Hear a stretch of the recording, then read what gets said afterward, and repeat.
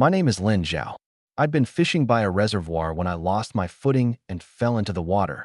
When I opened my eyes again, the first thing I saw was a few rotting black beams overhead, set into a crumbling, thatched roof. The musty smell of dry straw shot straight up my nose, and cold wind poured in through the cracks in the walls, leaving me shivering all over. The instant I sat up, the first thing I heard was crying. 3 young women stood beside the bed, their clothes covered in patches, so worn out they could barely hold together over their figures. But even so, their faces, their bodies, back in my own time, you couldn't have hired top models like them for 100 grand. And these were all natural, the real deal. The problem was, these 3 stunning women were staring at me right now with tears in their eyes, a look of shock mixed with a hint of some inexplicable joy. I followed their gaze upward, and there, hanging from the roof beam, was a rope tied into a noose, with a stool set right underneath it. My heart skipped a beat. The tallest one, who looked about 20, limped over to the bedside, her voice trembling badly. Master, you're not dead? Master?" Hearing this, the other 2 dropped to their knees with a thud. "Master's not dead. Thank goodness." I sneezed and stood up, and the blanket slid off with a rustle onto the floor. Good grief, that's when I realized I was completely naked from head to toe. The 3 women's faces turned bright red in an instant. In a panic, I grabbed the blanket and wrapped myself up.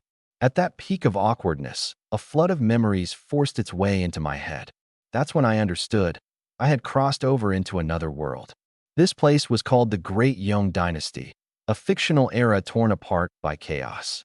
The original owner of this body was a failed scholar who'd flunked the imperial exams over and over and never amounted to anything.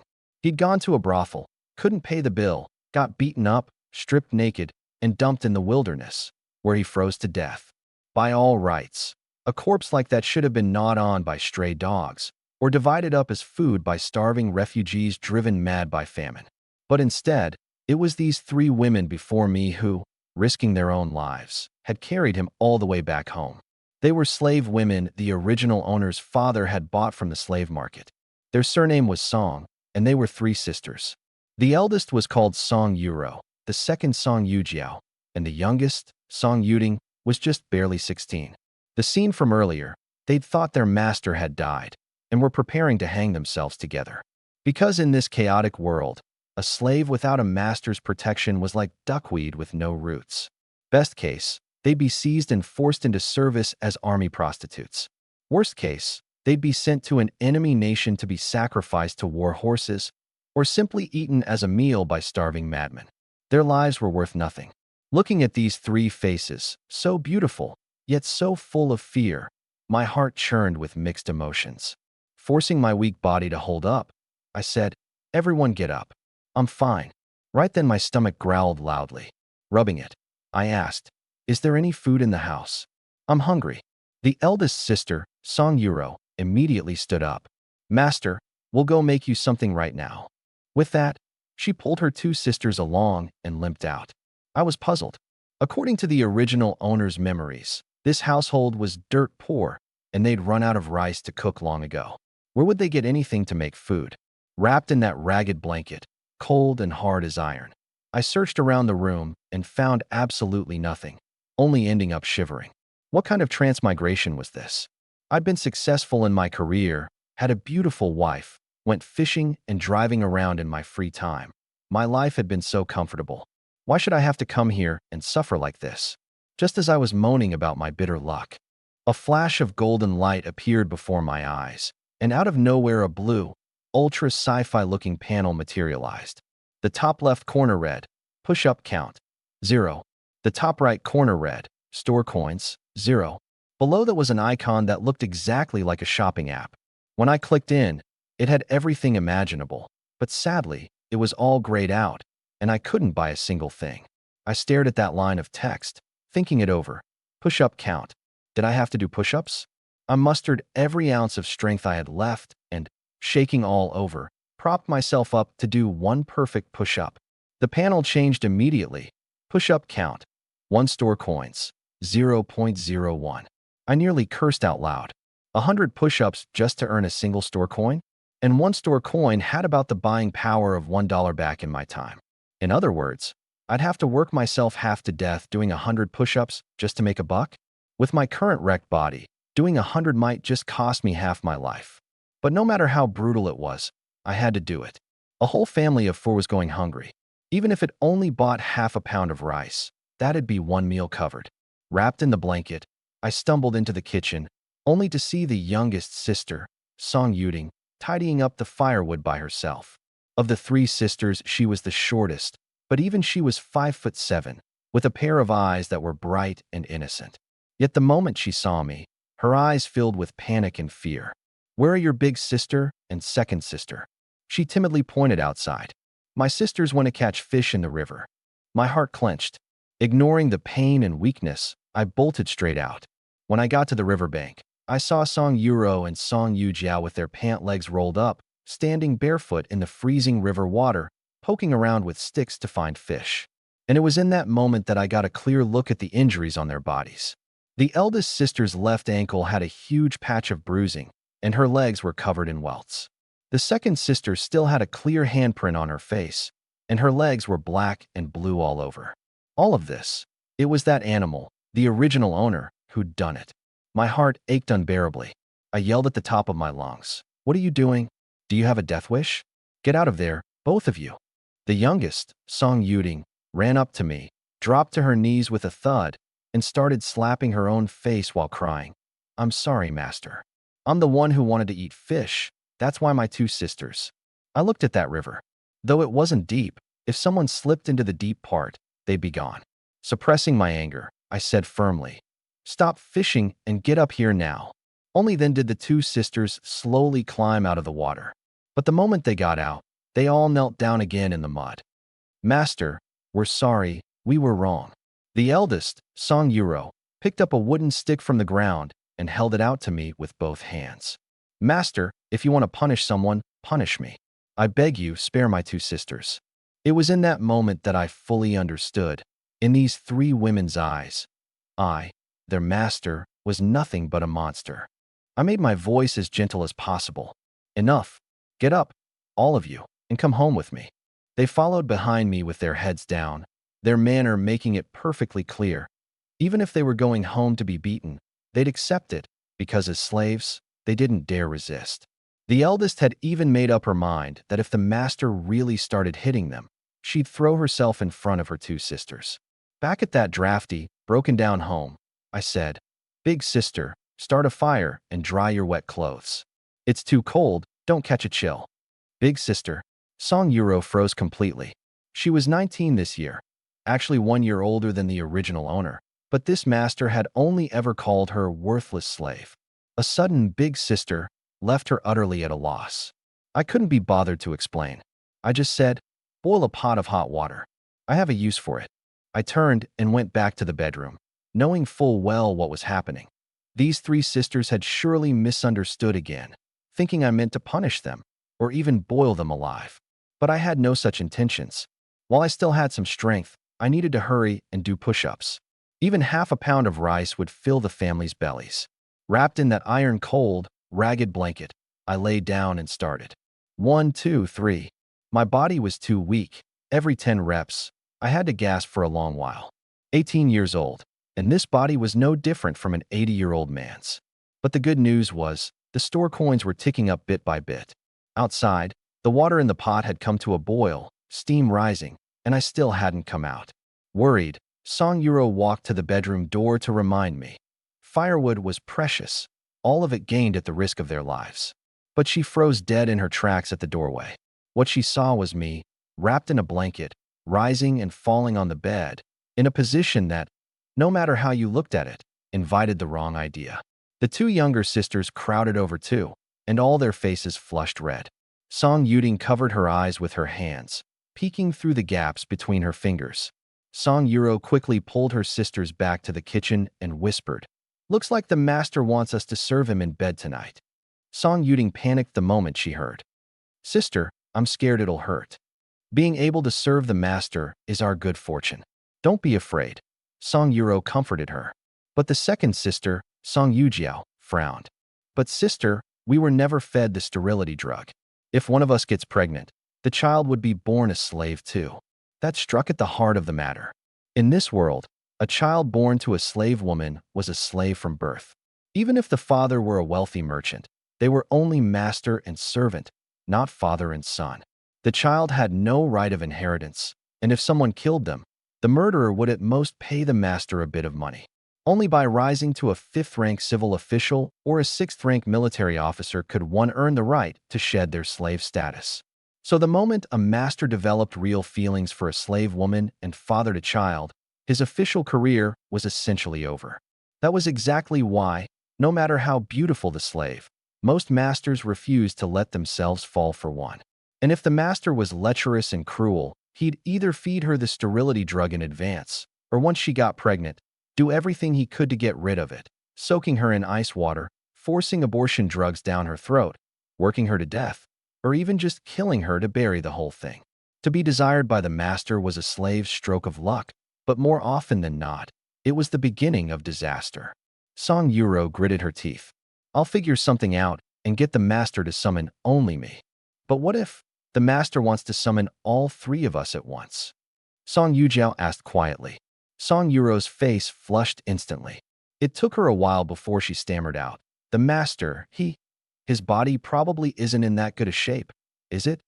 The 2 younger sisters looked at each other, neither quite convinced. After all, the 3 of them had carried the master back, so they knew exactly what he was made of. Meanwhile, in the bedroom, I was gritting my teeth and counting. 118, 119, 120. Once I finished, I collapsed onto the bed, panting heavily. The store coins had climbed to 1.2. I quickly went into the store to browse. What could $1.20 buy? Not even a pack of gum. I could buy a bag of salt or a couple of lighters, but neither was useful right now. I searched for rice, and the cheapest was 15 store coins. That meant 1,500 push-ups. An instant no. Scrolling to the bottom, I spotted one thing. Loose, expired rice, 99 cents a pound. Expired or not, whatever. It's not like you can't eat it. Gritting my teeth, I bought 1 pound.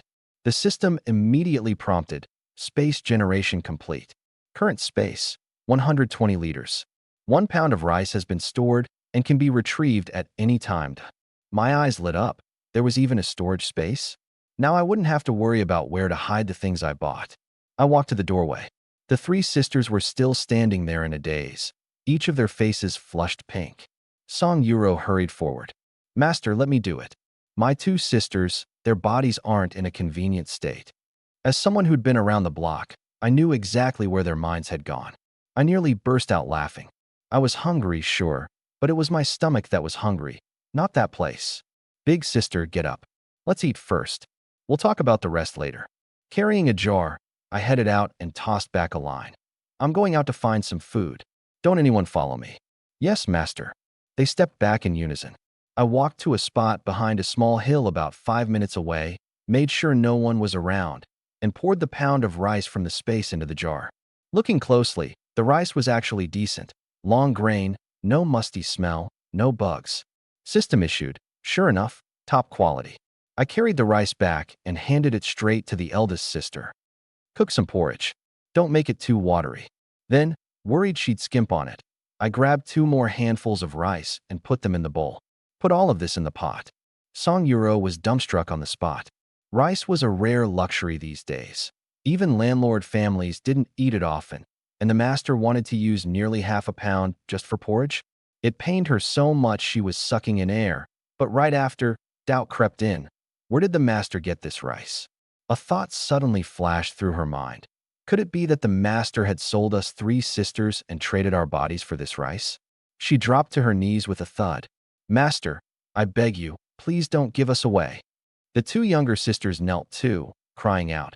We can work, we can gather firewood, we can support you, master. Please don't give us away. I let out a sigh. The image the original owner had left in their hearts wasn't going to change anytime soon. Explaining was useless, so I'd do the opposite. I grinned wickedly. You 3 are so gorgeous. Why wouldn't I just keep you all to enjoy myself? How could I possibly give you away? I pointed at the jar of rice. Don't worry. From now on, there'll be plenty of rice, and you won't have to earn money. I promise you'll have food, drink, and clothes. The 3 sisters looked up at me, their expressions clearly saying, There goes the master, bragging again. But even knowing it was an empty promise, their hearts still felt warm. When you're used to bitter days, even a tiny bit of sweetness tastes like honey. I went back to the bedroom and continued my push-ups. Outside, the clear water in the pot gradually turned milky white, and the fragrance of rice filled the whole house. I just finished my 80th when the system chimed. Congratulations, host. Your overall physical ability has doubled. I quickly asked, what does overall ability mean? The system answered, it means all your physical stats, strength, speed, defense, endurance, all of them combined. And what's endurance? Staying power and stamina, running, doing heavy labor, and of course, including stamina in the bedroom. I chuckled. This system really got me. With 3 flower-like women beside me, if my body couldn't perform, that would be way too embarrassing. Upgrade it, do it right now. The words had barely left my mouth when a warm current surged down from the top of my head, splitting off to flow into both my arms, both my feet, and that critical spot. My whole body felt like it had been reforged. The pain vanished, my limbs grew strong, and most miraculous of all, I wasn't even afraid of the cold anymore. I threw off the blanket, and though the cold wind hit my bare body, all I felt was a pleasant coolness, like the refreshing feeling after an autumn rain. Just what did double stamina mean? I kept going, and in 10 minutes I'd knocked out 400, the total soaring, the store coins climbing to 4.21. I walked to the kitchen. It was full of steam, the smell of rice hitting my nose. The eldest sister was stirring the porridge with a ladle, while her 2 sisters stared at the pot, practically drooling. I took a taste. The rice was cooked, just needed a touch more time. Right then my stomach was growling with hunger, so I first ladled a bowl of rice broth for the youngest sister, Song Yuding. Here, the porridge isn't ready yet. Have this to tide you over. Song Yuding froze. The master was actually serving her food?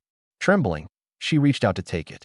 Maybe the bowl was too full, or maybe she was too nervous, but during the handoff, some scalding rice broth spilled out. The heat made her hand jerk, and the bowl fell with a crack onto the bluestone slab, breaking in two. The room went dead silent. Terrified, Song Yuding knelt on the ground, trembling all over, her voice breaking apart. Master, please, mercy. Only then did I notice. On the bluestone slab where she knelt, a puddle of water was slowly spreading. The dark stain on her gray pants was growing larger and larger. The poor girl had been so frightened she'd wet herself. Her face was ghastly pale, sweat beading on her forehead, her body still twitching, a stress response triggered by sheer terror. The eldest and second sisters knelt too. Master, our little sister was careless. If you must strike someone, strike us. Please, spare her. Song Yujiao even threw her body over the youngest to shield her. She's weak, master, please have mercy. Watching all this, I felt both helpless and heartsick. Just knocking over a bowl of rice broth had scared one of these girls this badly. What kind of demon was I, this master, in their hearts?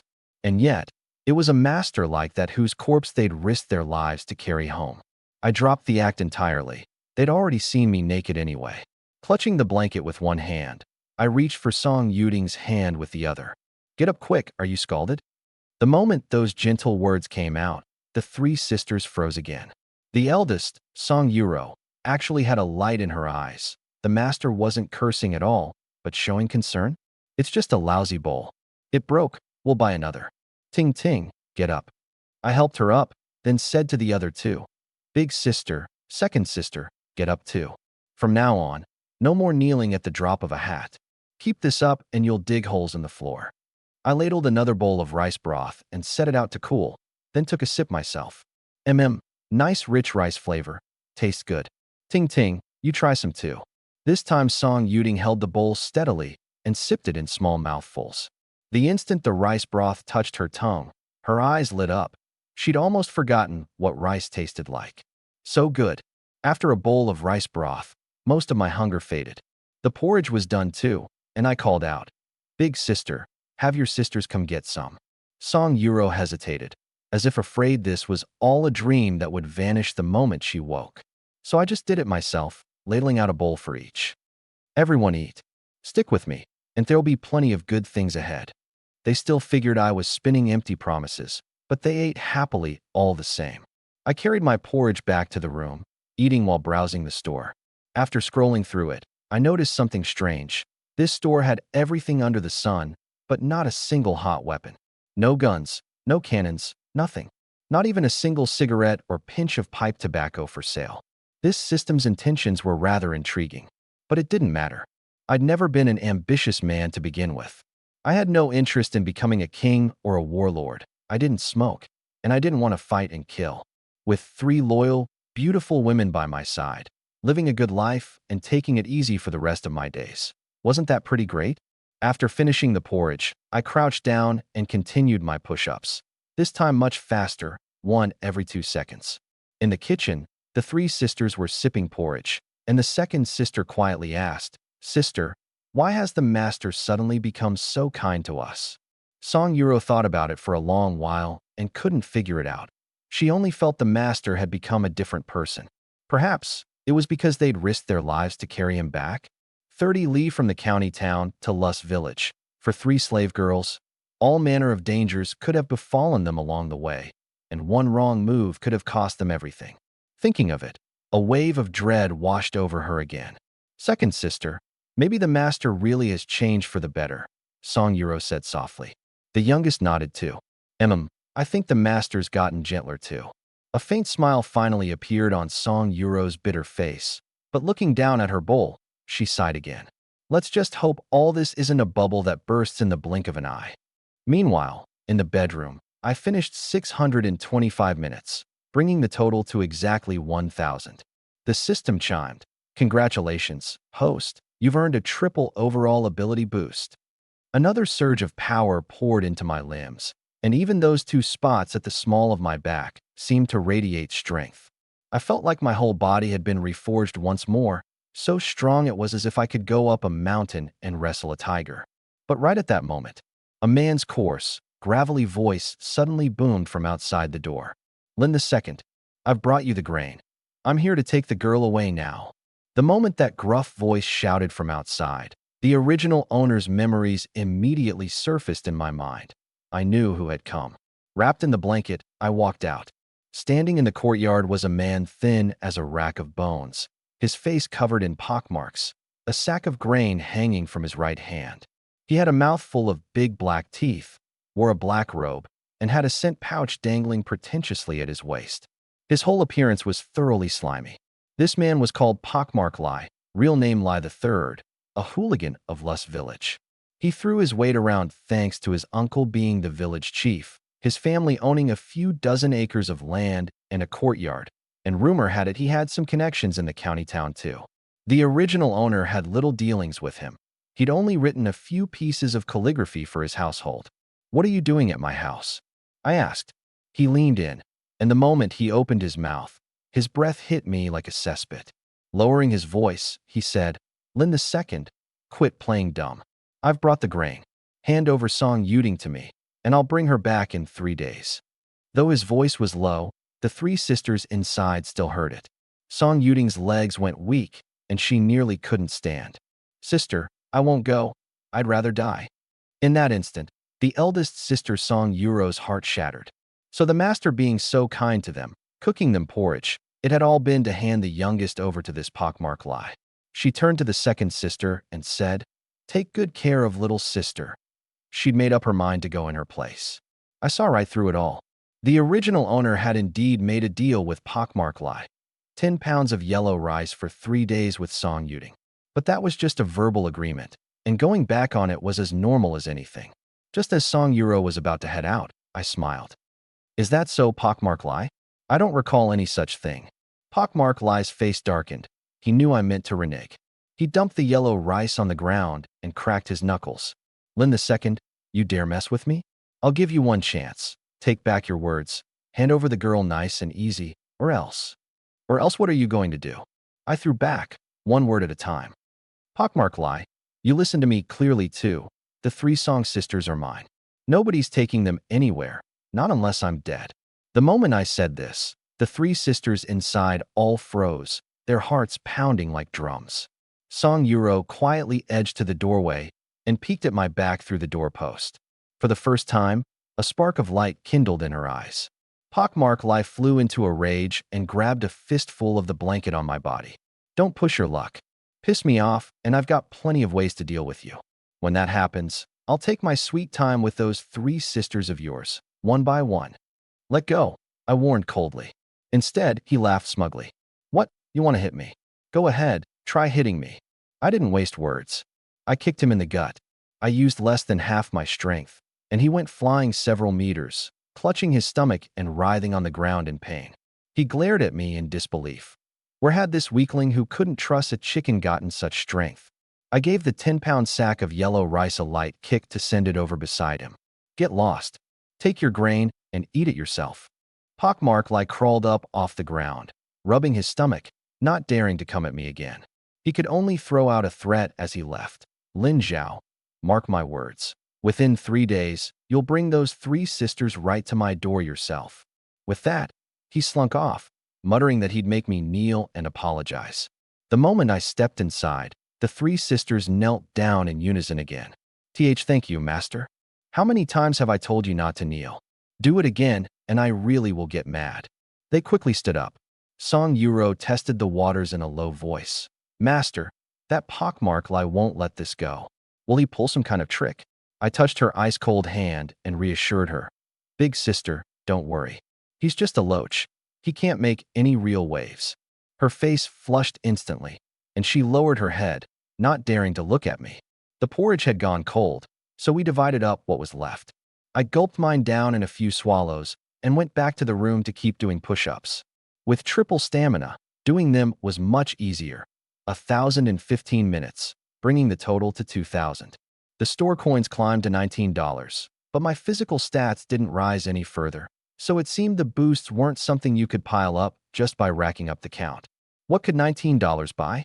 Right now what I lacked most was clothes, but that little money wouldn't even cover a pair of long johns, maybe just some underwear. I did the math.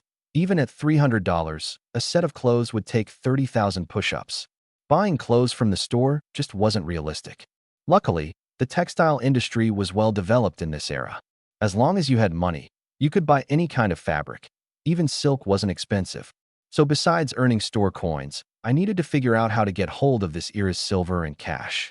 But the most urgent thing right now was to find some clothes to wear. Otherwise, I couldn't even step out the door. Flipping through the original owner's memories, I called out, Big sister. The three sisters immediately came in. I felt a little embarrassed. Could you take off your clothes for now and lend them to me to wear? They only froze for a moment, then stepped forward in unison. Song Yuro took off her outer garment, leaving only a belly band full of holes underneath. The second sister, Song Yujiao, lowered her head and took off her pants, and only then did I realize she had just that one pair of pants, inside and out, relying entirely on the length of her top to barely stay covered. Looking at the black and blue bruises on their bodies, my chest tightened. Even though the original owner had done it, I was now their master, and putting myself in his place, I felt an indescribable guilt. Taking their clothes, I made a silent vow.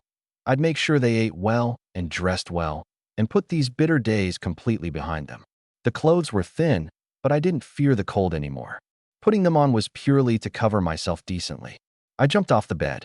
Big sister, second sister, you two go lie down on the bed. It's cold out here. The two sisters could hardly believe it. Normally they slept in the woodshed, on a bit of dry straw. I said it again. Go lie down. Consider it warming up the bed for me. Only then did they timidly crawl under the blanket. I closed the door properly and went out, worried that if I wasn't around, some scoundrel might come by looking to take advantage. Walking east along the path for about 500 meters, there was an earthen house beside a persimmon tree, a bit bigger than mine, but not much better. The fence was full of gaps, and there was a crack an inch wide splitting the wall. First, I spent $1.50 in the store on a pound of old newspaper, deliberately choosing foreign language ones so no one could read them. Then I spent $10 on 10 pounds of dried noodles, took out 5 pounds, wrapped them in newspaper, and cradled them in my arms. I gathered myself for a moment, then called out, sister-in-law. About 3 minutes later, a woman in her early 20s came out. She was about 5'6", with an equally striking figure. Her features were lovely, cherry lips, gleaming white teeth, and she was gentle as water, cradling a baby swaddled in blankets in her arms. Her name was Jiang Yueru, the wife of Lin Dai, my distant cousin beyond the fifth degree of kinship, and she was acknowledged as the #1 beauty in the village. But her fate was cruel.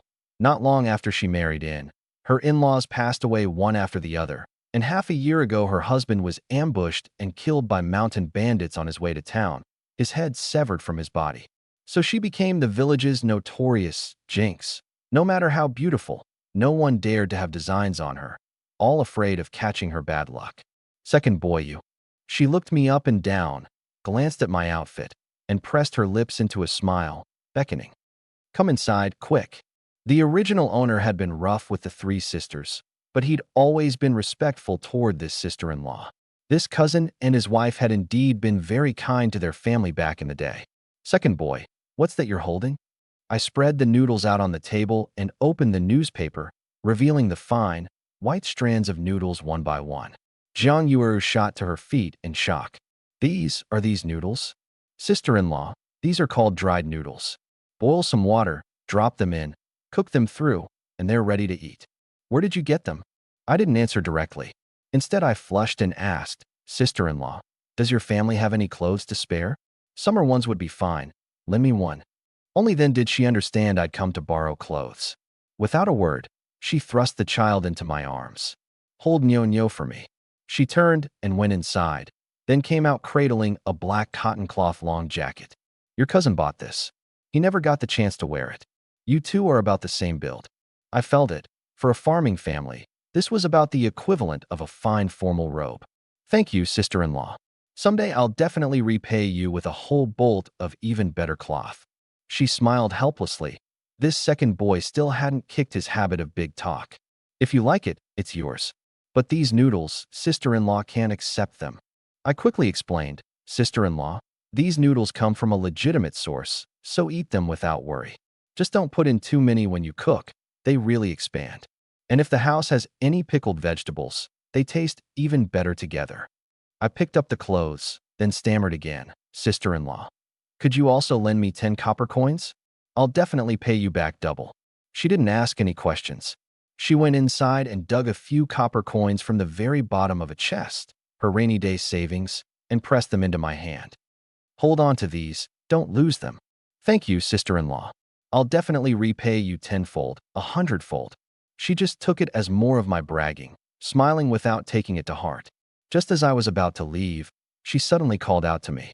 Second boy, don't beat or scold those 3 girls anymore from now on. They're women too, just like your sister-in-law. That one sentence made me see her in a whole new light. To still have a heart like that in a world like this, she was a truly good woman. I gave her a deep bow. Sister-in-law, second boy will remember your words. I hurried back home carrying the clothes, my mind on the 3 sisters at home. Behind me, Jiang Yueru soothed the child and murmured to herself, Second boy, how come he seems a little different? She glanced at the noodles on the table. Nyo began to cry in her arms. The child had a big appetite, and she herself couldn't even eat her fill. So how could she have any milk? She quickly carried the baby off to cook the noodles. Nyo, Mama's going to cook you some noodles right now. Back home, the door was still shut tight, and the 3 sisters were obediently waiting inside. I put on the black long jacket, then returned the clothes to the 2 sisters and solemnly promised, tomorrow I'll go buy you all new clothes. They still took it as more empty promises, but they bowed in thanks all the same. Knowing it was hot air, they still loved hearing it. I turned to look at that broken window, wind pouring through, and snow had already begun to drift down from the sky. With just one blanket, how were we supposed to get through tonight? This broken window was the biggest source of the draft. I had to seal it up first. I went to the kitchen and grabbed another jar, spent $1.50 on 3 pounds of expired flour, and carried it over to Song Euro. Big sister, boil up another pot of paste. She looked at the clean, white flour in the jar, wanting to speak, but hesitating. Master, this flour is. I'd already thought up my line. The old man was dead anyway, no one to prove otherwise. Lowering my voice, I put on an air of mystery. I won't lie to you. The truth is, I have money. My father left me quite a bit, and I've been hiding it all this time. Keep it quiet. All right, big sister? Song Yuro's eyes went wide as saucers. Old Master Lin had clearly died because there was no money for his medical care, and in the end he didn't even have a coffin, buried wrapped in a straw mat. But she only dared to mutter about it in her heart. Out loud, she nodded earnestly. Yes, master. I took out the newspaper to paper over the window. The bedroom window was small. A single sheet could cover it, but it wasn't strong enough and would easily get blown away by the wind. I pretended to go out for a stroll and then conjured back 5 sheets. Once the paste had thickened, I pasted them on layer by layer. The room dimmed at once, but the cold wind could no longer get in, and the temperature visibly rose. The 3 sisters' minds were full of questions. The master conjured up rice one moment, flour the next, and these papers covered in strange writing. Where on earth did they all come from? With the window sealed, I went out and bought 3 more pounds of newspaper, over 60 sheets. Back inside, I handed them to the 3 sisters. I've got a job for you. Paste these papers onto the wall by the bed. Then I added, Big sister, your foot's not doing well, so let the second and youngest handle the high spots, and you direct from below. Yes, master. They hadn't expected the master to not only spin promises, but also be so considerate. Far from being jealous of their big sister, the 2 younger ones were secretly happy for her. While they were busy, I slipped out to the grass behind the house to keep doing push-ups. The snow was falling harder, the sky growing dark, feathery flakes blanketing the thatched roof. But wearing this not-so-thick clothing, I stubbornly didn't feel the slightest bit cold. Over an hour, I did another 3,600, bringing the total to 4,600, the store coins to 2,550. My physical stats were still stuck at triple. Honestly, doing push-ups now was as easy as leaning against a wall for fun. My strength and endurance had all tripled, while my body weight hadn't changed. But the price was that my body burned through fuel faster too, and I'd get hungry again in no time. I went into the kitchen, bought a head of cabbage and a bag of salt from the store, $6, and laid out those 5 pounds of dried noodles from before. I deliberately peeled off the outer leaves of the cabbage and threw them away, worried that Song Yuro would be too frugal to waste even the rotten leaves and end up eating them. When I went into the bedroom, the 3 sisters had already papered the whole wall. With the earthen wall covered in paper, the room felt much cozier. They were studying the writing by the dim light. Sister, this writing on the paper, have you ever seen it before? Song Yuro shook her head. I don't recognize it. It doesn't seem to be our great Yang script. I chimed in. Right, that's writing from a foreign land. It's perfectly normal that you don't recognize it. They quickly stood up straight. Master, I looked at the wall. You pasted it up nice and neat. Big sister, you can make the afternoon meal now. They frowned again at the cabbage and dried noodles on the cutting board. Song Yuding poked at the noodles. Big sister, are these noodles? I explained from behind them. These are called dried noodles. Boil them in water, and they're ready to eat. I went back to the room to keep going. The room now smelled of paste and printing ink, but that beat the old musty smell any day. When I got hungry, I gnawed on a couple of compressed biscuits to tide me over, then kept going. Another hour, 3,000 more, and the store coins reached 4,850. One more push, and I'd break 100. It seemed this money wasn't so hard to earn after all. I sat down on the bed. That's enough for today. Just then I heard a set of light footsteps. From the rhythm alone, I could tell it was the eldest sister, the one with the bad leg. The moment she reached the doorway, I went out to greet her. Big sister, is the food ready? The sudden greeting startled her. Ready, it's ready. In the pot in the kitchen was a batch of cabbage and noodle soup without a single drop of oil, and the cabbage was scarce at that. It was mostly noodles. Back in my time, not even a dog would give this a second look. But I ladled out a bowl, and driven by hunger, I actually ate it with real relish. Everyone eat, don't hold back. Whatever I eat, you eat too. Only then did the 3 sisters pick up their bowls and slurp their noodles, without making a single sound the whole time, their manners refined. But as they ate, I noticed tears dripping, drop by drop, into their bowls, yet they stubbornly kept from making a sound. A single bowl of plain cabbage noodles, no oil, no meat, and it moved 3 girls to tears like this. I pretended not to notice, walked over, and ladled out another bowl, my tone carrying a hint of command. Split the rest among yourselves. Don't leave anything. I carried my bowl back to my room, a jumble of emotions churning inside me. In the other room, The three sisters began whispering. Sis, are we dreaming? Song Yujiao pinched herself, grimacing at the pain. We're slaves. Why would the master treat us this well? Yesterday morning, he was still beating me with a bamboo cane. How did he turn so gentle today? As she spoke, a blush spread across the girl's face, but soon self-doubt crept back in. How could the master ever look kindly on lowly slaves like them? Maybe tomorrow morning, the moment they opened their eyes, they'd be back to gnawing on grass roots. The eldest sister wiped away her tears.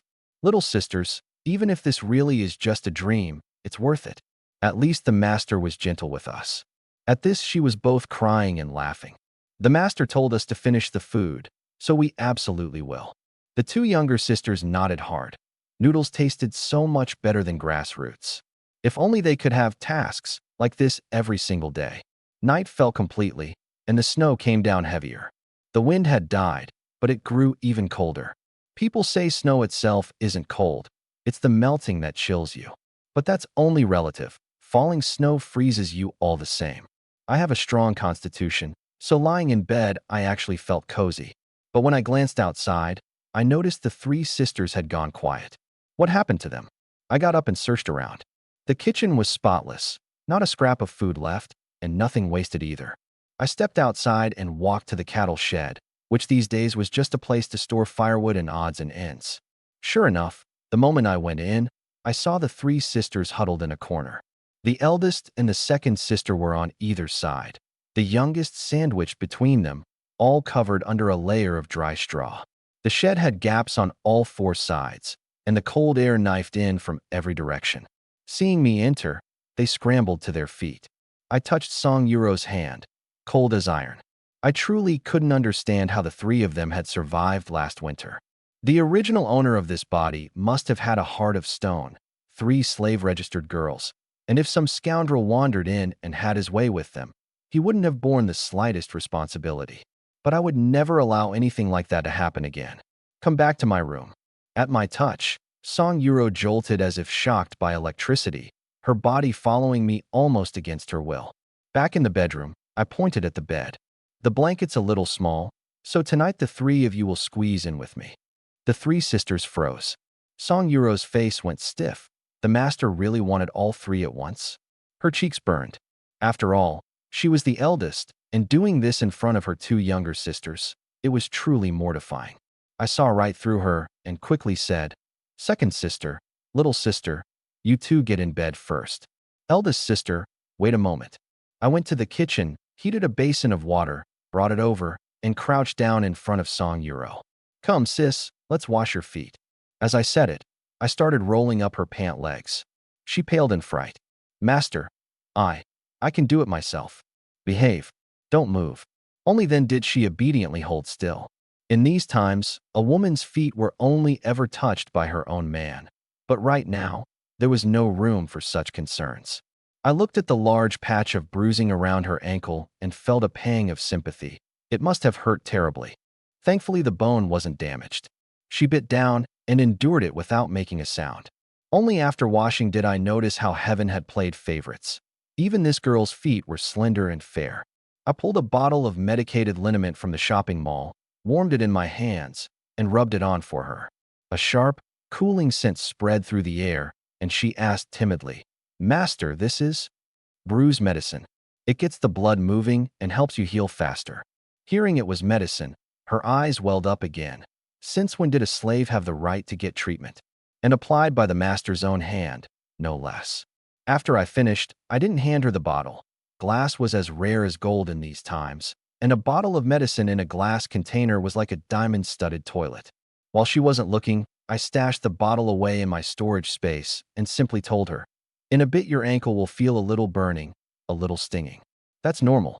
The two younger sisters watched from the bed, dumbstruck.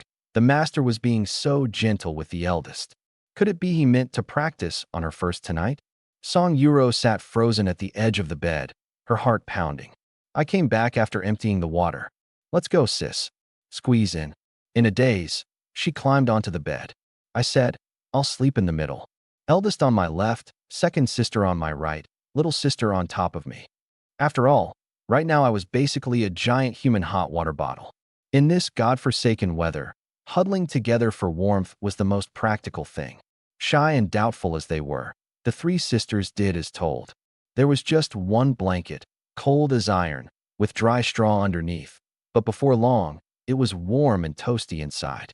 At first they stayed cautious, but little by little, they all pressed in against me on their own. That night, aside from me sleeping a bit cramped, the three sisters were utterly comfortable. They'd never once been this warm all winter. Before dawn broke, the eldest sister Song Yuro got up, a look of contentment on her face. She'd never slept so soundly in her life. The second sister sat up too, glanced at the youngest still sprawled on top of me, and gave her a gentle pat. "Little sis, wake up, wake up." The youngest slowly opened her eyes, looking at my face and my chest, like a warm radiator. It felt so good that she was actually reluctant to get up, clinging like a snail in its shell.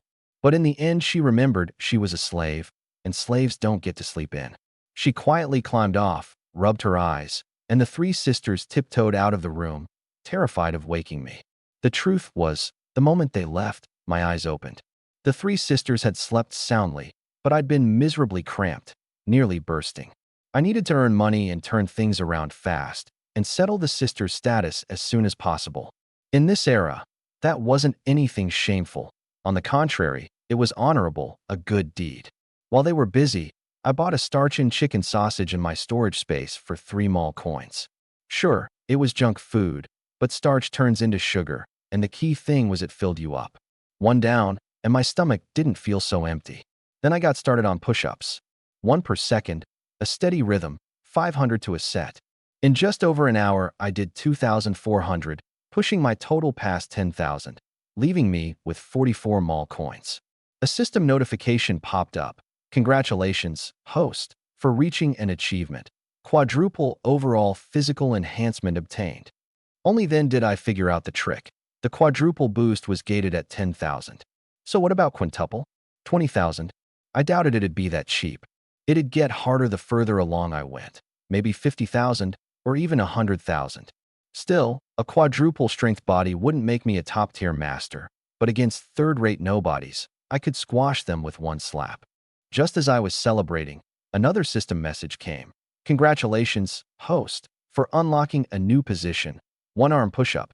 Each rep now earns an additional 0.02 mall coins." 0.02, that's 2 cents, doubling my income. But the difficulty was far more than doubled. I gave it a try, left arm across my back, supporting myself on my right arm alone. The first few felt like nothing, 1 every 2 seconds, but by 500 my arm was clearly aching. Doing 1,000 two-armed ones never felt like this, just boring at most. 1 arm was way harder than 2-arm. If I could do 300 with 2 arms, I probably couldn't even manage 100 with 1. At the moment I had 54 mall coins, not a lot, but enough to buy some small things. Today I needed to make a trip into the county town, earn some real money, and stock up on essentials. The mall was only good for emergencies. Counting on it for everything just wasn't realistic. I got up, sorted out my clothes, put on my shoes, and headed to the kitchen. The pot still held plain rice porridge, but only a little, just enough for me alone. "Why is there so little?" Song Yuro hurried over. "Master, this porridge is for you. We sisters can't eat it." She brought out a bamboo basket. Inside were mud-covered grass roots and a little palm-sized fish, maybe a couple ounces. She held up the fish, her face bright with excitement. "Master, we'll be fine eating this. And we even have fish." I had no idea what stroke of luck let them catch a fish. But looking at the youngest smile, so easily satisfied by such a small thing, my chest tightened. I took the basket and looked at Song Yuro. "Eldest sister, from now on, you eat whatever I eat. When you cook, make enough for 4 people. Understand?" Seeing her still dazed, I repeated it more firmly. Only then did she snap out of it. "Yes, yes, master." My tone had been a bit harsh, but what she felt wasn't fear, it was surprise and joy. "Ladle out the porridge, cook a bit more, and fry a flatbread with the flour. We're going to the county town in a while." The county town? Song Yuro froze again, and both younger sisters stiffened. I could read their thoughts. They surely assumed I meant to sell them. But then Song Yuro dismissed the idea. Slave-registered people couldn't be taken in by brothels, no matter how pretty, because slaves weren't protected by the authorities. So what did the master actually want? I just laid it out plainly.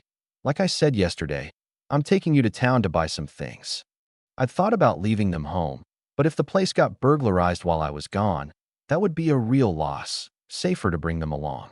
The three sisters half believed me, half didn't, but they didn't dare ask more. This was simply their lot in life. Song Yuro glanced at her two sisters and thought darkly. If we really have been deceived, then I'll take my sisters and we'll die together. The thought filled her with sorrow, but then again, she felt death would be a kind of release. Her whole life had just been cursed with misfortune. As she kneaded dough and cooked porridge, she prayed silently. As long as the master doesn't hand us over to be someone's playthings, I'll accept it even if I never taste rice porridge again my whole life. For slaves like them, they could only ever have one master in their lifetime. They could be given away, but a master was never replaced. No matter what changed, I would forever be their master. I stepped outside.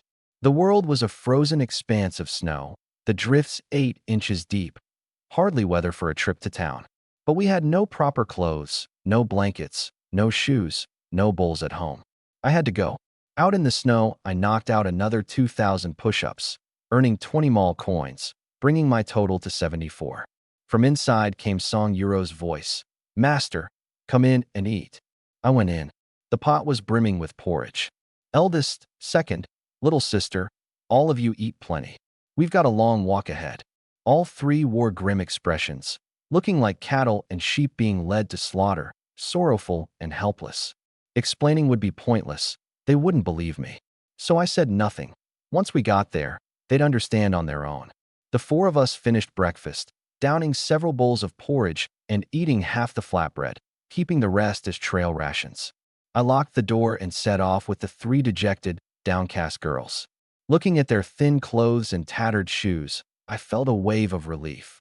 Thank goodness I transmigrated here. Otherwise, their whole lives would have been ruined. Eldest, second, little sister, bear with it for a bit. Once we're in town, I'll buy you new clothes. Yes, master. The three sisters bowed again in thanks.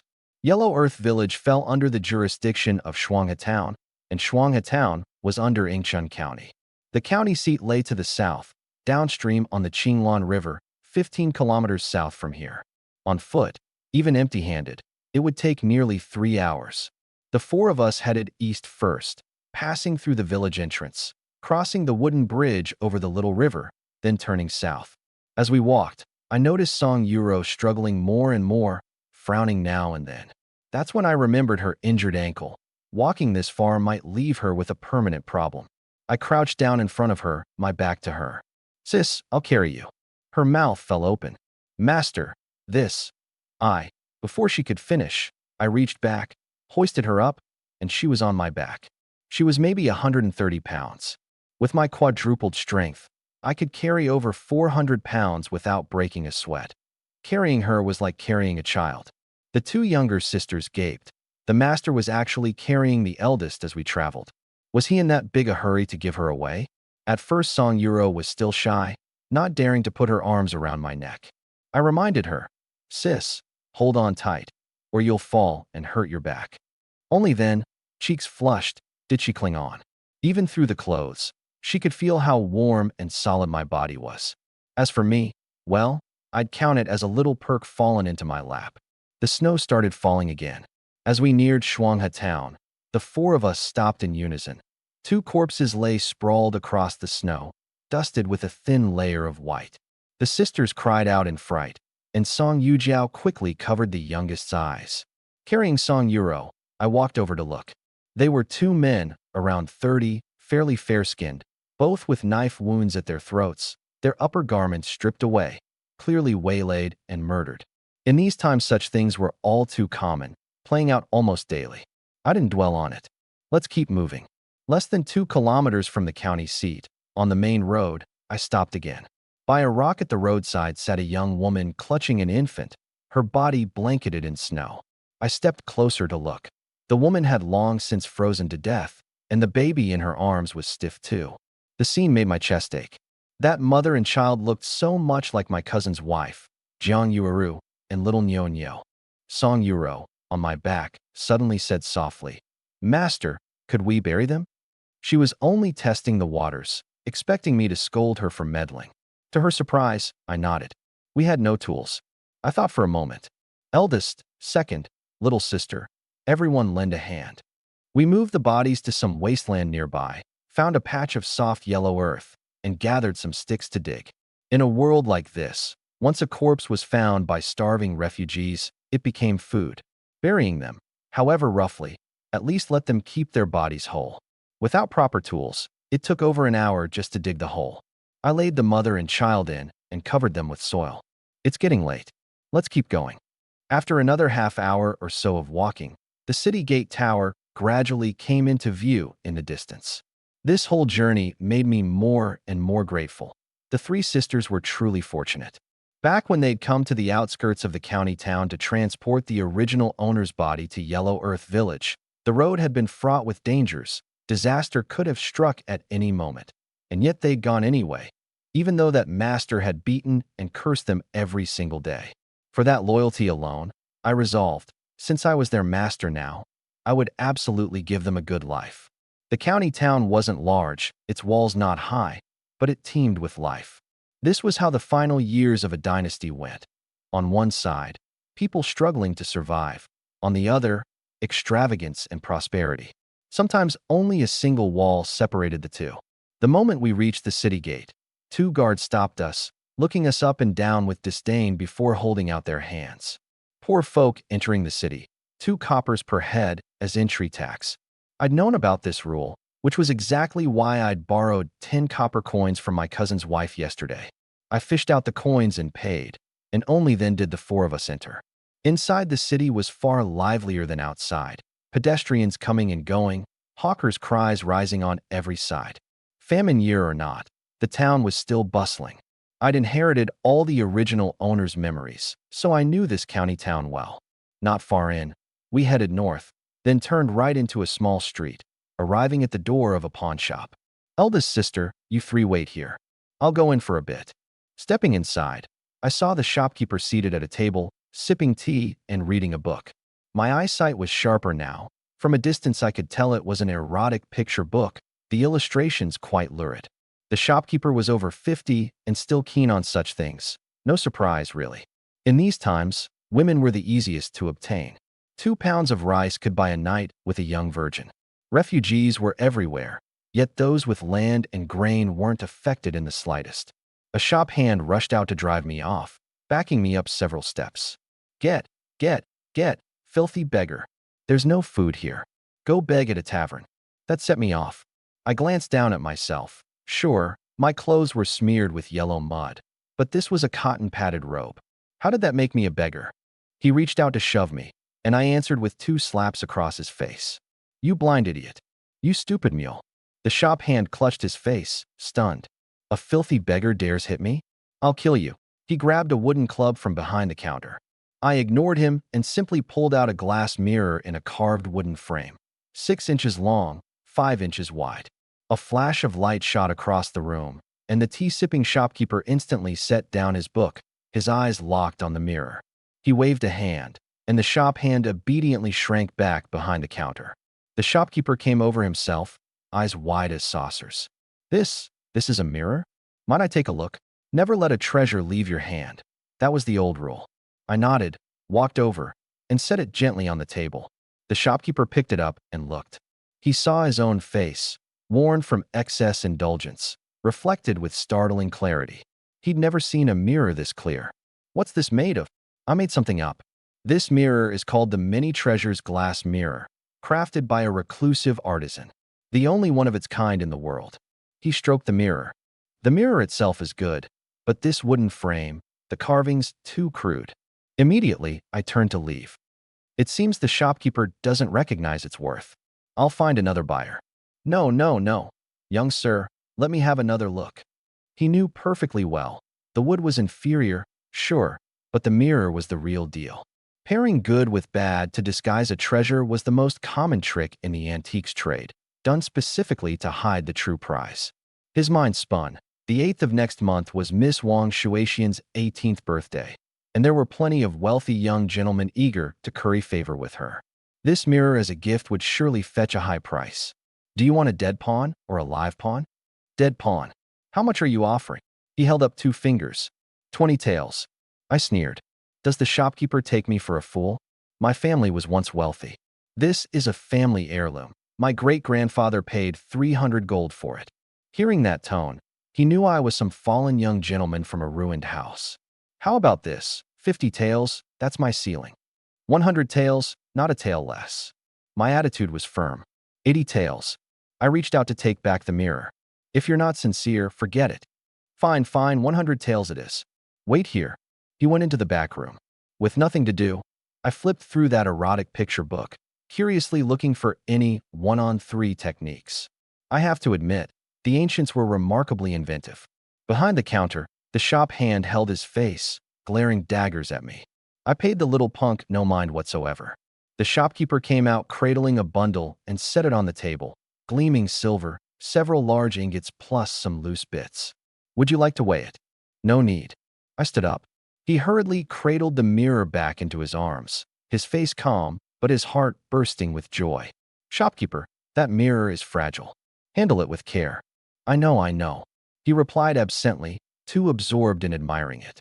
I swept the 100 taels into my storage space, turned, and walked out.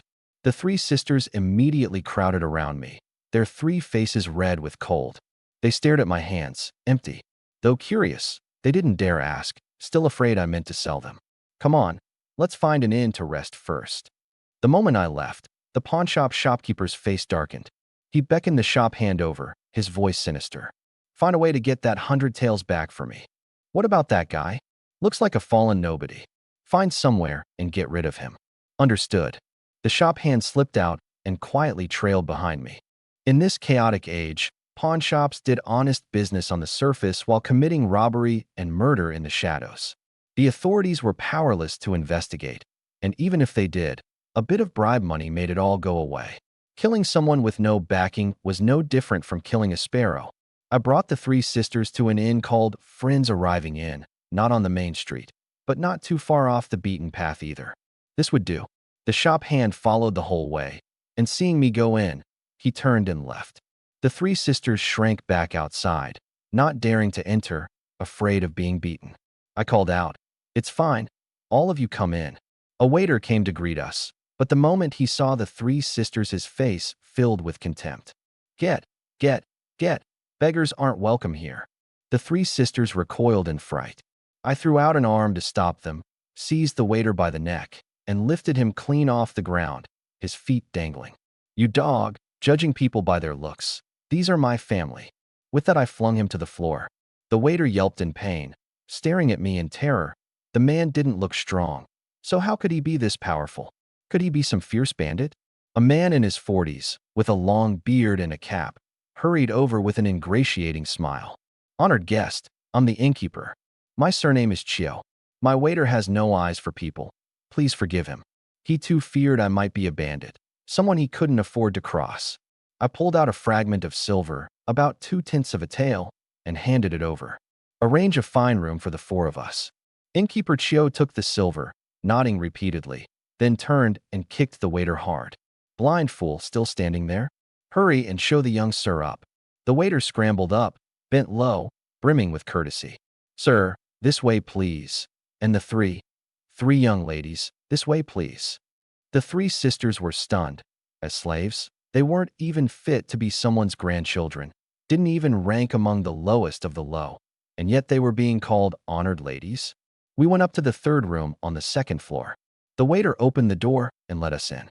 I turned to look at him. "See that the 3 young ladies are well taken care of." He didn't dare lift his head. Yes. I'll serve them like they're my own honored elders. Off you go. We want to rest." Wearing an ingratiating smile, he scurried out, even thoughtfully pulling the door shut behind him. I nearly laughed out loud. Sure enough, the most effective way to make someone see reason is with your fists. I looked at the 3 sisters. "Eldest, second, little sister, you got chilled just now, didn't you?" No. All 3 lowered their heads, their eyes full of disbelief. The master was showing concern for them again, even over something this small. Wasn't a slave suffering the cold just the natural order of things? Even if he meant to give them away, there was no need to treat them this well. I pulled out 2 more taels of silver, and pressed them into Song Yuro's hands. Take this, it'll make buying things easier later. She was so frightened she nearly dropped to her knees. I stopped her. I told you not to kneel over every little thing. Master, why? Why are you giving me so much money? Her eyes were full of dread. The last time she'd seen this much money was before her family's estate was seized, 3 years ago. Could the master mean to sell them and have them count out their own price? Seeing her hesitate, I just tucked the money into her hand. I'm going out for a bit. Take good care of your 2 sisters. Order whatever you want to drink. Yes, yes. She gave a slight bow. I went downstairs and called out, Waiter! He came sprinting over, practically ready to kneel. Sir, at your command. Have the kitchen make a pot of ginger soup and bring it up to the room. Add plenty of brown sugar. Yes, yes, yes. He nodded like a pile driver. I left the inn, first heading to a money exchange to break the large silver ingots into loose silver and copper coins. Such big pieces of silver couldn't be spent, like carrying a 10,000 bill around a flea market. Once I'd exchanged the money, I went to a pottery shop and bought 4 or 5 large jars for storing grain, 10 small clay pots, and a dozen plus dishes and bowls, 350 coppers in total. I also bought some bricks and tiles. Then, once I reached a spot with no one around, secretly swept them into my storage space. By now my storage space was already 13,000 liters. Its size grew based on the number of push-ups I'd done. As long as I kept at it, it would keep expanding. I did some calculating. There were plenty of things in the mall I could exchange for silver, but that wasn't a long-term plan. First, those items were valuable precisely because they were rare, flood the market, and they'd be worthless. Second, my mall was meant for buying necessities that simply didn't exist in this era: flush toilets, spring mattresses, solar panels, black stockings, and the like. I couldn't waste it on useless junk. The mall, powered by push-ups, could only add icing to the cake. Real money had to come from running my own business. Fortunately, with 100 taels in hand now, I felt confident. Time to stock up on more household goods. I walked into the largest cloth shop in town, 2 stories, about 500 square feet, stocked with fabric, shoes, and ready-made clothes, everything you could want. Perhaps because of the snow, there weren't many customers, just 2 women picking through fabric. A shop hand came to greet me, sizing me up. Just as a look of disdain began to surface in his eyes, my fist was already clenched, ready. If he dared judge me by my appearance, 2 slaps were coming. But he only asked impatiently, "What are you buying?" without driving me off. So I gave up on the idea of slapping him. Ready-made clothes, for young women. Show me. He led me to the ready-made clothing section. There were women's garments, but the styles were plain. I picked by eye, and though the sizing might be a bit off, it was better than having nothing. After a look around, I settled on one outfit. How much for this set? 200 coppers. He'd probably expected the price to scare me off, but I pointed at 2 other pieces. This one, that one, wrapped them all up, packaged separately. The shop hand was startled. First time he'd seen someone buy clothes without haggling. After the outer garments, I added undergarments and bodices, 3 sets in one go, and bought a set for myself too, not even asking the price. The shop hand looked me over, thoroughly puzzled. Who is this guy? Buying clothes like he's stocking a warehouse. I bought 3 pairs of shoes, and the clothes and shoes came to 2 taels of silver. Then I went to look at bolts of fabric. The prices were reasonable. Ordinary fine cotton was 800 coppers a bolt, silk 1.5 taels. I didn't need brocade for now. Not that I couldn't afford it, but I feared it would draw too much attention. For poor folk, being able to wear decent hemp cloth was already a blessing.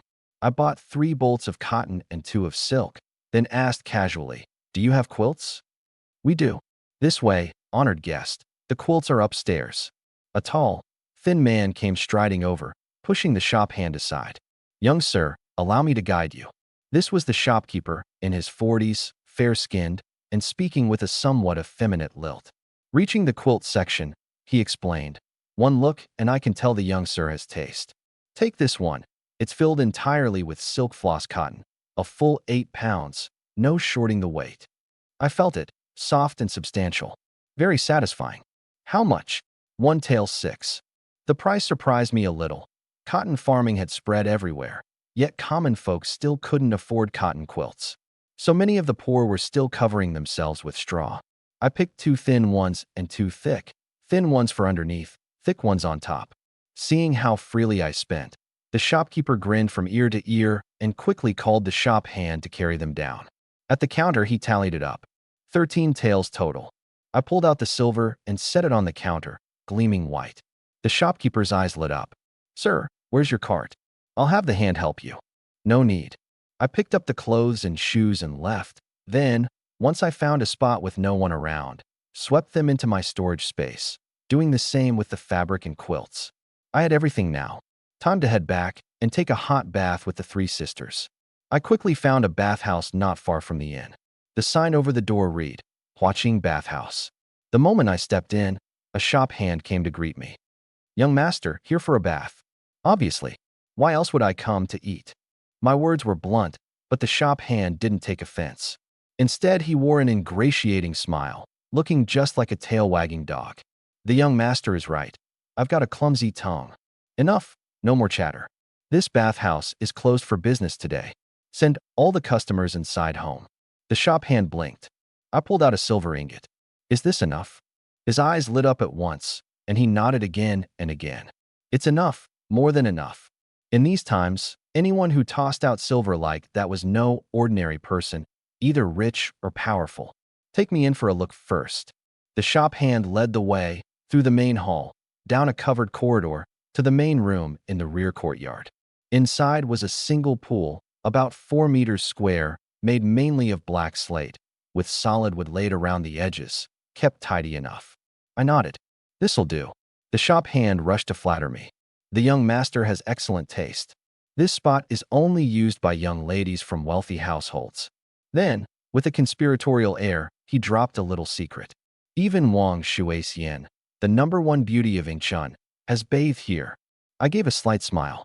Wang Shuixian. Wasn't that the wealthy young heiress the original owner had desperately tried to curry favor with? The original owner had been set up, stripped naked, and thrown out into the wilds to freeze to death. And this woman likely had a hand in it. A place like this, Wang Shuixian would never come here. The Wang family was among the top wealthy households in Yingchun County. I gave my instructions in a serious tone. Drain the pool, refill it with clean water, and scatter flower petals over it. I'll come by shortly. The shop hand froze for half a second, but agreed all the same. No problem. Having said my piece, I left the bathhouse. I'd only gone a few steps when I faintly sensed someone following me. My senses were sharper now, especially attuned to danger. But I didn't turn around, pretending not to notice. I detoured to a grain shop, meaning to buy some rice and flour, but one look at the prices changed my mind. Rough rice was 5 coppers a pound, but polished rice cost a full 20. Coarse flour was 8 coppers, fine flour 30. At these prices, I was better off buying from the mall myself. I bought just 10 pounds of millet and left. Millet was cheap, 2 coppers a pound. Once I reached a spot with no one around, I poured the millet into a jar and swept it into my storage space, then headed back to the inn. Meanwhile, up in the room, the three sisters had finished their ginger soup and warmed up considerably. The youngest's voice was soft and full of delight. Sis, they even put brown sugar in this ginger soup. It's so good. But Song Yuro's face was clouded with worry. After all, they were slaves. With the master treating them this well, she couldn't shake the feeling that something was off, and it left her uneasy. The second sister looked at her. Sis, do you think the master has really changed for the better? Song Yuro couldn't say for sure. This sudden kindness left her anxious, like preparing a lavish last meal for a condemned prisoner who's sent to the gallows the moment it's eaten. Seeing the eldest's grim expression, the youngest smiled and comforted her. Sisters, no matter what, the master is treating us well now. Even if it only lasts a little while, dying would be worth it. Song Yuro felt both startled and heartsick. The youngest was the timidest of the three sisters. At 13, when the family fell to ruin, she'd been sent to the slave camp, where she'd endured every hardship and witnessed countless horrors. Yet now she could face things so calmly. It seemed she'd truly grown up. The youngest gave another sweet smile. I think the master has definitely changed. Even his eyes are gentle now. At those words, both older sisters nodded. They'd felt the same thing. Just as they were talking, unhurried footsteps sounded outside, and the door opened. The moment I walked in, the three sisters hurried to their feet to greet me. Come, Follow me somewhere. That single sentence put them on guard again. The master had suddenly come into money, and just as suddenly begun treating them so well. The feeling was exactly like being led to the execution ground. But none of them dared defy me. They answered softly and followed me downstairs. The bathhouse was less than 100 meters from the inn. I walked ahead, the three sisters trailing nervously. At the street corner, I turned into a deep, narrow alley. The three sisters looked at the pitch-dark passage, tense as could be, as if it were a road of no return. Once you stepped in, you'd never come out. But seeing me go in, they had no choice but to steel themselves and follow. After about 30 meters, the bathhouse finally came into view. The three sisters came from a good family originally, so they could read. Song Yuro looked up and saw it was a bathhouse. Why had the master brought them here?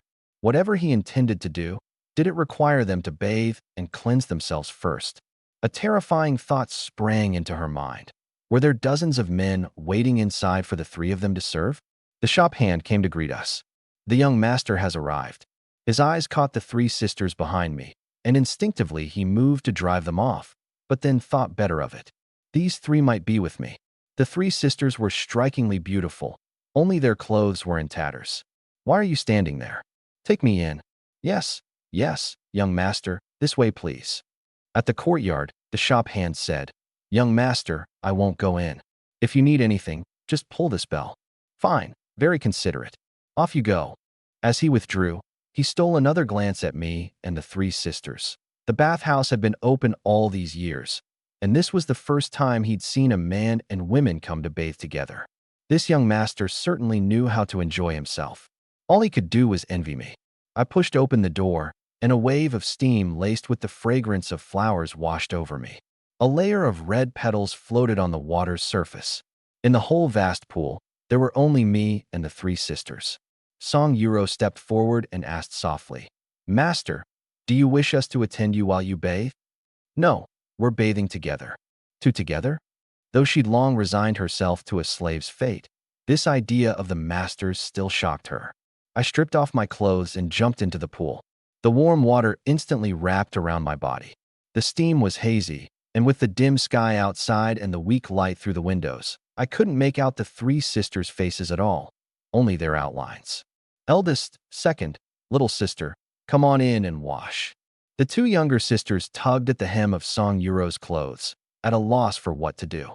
This is the master's command. We can't disobey, Song Yuro whispered, then carefully lowered herself into the pool. Seeing the eldest go in, the two younger sisters followed, and the three of them huddled timidly at the pool's edge across from me.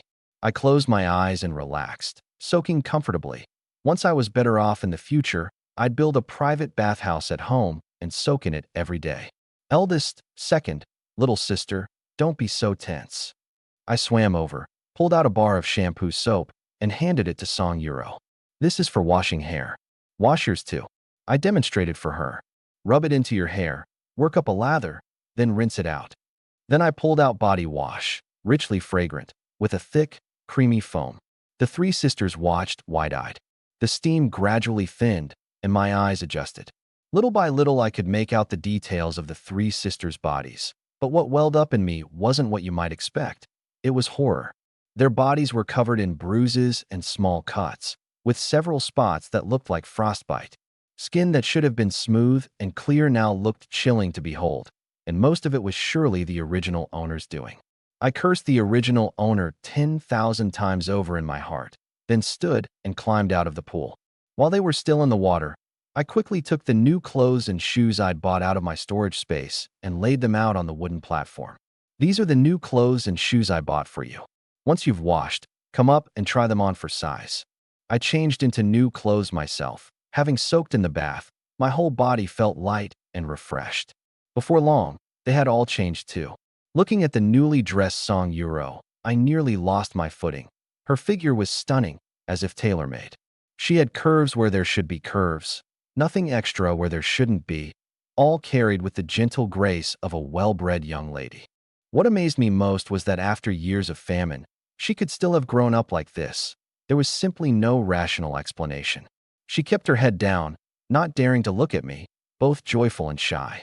The three sisters stroked their brand-new, soft clothes, tears welling up again, part delight, part gratitude, part bittersweet sorrow. The master had truly changed for the better. Then, all together, they dropped to their knees with a thud. "Thank you, master.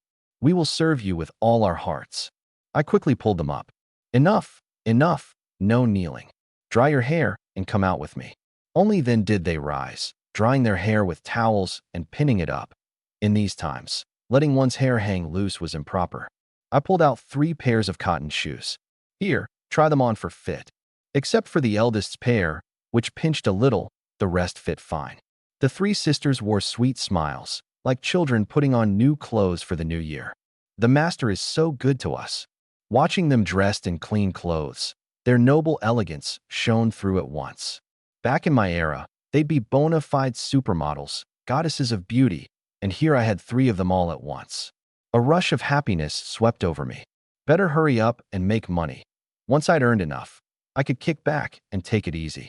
While they looked each other over and fixed themselves up, I pulled out a few more hairpins, bought from the store, stainless steel and plastic.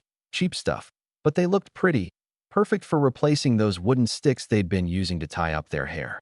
I handed them out one by one, and the 3 sisters froze again, their 6 eyes brimming with tears. I really couldn't take this sentimental scene. These 3 sisters were just too easy to move. Back in my time, these hairpins cost a couple bucks each.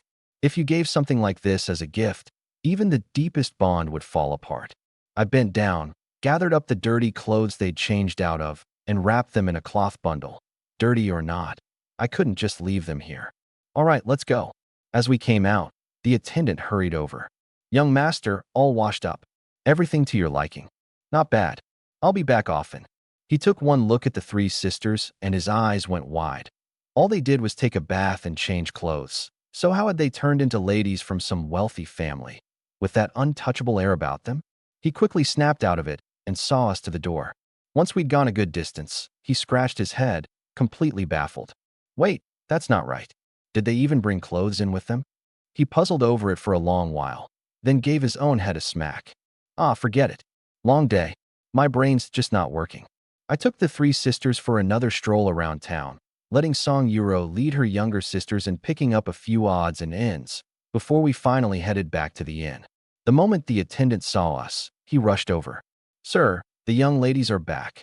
Then he caught sight of the 3 sisters and froze again. Down on the ground floor, plenty of the guests' eyes were drawn our way too. Once we'd gone upstairs, the whispering started below. "Whose daughters are these? So stunning they don't even look real. Since when did Ingchun County have girls this gorgeous? And 3 of them at once.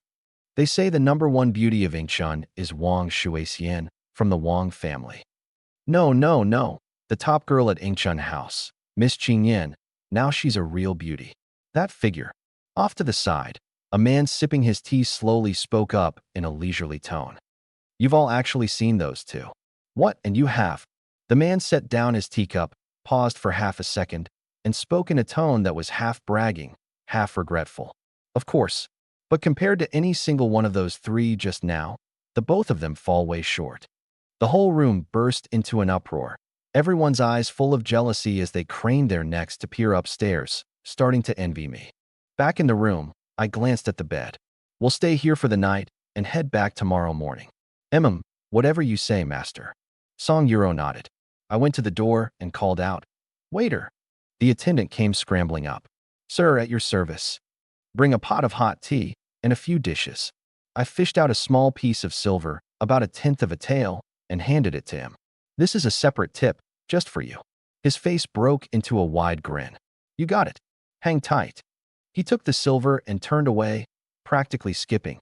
Right now he figured that beating from earlier had been totally worth it. After all, isn't a father beating his son just the natural order of things? The reason I was being so generous was simple.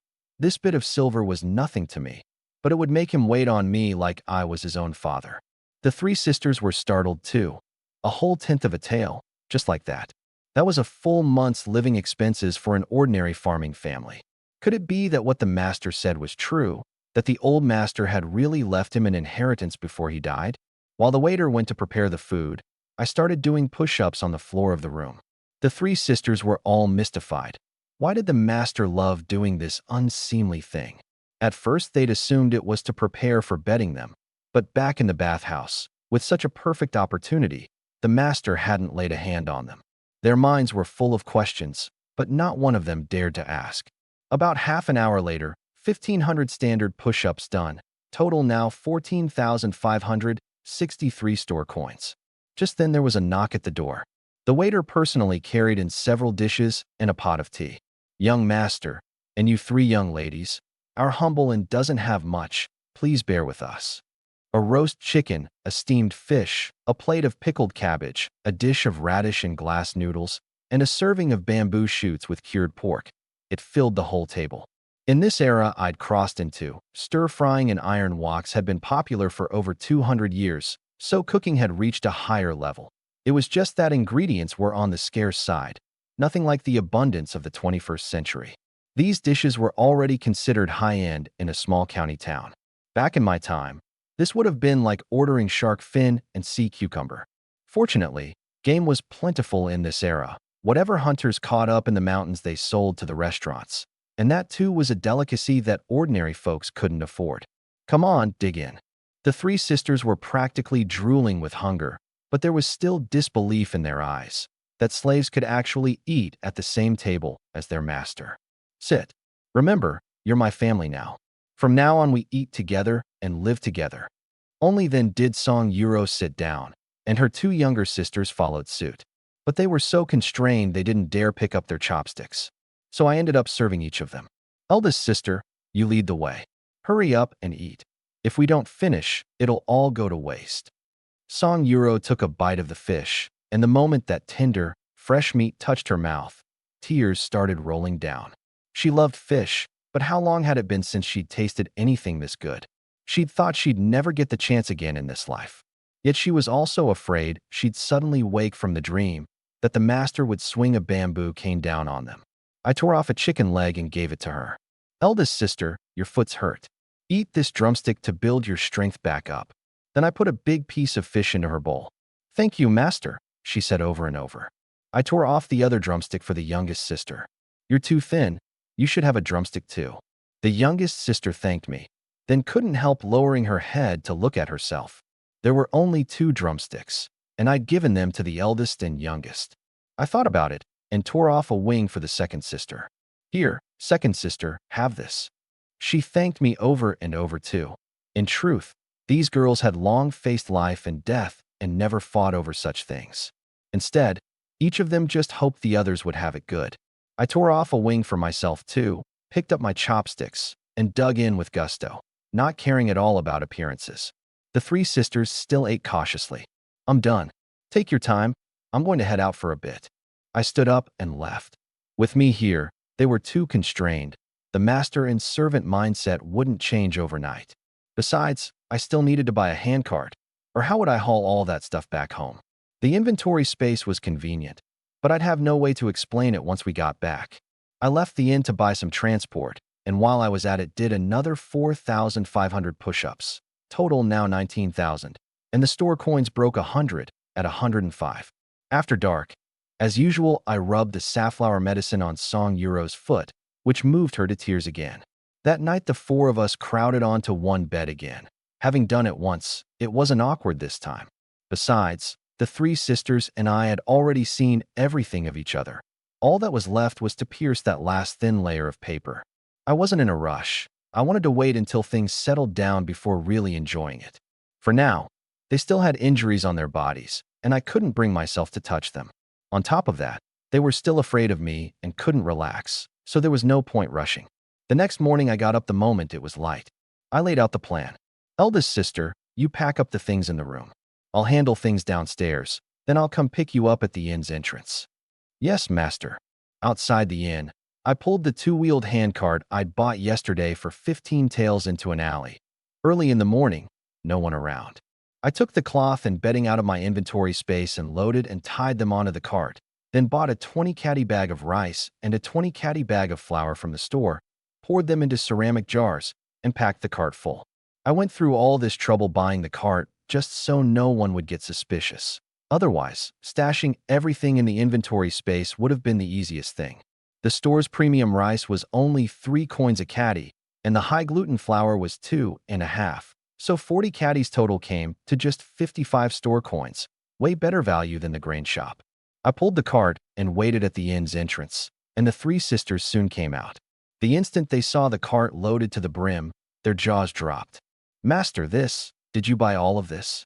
"Yes. We'll need it all at home." Not just the three sisters. Even the attendant was dumbstruck, giving himself a slap. "From now on, I'll never judge a person by their looks again." Song Euro snapped out of it, shoved the bundle into her youngest sister's arms, and called out to the second sister, "The two of us will pull the cart." I quickly stopped her. "No need, I've got it. You all just walk alongside." I wasn't only concerned for them. The main thing was, the road ahead was about 15 kilometers, and right now pulling the cart felt like nothing to me. Letting them pull would only slow us down, and besides, the eldest sister's foot still hadn't healed. "But master, how can you pull the cart yourself?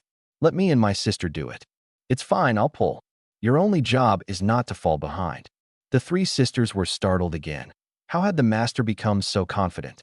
I'd already looped the rope over my shoulder and set off pulling the cart. With my body 4 times stronger, I was more useful than a donkey. Pulling this cart was no different from pushing a shopping cart at a supermarket. The three sisters followed behind and gradually started struggling to keep up. The youngest sister asked quietly, "Sister, how did the master get so strong all of a sudden?" Song Euro was puzzled too. The master had clearly been a scholar too weak to truss a chicken, yet now he had the strength of a battlefield general. "Eldest sister, this cartload of the master's, it's got to be worth 20 taels of silver, right?" The second sister muttered. "Enough. Just follow the master and don't go saying reckless things." "Yes, sister." Soon we were out of the city. The road outside was rough going. Though yesterday's heavy snow had stopped, snow still lay packed on the ground. I walked along fine, but the three sisters, even without any luggage, struggled to keep pace. Song Euro was in good spirits now. The whole way, she'd worried about being given away, but here the master was, taking them home with him. It seemed he really wasn't going to give them away after all, and maybe life would truly start looking up from here. She felt warm and happy inside, and even began to daydream, bearing the master a few children. The master was so strong and virile, his line was sure to flourish. She just didn't know whether he'd look down on her for her status. Thinking back to that scene in the bath yesterday, she really was a little curious about what the master would be like in that department. After all, she was 19, and in ancient times that was no longer young. Plenty of girls married at 16, and at 19 already had 2 kids. "Sister, why's your face gone red?" the youngest sister asked, staring at her curiously. The second sister glanced over, then shot a look at me up front, and instantly understood what the eldest sister was thinking. She couldn't help the corners of her mouth turning up, because she was thinking about it too. These past few days, the master had carried them, washed their hair, applied medicine. Maybe his heart had been stirred? The master really was handsome. But the second sister quickly grew self-conscious again. They were slaves. Better to stop dreaming these dreams. Just being taken to bed would be lucky enough. As for the master actually developing feelings, how could that ever happen? After walking another hour or so, 3 li out of the city, the cart came onto a stretch of official road running through the middle of a barren wasteland, and I suddenly stopped.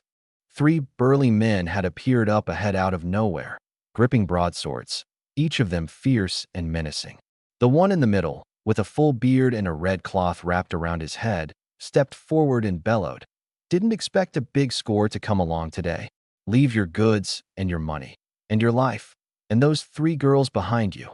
I turned back. "You 3, hide well and don't come out." I set down the cart and stepped forward. "So it was you 3 who were secretly following me back in the city, wasn't it?" The men across from me were startled for a moment, then broke into wild laughter. "Huh, didn't think you'd notice. Then be a good boy and hand over that 100 taels on you." The moment I heard 100 taels, I immediately thought of that pawnshop owner. I really had underestimated the hearts of people in this age. That shopkeeper had looked so kindly and gentle. I never expected him to be this vicious. In that case, there was no need for me to talk about being kind anymore either. Killing intent surged in my chest, but I still gave a cold warning. "I'll count to 3. Get lost, and I'll spare you." With my body 4 times as strong, dealing with a few small-time thugs like these was more than easy. The men across from me actually laughed. Nice, kid. You really don't know when you're about to die? Then we'll kill you first. The three of US brothers will take turns having fun with those three behind you. Then slaughter them and eat them. They look nice and tender. You talk too damn much. Forget the counting. I shot forward in a single bound right up to the red cloth leader. Before he could even react, I planted a flying kick square in his chest, sending his whole body flying several meters back to slam hard into the ground, coughing up blood. The other two henchmen exchanged a glance and swung their blades down at me together. I flipped through the air to land behind them, snatched up 2 chunks of bluestone from the ground on the way, and smashed them hard into the backs of both their skulls. In under 3 seconds, 2 agonized screams, their heads gushing blood, they collapsed face down, legs twitching. I knew those two were beyond saving, so I dusted off my hands, without the slightest guilt in my heart. These were all seasoned bandits, either mountain robbers or highwaymen, and who knew how many people had died at their hands. The original owner of this body's own sister had, years ago, been dragged up the mountain by mountain bandits on her way out one day, tortured every way imaginable, and finally eaten. Such things weren't rare in the mid to late period of a dynasty, and the authorities couldn't keep up with it all. I went to check on the leader and found his luck had run out. He'd fallen right onto a jagged rock and had long since stopped breathing. I crouched down and rifled through him, pulling out 10 taels of silver, which I pocketed, then searched 5 taels off each of the 2 henchmen, 20 taels in all. This was an unexpected windfall. 20 taels was enough for a family of 4 to live well for several years. Having dealt with all 3, I turned and walked back toward the 3 sisters. Their eyes were full of terror. When had the master become this formidable?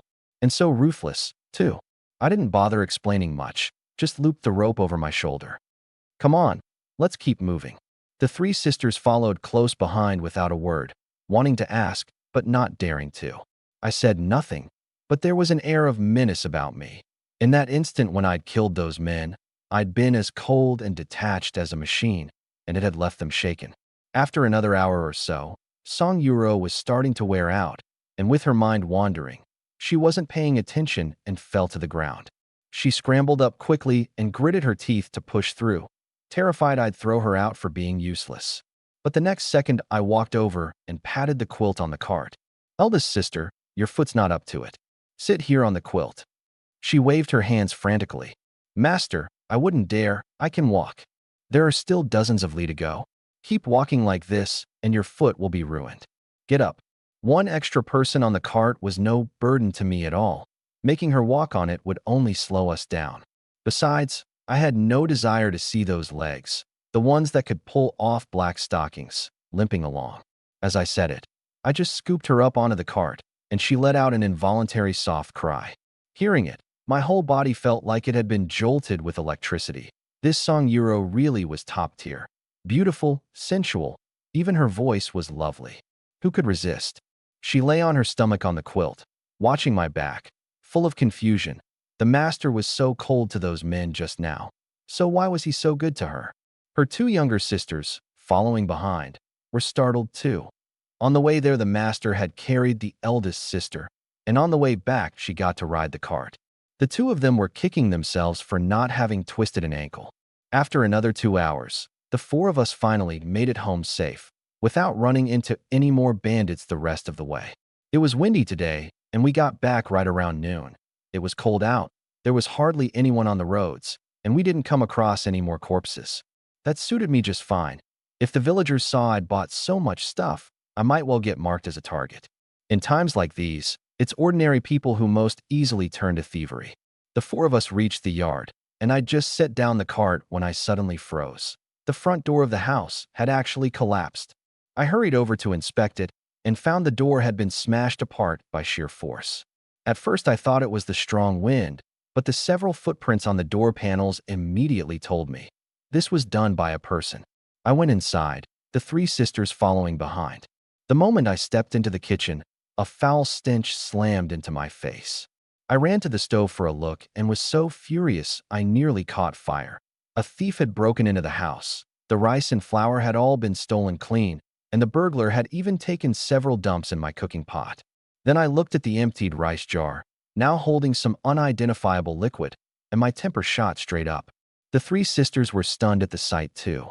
Song Yuro couldn't help speaking up. Master, this person is truly shameless. Aren't they afraid the kitchen god will punish them? You think someone like that is afraid of the kitchen god? I covered my nose and backed out. This kitchen was unusable. Eldest sister, second sister, youngest sister, unload the things from the cart and carry them into the main room. I pushed the handcart into the cattle shed, then grabbed some wooden boards to nail the kitchen door shut. This kitchen's ruined. Tomorrow I'll tear it down. As I carried the things in, I turned it over in my mind. There was no way the pawnshop owner who'd sent men to kill me would have sent someone to my hometown at the same time. Besides, he didn't even know where I lived. As for the original owner having earlier tried to curry favor with Wang Shuixian, offending her suitor Fong Hu and getting set up to be beaten in a brothel and dumped in the wilds. A man like Fong Hu would come straight to my door. He wouldn't come mess with my kitchen, and he certainly wouldn't care about my little bit of rice. Turning it over every which way, the only possibility was Lai Motzi. The man was a lowlife to begin with, and, relying on his uncle being the village chief, was full of nasty schemes. Only someone like him would do a thing like this. But this was just my guess. I still had to verify it. You can't let a bad guy off, but you can't wrongly accuse a good one either. I needed to establish some authority. Otherwise, someone would always be eyeing the three sisters' slave status. So I'd start by making an example of Lai Motzi, but first I had to confirm it was him. With that in mind, I planted my hands on my hips and started cursing at the top of my lungs right there in the yard, like some shrieking fishwife, saying the nastiest things I could think of. The three sisters listened, both blushing and shocked. Blushing because I was cursing so crudely, shocked because in their impression the master couldn't swear at all. They never expected his mouth to be this venomous. I cursed for a solid half hour, until my voice went hoarse, before finally stopping and heading back inside with the three sisters. Just then, a dark figure darted out from behind a small mound of earth not far from my house, quick as a rabbit. I spotted him at once. I gave the three sisters a quick word, grabbed a stick, and said, "Eldest sister, you and second sister guard this place. If any bad guy dares to break in, beat them within an inch of their life." Song Yuro took the stick nervously and nodded, stammering, "Yes, master." I chased after him and soon recognized the figure from behind. It was Lai Fu, the manservant from Lai Motzi's household, Lai Motzi's most loyal dog. Lai Motzi's home was on the south side of Huangtu village, a two-courtyard compound, which, come to think of it, was originally my Lin family's ancestral home. It was only later, when the family fortunes declined, that my so-called father, Lin Jugan, took 3 wives, each of them frail and sickly, and on top of supporting the original owner, that spendthrift, was forced to sell off every bit of property and farmland, until in the end, when he died, there wasn't even a coffin for him. Lai Fu entered the compound through the back gate. I followed, and, with a light leap, cleared that 2-meter rammed earth wall.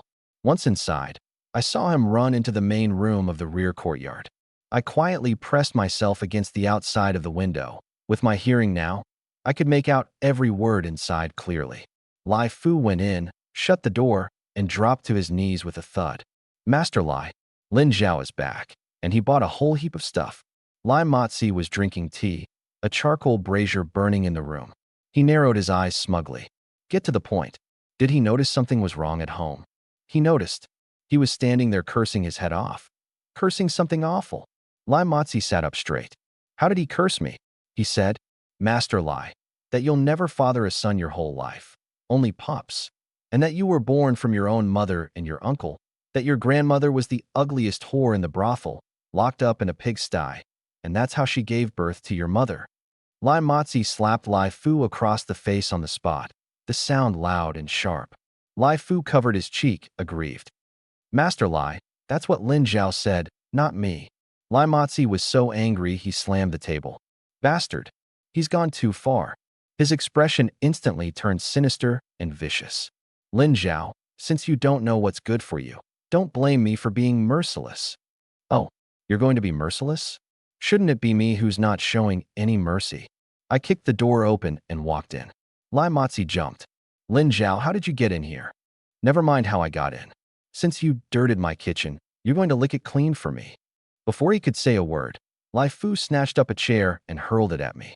My gaze went cold, and I kicked him clear out of the room and into the courtyard. I stood in the doorway, watching Lai Fu rolling on the ground in pain, my expression icy. "This business. I'm guessing you had a hand in it too, you lapdog?" Lai Motzi, having already taken a beating from me, knew what I was capable of, and in his fear scrambled under the table. "Lin Zhao, you dare lay a hand on me, and you can forget about ever having a place in Huangtu village. Don't forget, my uncle is the village chief." "So what if he's the village chief? Does that mean he gets to let his nephew run wild?" I stepped forward and yanked him out from under the table. He was scrawny to begin with, so I hoisted him up like an eagle snatching a chick and carried him straight back to my house. The three sisters came to greet me, and the instant they saw Lai Motzi dangling from my hand, they understood at once. I flung him into the kitchen. "I told you. What you dirted, you're going to lick clean for me." Far from begging for mercy, Lai Motzi stayed defiant. "Lin Zhao, you dare touch me once today, and I promise I'll make you regret it for the rest of your life." I said nothing more, just shoved his head into the pot and rubbed it around and around, then dumped everything from that jar of filth all over his head. When I was done, I stepped out first, and not long after he came charging out like a madman, seething with rage. I'd already backed off to the side, and the three sisters were sharp too. They'd figured out what had gone on in there, and all took a step back, each of them wanting to gag. They probably wouldn't be able to eat a thing for the next few days. Lai Motzi ran off home, and I didn't chase him, but my expression turned serious. "Eldest sister, second sister, youngest sister, I need you to help me with something." The three sisters gathered around. "Master, what is it?" "Come inside first." Once inside, I pulled out a packet of iron nails in various sizes, about 100 of them, then took out a coil of thin steel wire cable and found some wooden boards. These were all bought from the store, but they were things small enough to hide on me, so the three sisters were only curious about when I'd bought them. They weren't surprised at me producing them out of thin air. "Eldest sister, we're going to set up some traps at the doorway and beneath the windows." "Traps?" All three sisters were startled. "To keep wild animals from coming in at night. The door's broken, after all, and it's not safe to sleep inside otherwise." In truth, I knew perfectly well. With Lai Motzi's temperament, having suffered a loss, he was sure to come back tonight, and I'd make it something he'd never forget. I started teaching the three sisters how to set simple traps: steel wire to trip the legs, iron nails to stab the feet. This time I wanted to give the villagers of Huangtu village and the village chief, Huang Zhangfu, a little shock, so that I could get a firm footing here from now on. In these chaotic times, if you don't want to be prey, you have to make yourself out to be a hunter. Once I'd explained everything, I stood up. "Eldest sister, I'm going to make a trip over to sister-in-law's place." I pulled out the cart and loaded it with a bolt of silk, a jar of yellow millet, a jar of oatmeal, and some rice, covering it all with cloth. If any thugs saw this stuff, it would only bring trouble down on Jiang Yueru. Her place wasn't far from mine, just east through a bamboo grove, a few hundred meters. Reaching the front of her yard, I called out, "Sister-in-law." Jiang Yueru came out carrying little Nyonyo. I hauled all the things from the cart into her house. "Erwa, what's all this?" "Sister-in-law, I bought these for you." Seeing she looked a little uneasy, I explained, "Don't worry, it all came by honest means. Not stolen, not robbed. Go ahead and use it. Big jars and small jars, rice and flour, oil and salt, plus a head of cabbage and a few radishes. This bolt of silk is for you too. I promised I'd get you better cloth. Nyonyo's growing, so she needs some clothes made. And this oatmeal, it helps with milk production. You're eating for two now. Nyonyo's development is what matters, so your nutrition has to keep up." Jiang Yueru's face flushed red at once, and she was in no state to ask what oatmeal even was. Blushing, she said with some embarrassment, "Erwa, you're really thoughtful, and you know so much." I smiled, walked over, and put the cloth into the cabinet. It shut with a clatter, which startled awake little Nyonyo in her arms. The child was only 2 months old, but she had a mighty pair of lungs. Jiang Yueru sat down on the edge of the bed, helpless, and soothed her. I sat off to the side, watching quietly. "Sister-in-law, is there anything else you're short on?" No, this is already more than enough." I stood up. "Then let me hide the grain for you." And I got right to it. After Lin Dae died, his two brothers, Lin Dagu and Lin Dezhuang, had joined forces to seize the family property and driven Jiang Yuru out, tossing her this rundown shack. And that was only because they feared the village gossip. Otherwise, they'd have chased her off long ago. Jiang Yueru, being just a woman on her own, could only accept her fate. If those two found out about all this, they'd surely come to grab it. In times like these, you must never hold any illusions about human nature, especially not about two men who could throw their own parents out the door. Once I'd hidden everything, I sat down. There was still one thing I hadn't taken care of. Sister-in-law looked at me across from her, blushing, then glanced at the nursing Nyonyo in her arms and sighed. Nyonyo eats such a big appetite. I can't get a single thing done all day. I quickly comforted her. Sister-in-law, don't say that. Nyonyo takes after my cousin. Big build, big appetite, and that's a good thing. Don't worry, you've got me. But her face was full of worry. Her land had been grabbed by the elder uncles until only one mu remained. If she didn't go out and find work, the whole household would starve sooner or later. I could see what was on her mind. Sister-in-law, don't worry. From now on, as long as I have a mouthful to eat, so will the two of you. She was taken aback for a moment, looking at me in surprise, then quickly shook her head. No, I'm a woman of ill fortune. I can't drag you down. Sister-in-law, what are you saying? How are you a woman of ill fortune? You're kind. You have virtue. You're a woman of good fortune. I walked over to her side and looked at Nyonyo. This is my cousin's flesh and blood. She has to be raised up plump and healthy. I paused. When I was at my most helpless, you were the only one willing to help me. I'll make sure the two of you eat and drink well, and that no one dares bully you. Jiang Yuru lowered her head, her cheeks slightly red. I found myself staring a little. Though she fell just a touch short of the three sisters, she was even better looking than Wang Shuixian. Wang Shuixian had high looks, sure, but she mostly won out on good family background, nice clothes, and confidence. If Jiang Yuru dressed herself up properly, she'd be every bit her equal, even though she was 2 years older than me and had a daughter not yet 2 months old. But I did the math. Taking her home too would cost me nothing and could make life even richer. Once Jiang Yuru had finished nursing Nyonyo, she wrapped her up snug, soothed her to sleep, and gently laid the child on the bed. Just then I walked over mysteriously, shut the doors and windows, and quickly stepped up to her side. Her breathing quickened, her face flushed, and her heart pounding, and she stammered as she tucked back her loose hair. Erwa, WH, what is it? I pulled 2 strings of coins from my body and handed them over. Sister-in-law, lend me 10 copper coins, and I'll pay you back 2,000. Only then did she remember what I'd said about repaying 100-fold. She thought I was just boasting. She never expected me to make good on it. She waved her hands frantically. Erwa, you've already given me so much stuff. I can't take this money too. And that bolt of silk wasn't cheap either. That was to repay you for lending me clothes. This is a separate matter.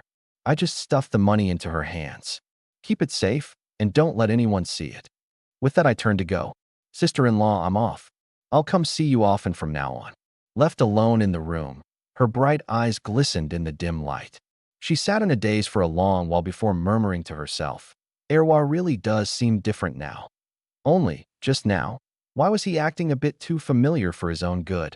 As she muttered, her face reddened again, and then she broke into a soft smile. Meanwhile, Lai Motzi made it home in a sorry state, took a bath, and changed into fresh clothes. He'd just stepped out of his room when Lai Fu came hobbling over. Master Lai, the men you told me to find are all here. Standing in the courtyard were 3 burly, brawny men, each of them hulking, not farmhands, but hired muscle from the gambling den in town. These men didn't farm. Ordinarily, they kept order at the gambling house and went door to door collecting debts. Wealthy folks were happy to keep them around. For one, they helped rake in money, and for another, they provided protection. Did Lai Fu tell you what this is about? The 3 answered in unison. We know, Master Lai. For these 3 men alone, Lai Motzi had shelled out 5 taels of silver, and it stung. But the moment he thought of Lin Zhao, he figured the money was well spent. Let me see what you've got.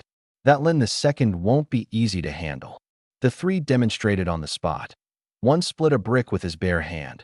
One kicked a wooden pole as thick as a calf clean in 2. and the third was even fiercer, a slab of bluestone, which he smashed to pieces with his own head. Lai Motzi watched with a delighted grin, then gritted his teeth in a cold sneer. Tonight we go to Lin the Second's place, and the lot of us will have our fun with those 3 slave girls of his. He turned to Lai Fu. You come too, you'll get a share, but you go last. Those 3 women are even prettier than Jiang Yueru. Lai Fu quickly knelt and kowtowed his thanks. Jiang Yueru's beauty was famous throughout the village and the town. Only she carried the reputation of being a jinx, so no one dared go near her. She'd been married less than 3 years when her in-laws died one after the other, and her husband then met a violent end at the hands of mountain bandits on his way to the city. But hearing they were even prettier than Jiang Yueru, the 3 big men suddenly perked up. Master Lai, is that for real? If it's true, us brothers won't even take that 5 taels of silver. Of course it's real. You'll be amazed when you see them. Lai Motzi lowered his voice. I won't hide it from you. Those 3 are registered slaves. Even if you kill them, the authorities won't come after you. The 3 exchanged a glance and broke into lecherous grins. Master Lai, now that's good news. Us brothers will give it our all. Come on, let's go inside and work out the details. Lai Motzi turned and led the way, and the 3 men quickly covered their noses. Even Lai Fu pinched his nose as he followed them in. After I got back from Jiang Yueru's place, I left the broken door unrepaired, deliberately leaving a hole in it. After eating lunch, the moment dusk fell, I took the 3 sisters and finished setting all the traps. It's getting late. Let's sleep. The bed was made with the newly bought quilts and bedding, nice and soft. 2 quilts, since one couldn't cover all 4 people. I looked at the 3 sisters. Second sister, youngest sister, you 2 share one. Tonight the eldest sister and I will share. Song Yuro looked at the new cotton quilt, a blush spreading across her face.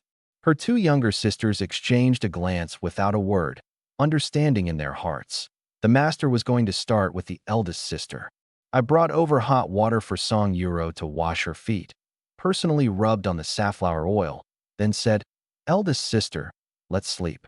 Though embarrassed, she answered softly and got into bed with me.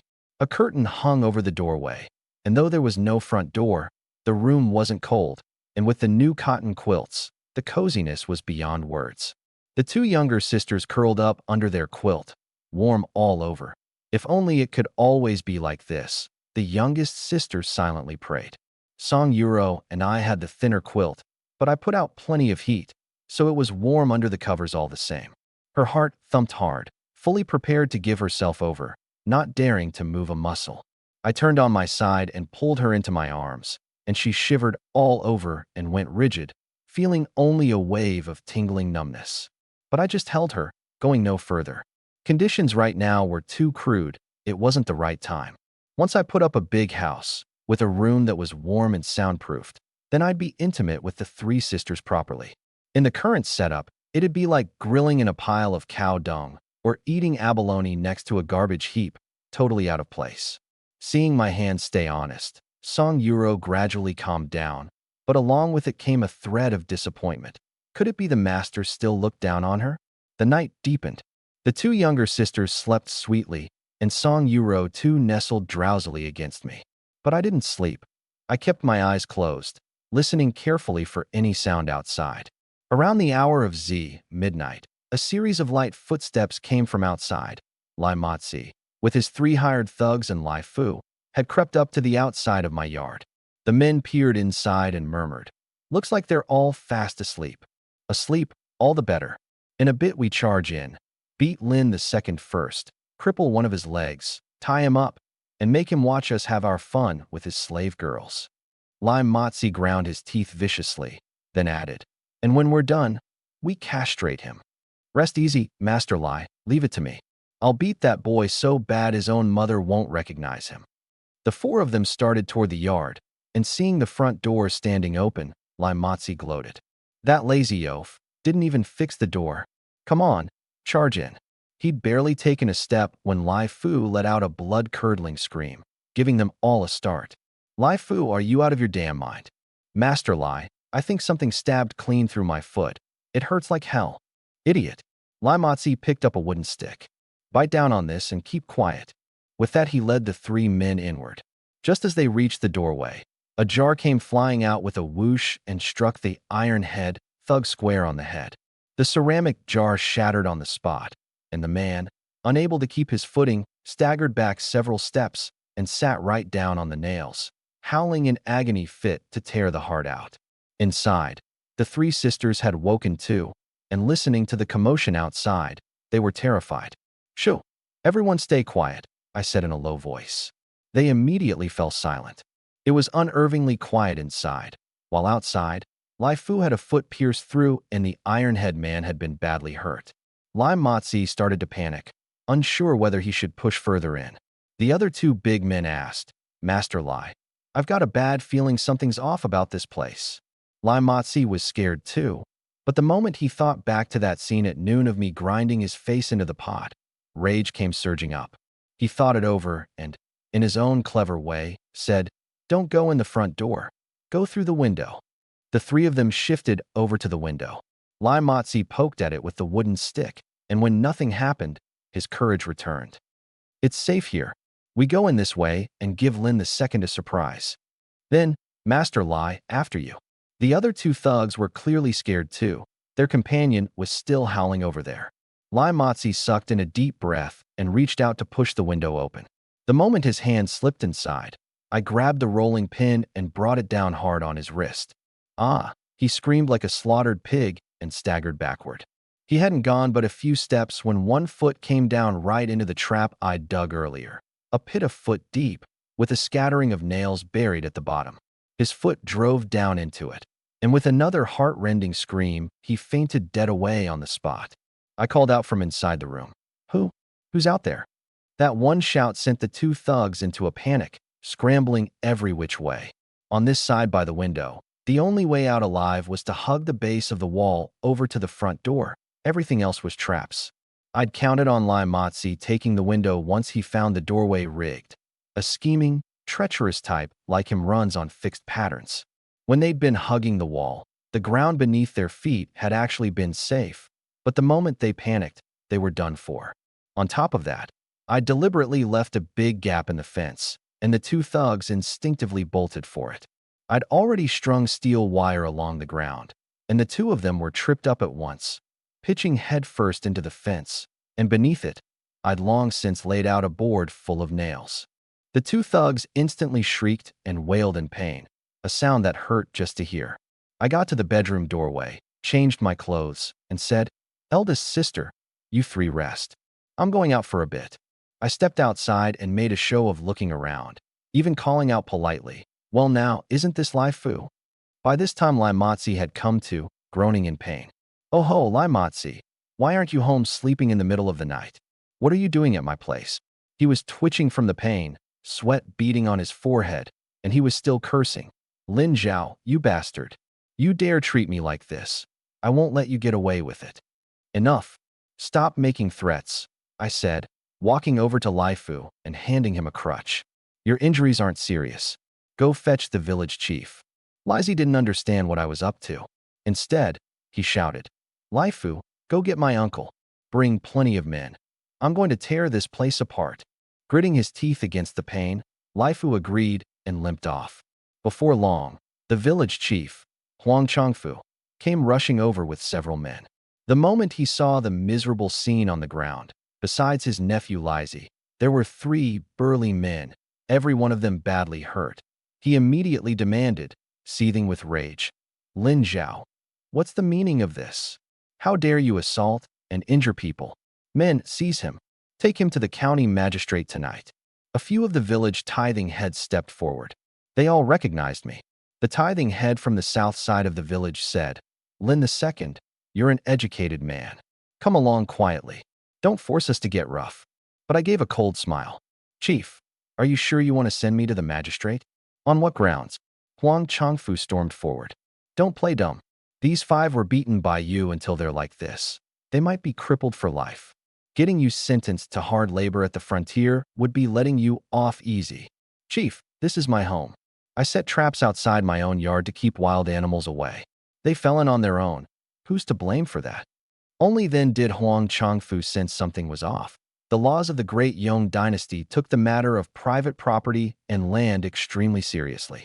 It suddenly dawned on him that he'd been too rash, blinded by anger, bringing so many men here. Seeing him at a loss for words, I found my footing and pressed on. This isn't you accusing me of assault.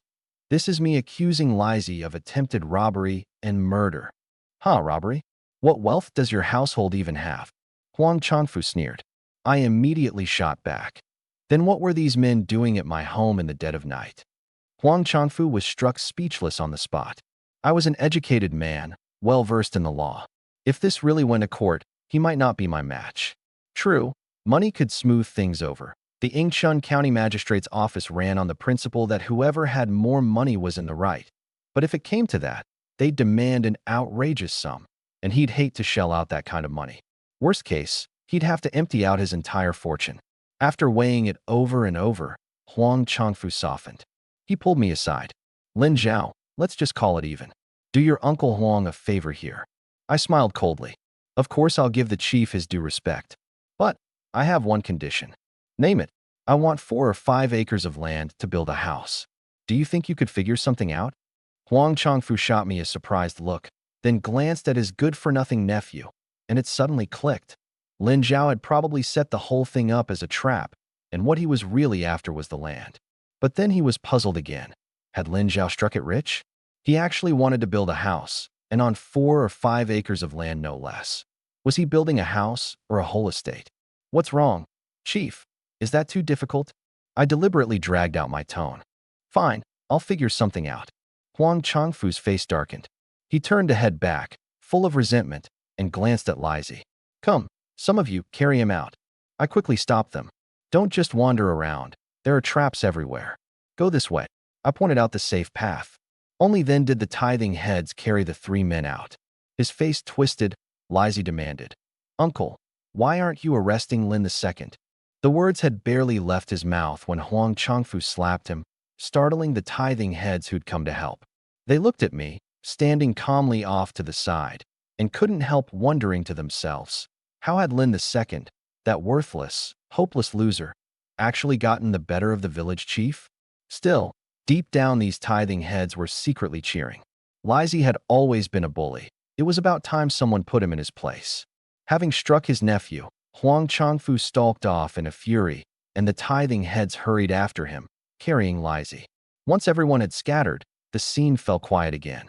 The 3 sisters came out and stood in the doorway. By the faint firelight, I could see the worry on their faces. After all, I'd just made an enemy of the village chief with that move. But since I'd dared to do it, I'd already planned my way out. I walked over, looking relaxed. It's nothing serious. Let's get back to sleep. The 4 of us returned to the bedroom and burrowed back under the warm covers. But the 3 sisters still wore worried expressions. Finally, Song Yuro couldn't hold back. Husband, now that you've offended the village chief, won't he come after you later? Don't worry. From now on, no one will dare to bully us. I patted her shoulder. Go to sleep, elder sister. It's late. The truth was, I knew full well Huang Changfu would never accept defeat like this. He'd definitely find a way to deal with me. But I wasn't the least bit afraid. With a body 4 times stronger than normal, plus that shopping mall system, a mere village chief was nothing to worry about. Meanwhile, Huang Changfu brought Lizzie home and quickly sent someone to town to fetch a doctor. The diagnosis: the nail wounds weren't a big deal and would heal with some rest, but Lizzie's right hand was completely ruined. The bone had been shattered. Never mind gripping anything hard. From now on, he wouldn't even be able to hold a pair of chopsticks. Heartbroken and furious, Huang Changfu saw the doctor off, then walked into the room and looked at his nephew on the bed. He heaved a long sigh and cursed. I'm so shrewd. How did I end up saddled with such a stupid nephew? Lizzie looked utterly wronged. Uncle, how is this my fault? Who knew that Lin II had turned so vicious? Uncle, my hand, is it broken? He lifted his right hand. Several fingers wouldn't move at all, and the whole palm hung limp and lifeless from his wrist. As heartbroken as he was, Huang Changfu still soothed him. Matzi, your uncle will settle the score with Lin Zhao. You just rest and recover. Uncle, that Lin II is a changed man now. You've got to be careful. He's a sneaky one. But Huang Changfu gave a sly smile, brimming with confidence. Motzi, you're still too green. You don't understand what it means to kill with a borrowed knife. To deal with someone, why do it yourself? Watch how your uncle handles him this time. Pay close attention and learn. With that, he got up and walked out. Out in the courtyard, several tithing heads gathered around him. Wu Lingguang, the tithing head from the South Village, lowered his voice. Chief, 3 of the injured aren't from our village. They're from the gambling den in town. I recognize one of them. That gambling den belongs to Master Yu the Fifth, and this Yu the Fifth is one of young Master Fong's most valued men. The Fong family? You mean Fong Tai, the #1 wealthy gentry of Yingchun County? The very same. The Fong family holds enormous power in our Yingchun County. They control both the legitimate and the underworld sides of everything. Rumor has it they even have the magistrate's office in their grip. Huang Chongfu narrowed his eyes, calculating, and the corner of his mouth curled up. Lin Zhao was courting death. No sooner had he talked about killing with a borrowed knife than the knife had delivered itself to his doorstep. Having offended the Fong family, Lin Zhao could have 10 lives and still not survive in Yingchun County. Here's what we'll do. Get some men and carry those 3 injured ones to Master Yu the Fifth's place. Tell him Lin Zhao beat them up, and not one word more. Yes, Chief. He then gave instructions to Wu Lingguang, fishing 10 taels of loose silver from his robe. Go pass word to those 3 men and give them this. Yes. Lingguang, don't you go pocketing any of it yourself. Wu Lingguang shook his head repeatedly. I wouldn't dare, I wouldn't dare. And with that, he rounded up a few bamboo stretchers and carried the 3 thugs out of the courtyard. Only Huang Chongfu and Laifu were left in the sprawling courtyard. Laifu, you go back and keep watch over Motzi's gate. You're the least hurt of them all. Laifu still had a grudge simmering in his chest, but he endured the pain, bowed and scraped, and limped off. Huang Chongfu sat down on a stone bench and worked it over in his mind. He knew Yu the Fifth's temper well. The man was a powder keg. When his men got the short end, he'd never let it slide. He'd surely go after Lin Zhao. And in that fight, either outcome worked in his own favor. If Yu the Fifth won, that suited him fine. If Yu the Fifth lost, the Fong family would step in behind him. Wasn't Lin Zhao asking for land to build a house? Fine, then he'd give him a plot and let him build. Once the house was finished, Lin Zhao would most likely be dead before he could ever live in it. And then wouldn't that house be his own? And there were those 3 slaves of his. He might be getting on in years, but he was still vigorous enough to have a taste of them himself. At that thought, Huang Chongfu walked into the house looking pleased with himself. Before long, a woman's coquettish voice drifted out from inside. The night passed, and no second group came to my yard. I got up before dawn, first gathering up all the traps one by one, then ran out to the courtyard and did 5,000 push-ups before finally sitting down on a stone block to rest. The 3 sisters got up one after another. The moment Song Yuro came out, she was apologizing. I'm sorry, husband, we overslept. It's fine. There's no need to get up this early from now on. There's not much work to do even when you're up. How could we younger sisters lie in bed while you're already up, husband? Whatever you need done, just say the word. I felt a bit helpless. These 3 couldn't sit still. After thinking it over, I went inside and brought out the cloth I'd bought. Elder sister, you all know how to make clothes, right? Song Yuro nodded. Yes, except little sister's a bit rusty, but second sister and I can manage fine. Good. Make 2 outfits and 2 pairs of shoes for each of us. Can you do that? I've got all the needles and thread ready. The 3 sisters were both surprised and delighted. Their master had assigned them such easy work, and it was making clothes for themselves, no less. Their master really had changed. Yes, husband. They went inside and got busy. The sky was only just growing light, and there was only a single candle. I couldn't figure out how they could even see their stitching. But the 3 sisters worked together in perfect harmony, one measuring, another cutting. Song Yuro came over with a measuring tape, and I spread my arms wide. Go ahead, elder sister. Then I reminded her, remember, make 2 outfits for each of the 3 of you too. She measured carefully and said softly, thank you, husband. Don't be so formal. I already told you, we're family now. I took the chance to pull her into my arms and kissed her on the cheek. Song Yuro lowered her head, bashful, her face flushing red as an apple, her eyes darting away, yet her body didn't resist in the slightest. and she wondered to herself, her master actually called this a punishment?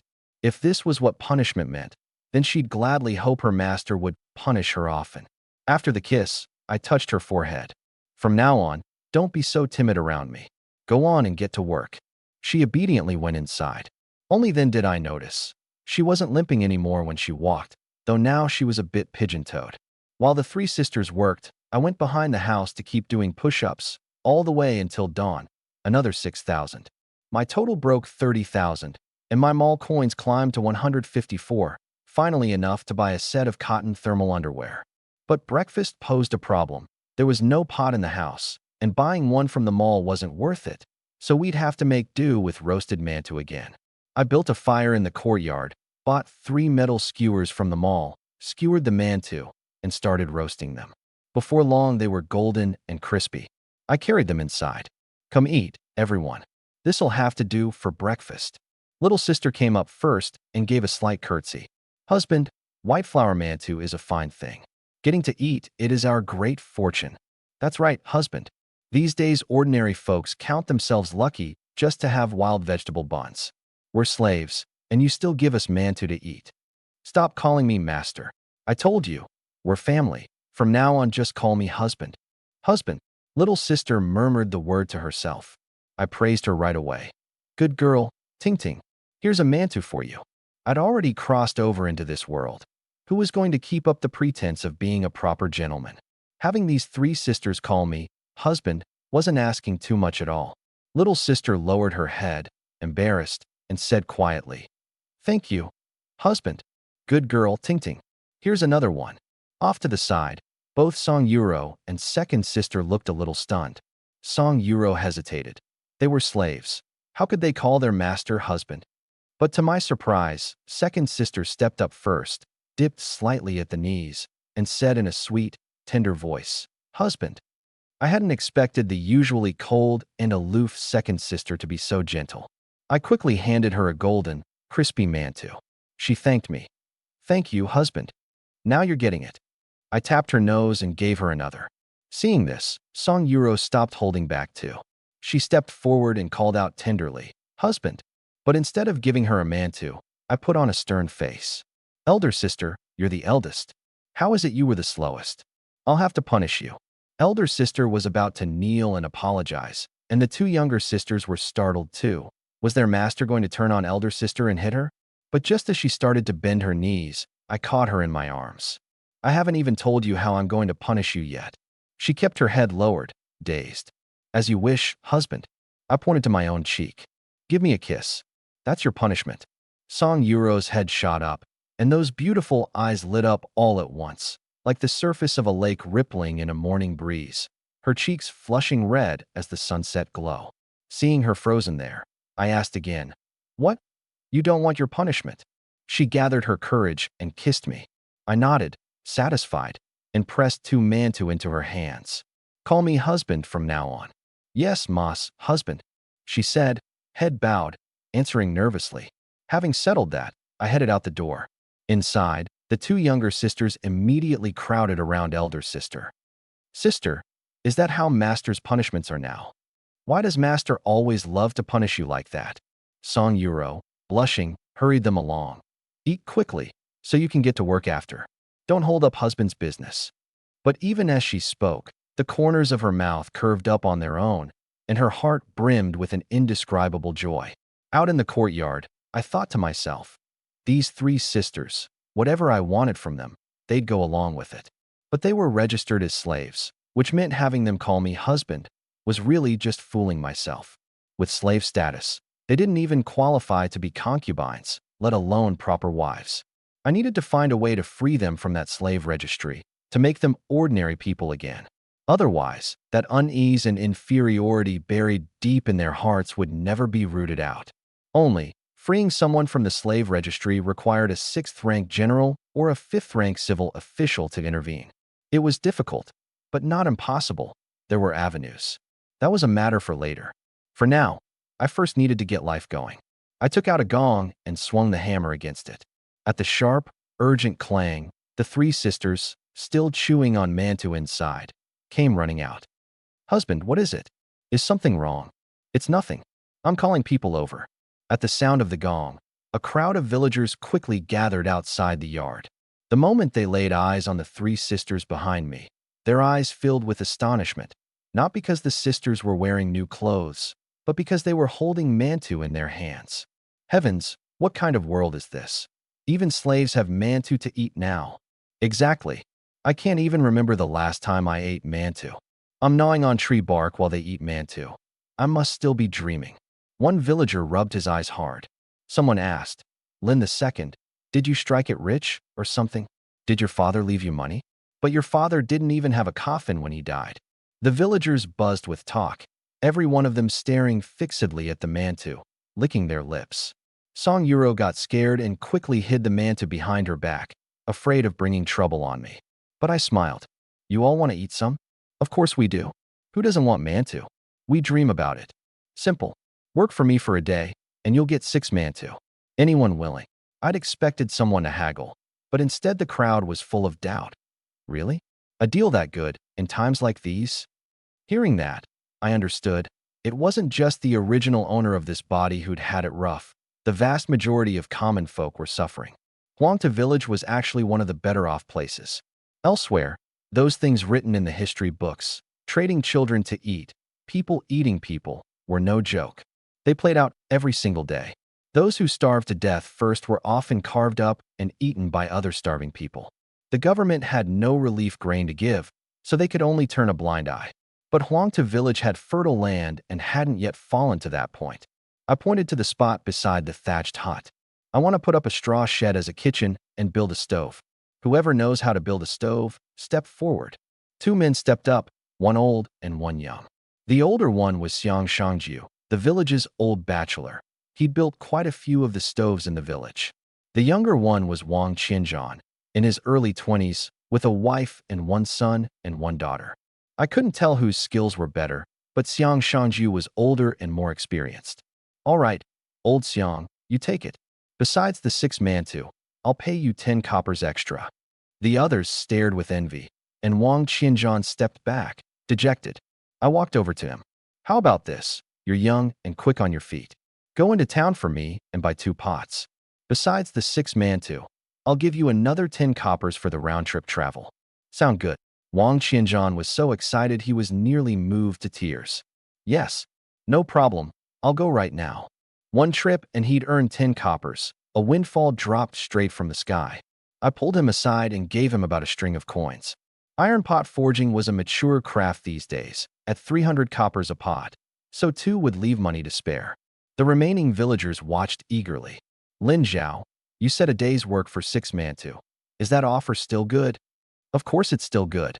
I also need people who can gather thatch, wood, and bluestone, and anyone who knows how to build a shed. Step forward. I need 10 people. The words had barely left my mouth when someone volunteered. I can cut thatch. I can build a shed, and I've got wood at my place. Only. The man began to stammer.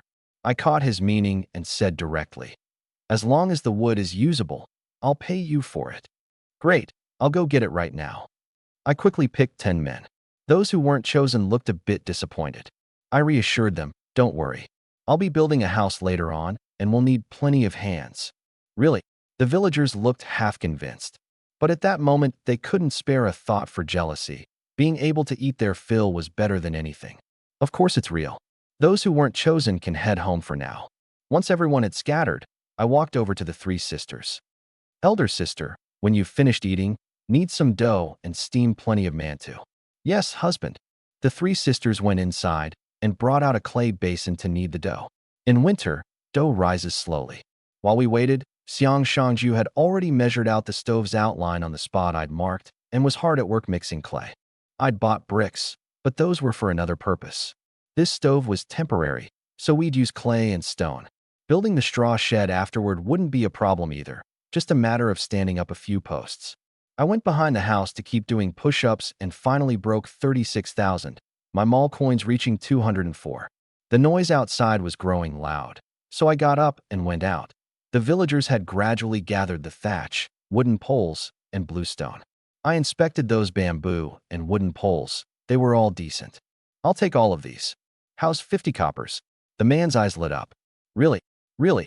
I handed over the money. He counted it and grinned from ear to ear. The material wasn't anything special, just 2 poles, and getting 50 coppers for them left him more than content. Thank you. By then the stove was largely taking shape. Xiang Shangju was carefully smoothing the outer wall and the flue, and the grate was installed too. All that was left was for the iron pots to arrive. I went over and asked, Old Xiang, we're going to put up the straw shed out here. Will it get in your way? Not at all, not at all. At my signal, several villagers rushed over and tore down the old kitchen, pulling out the usable wooden posts and discarding everything else. Too bad there was no excavator. Otherwise, I'd have loved to dig a pit and bury it all. With many hands, the work went fast. Building a simple straw shed like this was no more complicated than putting up a house. Set up a few posts, lay the crossbeams, then add the purlins and rafters, and it was done. The village folks all knew how to do this, and standing there I couldn't help at all. I could only watch. Just then Song Yuro stood in the doorway looking a little shy. I walked over. Elder sister, what is it? Husband, the dough's about risen, but there's nowhere to steam it. Here's what we'll do. Come with me to sister-in-law's place. We'll cook at her house for now. I went into the cowshed and loaded the dough basin onto a handcart. We'll steam the mantu at someone else's house and bring them back once they're done. Actually, I could have bought manta from the mall. The ones I roasted that morning were mall-bought, 50 cents apiece, but they weren't as filling as homemade ones. Feeding those to the men doing hard labor definitely wouldn't fill their bellies. When we got to Jiang Yueru's place and I explained the situation, she was more than happy to help. As it happened, she had a bamboo steamer set at home. In fact, she'd long wanted to invite me over to cook at her place, but she'd held off, afraid of gossip and afraid those 2 brothers-in-law would come stirring up trouble. Now that I'd come to her doorstep myself, she was naturally glad. Perfect timing. Nyonyo's asleep, so I can lend a hand. The moment Jiang Yueru saw the 3 Song sisters, she called them sisters without a second thought. Song Yuro had never dealt with her before, but meeting her today, she realized Jiang Yueru was gentle, easygoing, and approachable, and beautiful, too. Standing off to the side, I marveled to myself. Birds of a feather really do flock together. In these chaotic times, taking in yet another poor woman who'd just given birth, that had to count as an act of kindness and good karma, didn't it? I went into Jiang Yueru's bedroom and started doing push-ups again, this time one-armed. When I got tired, I rested. When I got hungry, I chewed a couple of compressed biscuits. Before long, I'd done 2,000, and my mall coins jumped by 40 all at once, reaching 244. Now I could even buy a rice cooker. But the racket woke Nyonyo, who started bawling. I quickly scooped her up and tried to soothe her. No use, she kept howling. Jiang Yueru rushed in and looked at Nyonyo in my arms, caught between laughing and crying. Nyonyo, how are you awake again? Mama's busy right now. Sister-in-law, she must be hungry. Nothing I do works. Quick you. I handed the child over to her. She shot me a slightly startled look, and though she was embarrassed, she still came over and loosened the front of her robe. I sat across from her for a moment, then got up. Sister-in-law, I'll go check on how the mantu are steaming. After I went out, Jiang Yueru gazed at the doorway, a faint smile in her eyes, and muttered, Erwa, you're getting more and more familiar for your own good. In the kitchen, the plump, snowy white manta gave off the fragrance of wheat. I picked one up and took a bite. Elder sister, nice work. These manta came out beautiful and delicious. Song Yuro lowered her head at the praise. Husband, it's mainly thanks to Sister Yueru's guidance. Second sister couldn't help praising too. I never expected Sister Yueru to be such a good cook. Seeing that the 3 sisters had taken quite a liking to Jiang Yueru, I nodded with a smile. Good. You all rest for now. I'll head home to take a look. With quadruple stamina, my speed was 4 times what it used to be, and I got home in no time. By now the frame of the straw shed was up, with thatch laid over the top, and the villagers were busy setting the walls. Just bamboo strips packed with straw would do. Xiang Shanju came out. The stove's built. We're just waiting on the iron pots. I started to worry. It's already midday. Why isn't Wang Qianzhan back yet? Nothing's happened to him, has it? The words had barely left my mouth when a villager came running over in a panic. Wang Qianzhan. Something's happened to him. I immediately stepped forward. Where is he? Take me there quick. A wave of self-reproach washed over me. I should have gone to buy the pots myself. It was only because I didn't feel easy leaving the three sisters home alone that I'd sent him, and now, of all things, something had gone wrong. How had the bandits on those roads gotten so rampant? I was going to wipe them out for sure. Following the villager who'd brought the news, I arrived at Wang Qianzhan's home. 3 tile-roofed earthen rooms, the mud walls cracked open, the roof beams riddled with insect holes. Beside them stood 2 thatched huts, and 2 children, a boy and a girl, were playing in the dirt on the ground. A woman's crying came from inside. I stepped in with apprehension and saw a straw mat spread on the floor of the main room, with Wang Qianzhan lying on it, covered in blood. I crouched down, not knowing what to say, but he pointed to 2 iron pots beside him. Lin Zhao, I got the goods for you. I kept my word. With that, he pulled the remaining copper coins from his robe and handed them to me. I stopped him. Keep the money. Consider it a small token from me. He tried to argue, so I turned to the villagers and said, "Go fetch a doctor, quick. I'll pay. Hurry." An old man beside me spoke up. "I'm the village's country doctor. The boy Qianzhan will keep his life, but his leg is broken. He won't be able to do heavy labor anymore." Only then did I see clearly that his left leg was severely deformed, snapped clean through by force. Was it bandits? No, it was Master Yu the Fifth. Who's Master Yu the Fifth? The owner of the Qianxing gambling den in town. There's no telling how Qianzhan managed to cross him. At this, Wang Qianzhan finally spoke. The moment he heard I was buying pots for you, he broke my leg. It suddenly hit me. The man was coming after me. But I'd never even met this Yu the Fifth. After thinking it over, it was most likely those 3 thugs from last night, and Huang Chongfu had surely had a hand in it, stirring up trouble behind the scenes. I patted Wang Qianzhan. "Old Wang, rest easy and recover. I'll cover the medical costs, and I'll avenge you for this." With that, I stood and walked out. Looking at the 2 frail children in the yard, I felt a pang of guilt. I gritted my teeth. Yu the Fifth's life was as good as forfeit. Even if Jesus himself came down, it wouldn't help. The moment I left, the others started talking. Lin the Second's talking nonsense. Who dares provoke Master Yu the Fifth? Even the village chief wouldn't. Exactly. I hear the Fong families behind him. Running into something like this, you can only chalk it up to bad luck. The old doctor cursed in anger. Yu the Fifth calls himself a businessman, but everything he does is straight-up banditry, forcing people to gamble, selling off their children. He's worse than an animal. Old doctor, that's enough. If word gets out, aren't you afraid he'll come for you in the night? The old doctor sneered. This old, worthless carcass of mine. If he wants to take it, let him take it. The old doctor hated him so bitterly because a close friend of his had been driven to ruin by Yu the Fifth, his family destroyed, his youngest daughter seized and forced into his household. On the first night, she resisted and bit him, so he strangled her to death. The village folk all feared him, and the old doctor was aged and without strength. My words just now, though, actually gave the old doctor a measure of comfort. At last someone dared to fight back. But he worried for me too. Yu the Fifth's power was not to be underestimated. Leaving Wang Qianzhan's home, I went back to Jiang Yuru's place, packed the mantu into a bamboo basket, and carried them back to my own house. I looked at the busy villagers. Here, each of you take 3 now, and come back for another 3 this afternoon. At the mention of collecting mantu, the men immediately lined up, staring at the white mantu in the basket. Wow, are these really white flower mantu? I passed them out. The 3 sisters and Jiang Yuru had thought it through, making the mantu all roughly the same size to avoid squabbles. A villager in his 30s took his mantu, broke off just half to taste, and tucked the rest into his robe, laughing heartily. This white mantu, I'll bring it home to eat. Xiang Shangju gripped his mantu in his mud-caked hands and gnawed on it.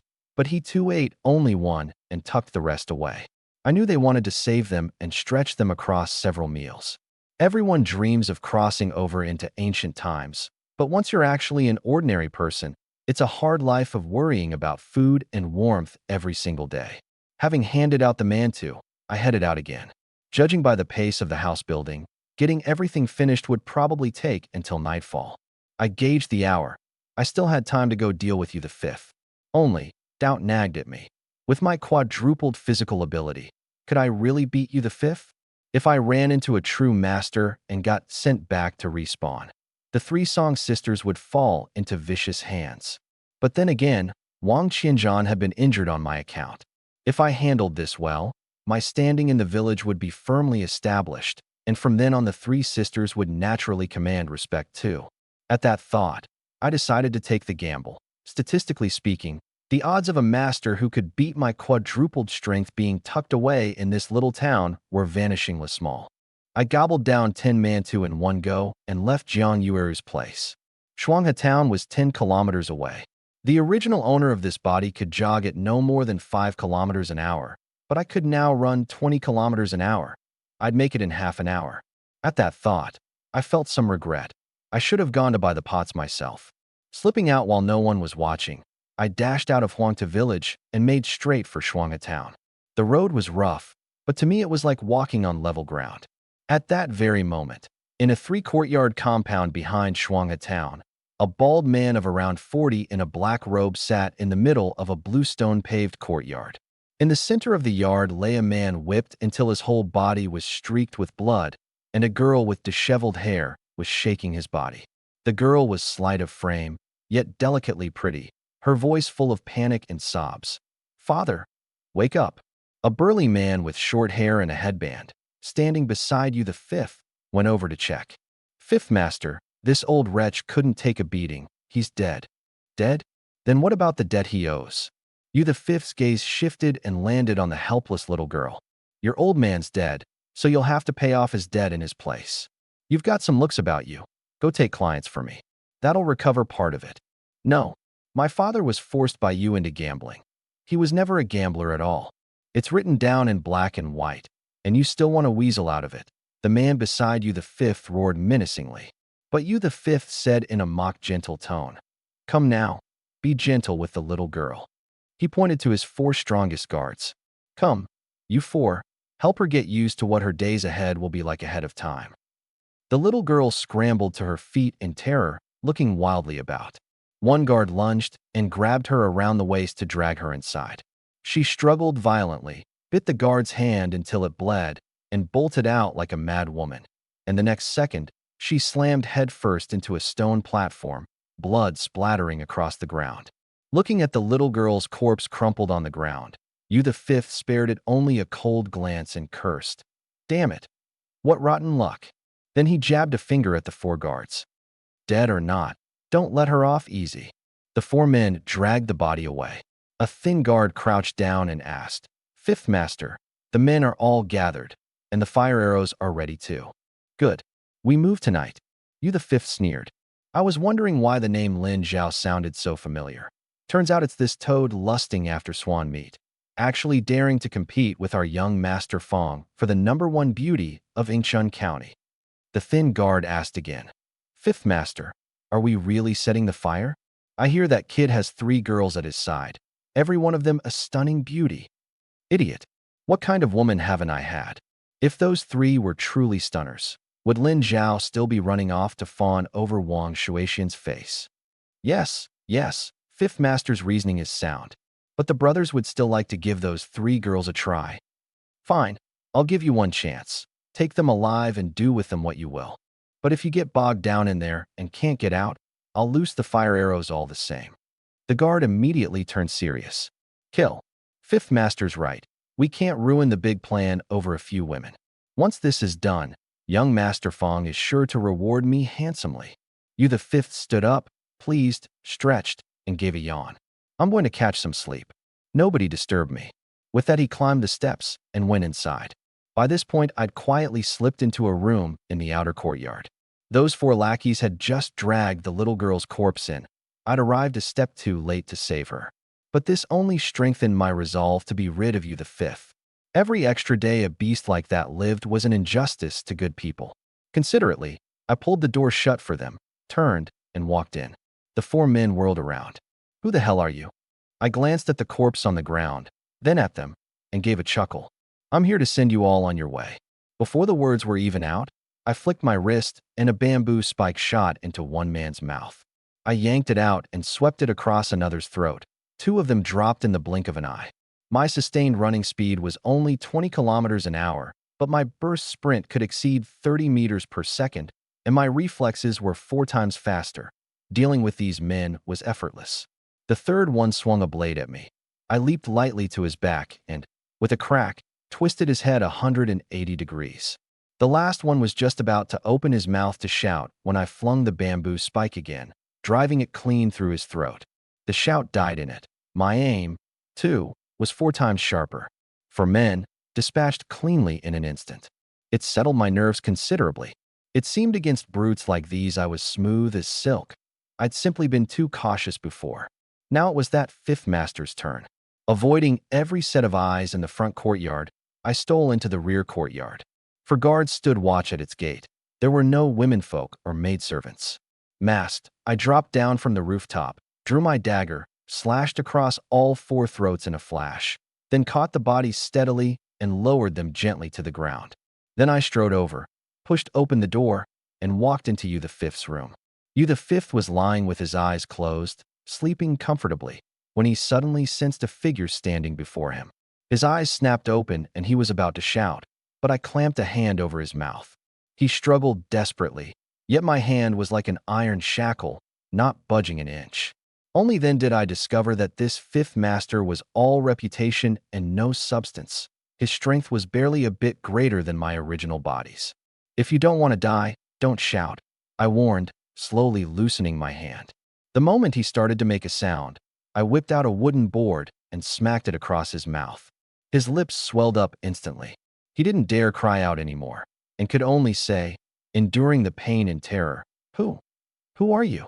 Do you know who's behind me?" I pulled over a round stool and sat down, then asked leisurely, "Who's behind you? You know young Master Fong Hu, don't you? If you dare touch me, just guess what'll happen to you." "Fong Hu, the #1 wastrel of Ingchun County?" "That's right." Then he suddenly shook his head over and over. "You're the wastrel." I laughed. It was precisely this Fong who'd ambushed the original body's owner right before his death. Birds of a feather, indeed, not a single good one among them. "What are you laughing at?" Yu the Fifth asked, puzzled. "I'm Lin Zhao." Recognize the name? Lin Zhao. He was so terrified he nearly collapsed, his words trembling.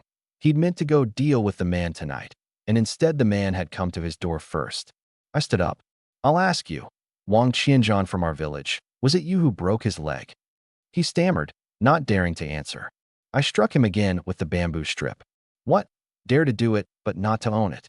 You worthless coward." Stung by the pain, Yu the Fifth actually mustered up some defiance. "Yeah, I broke it. Who told him to go buying things for you?" "Lin Zhao, if you dare touch a single hair on my head today, I guarantee you'll die without a whole corpse. You have no idea how much power young Master Fong holds in Ingchun County, do you? Even the magistrate's office belongs to his family." I gave him a cold glance. "You'd better worry about yourself first. Fong Hu, I'll go find him in person soon enough." I paused. "Where's the silver in your room?" Since I'd come all this way, I couldn't very well leave empty-handed. "There's none. I've got no money here." He was still arrogant. I crouched down, then suddenly pulled out a chopstick and, in a flash, drove it viciously into his thigh. He screamed, but I gripped his throat so he couldn't make a sound. I pulled out another. I don't want to ask twice. Seeing the killing intent clear in my eyes, he shook all over. "Grandfather Lin, I beg you spare me. The silver, it's under the bed." He pointed a trembling finger at a wooden chest. I opened the chest, snowy white silver, ingots and loose pieces together, well over 200 taels. I swept it all into my storage space. Watching the silver vanish into thin air, Yu the Fifth's eyes bulged, his face full of disbelief. It didn't matter. I hadn't planned to leave him alive anyway, so it made no difference that he'd seen the secret. I walked over. "All right, Yu the Fifth, it's time to send you on your way." "Lin Zhao, you broke your word." "Ah." I drove another chopstick into his leg, my expression cold and grim. "I never said I'd spare you if you handed over the money. A beast steeped in as much sin as you. Keeping you alive only harms others." I gave a slight twist with my fingers, and Yu the Fifth's eyes went wide on the spot. He toppled over, motionless. I stood, stepped over the corpse, and walked out. The rear courtyard was eerily quiet. No one had come in.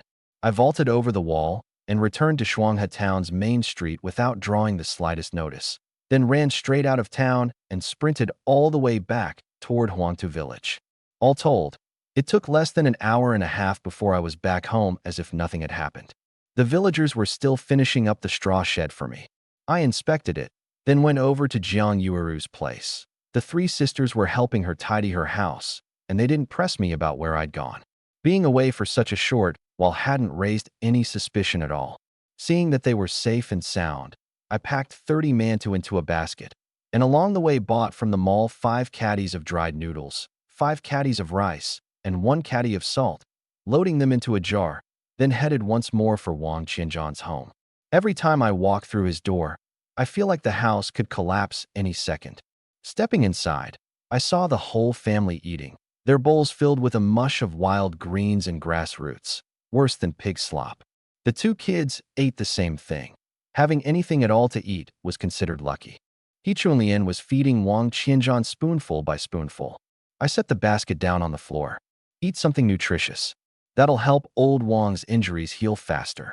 Wang Qianzhan stared at the basket full of food, and this grown man's eyes turned red. These days, losing your ability to work, even dying, was almost a relief for the whole family. Lin Zhao, you're a good man. The village had always said the second son of the Lin family was a good-for-nothing wastrel, but this time, he saw me in a whole new light. I pushed the food into He Chunlian's hands. Sister-in-law, hide all of this well. Don't let anyone see it. I'll come check on you regularly. She stared at the white steamed buns, the salt jar, the white rice, so stunned she couldn't get a word out. Wang Qianzhan quickly said, Chunlian, hurry, kowtow to our savior. No need. I reached out to stop her, genuinely surprised inside. His leg was broken, yet from start to finish he'd never once asked me to take responsibility, even though this whole thing happened because he'd gone to buy a pot for me. Old Wang, you were helping me too. He waved his hands again and again. No. I took your payment to do a job for you. How could I pin the blame on you? That kind of honesty made me quietly resolve to help this family more in the future. Sister-in-law, get old Wang some better food. Don't worry about the cost. I'll cover as much as you need. I looked at Wang Qianzhan again and said guiltily, rest up and heal well. Once you're better, I'll set you up with work. His eyes lit up instantly. Really, he looked ready to sit up and kowtow. I became even more certain. This was an honest man who took pride in earning his own keep. I hoisted the 2 pots onto my back to leave, and at the door, I dropped one last line. Old Wang, from now on, Yuwu won't come bothering you anymore. With that I left, leaving him inside to puzzle over it. Yuwu won't come making trouble? What does that mean? Truth be told, I'd wanted to give Wang Qianzhan some silver. 100 taels wouldn't have been excessive. But if I actually gave him that money, it might invite disaster instead. I had a safer way to make it up to him. Carrying the pots on my back, I got home. Xiang Shangju took the pots and set them onto the stove, nodding. A perfect fit. He then lit some dry grass, tested the draft of the chimney, and looked quite satisfied. This clay stove was beautifully built. No wonder, he was an old master. He kept feeding dry grass into the fire to harden the clay inside. The outside's fine. The main thing is getting the inside to set fast. I didn't understand any of it, so I just let him work. By the time it was nearly dark, all the work was done. The crowd even kindly swept my yard for me. I brought over 50 more steamed buns from Jiang Yueru's place. Steamed too many. Everyone gets 4 extra. At the words 4 steamed buns, the crowd nearly dropped to their knees, and the flattery came pouring out like it was free. Lin Zhao, you're such a good man. Heaven bless you to strike it rich. You'll surely pass the imperial exams next year. You're the most talented one in our whole village. If you've got work in the future, just come find me. I'll do a bang-up job. Erwa, your uncle always knew you'd amount to something great. Just 1 extra bun, and they praised me to the skies. I was almost embarrassed. The crowd took their buns and headed home. Xiang Shangju tucked away his buns and the 10 copper coins and left too. After seeing everyone off, the 3 sisters came back one by one. During the day, there'd been too many people around, and they'd felt shy. So they only showed themselves now that it was dark. Seeing the new grass shed, they gathered around. Husband, is it done now? It's done. But Song Euro fretted. Husband, this kitchen has no door. Won't there be more? I said with total confidence, don't worry. From now on, This is my turf. Even without a door, no one would dare come in. With that, I led them into the inner room. You've all worked hard today, and it's cold out. Get some rest early. Meanwhile, at that very moment, village chief Huang Chongfu was in his house eating flatbread and drinking vegetable soup. Wu Lingguang, the tithing head of South Village, suddenly barged in. Village chief, Yu Wu is dead. Huang Chongfu's hand jerked, and his bowl smashed into two pieces with a clatter. Wu Lingguang stared at the spilled soup on the floor and couldn't help licking his lips. Huang Chongfu paced back and forth twice across the main room, his mind in turmoil. How did Yu Wu die? Illness. No. He was so strong. How could he die of illness? I heard it was a vengeful ghost claiming his life.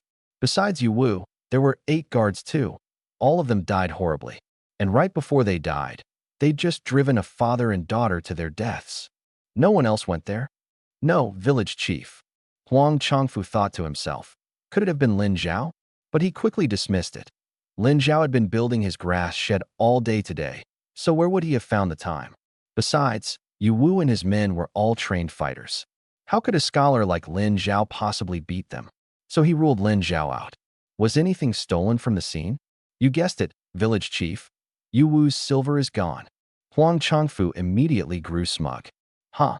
This is no vengeful ghost claiming lives. Clearly a gambling den crossed paths with a highway robber. Brilliant, village chief. Lingguang, you haven't eaten yet, have you? Huang Chongfu took a bite of his flatbread. Wu Lingguang nodded rapidly. Not yet, village chief. Then hurry home and eat. Wu Lingguang's face froze. He lowered his head. Then, I'll be off first. Meanwhile, in the courtyard of a private residence in Yingchun County town, 9 corpses were laid out in neat rows on the ground. Beside a few constables stood a group of warriors in black robes with sabers at their hips, and in the center stood a tall man with thick brows and cruel eyes, dressed all in black. A constable stepped forward respectfully. Young Master Fong, we've brought the bodies back for you. It can be confirmed they were killed by a single person, someone with extremely high martial skill. Fong, who pulled a small pouch of silver from his sleeve and handed it over. The constable's face broke into smiles. Many thanks, young Master Fong. We'll take our leave now. After the constables left, Fong, who glanced at the 9 corpses, his fists clenching until they cracked. Go investigate for me. I want to see just who's got the nerve. A guard stepped forward. Young Master Fong, but the other party is a master. Fire suddenly flared in Fong Hu's eyes. What did you say? Young Master, I mean, perhaps we should hire someone too. Before he could finish, Fong Hu kicked out. The guard flew straight into the rockery, spat blood, and died in an instant. Fong Hu pointed at the body. This is what happens when you boost the enemy's morale and crush your own. You all remember that. The men bowed their heads in unison. Yes, young Master Fong. Fong Hu waved his hand. Bury them all. The guards lifted the bodies and filed out one after another, while Fong Hu walked alone into the courtyard. Early the next morning, I got up. Song Yuro, sharing the covers with me, felt my hand release and sat up too. Big sister, no need to get up. Wait until it's light out. I pressed her back down. Be good. Sleep a while longer with your 2 sisters. But husband, you're already disobeying me? I feigned a bit of anger. Yes, husband. I got up early because I wanted to do more push-ups in the morning. They had no need for that. Not getting enough sleep ages you faster, and I couldn't bear that for them. I changed clothes and went outside, stretched a bit, then dropped to the ground and started. 1, 2, 3. The higher my proficiency, the faster I went, and my arms felt like they had endless strength. 3,000 in one go, then I chewed a few compressed biscuits and started again. Another 3,000, 6,000 total, including breaks, took only 100 minutes. My total push-up count had long passed 40,000, 3,000 of which were one-armed, which converted to the equivalent of 46,000. My mall coins had accumulated to 280. As the sky brightened in the east, I browsed the mall and spent 32 coins on a bamboo-woven kettle. In winter, I really needed something to keep water warm. I also bought toothpaste, a toothbrush, and a ceramic cup, 68 in all, rounding up to 100. 10,000 push-ups traded for just these few household items, gone in an instant. Hard to save up, so easy to spend. But having them beats not having them. And in these lean years of scarce resources, Being able to trade push-ups for goods was already a miracle. I lit a fire in the yard to boil water, first scalding the kettle with the boiling water, then filling it up, and then brushing my teeth while standing. The three sisters got up and watched curiously from the doorway. I turned around. Big sister, perfect timing. Let me teach you all how to use toothpaste and a toothbrush. I handed them the cups and toothbrushes I'd prepared, demonstrating as I spoke. This is called a toothbrush. It's for cleaning your teeth and mouth. The three sisters listened intently, completely forgetting to wonder where these things had come from. They tried brushing, their eyes shining. They practically wanted to eat the toothpaste, but they picked it up quickly. There would be many more novel things waiting for them to learn. This was only the beginning. I picked up the bamboo-woven kettle again. This is called a thermos. Pour boiling water in, and even in the dead of winter, it'll stay hot for 12 hours straight. The three sisters were amazed. Song Yuro clearly remembered I hadn't bought this thing when I'd gone into town. And besides, was there anywhere in the county selling it? It had obviously just appeared this morning. Her mind was full of questions, but she only dared bury them in her heart, terrified that if she opened her mouth, her master would turn back into the way he used to be. Silence was better, as long as her master stayed like this. With everything ready, I looked at Song Yuro. Big sister, take your two sisters and go make some clothes. I'll handle breakfast. Yes, husband, the three sisters answered in unison, and I really did feel a bit like an emperor. In the kitchen, I bought 4 eggs and a head of cabbage from the mall, planning to make a cabbage soup to go with yesterday's steamed buns. I'd wanted to buy some tofu, but in this original body's memories, tofu didn't exist yet in this era, and buying it would be hard to explain, so I dropped the idea. Before long, the aroma filled the air. The cabbage and egg soup was done. I ladled the soup into a basin, then sliced the buns and fried them crisp in the pot. Big sister, call your sisters out to eat. The three sisters came out, and I set out the bowls and chopsticks, ladling each of them a bowl of soup. Song Yuro blamed herself again. Husband, we could have made clothes and cooked at the same time. It's fine. I can handle the cooking. I like it. Hurry and try it. Her eye immediately caught the egg in the bowl. This egg. Yeah, it's egg.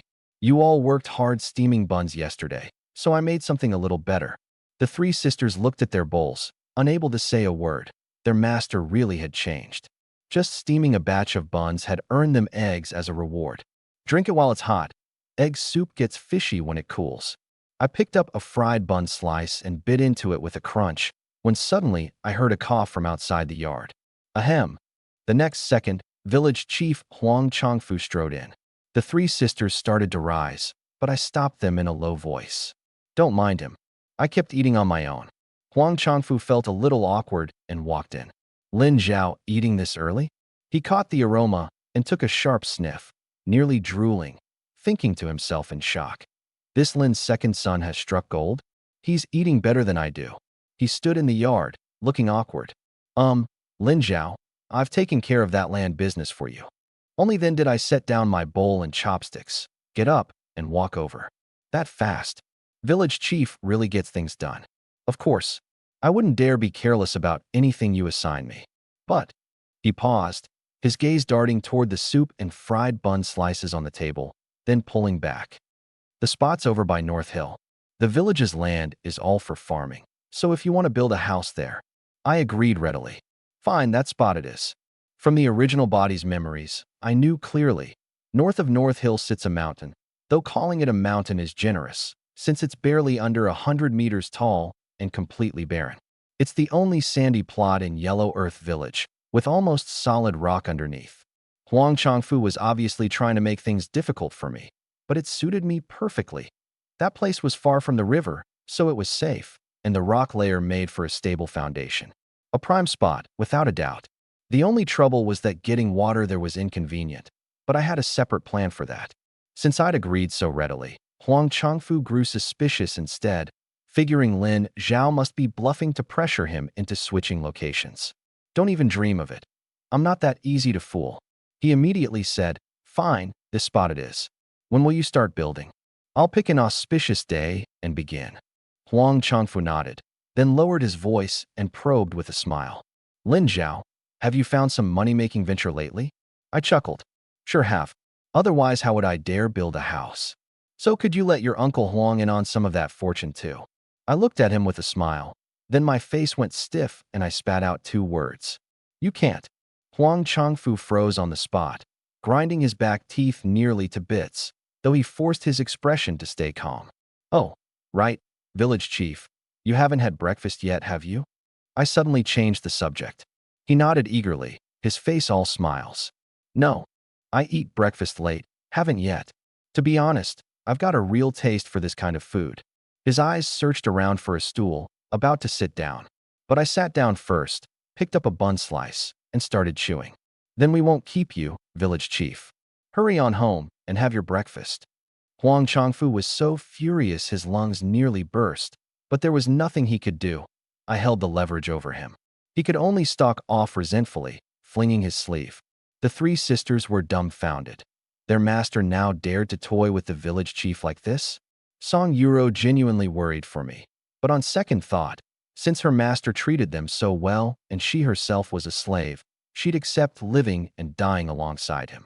It's fine, everyone eat. When you finish, I'll ladle more, don't leave any. They started eating again. The 3 sisters drank their soup down to the last drop, their bowls so clean it was as if they'd never been used, and they wouldn't waste even a crumb of bun. At first I just found it comical, but then I understood. Only someone who's been hungry enough to gnaw tree bark truly knows how precious food is. After the meal, I bought another 2 caddies of eggs from the mall and headed to Wang Qianzhan's home to check on them. On the way, I ran into quite a few villagers who seemed to be discussing something. When they saw me, their expressions turned odd, and then they greeted me warmly. I answered a few words and moved on. The moment I left, they started muttering again. Yu Wu is dead, did you all hear? Could the Lin's second son have done it? I think he's the prime suspect. No way, he's a scholar who never lifts a finger. How could he pull that off? Right? I heard it was a vengeful ghost claiming lives. Nonsense. Yu Wu harmed so many people. If there were ghosts, they'd have come for him long ago. One villager lowered his voice mysteriously. I heard the Lin's second son swore he'd avenge Wang Qianzhan. So it really was him? The crowd stared at my back, unable to believe it, yet unable to think of anyone else. I heard all of this, and only smiled without a word. There was no need to make a show of it right now. From their tone, though most of them didn't believe it, some had already started thinking of me. My reputation in the village was gradually being established. When I reached Wang Qianzhan's home, the family was eating breakfast. The food had clearly improved. Though they were still hard up, the 2 kids shared a single steamed bun. In He Chunlian's hand was a dark bowl with vegetable leaves floating in it, made from white rice porridge, though the grains were countable. Rather than porridge, it was more like rice water. Seeing me, she hurried out to greet me. Our savior's here. Have you eaten? If you don't mind, sit and have some. I handed over the eggs. Sister-in-law, these are for old Wang, to build up his strength. This is far too precious. I can't accept it. She tried to refuse, but I forced them into her arms. Sister-in-law, if you don't take them, you're insulting me. Only then did she accept them, so grateful she didn't know what to say. I couldn't help remarking, Sister-in-law, this porridge is way too thin. Where's the nutrition in that? Old Wang needs to eat well right now. He Chunlian's face flushed red, and she glanced toward the inner room, wanting to say something but holding back. I understood at once. This had to be that stubborn Wang Qianzhan's doing. That old Wang is a real mule. Sister-in-law, I'll go talk to him. Hurry and put the eggs away. Don't let anyone see them. Oh, right. She quickly carried the eggs into the main room. I walked to a crude little room in the back. A plank bed was spread with straw and covered by a gray hemp sheet, thin as gauze, and the quilt was surely stuffed with straw too. Seeing me come in, Wang Qianzhan struggled to sit up. I helped him lean against the wall. You sleep here? Yeah, I'm recovering, and my leg's no good, so being alone here is fine. When you're injured, you need to eat even better. I saw your porridge this morning was too thin. How's your leg going to heal like that? He sighed. You sent so much stuff yesterday. My family's already better off than most. But you're still injured. Hurry and get well. I'm still counting on you for help. His eyes lit up. Help with what? I asked in a low voice. Old Wang, when you build a house and lay the walls, you can tell if they're crooked, right? He blinked, then smiled. I've never built a house, but I'm plenty skilled at laying courtyard walls and stacking stone barriers. If it's crooked, I'll spot it at a glance. Good. Then you'll be my foreman. The pay's not much, 50 copper coins a day. 50 coins. That much. He grew excited at once, then puzzled. What's a foreman? I thought for a moment. It's basically an overseer, responsible for watching over other people's work. Wang Qianzhan was stunned. He could barely read a handful of characters. So could he really be an overseer? I added, you'll also help me recruit workers, keep order, and make sure the work site is safe. He mulled it over and felt increasingly out of his depth. I'm afraid I can't handle all that. It's fine. I'll be right beside you guiding you. For this house, we'll need masons, carpenters, laborers, stonemasons, kiln workers, and specialist house builders. All of them. All right, leave that part to me. It's a big job. We'll need around 50 people and under 30 laborers. As for the pay, I don't have cash for now, but I'll provide 3 meals a day, and at month's end, 5 caddies of rice, 5 caddies of flour, and 10 caddies of yellow millet. Wang Qianzhan nodded again and again. With terms like that, it'll be easy to recruit. Leave it to me. I stood up. Then it settled. I'll figure out the materials myself. He couldn't get up, so he could only watch me leave. Coming out of the Wang home, I headed back, thinking I'd stop by to see Jiang Yueru along the way, and maybe deliberately wake little Nyonyo to play with her. But just as I reached the gate outside her home, I heard a commotion from inside. A child crying, a woman sobbing, a man cursing gruffly, mixed with the curses of another woman. Something felt wrong, so I quickened my steps and went in. 3 people stood inside. A tall man of about 40 with cold, imposing eyes, a white-haired, round-faced old man with a hunched back, dressed in silk, past 60. Clearly either a wealthy landlord or a country squire, and a short, stocky woman built like a tank. Jiang Yueru's hair was disheveled, and there was a handprint on her face. I recognized the tall man. It was Lin Degu, the elder brother of Lin De. The short, stocky woman was his wife, Huang Xiaomei. I didn't recognize the old man, and I was certain he wasn't from Yellow Earth Village. Same clan, same surname, so I still greeted them politely. Big brother, sister-in-law, what are you doing here? What I got in return was a face full of disdain. Huang Xiaomei bared her teeth. Erwa, this is our Lin family's household business. What are you butting in for? Just then I noticed the bolt of silk, the grain, and the noodles I'd bought for Jiang Yueru were all wrapped in cloth and piled on the table. This is my sister-in-law's home. You two are the outsiders here. Huang Xiaomei pointed at Jiang Yueru. She's my younger brother's wife. How is she an outsider? I shot back directly. You split the household long ago? Not only did you seize the property my cousin left behind, but now you've come to snatch things too. Shameless. Lin Dagu scolded. Lin Zhao, and to think you're a scholar. Is this how you speak to your elder brother? Big brother, I've been polite out of respect for you as an elder. But what you two are doing, how is it any different from thieving? I pointed at the table. Those are all things I bought for my sister-in-law. Huang Xiaomei immediately closed in. You bought them for her? What's your relationship? Where'd the money come from? She then pointed at the baby in Jiang Yueru's arms. This kid is probably yours too, isn't it? Jiang Yueru said, aggrieved. Sister-in-law. No, you're wronging me. Wronging you, my ass. You two must have stolen the money behind Erwa's back to buy this stuff. Before she'd even finished, she slapped Jiang Yueru across the face. You slut. If you know what's good for you, go with Squire Chen right now. In that moment, I understood everything. Lin Dagu and his wife had sold Jiang Yueru to that old squire. After Lin De died, they grabbed his fields and property, driven the widow and orphan out of the home, and now they were even trying to marry her off to some old man with one foot in the grave. Selfish and greedy to the extreme. The old man leaned in, leering as he looked Jiang Yueru up and down. Girl, come home with me. There's food and clothes at my place, and I'll raise your daughter for you. Jiang Yueru shook her head again and again. I won't. She dropped to her knees, begging, Big brother, sister-in-law, I beg you, let me stay. Before she finished, Huang Xiaomei menacingly slapped her twice more. Slut, don't be ungrateful. If you won't marry, then go die right now and spare us the embarrassment. That did it. I was furious. I strode forward and backhanded Huang Xiaomei twice across the face, drawing blood from her nose on the spot.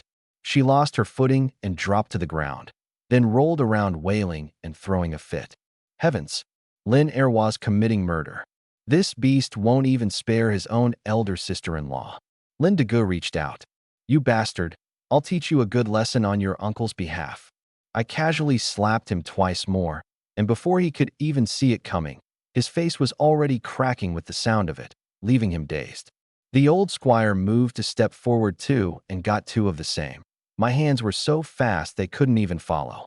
The old man rubbed his face and whined. Why'd you hit me? If she won't marry, then give me back my 10 taels of silver and that ox. I walked over. Big brother, sister-in-law, return the man's money and ox. I'll only say this once. Huang Xiaomei crouched on the ground and tugged at Lin Degu's sleeve. Let's go, we'll report him to the authorities. Go ahead, report away. I'll just report you for breaking in and robbing. That cloth I bought from a fabric shop in the county town, and I've got proof. Oomph. Everyone knows that money belongs to our second son's household. Show me the evidence. Without evidence, it's a false accusation, 20 strokes of the rod at the least. And Jiang Yueru isn't your slave. So what right do you have to sell her off? On the charge of human trafficking alone, I can have you, big brother, banished to a penal army. Seeing my stance, Huang Xiaomei panicked. I was a scholar, and I knew the law far better than she did. With things at a stalemate, Lin Degu stood up and said, Fine, even if those things are yours, this house belongs to my father. Now can I ask you all to get out? I glanced at Jiang Yueru. Sister-in-law, this house wasn't given to you? And to think it was second brother who took care of your father-in-law and mother-in-law. Huang Xiaomei stood up smugly. We let her live here out of pity. Now we have every right to drive her out. She glanced at Lin Degu. Isn't that right, husband? Hearing husband made Lin Degu want to gag. With everyone else starving, how had she managed to stay so plump? He also suddenly realized something was off. By pushing this hard, wasn't he practically driving Jiang Yueru straight into Lin Zhao's arms? He instantly regretted it. But he couldn't win against a shrew like Huang Xiaomei. And besides, Jiang Yueru was said to have a husband-killing fate. So he figured Lin Zhao might not actually be so fearless after all. He lifted his chin. That's right, this house is ours. I knew perfectly well that Jiang Yueru could never outmaneuver this whole family. Lin Dai's house had been repossessed, and this place had nothing to do with her either. This Lin family had put the evil of human nature on full display. The uncle wouldn't support his own father while he lived, then fought over his land when he died. The moment second brother died, they seized his property. Sharing a surname with them was a genuine disgrace. People like this deserve to be cut off completely. I walked over and picked up the bolts of cloth, and while no one was paying attention, quietly stowed the grain from the jar into my storage space. Then I walked up to the old squire. Jiang Yueru isn't marrying you. Go get your money and ox back from them. If they won't give it, report them. With that I took Jiang Yueru's hand. Yueru, come with me. At the door I turned and dropped one last line. You can have the house back from now on. From this day forward, Jiang Yueru has nothing to do with any of you. Jiang Yueru held her baby with one arm and let me lead her, following me out despite herself. But we didn't go home. Instead, we came to a grave. The grave was new, with no grass yet grown. This was Lin Dai's tomb. He'd been brutally murdered by mountain bandits, his head severed from his body, and his remains had been brought back and buried here. Jiang Yueru was puzzled. Why did you bring me here? I stepped forward and bowed. Cousin, your wife's been bullied and driven out. I've come to ask your opinion. I pulled out a copper coin. Cousin, I'll take care of your wife and niece in your place. Do you agree? If the coin lands heads or tails up, that means yes. If it stands on its edge, that means you object. I flipped it the first time, heads up. I picked it up. One toss proves nothing. Two more. I flipped twice more, one heads, one tails. Then I bowed deeply again. I understand your meaning, cousin. I'll take good care of your wife and cherish Nuno as my own daughter. Jiang Yueru watched, dumbfounded. Wasn't he obviously cheating? How was Erwa getting more and more shameless? But the way he'd just protected her replayed vividly in her mind, and it moved her. What's more, Lin Zhao didn't mind that she'd been married before and had a child, nor did he mind her so-called husband-killing fate. That was her good fortune. Besides, Lin Zhao was far more pleasing to the eye than that old squire. I turned my head to look at her, gently stroked her cheek, and leaned down to kiss her. Her legs went weak, and she nearly lost her balance. Erwa, what are you? You Eru, live with me from now on. I'll treat you well. My deep and honest gaze stirred the maternal tenderness in her, still nursing, and she practically wanted to pull me into her arms and dote on me. But held back by our former relationship, she remained a bit reserved after all. After thinking it over for a long while, she blushed and gave a small nod. The two of us left the grave and returned home. The moment I walked in, the three sisters came to greet me. Seeing Jiang Yuuru at my side and the baby in her arms, they understood. But they showed not the slightest jealousy. In fact, Song Yuro warmly stepped forward and curtsied. Hello, sister. After spending all of yesterday together, she'd found Jiang Yuru gentle, virtuous, and kind.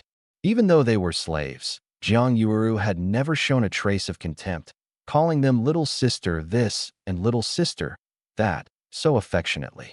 I announced, from now on, Jiang Yuru is part of our family. She'll eat and live with us.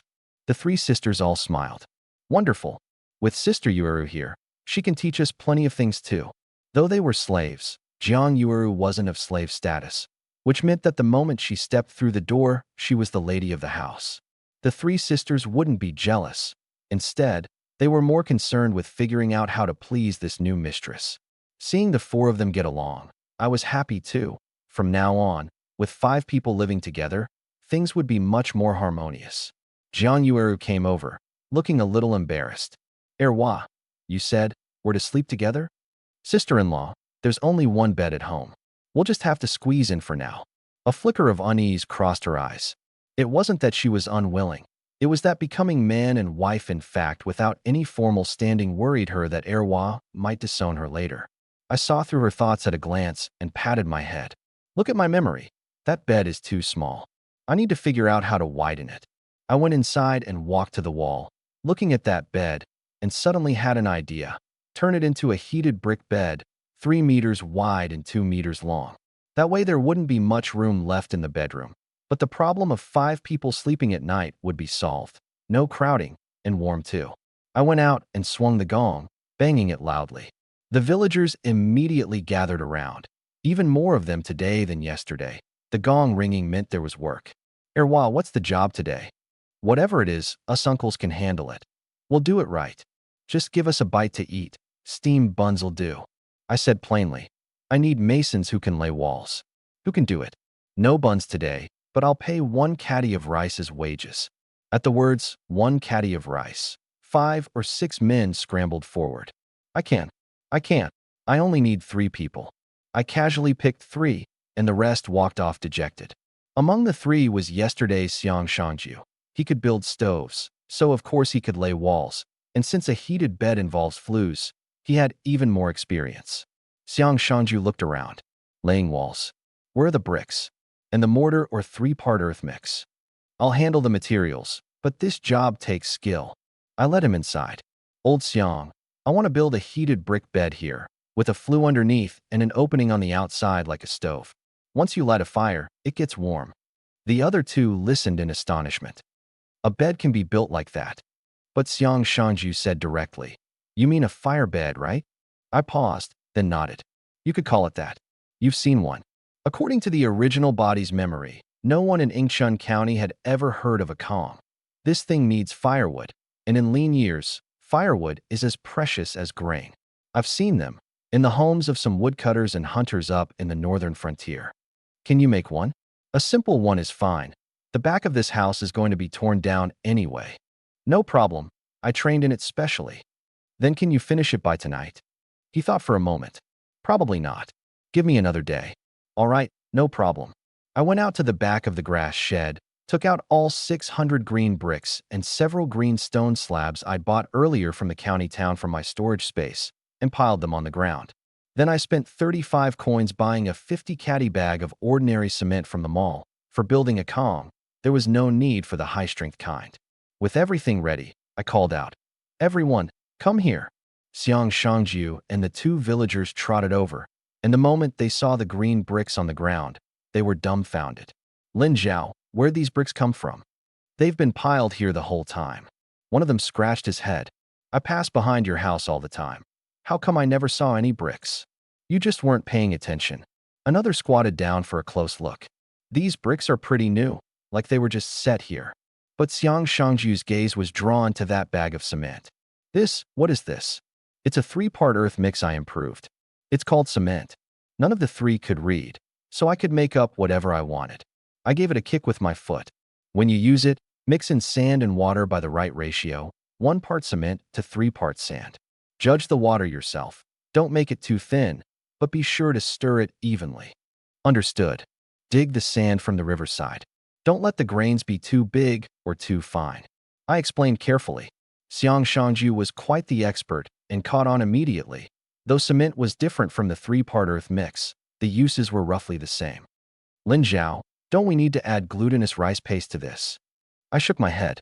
No need. Just mix in sand and water and stir. Got it. I pushed over the wooden-framed cart. Use this to haul sand from the riverside. It'll save effort. The three grew excited the moment they saw the wooden cart. Lin Zhao, you've even got a wooden cart. Xiang Shangju immediately said. With this, the work will go much faster. Then he said to the other two, I'll pull it in a bit. No fighting me for it. Old Xiang, you're getting on in years. Let me handle this. You two rest. I'm the youngest here, I'll pull it. Standing to the side, I learned something new. Fancy that. In these times, people were actually fighting over who got to pull the cart. First time I'd ever seen it. I walked back into the yard with a smile. Jiang Yueru and the three sisters were still standing there. Jiang Yueru looked apologetic. Erwa, I've caused you trouble, and now you even have to. Yueru, you're being too distant. When I was at my lowest, you were the one who reached out to help me. That kindness I could never repay in a lifetime. All I can do is give myself to you.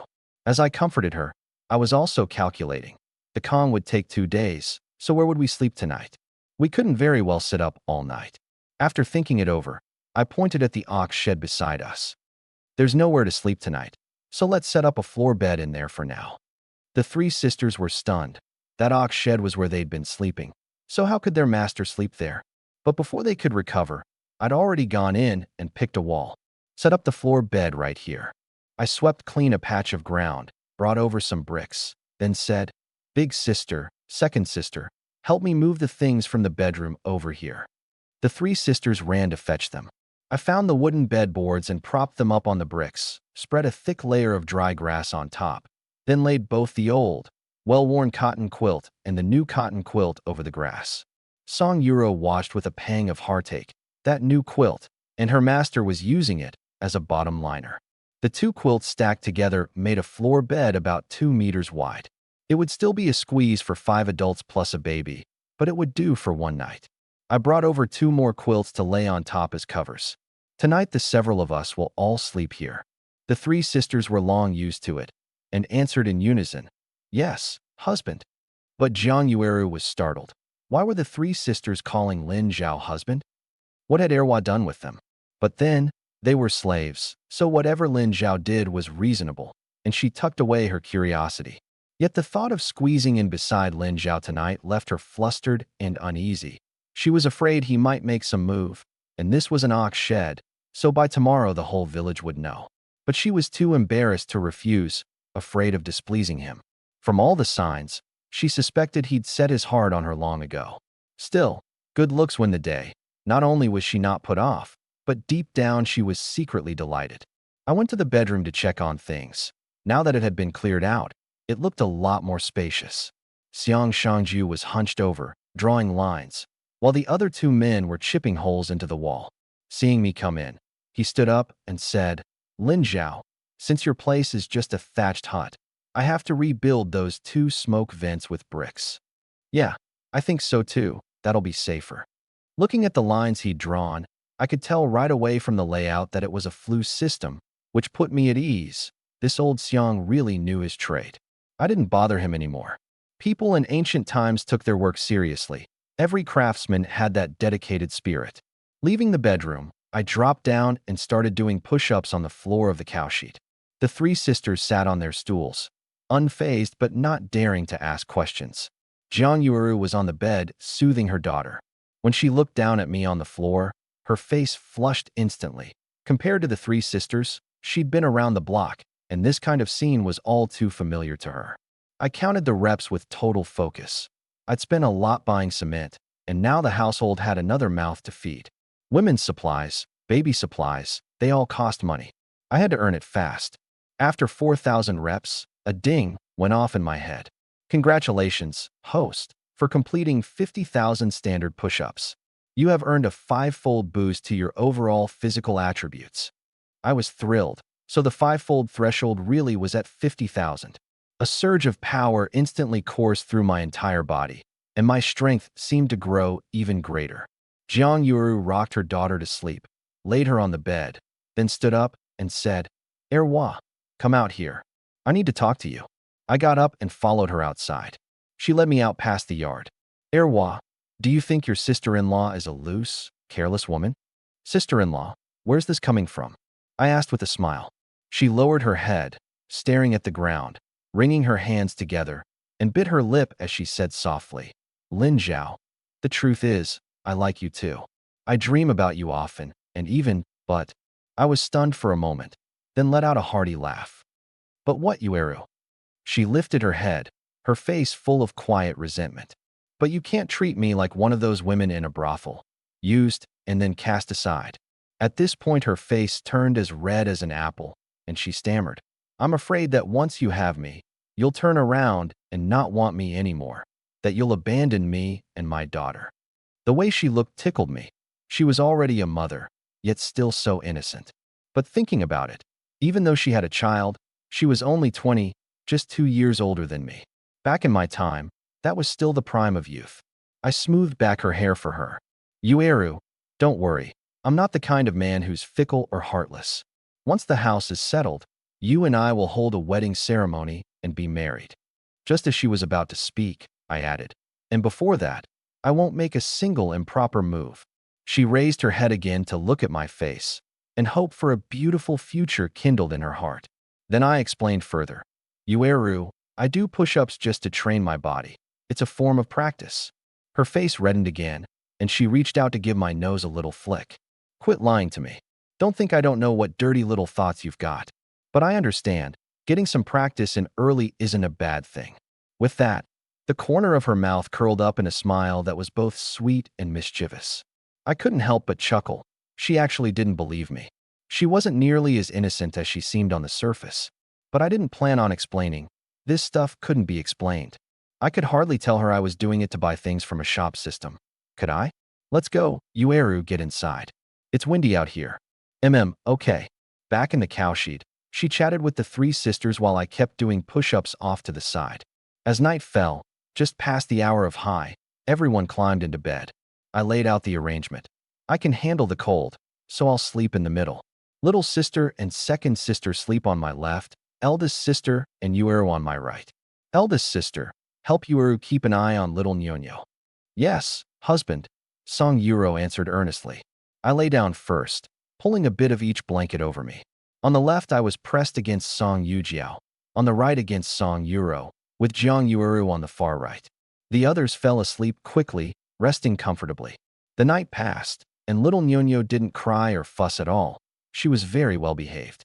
Early the next morning, I was the first to rise, and while it was still dark I got back down and did push-ups on the floor. Nyonyo woke up. She was probably hungry. Afraid of disturbing the others, Jiang Yueru quickly sat up, loosened her clothes, and leaned against the fence to nurse her. She stared blankly at me, secretly amazed.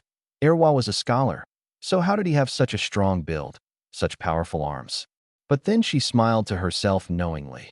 For a woman, marrying a healthy man in these times was better than anything. He wouldn't become a burden to the family, and the offspring would be sturdier too. Thinking this, she grew even more satisfied with me. After all that effort, my standard push-up count reached 60,000, giving me 275 shop coins. Over these past few days, even living frugally, I'd somehow spent 325 coins, equivalent to 32,500 push-ups. I bought a set of toothbrushes and cups, spending 15 coins. I'd thought about buying diapers and formula for Nyonyo, but on second thought I decided against it. At my current rate of earning, diapers would be a luxury I couldn't afford, and formula wasn't really necessary. Better to boost Jiang Yueru's nutrition instead. After breakfast, I started packing dry rations, cloth bags, water pouches, all loaded onto the wooden cart. Jiang Yueru asked curiously, Erwa, what are you packing all this for? I turned to look at her and the three sisters. We're heading to the county town to buy some things. Going to the county town? They were all surprised. I was always full of surprises. The house was about to be built, so I planned to go into town and buy some grain and construction tools. I didn't have many shop coins, but I had a full 300 taels of silver. And this trip wasn't just about spending. I wanted to make another haul too. Everything's packed. Let's go. With that, I hitched myself to the cart. The three sisters followed, and Jiang Yueru was a little taken aback. She'd assumed I'd have the three sisters pull the cart, but she hadn't expected me to pull it myself. This pleased her once more, and she recalled how, a few days earlier when I'd gone to her home to borrow money and clothes, she'd urged me to treat the three sisters better. Looks like Erwa really listens to me, she thought contentedly, feeling a little proud of herself as she scooped up Nyonyo and followed along. The group set off again. Erwa, there are lots of bandits on this road. Should we bring some kind of weapon? I looked back. Yueru, an ordinary wooden stick would be as good as bringing nothing. Bandits aren't pushovers. Song Yuro tugged at her sleeve. Sister Yueru, husband is very capable.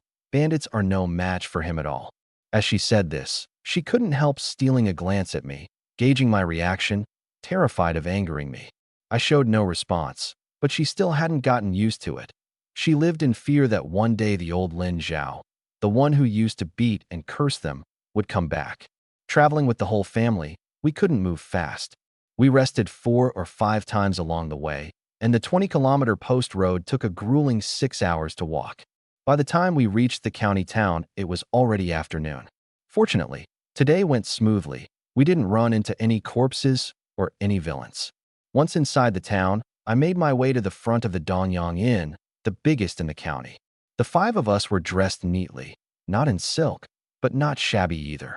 A waiter immediately came up to greet us. How many in your party, sirs and madams? Are you looking to stay? I looked around. Waiter, we've got a large party. Do you have a bigger room you could arrange for us? Money's no object. The waiter glanced at the young women beside me, then nodded with a grin. Yes, of course. There's no inn in Ingchun County bigger than our Donyang Inn. Right this way, please. He led us inside, and everyone's eyes went wide. It was their first time in such a high-end place. The ground floor was huge, with a full 20 tables set out aside from the counter, a scattering of guests seated here and there. Their gazes quickly landed on the young women behind me, and they stared, transfixed. This way, please, sirs and madams. There's also a small courtyard out back. 3 rooms, 2 beds, only. From his expression, I could tell it was a matter of money, so I just said, out with it. How much? 2 taels of silver a night.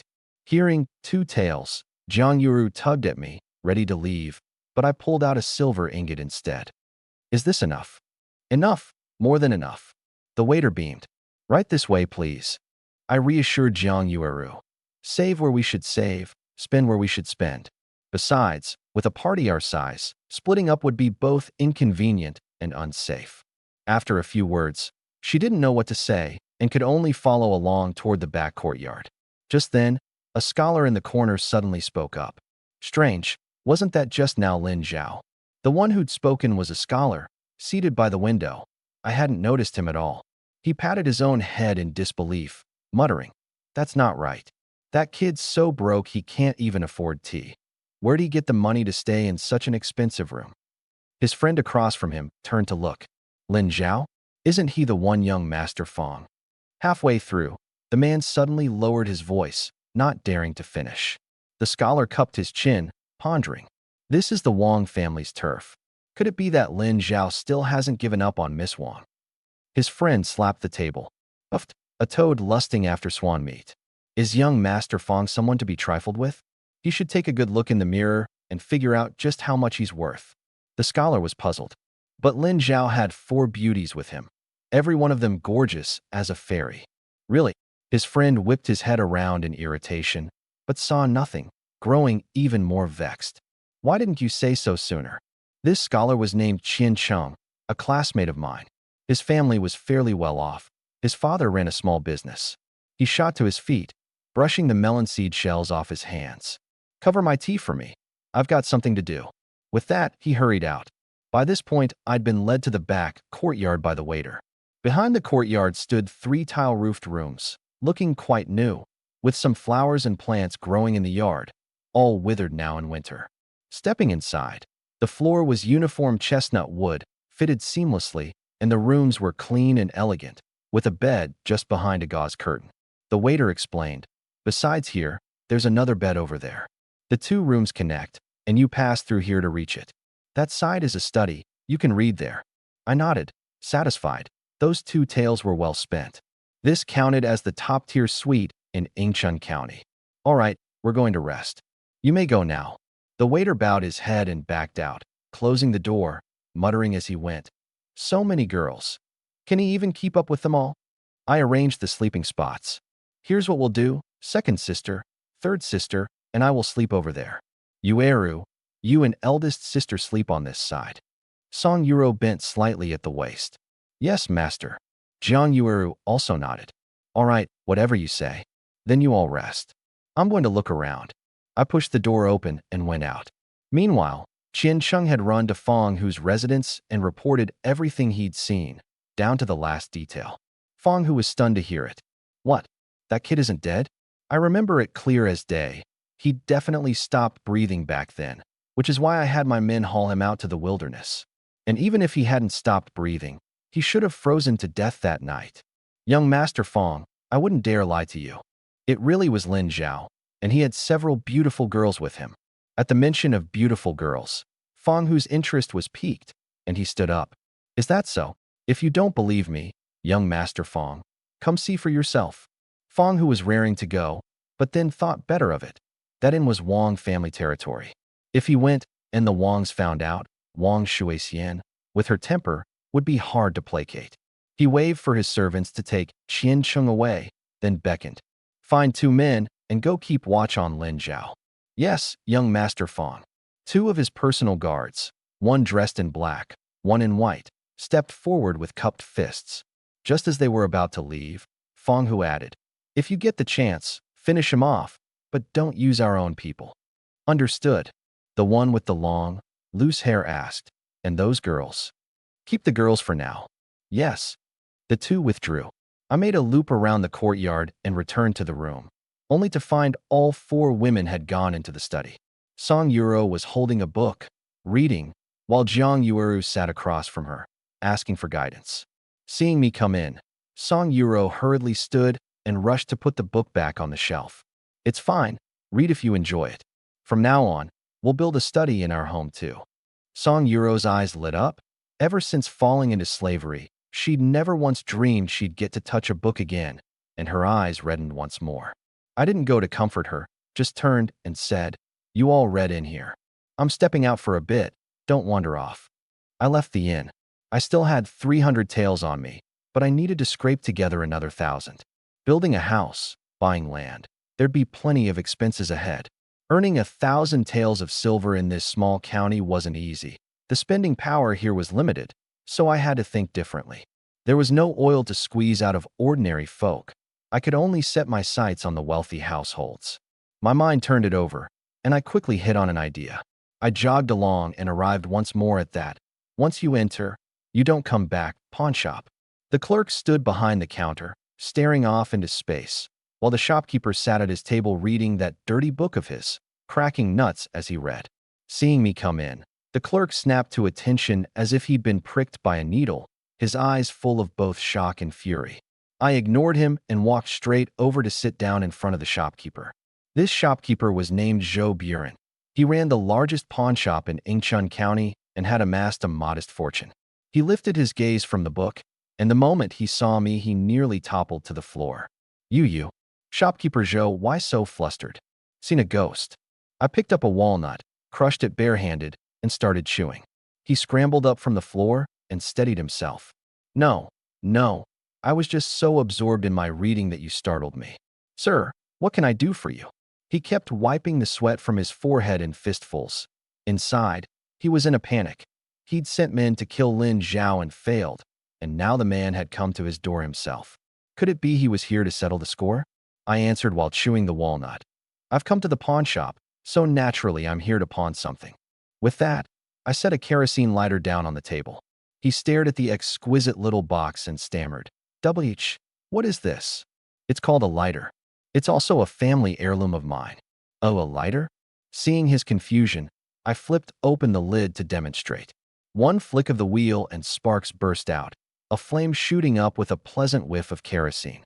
Joe Buren's eyes went wide, and even the clerk leaned in, staring curiously. I snapped the lid shut and set it on the table. "Shopkeeper Joe, what do you think? Isn't it a treasure?" "A treasure. It truly is a treasure. How much do you want to pawn it for?" I held up 5 fingers, and his face lit up with joy. 50 taels. "Good, I'll fetch the money right away."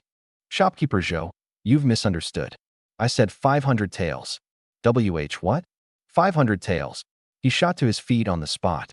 It wasn't that he couldn't produce 500 taels, but 500 for such a little trinket was truly absurd. "Could you go a little lower?" "This price. Is 500 taels too much? There's not a second one of these in all the world. With connections as wide as yours, are you really worried you can't resell it?" "But this. He hemmed and hawed. Last time it had only been 100 taels, and now I was asking 500. He couldn't bring himself to agree. I suddenly spoke up. "Shopkeeper Joe, on my way back last time, I ran into 3 robbers who insisted I hand over the 100 taels on me. Tell me, what should be done about that?" He recoiled in a sudden panic, staring at me. What do you mean by that? Are you suspecting me?" "Of course not. Don't get worked up." I reassured him with a grin. "What I mean is, those 3 thugs, I killed them with my own hands." Hearing this, his legs gave out, and he slumped to the floor. In truth, he'd long suspected I was the one who'd killed those 3, but hearing me say it out loud still sent chills through him. I went over and helped him up, only then noticing a puddle of water on the floor. Looked like he had prostate trouble from an undisciplined lifestyle. So timid, yet he dared to rob a robber. Glancing at the clerk, I saw he ducked under the counter. The 2 of them thought I'd come to kill them. I patted the dust off him. "Shopkeeper Joe, do you think 500 taels is too much?" "Not at all, not at all, not one bit. It's a bargain." He answered lightning fast, his whole body trembling, not daring to look me in the eye. "If it's not too much, then fetch the money and write up the pawn ticket." He hurriedly shouted at the clerk, "Write up the pawn ticket, quick." Then he tottered into the back room and came out, pulling 5 bank notes from his sleeve. There's no cash left. You can redeem these notes at the money house up front." I took them and tucked them into my sleeve, scared out of their wits. They wouldn't dare cheat me. The clerk finished the pawn ticket and handed it over. I took the notes and the ticket and walked out satisfied. 500 taels, that easy. The moment I left, Joe Buren felt his own neck to confirm he was still alive, muttering, "Money lost wards off disaster. Money lost wards off disaster." The clerk sidled up. "Shopkeeper, should we round up a few more men?" Slap. A hand cracked across his face. "That bunch of good-for-nothings you rounded up last time, and you still dare mess with him?" The clerk lowered his head, not daring to make another sound. Joe Buren gazed out the door, his heart brimming with hatred, but he no longer dared to poke that hornet's nest. He walked to the table, flipped open the lighter and struck it, and sure enough it flared to life again. Maybe this really is a treasure. He tucked the lighter into his robe and instructed the clerk, "Watch the shop. I'm heading home for a bit. I have someone to call on." After that pathetic display, he needed to go home and change his clothes. I left the pawn shop and jogged over to the money house, where I exchanged all 500 taels of notes for cash, then, while no one was watching, stored it away in my space. Directly across from the money house was a jade shop, its storefront lavishly decorated, its pillars painted with gold lacquer. Even from a distance, you could see the dazzling array of jade on the shelves. In ancient times, running a jade shop was the most profitable business, catering to the wealthy. I strode inside, and 2 clerks came up to greet me. "Sir, buying jade? Bracelets, thumb rings, jade hairpins. We've got every grade there is. Where's your shopkeeper?" The 2 clerks glanced at me, their eyes carrying suspicion and a hint of scorn. "What do you want with the shopkeeper?" Seeing their contemptuous look, I didn't hold back either. "Because you 2 idiots aren't good enough. Go get the shopkeeper, or I'll tear this shop of yours apart." One clerk snatched up a feather duster. Oh ho, someone actually dares to come make a scene. Didn't even bother to find out whose turf this Donyang Jade shop is.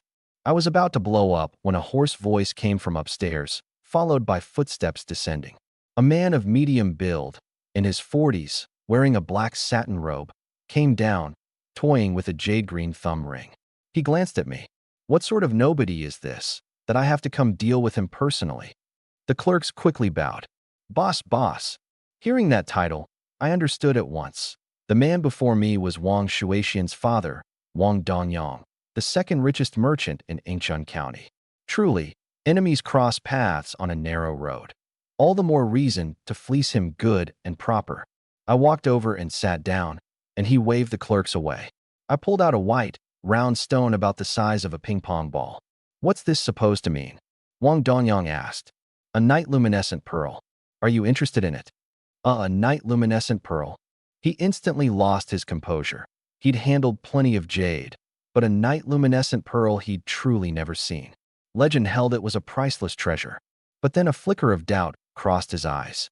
Is that really a night luminescent pearl in your hand? That's right, I said confidently. In truth, this was a piece of fluorite I'd bought for 20 shop coins, blended with rare earth elements. An artificial stone that, after absorbing light, would glow blue in the dark, indistinguishable from a real, night luminescent pearl. Come upstairs with me. He led me into a room and shut the windows, and instantly it was as dark as the dead of night. I took out the fluorite, and a pale blue glow shimmered out, casting blue light in his eyes. For half a minute he couldn't bear to blink. This really is a night luminescent pearl, and a blue one at that. How extraordinarily rare. How much do you want to sell it for? 1,000 taels, no bargaining. If my family weren't waiting on it for medical treatment, I'd never part with this heirloom. He hesitated only 3 seconds before agreeing. All right, 1,000 taels. Wait downstairs for a moment. I went downstairs, and soon he came down too, pulling a 1,000-tael bank note from his sleeve and handing it to me. I set the fluorite on the table, not forgetting to add, by the way, boss, a night luminescent pearl needs regular sun exposure. It has to absorb the essence of the sun. All right, I'll remember that. I walked out of the jade shop overjoyed. That 1,000 taels had been so easy to earn. Before I knew it, I'd taken in 1,500 taels, which, added to my original 300, came to a total of 1,800. In this era, that kind of money was enough to marry 50 wives. On Yingchuan County's rich list, I'd easily rank in the top 50.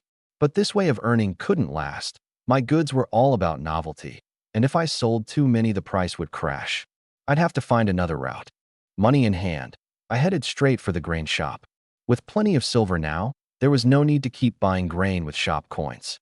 I bought 800 caddies of yellow millet, 300 caddies of brown rice, and 300 caddies of coarse flour, and had the clerk deliver it to the cart shed behind the Donyang Inn. I went along with him. The place reeked, so almost no one went there. Once the clerk left and no one was around, I swept the whole lot into my space in one go. My space had now exceeded 60,000 liters, more than enough. With all that taken care of, I returned to the inn's back courtyard. Pushing open the door, I found Jiang Yueru and the 3 sisters diligently reading in the study, with Song Yuro still explaining things. Watching her, I knew she must have come from a good family, educated and literate since childhood, her learning no less than Wang Shuexian's. Seeing me return, they all rose. Eldest sister, nothing unusual? They shook their heads. Good then. Keep reading. I'll get some air outside. Call me if anything comes up. I went out front, ordered 2 pots of tea and had them sent into the room, then returned to the back courtyard. By the table, one of the 2 guards stood up. I'll go report to young Master Fong. You keep watch here. With that, he took off running toward the Fong residence. Meanwhile, Zhou Buren, cradling a box, arrived at the Fong residence's back gate by carriage. After tipping the gatekeeper, he was led into a large hall. Fong, who sat in the center, with 2 rows of guards glaring menacingly. He glanced at Zhou Buren. What brings shopkeeper Zhou to my place? Then he looked at the wooden box. What's inside?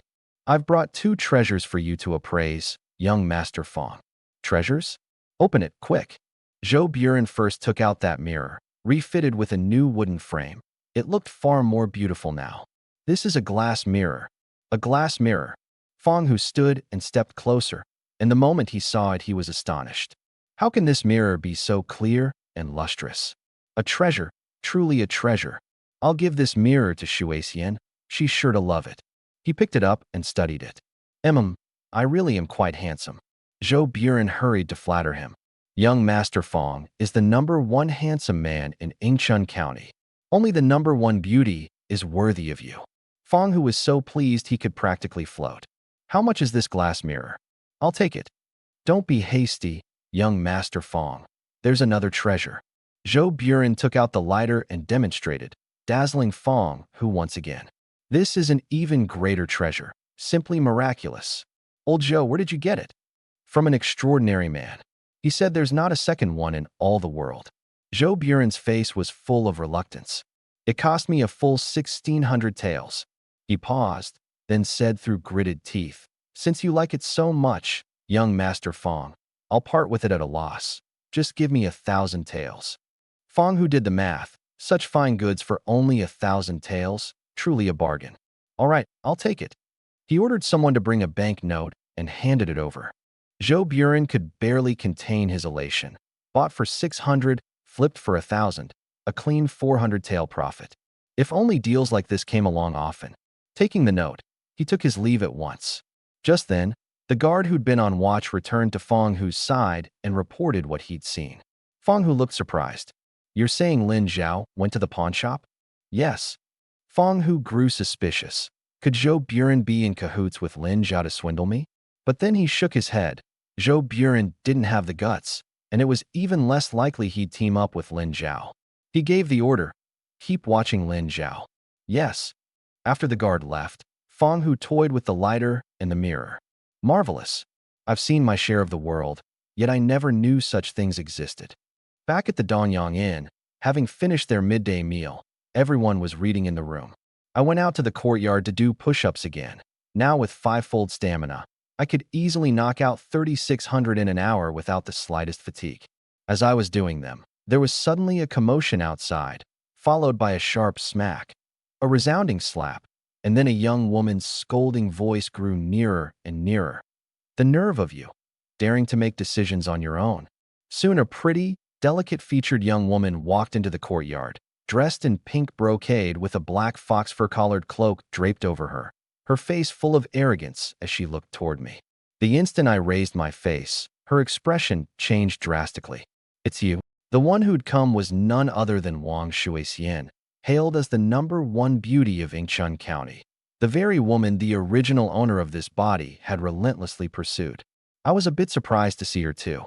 I stood up, patted the dust off my hands, then glanced at the waiter behind her whose face was covered in slap marks. Waiter, what's going on here? The waiter hung his head, not daring to answer. This courtyard was Wang Shuixian's place to rest when she came through, but she only showed up once every couple of months, so the shopkeeper had rented it out on his own initiative. As luck would have it, she'd just been here a few days ago and had come again today, so the waiter became the scapegoat. Wang Shuixian shot me a disdainful glance. Lin Zhao, you'd better just go home and farm. There's no chance for the two of us. My Wang family is one of the top households in Yingchun County. Stop pestering me. It only makes me look down on you more. I was speechless. Her conceited streak hadn't diminished one bit. She actually thought I'd come looking for her. Wang Shuixian, are you out of your mind? This is my private space, and you barged in here rattling on and on. What? Her eyes filled with astonishment, and she looked me up and down again. Could she have mistaken him for someone else?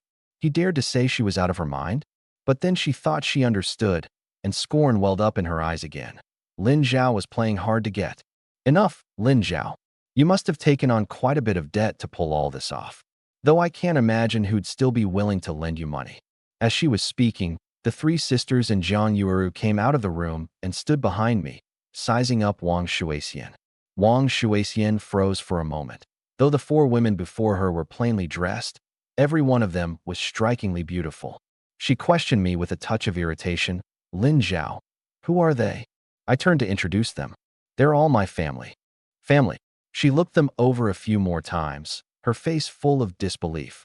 These people were probably shills Lin Zhao had deliberately rounded up. Otherwise, how could it be such a coincidence that they'd stayed at her family's inn, moved into her little courtyard, and run into her? Clearly, he was trying to get her attention, hoping she'd have a change of heart. Her scorn deepened, and she found Lin Zhao childish. Back then, she'd given him a chance only because he was good-looking.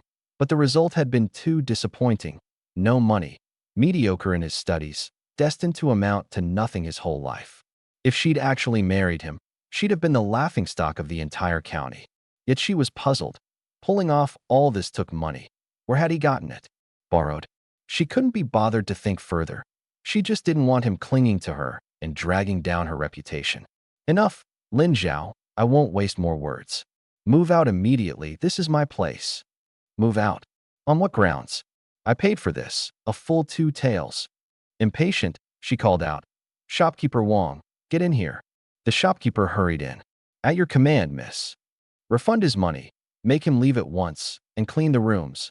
I don't want anyone dirtying my place. Shopkeeper Wong pulled out 2 taels and handed them over. Sorry, sir. Please pack up and go. I looked up at the sky. It's nearly dark. Where do you expect us to move to? Wang Shuixian walked over. That's your problem. What's it got to do with us? With that, she strode straight into the room, immediately spotting the books laid out on the desk, and instantly flared up. Who touched my books? Only then did she notice Song Yuro still holding one. She rushed over and cursed. Get your filthy hands off it. Can you afford to pay if you ruin it? She snatched the book away and gave Song Yuro a hard shove. Song Yuro's ankle hadn't fully healed. She lost her balance and twisted it again, only furrowing her brow and bearing the pain in silence. I quickly steadied her. Eldest sister, are you all right? I'm fine. I was furious. I'd wanted to smooth things over and just move somewhere else, but now I decided to fight this to the bitter end. It's just a lousy book. What's the big deal? Besides, I paid for the right to use this place today, and that includes this study. Wang Shuixian hadn't expected me to protect that girl, but she couldn't be bothered with me. She strode over and sat down at the desk, calling out, Shopkeeper Wang, make them grab their things and get lost this instant. I don't want to see these people anymore. Shopkeeper Wang came in, and I blocked him. Anyone dare come in and try? I paid for this. You think you can just make us move? Not a chance. Wang Shuixian stood up, disappointed. Lin Zhao, you're just after money, aren't you? Shopkeeper Wang, give him another 2 taels and get them out of here at once. You could give me 200 taels and I still wouldn't budge. This isn't about money at all. My face darkened too. Wang Shuixian, apologize to eldest sister right now, then get out of my room. She walked over to face me and sneered. Everyone says you're a scoundrel, and I didn't believe it. But now I see it's true. I sneered right back. Huh, am I the scoundrel? Or is it you people who do business without any honor? Shopkeeper Wang's face changed too. We've been talking nicely to you. We offer to double your room fee, and you still don't know when to quit. You're forcing our hand. Go right ahead and try. At Shopkeeper Wang's shout, 5 or 6 clerks rushed in, and the atmosphere instantly turned tense and hostile. Jiang Yueru stepped forward to persuade me. Erwa, let it go. Let's just find another inn. The 3 sisters said nothing, but clearly felt the same. Better to avoid trouble than court it, since this was their turf, after all. But I stood in front of the 4 of them. You've got the guts, then go ahead and make a move. The tallest, bulliest one clenched his fist and rolled his neck. You look like a scholar.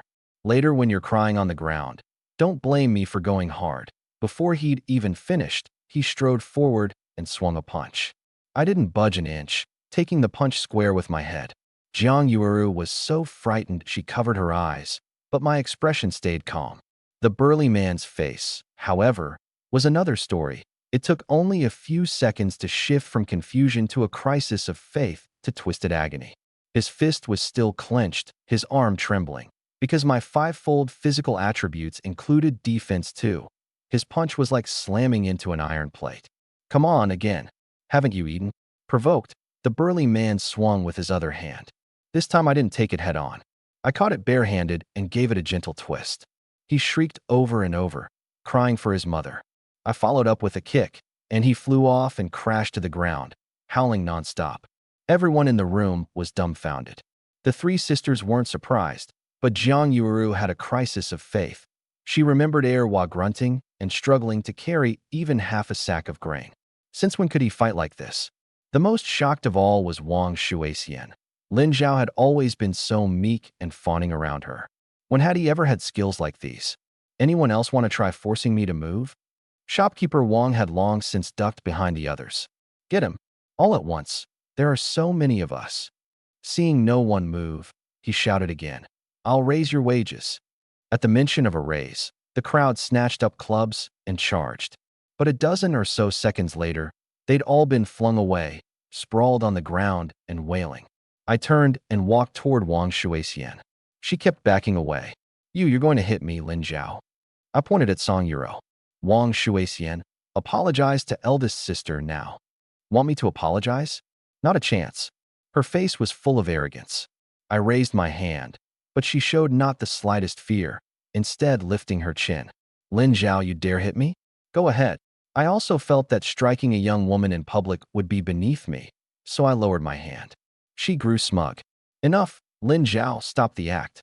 Just pack up your pile of junk and get lost. That completely set me off. I shoved out with one palm, landing it right on her left shoulder. A great force sent her stumbling backward until she plopped down on her rear in the courtyard, utterly disheveled. You, Lin Zhao, you actually dared. Wang Shuixian, I paid for this. Today, this place is mine. She hadn't expected me to really lay a hand on her, and suspicion crept in. Was this even the Lin Zhao she knew? No, he must still be acting. That shove just now. He was probably aching with regret over it. This Lin Zhao couldn't pass an exam to save his life, yet his love letters were written with genuine feeling. Having talked herself around, she got up and dismissed shopkeeper Wang and the clerks, straightened her clothes, rubbed her left shoulder, and looked at me with a face full of resentment. Lin Zhao, I told you long ago it's impossible. Why must you keep clinging to me? Acting like this will only. Miss Wang, could you please not be so full of yourself? I pointed at the Song sisters and Jiang Yuru behind me. A little hill and Mount Everest. There's just no comparison. What little hill, what Everest?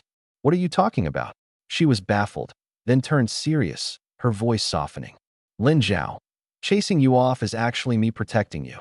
If you cling to me like this and young Master Fong finds out. Before she could finish, an overbearing voice rang out from outside. Who dares make a scene here? Who dares to bully Miss Wang? The words had barely faded when Fong Hu marched into the courtyard with a group of guards, heading straight for the doorway. Wang Shuixian immediately turned and went to greet him, standing at his side and pointing in my direction. Young Master Fong, Lin Zhao is squatting in my room and won't leave. Fong Hu shot me a glance. I was wondering who it could be. Turns out it's you, you good for nothing. Miss Shuixian tells you to leave, so leave quietly. What's with this scoundrel act? But the moment he finished, his gaze fell on the women beside me, and he was instantly transfixed. He'd never imagined Yingchun County had girls this striking. He'd thought Wang Shuixian and Lu Qingyan from the Yingchun Pavilion were beauties enough, but these four surpassed them all. Wang Shuixian sensed something was off about his expression and hurried over. Young Master Fong, you have to stand up for me. Fong Hu snapped back to himself.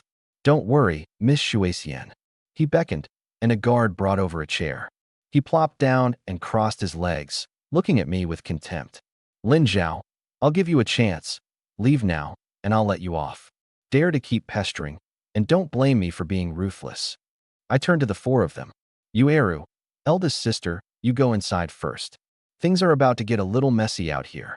The four went in, Jiang Yuru still in a daze until Song Yuro yanked her along. Sister Yueru, Master is very capable. Don't worry. Now only I was left in the courtyard. Fong, who had been licking his lips all this while, who knew what filthy scheme was running through his head. I stepped forward slowly, glaring at him in fury. Last time at the Yingchun Pavilion, you were the one who set me up, weren't you, Fong Hu? He hadn't expected me to know, but he absolutely couldn't admit it in front of Wang Shuixian, at least not before he'd gotten what he wanted. He couldn't reveal his true nature. I don't know what you're talking about. I've always been upright and above board in what I do. I turned my back to him and said deliberately, with a coward's nerve like yours, would you even dare admit it? You're nothing but a lowlife. The words lowlife thoroughly enraged him. Gritting his teeth, he shot up and lunged with a kick aimed at my waist. But at that instant I spun around, and his foot met empty air, He did a perfect split on the ground, wincing in pain. I seized the chance and drove a kick square into his chest, sending him staggering back several steps and toppling into the chair, which flipped over with his legs sticking up in the air. Fong Hu felt a massive force slam into his chest, and a mouthful of blood surged up his throat. To keep Wang Shuixian and his men from spotting anything amiss, he pressed his lips shut and swallowed the blood back down, then feigned nonchalance as he patted his robe and got up. I got careless, didn't dodge. His gaze then turned icy, murderous intent boiling over. Get him! Several guards drew their blades and leapt at me. I pulled a steel knitting needle from my space to meet them, with my reflexes 5 times faster. Their movements looked as slow as flipping through slides. Against ordinary people, they'd be overwhelming, but against me, they were nothing. I flicked the knitting needle, easily knocking the blades from their hands. Then the needle's tip stabbed into their wrists, severing the tendons. Blades clattered to the floor as the guards grimaced, hands trembling uncontrollably, blood dripping onto the flagstones. Fong Hu slapped the chair and cursed, "You worthless bunch." With that, he sprang up in a flying kick. The next second, I'd grabbed both his legs, swung him in a full circle, and hurled him against a pillar by the doorway, snapping the pillar clean in two. He lay sprawled on the ground and abruptly spat out a mouthful of blood. No, impossible. How can this good-for-nothing be so strong? Just as he tried to get up, I planted a foot on his chest. Fong Hu, times have changed. From now on, don't let me see you. Every time I do, I'll beat you. He glared at me in fury, but my foot pressed down like a boulder, and he couldn't move. Off to the side, Wang Shuixian was utterly dumbstruck. Was this even the Lin Zhao she knew? How could he be this formidable? Had he been hiding his true abilities in front of her all along? But why? To test her? This made her heart flutter a little again. But on second thought, he'd actually dared to beat Fong Hu. So from now on, he'd have a hard time getting by in Yingchun County. She'd better keep her distance. She hurried over. Enough, Lin Zhao. You can stay in this courtyard as long as you want. Just let young Master Fong go. Only then did I lift my foot. Then get the hell out of here. Wang Shuixian helped Fong Hu up. Are you all right, young Master Fong? Lin Zhao, you just wait. Fong Hu ground his teeth and shot me a vicious glare. Young Master Fong, let's go first. Wang Shuixian quickly pulled him away, afraid I'd strike again and cause a death. After all, Yingchun County had a magistrate's office on the surface, but in truth it was the Fong family's domain. They kept 500 or 600 hired thugs.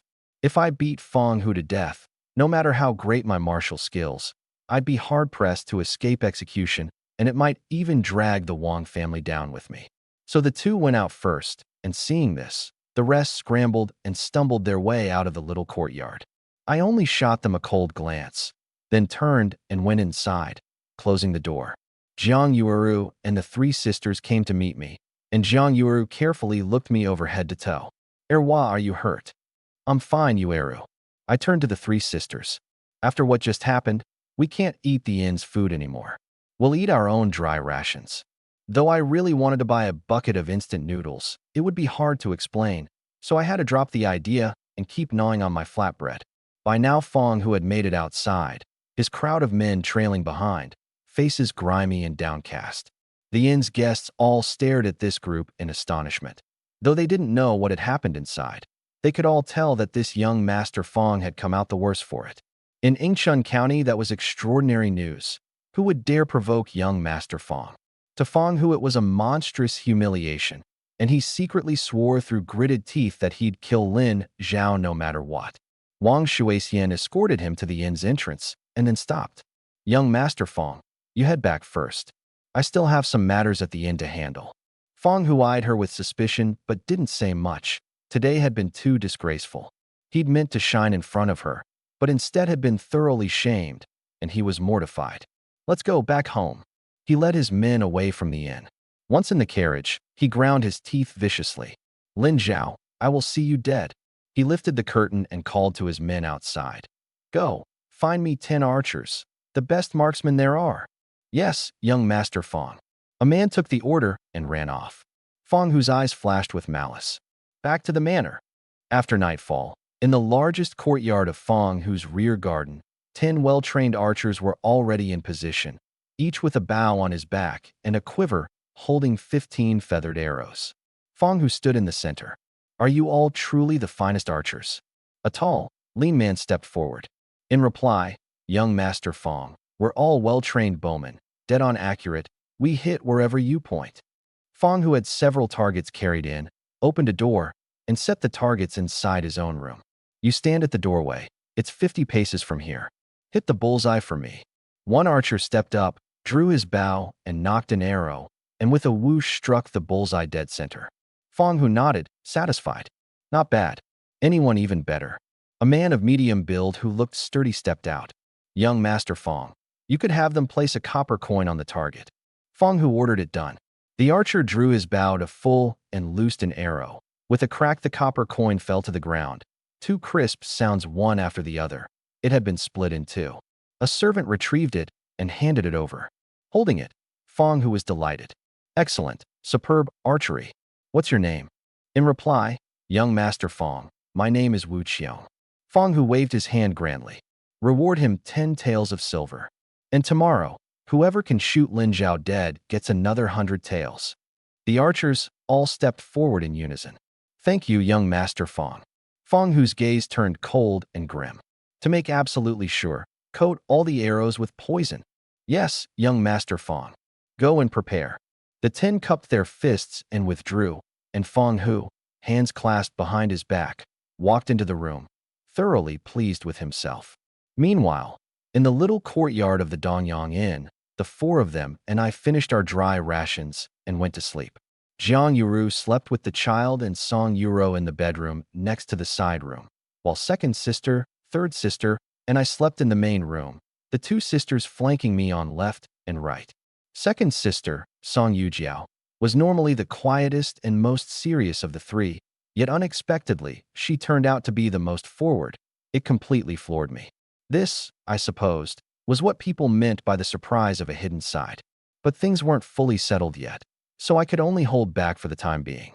In any case, all four were already in my arms. There'd be plenty of chances ahead. The night passed, and early the next morning I went out and bought a good many everyday items. Farming tools, carpentry tools, bamboo baskets, back baskets, rope, along with 7 cotton quilts and 8 bolts of assorted cloth. Yet all of it together cost only 40 taels. When you have plenty of money, it goes a long way. Out of 1,800 taels, I still had over 1,750 left. I placed only a few quilts and bolts of cloth on the cart, stowing the rest in my space, leaving a large empty area on the cart. When Jiang Yuuru and the 3 sisters finished packing and came out, they saw me pulling up the cart, on which sat 4 cotton quilts and 3 bolts of red cloth, nothing else. Jiang Yuuru came forward in shock. Erwa, where did you get so much money? Don't worry. Yueru, I didn't steal it or rob anyone. It's all clean money. I patted the cart bed. Come on, all 4 of you get on. Today you ride home. Seeing her still frozen there, I simply walked over and lifted her, child and all, onto the cart. She let out a reflexive little yah. Again, her gaze blank, her cheeks slightly flushed, her legs going weak, and it took her a good while to recover. Then I looked at Song Yuro. Eldest sister, you get on too. But husband, how could we let you pull the cart? Without another word, I took her by the waist and lifted her onto the cart. The moment she was in my arms, her whole body went limp, completely beyond her control. Then I lifted second and third sister up one by one. With the 4 beauties settled in, I played the cart driver. My strength now was so great that if not for the rough road and lack of suspension, I could even have pulled it at a run. Everyone hold on tight, we're heading home. I led the mule out of town. In a carriage far behind, Wang Shuixian lifted the curtain and watched, surprised and stirred by an odd feeling. Those 4 women didn't seem to be people Lin Zhao had rounded up just to spite her. One of them even carried a newborn barely a month old. Could it be Lin Zhao's? She was full of doubts. As she puzzled over it, she suddenly noticed several men in black carrying bows stealthily following behind. She knew at a glance it was Fong Hu's doing. The only ones in Yingchun County who could muster that many archers were the Fong family. It seemed Lin Zhao was in grave danger this time. Wang Shuixian murmured to herself, Lin Zhao, you brought this on yourself. We soon left town, following the post road north toward Shuanghe Town. Past Shuanghe Town, Another 10 kilometers east, across a stone arch bridge, lay the direction of Huangtu village. This stretch of road was flat but sparsely populated, flanked by high mountains where bandits often lurked. There used to be two villages here, one called Changsho village, the other Degui village, but after years of disaster and rampant banditry, the villagers either starved to death or fled, and the place fell to ruin. Still, people often passed through. There were several more villages farther and beyond Huangtu village, and this was the only route, so the road hadn't been overgrown with weeds. Before long, we came to a ruined village, with a dirt road over 3 meters wide running through it. The houses on both sides broken or collapsed. This had once been Changsho village. I tied the mule cart to a locust tree, and everyone walked over to a millstone. Let's rest here a bit. As everyone sat down, I pretended to rummage and took several sesame buns from my space to hand out to them. Though the push-up shop couldn't sell weapons or cigarettes, it could sell cooked food, even ready-made hot stir-fried dishes, more like a cross between an online store and a food delivery platform. Only those dishes weren't cheap. The cheapest, pickled cucumbers, were 20 yuan a serving, and hot and sour shredded potatoes 30. So I'd never bought any ready-made dishes. Now that there were 5 mouths in the family, I really didn't have the nerve to splurge on stir-fry. Eat first. I'm going to relieve myself. I got up and headed toward the other end of the village. I'd just reached a dirt-walled yard when an arrow suddenly shot at me, aimed straight for my head. An archer hiding on a rooftop was gloating. "Ha ha, that 100 taels is mine." But the next second he realized I'd vanished. As he stood there stunned, an arrow abruptly flew out and pierced his head. Before he could make a sound, he tumbled off the roof and crashed into the yard, his face turning black in an instant. I immediately realized the arrows were poisoned, and I'd have to be careful. I climbed onto the roof, jumped down, gathered his bow and arrows into my space, and crouched to examine him closely. Just then, I caught a glimpse of 2 shadows flickering in the house across the way. A vivid sense of the final circle in a battle royale game washed over me, and the corner of my mouth curled up. When it comes to playing the sneaky survivor, I'm a professional. I circled around to the back, ready to give them a surprise. The 2 archers were crouched inside, quietly conferring. The 2 of us coordinate, one in front, one behind. How about 50 taels each? Fine. I'll go out and draw him in.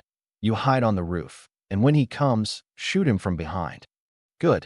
One archer leapt out the window and was about to climb the wall, but the moment he landed, he ran right into me. Before he could make a sound, I reached out and snapped his neck, then picked up his bow and arrows and stowed them in my space. The one inside had just stepped out the door when an arrow flew out and lodged in his head. His eyes went wide, and he collapsed without a chance to scream. As usual, I went over to collect the bow.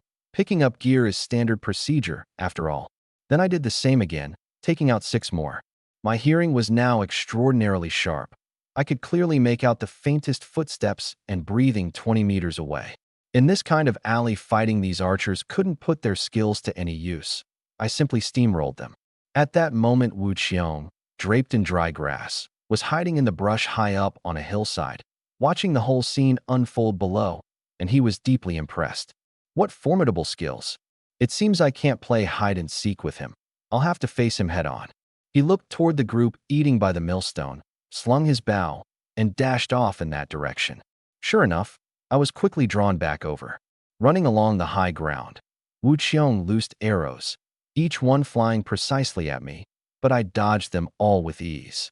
Growing frustrated, and seeing his quiver nearly empty, he leapt from the hillside onto a rooftop, drew 2 arrows, and took dead aim at Song Yuro and Jiang Yueru. The 2 arrows shot out with a whoosh, and I immediately rushed over and knocked them down with a single strike. Now's the moment. That 100 taels is mine. Wu Qiong smirked, knocked an arrow, and aimed at my back. But at that instant, I'd already closed in right beside him and grabbed his bow. No, impossible. How could? Before he could finish, I snatched the arrow from his hand, stabbed it barehanded into his head, then leapt back and dropped down. Wu Qiong's face twisted in agony, black blood streaming from the top of his head, and with a thud he pitched off the roof and slammed hard onto the ground, his eyes still glaring wide, unwilling to close in death. I dusted off my hands and turned, tilting my ear to listen. There was no more movement anywhere. They were all wiped out. These men had to have been sent by Feng Hu. A pity none of them carried any silver, but the arrows were all coated with poison, which could prove useful down the road. I stowed the bows in my space and walked back toward Jiang Yueru and the others. The four had finished eating and were gazing at me, mesmerized. Erwa, that man just now. Must have been some wandering bandit. I took care of him. No. Erwa, how did you run so fast just now? And you can fly? For a moment, I didn't know how to explain. The boost to overall physical attributes naturally included running and jumping. Oh, I'm light on my feet. Been nimble since I was a kid. Didn't your cousin ever tell you? I asked in return. Jiang Yueru scratched her head. Linde really had never mentioned it. The three sisters exchanged a glance, and Song Yuro said in a low voice, "Husband says he's as light as a swallow. How come we've never seen it?" Third sister, Master must have deliberately kept it hidden before and not told us. He has his reasons. Only then did Song Yuding nod and stop asking. The three sisters hadn't noticed the archers I'd taken out elsewhere at all. Come on, get on the cart, we'll keep going. The four beauties climbed back onto the cart, and we headed for Huangta village. Around midday, I made it smoothly to the village entrance and crossed the small stone bridge. A group of villagers immediately gathered around. They all knew about my building the fire kong at home and having Wang Qianzhan hire workers. Erwa, how'd you strike it so rich? Right, going to the county town and buying all this stuff. I hear you're about to hire people. Uncle here's got nothing else, but I've got plenty of muscle. The villagers questioned me as they walked, following all the way to the door of my thatched hut, looking for all the world like a wedding procession seeing off a bride. Just then the old country doctor came over. Lin Zhao, you're the most educated person in our village. If you can, don't forget to lend the villagers a hand. Someone chimed in, that's right, Erwa. We can all work. Just give us food. Even wheat bran will do. Everyone gazed at me expectantly. Looking at these fellow villagers in their tattered clothes, sallow and gaunt, I couldn't bear to refuse. Compared to other villages, the people of Huangta village still held on to their humanity, unlike some places where, to survive, people would even dig up corpses. I smiled. Rest assured, everyone. There's a lot I'm going to be doing next, building houses, digging irrigation channels, planting rice, every one of them short on hands. The villagers instantly grew lively. Erwa, really? Planting rice too? Of course it's true. Everyone cheered. But there were also some hostile eyes in the crowd. Lin Dagu and his wife wore stony faces. Not a single villager had blamed me for bringing Jiang Yuru home, and there was almost no gossip behind my back either, which left the couple stewing with resentment, hoping only that I'd meet with disaster and drop dead in the street. No idea where this kid got rich. Could it really be the family fortune his old man left him? Lin Dagu muttered. Huang Xiaomei pouted, her face twitching. I bet it's nothing honest. Probably earned by selling his looks. And who knows whether he sold himself to a man or a woman. Lin Dagu flushed and flung his sleeve as he turned around. Home. Let him gloat for now. There'll come a day he's crying. Huang Xiaomei hurried after him.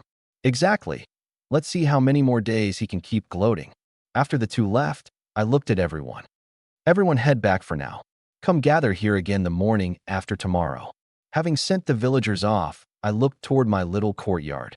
There was now an extra cook stove outside. Stepping inside, I saw the bedroom's brick wall was already built, and Xiang Shangju had even thoughtfully smoothed a layer of yellow clay over it. I checked through the whole place. Apart from the bedroom, there were no signs anyone had entered anywhere else, and not a single item or bit of grain was missing. It seemed that although old Xiang was a rough sort, his character was upright, which pleased me greatly. I'd just come out of the house when Xiang Shangju walked out of the cowshed. Old Xiang, what are you doing in there? When I pushed open the courtyard gate, I really did get a fright. Old Xiang was crouched right by the entrance of the cowshed, neck hunched down, a sheepish look on his face. Rubbing his hands together, he explained, I've been here the whole time. You weren't home, so I figured I'd keep an eye on the place for you. After saying that, his gaze drifted off to the side, and he stammered out, Lin Zhao, are you happy with the work we did? About the wages. I nearly couldn't hold back a laugh. This honest fellow had guarded my gate for half a day, and he still couldn't bring himself to ask for his pay. I waved for him to wait, then turned and went inside. I knew perfectly well what I was doing. Inside my head, I carried a warehouse no one else could see. That was the real ace up my sleeve in this body. Using the excuse of rummaging around, I pulled 3 bags of rice I'd prepared ahead of time out of that space and shoved them into Old Xiang's hands. Old Xiang, you all did great work. 2 pounds of rice per person, 6 pounds total. Xiang Shangju cupped the 3 bags of rice in both hands, and his eyes instantly went red. Only someone who'd known real hunger could understand what 6 pounds of white rice meant in times like these. Choking up, he thanked me over and over. This is what you've earned. There are 2 more portions. Could I trouble you to deliver them to the other 2 craftsmen? He nodded again, and even glanced back at me as he was leaving. I never dealt with you before. All I heard from the villagers was that you were lazy and had a nasty temper. Turns out it was all just gossip. I smiled but said nothing. It actually wasn't just gossip. The Lin Zhao who used to live in this body really was a good-for-nothing who ate his fill, did no work, and would hit people at the drop of a hat. It's just that Lin Zhao was already dead. The one sitting inside this body now was me. After seeing Old Xiang off, I went around the cowshed to check on things. Not a single item was missing. It seemed that while the villagers worked, Old Xiang alone had watched the gate. The others were probably too embarrassed and had kept their distance. Such a small thing, yet it warmed my heart. In days like these, a good heart was rarer than gold. I stood staring at the newly built stove for a long while. Come on, let's test out this heated bed and see if it works. I called into the house, telling the eldest sister, Song Yuro, to take her 2 younger sisters and light the fire. Meanwhile, I got to work hauling the belongings from the cowshed into the house. Yes, husband, Song Yuro answered crisply. There was a wound on her foot, so she limped as she walked, yet she still nimbly called out to her sisters, second sister, little sister, let's go light the fire. The 3 sisters gathered firewood and dry grass and got it burning. Before long, gray smoke curled up out of the chimney. I carried the bedding back into the house, load by load. That old quilt, hard as an iron plank and so cold it left you shivering. I didn't even give it a second glance. I just tossed it in the cowshed and left it there. Jiang Yueru wanted to help too, but she had Nyonyo in her arms, the child she looked after, so all she could do was fret. Not long after the fire started, the miracle came. Everyone stood in the bedroom doorway, stunned. The temperature in the room was visibly climbing. In a rundown thatched hut in the dead of winter, this was pretty much unheard of. I spread 4 quilts over the scorching hot flagstones, laid a bedsheet on top, then stacked 3 more quilts to cover with. I stepped back to look it over. There. Tonight, nobody's going to be cold anymore. Neither the 3 sisters nor Jiang Yueru said a word. But I could feel it. An indescribable warmth was flowing through this drafty little shack. It was the feeling of home. These women probably hadn't tasted that feeling in a very, very long time.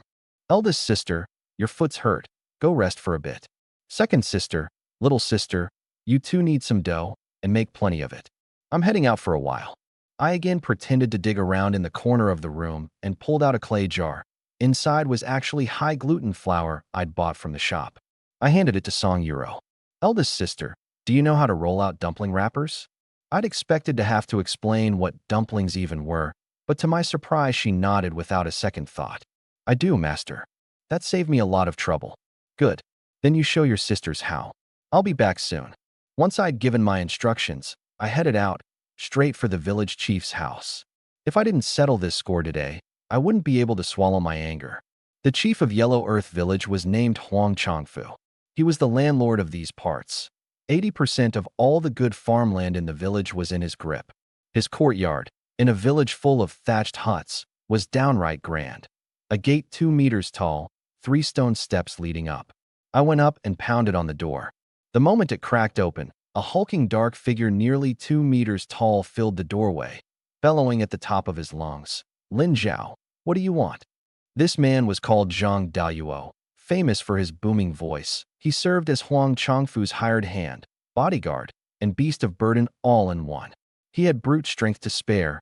With just one flaw, he could eat. One man with the appetite of 4. But for Huang Changfu, it was a good deal. He ate a lot, but he could work a lot too. And just planting him at the gate was enough to make anyone who saw him nervous. Daoyuo is the chief in? Before I'd even finished, Huang Chongfu's voice came from inside. Daluo, let him in. I was led into the courtyard. The moment I stepped through the gate, I heard a blood-curdling wailing coming from the side room on the left. That was Lai Motzi. I was a little surprised. The guy still had that much air in his lungs. Looks like he wasn't going to die anytime soon. Lai Motzi was Huang Chongfu's nephew. A few days back he'd barged into my home to do violence, and I'd taken off one of his arms. I'd figured that once tetanus set in he'd be done for. But hearing that voice now, it seemed he had a stubborn grip on life. Still, I'm not the bloodthirsty type. As long as you don't provoke me, I've got no reason to hunt anyone down to the death. But if you push your luck, then don't blame me for being ruthless. Huang Chongfu was sitting in the main hall cracking melon seeds, looking perfectly at ease. Seeing me come in, he flicked his sleeve. Daluo, go look after Motzi. Once Zhang Daluo was far enough away, I plopped down and crossed my legs. Chief, you know exactly why I'm here today, don't you? I do. It's taken care of. Here's the land deed. Huang Chongfu produced a sheet of paper stamped with a red seal. I reached for it, but his palm came down on it with a slap. It's 5 whole acres. How about you pay me something?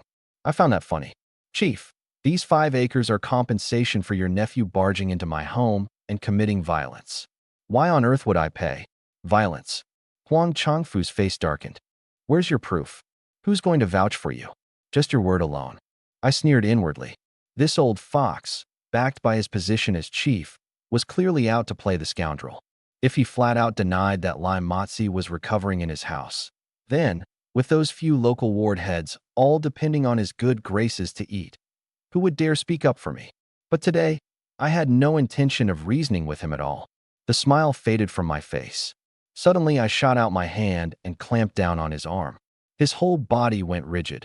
His entire arm felt like it was locked in an iron vise, unable to move. With my other hand, I lightly slid the land deed out, gave it a careful read, confirmed there was no problem, and tucked it into my sleeve. Huang Chongfu's face went beet red from being held. He shot to his feet and jabbed his finger at my nose, trembling. You shameless bastard. I stood up too, looking down at him. Chief, I learned it from you. That one line choked off what little color was left in his face, turning it from red to black. He whipped his head around and shouted toward the door. Daluo? Daluo. Zhang Daluo came bounding out of the side room. Knock him down for me. Get that land deed back. Zhang Daluo didn't say a word. He just threw a punch straight at me. I raised my hand and caught it, planning to twist along with the motion and flip him over my shoulder. But the instant I put strength into my grip, my heart skipped a beat. I couldn't budge this guy's arm. My strength had been enhanced, a full 5 times that of an ordinary man. But only in that clash did I realize this body of mine had too weak a foundation. Its base strength was only 50 kilos, so even multiplied by 5 it was just 250. Zhang Daluo, meanwhile, could plow several acres of land in a single day, a born ox of a man. His raw baseline alone was higher than mine. If I couldn't win on strength, I'd change tactics. I let go and pulled back, switching to speed instead. In a flash, I slipped around behind him and drove my foot hard into his backside. Zhang Daluo went sprawling forward several meters. Just as he was about to turn around, I flashed behind him again and kicked him in the back of the knee. He dropped with a thud. I brought down a knife-hand chop to the back of his neck, and this big lug's eyes rolled up on the spot. He passed out cold. Huang Chongfu watched his bodyguard go down, so terrified his face went white. He scrambled under the table to hide. I strode over, dragged him out from under it, and with a swing of my arm flung him several meters away. Huang Chongfu groaned in pain. I slowly walked over. Petrified, he covered his head and shrank into the corner. Lin Zhao, what are you going to do? I'm the village chief.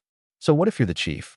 If I killed you today and put out word that mountain bandits raided the village and robbed the place, who would ever know? You can't do that. That's against the law. I burst out laughing. Against the law? Does the law even exist anymore in Yingchuan County? I grabbed the teapot and made as if to smash it over his head. He dropped to his knees with a thud, kowtowing again and again. Spare me. I'll never cross you again, I swear. Seeing him cave, I lowered my hand. I can spare you. But you have to agree to one thing. Those 100 acres up at North Hill, I want them. Huang Chongfu's eyes nearly popped out of his skull. The land at North Hill had thin topsoil and lay mostly fallow, But worthless or not, it was still 100 acres. I made a show of raising the teapot again. Frightened, he changed his tune. I won't take it from you for free. I'll pay half a tael of silver per acre. I sneered. Half a tael per acre. How is that any different from open robbery? Ordinary good farmland went for at least 3 taels an acre. I inched the teapot closer to his forehead. Not enough for you? North Hill is mostly wasteland, and you still expect to sell it at a gold price. He shrank his neck in. Fine, I'll give it to you.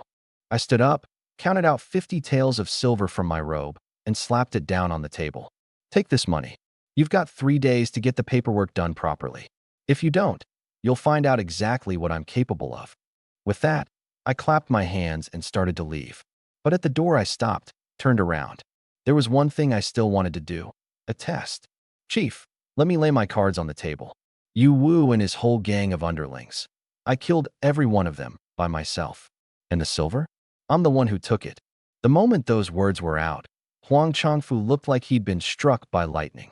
He shot upright and staggered back several steps, pressing his back flat against the wall, every trace of color gone from his face. That reaction was exactly what I was after. The reason I'd played that card was precisely to sound him out, to see whether he'd fall in line. If he obeyed, I wouldn't give him any trouble. If he dared to play both sides, I'd let him taste what real cruelty was. Having said my piece, I walked out without looking back. I knew that the second I left, Huang Changfu wouldn't be able to sit still. That Yu Wu had been a lackey of the Fong family in the county. And the Fong family were the true local tyrants of Yingchun County. Money-lending houses, gambling dens, brothels. More than half the businesses around were in their hands. In this place, the law had long since vanished, and what the Fong family said carried more weight than the county magistrate's word. Sure enough, no sooner had I stepped out than Huang Changfu clambered to his feet and started cursing at the silver on the table. Zhang Daluo came groggily to and blinked in confusion. Chief, how'd I fall asleep? Huang Changfu waved him off irritably. Just go look after your Motzi. The more the old fox thought about it, the more frightened he grew. The Fong family had been hunting for the killer for so many days, searching everywhere without a trace. And here he'd been, right under their noses the whole time. His mind raced. If he went and informed on me, and it turned out Lin Zhao was lying, the Fong family would turn their blame on him instead. But if it was true, then he might well lose his own head before the words of the tip-off were even out of his mouth. He turned it over and finally made up his mind. For now he'd do exactly as Lin Zhao said. Staying alive came first. But he couldn't stomach swallowing this humiliation, so he schemed to carry out the business while looking for a chance to go and inform. He called for Zhang Daluo, locked up the house, and under cover of night set off for Shuanga town. And all of this, for the moment, I knew nothing about. Right then I was hurrying home. Nearing the village entrance, I bought 2 pounds of front leg pork, a head of cabbage, and a bunch of scallions from the shop, and carried them back home. I went into the kitchen. The dough had been kneaded, but there wasn't a soul in sight. I listened. They were all in the inner room, on the heated bed. Once you've tasted a warm Kong, who'd want to sit on the cold ground? Suited me fine, more peace and quiet. I set to washing the vegetables and mincing the filling. The moment the knife started thudding against the cutting board, everyone inside couldn't sit still. One after another, they poked their heads out. When they saw that piece of fresh meat, all 4 women froze in unison, disbelief written all over their faces. Erwa, you were only gone a little while. How'd you bring back so much stuff? And meat too? Jiang Yuer couldn't help asking. I stopped the knife and, feigning mystery, dropped my voice. Since it's come to this, I might as well tell you all a secret. Before my father died, along with a large fortune, he left me a warehouse full of supplies. It's got anything you could want. All of this came from there. But where the warehouse is, I can't say. The more you know, the more trouble it'll bring. Don't go asking around about it either. Song Yuro and her 2 sisters nodded again and again. But Jiang Yueru, having seen a few more years of the world, fixed her eyes on me. I'm not curious about where the warehouse is. What I'm curious about is, how could your father's warehouse have vegetables and meat this fresh? Shouldn't they have gone bad after all this time? My heart lurched. This woman had a sharp eye. She'd zeroed right in on the flaw. My mind spun, and I put on a puzzled look too. You've hit on the very thing that stumps me. The stuff in there just keeps for a long time without spoiling. I figure, It's probably some kind of immortal's magic. Immortal's magic?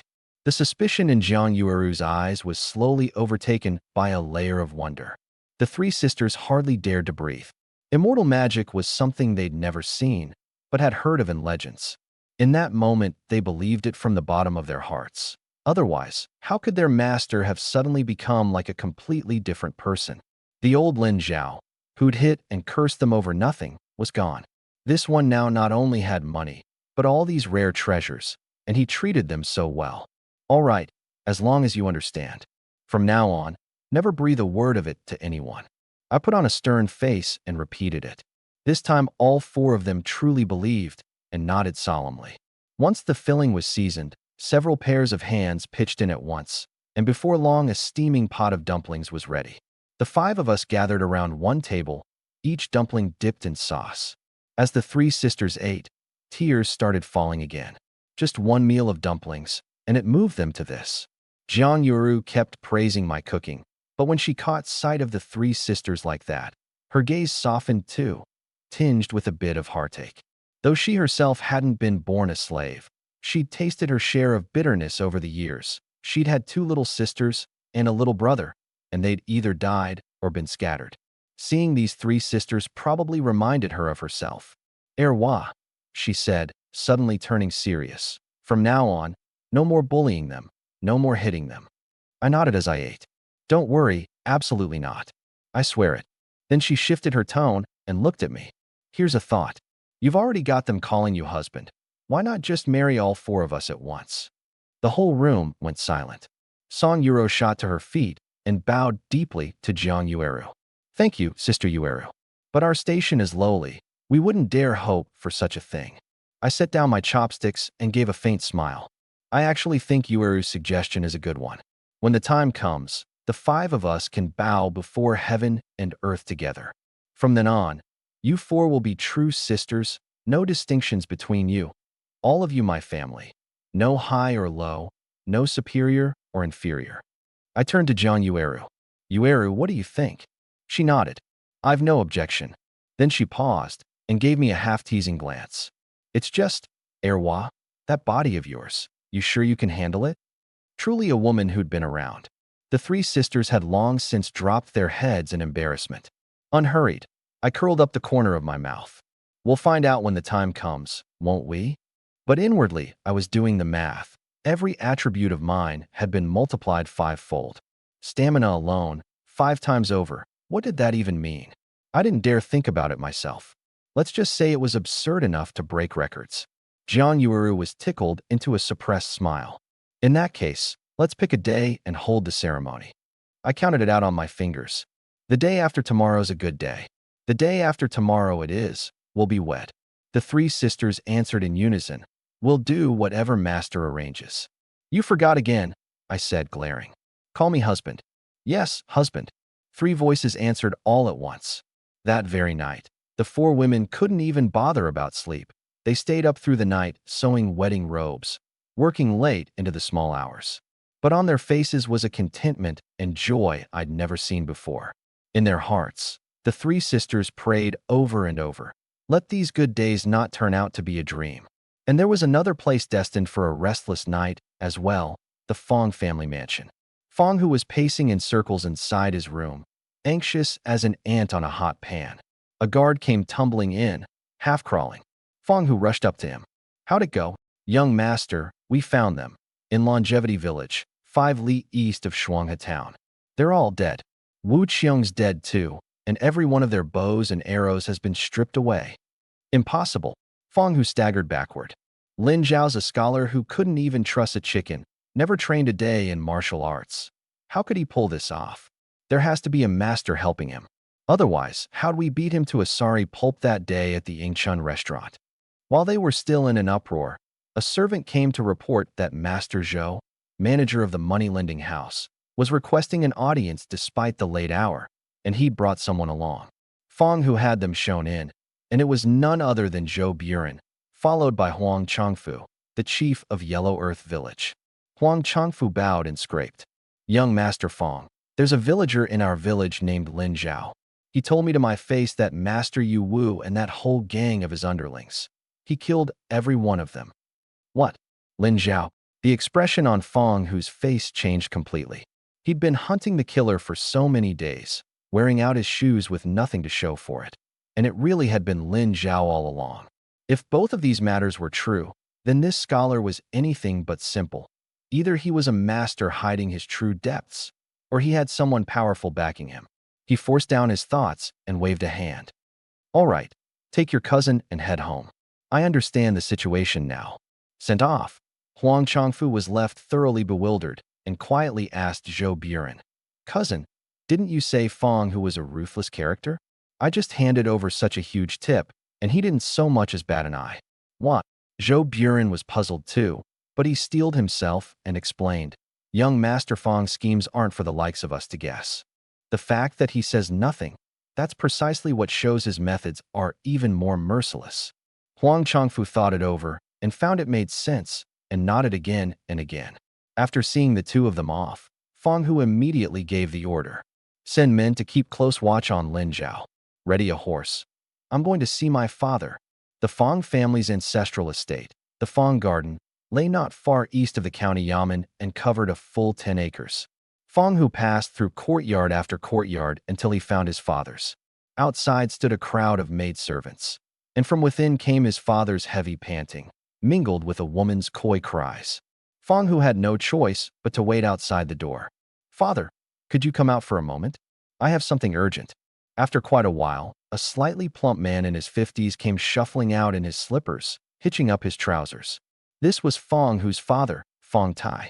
Fong Hu stepped forward with a cupped fist salute. Father, I've run into some trouble. There's a fellow named Lin Zhao. Before he could finish, Fong Tai cut him off with a wave. Enough. I already know all about it. In 3 days at most, that Lin Zhao will be a dead man. Fong Hu was startled. Father, you already know? Then what method do you plan to use? Fong Tai gave his son a meaningful look. Who are you've grown up? There are some things you ought to know now. Go with Steward Fong and make a trip to Flying Bear Ridge. Fong Tai summoned the steward, Fong Xiang, and asked whether the goods had been prepared. Receiving an affirmative answer, he shot a glance into the room. Bring those two along as well. Fong Xiang went inside, and in a moment dragged out 2 young girls who hadn't even finished getting dressed. Fong Tai walked up to his son, patted him on the shoulder, and spoke in a tone so flat it was chilling. Son, today your father's going to teach you a lesson. Women are just like clothes. Put them on when you want, and when you're done, toss them aside.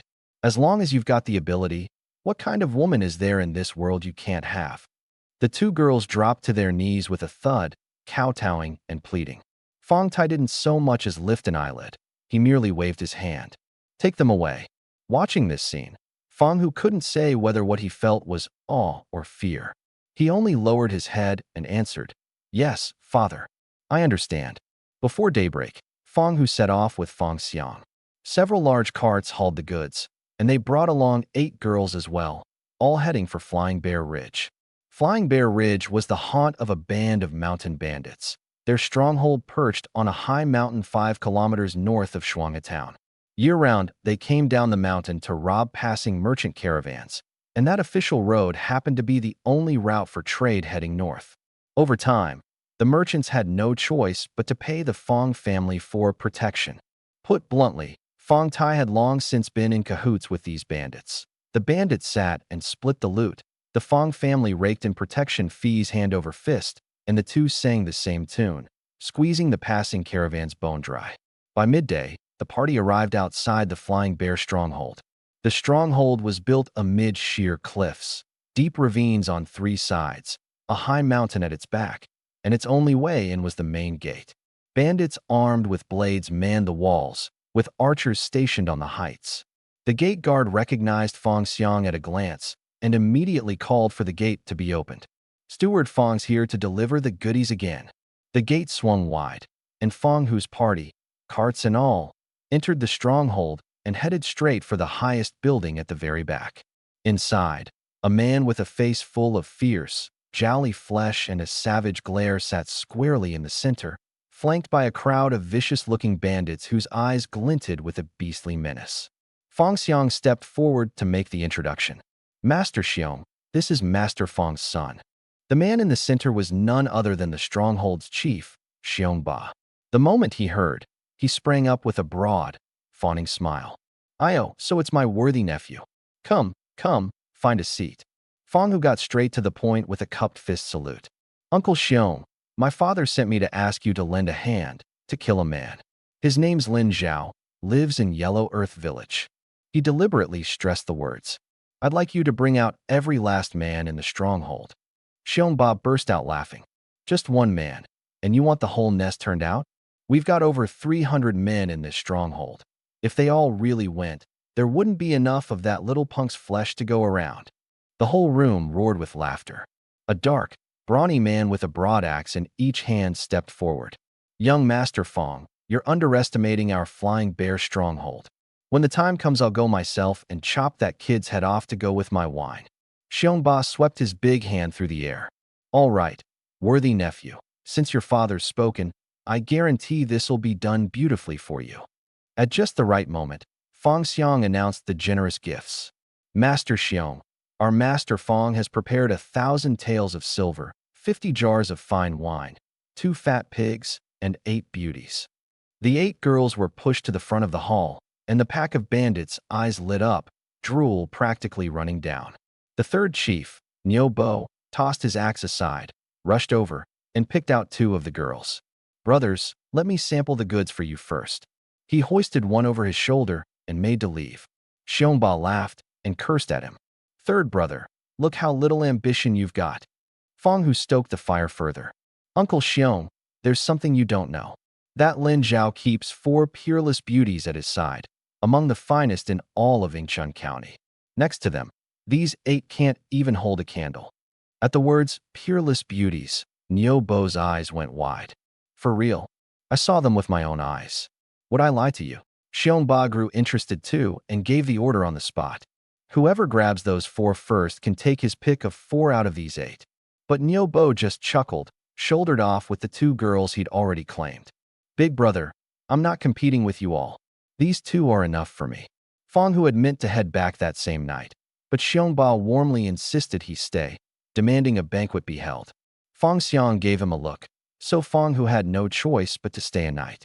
That evening the stronghold ate meat by the fistful and drank wine by the bowl, the whole place a rowdy uproar.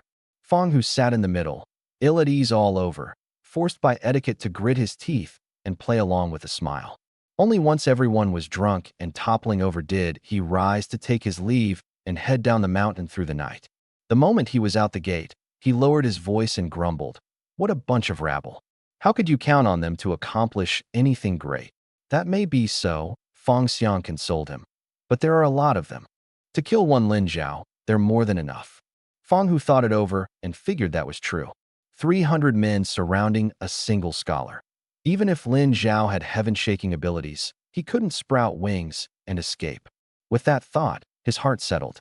But not one of them could have guessed that Niu Bo, the 3rd chief, had no intention at all of waiting for the whole force to move together 3 days later. He had his own scheme in mind. Hearing there were peerless beauties, he was afraid that if he went too late, the boss Xiongba would snatch the prize first. So the next day, at the first gray light of dawn, he secretly slipped down the mountain with 2 helpers. These 2 helpers were none other than Xiongba's own sons, Xiongda and Xiong'er, both barely into their 20s. Young as they looked, the 2 had been killing since they were 12 or 13, with countless dead by their hands. Xiongda especially had a moody, unpredictable temper.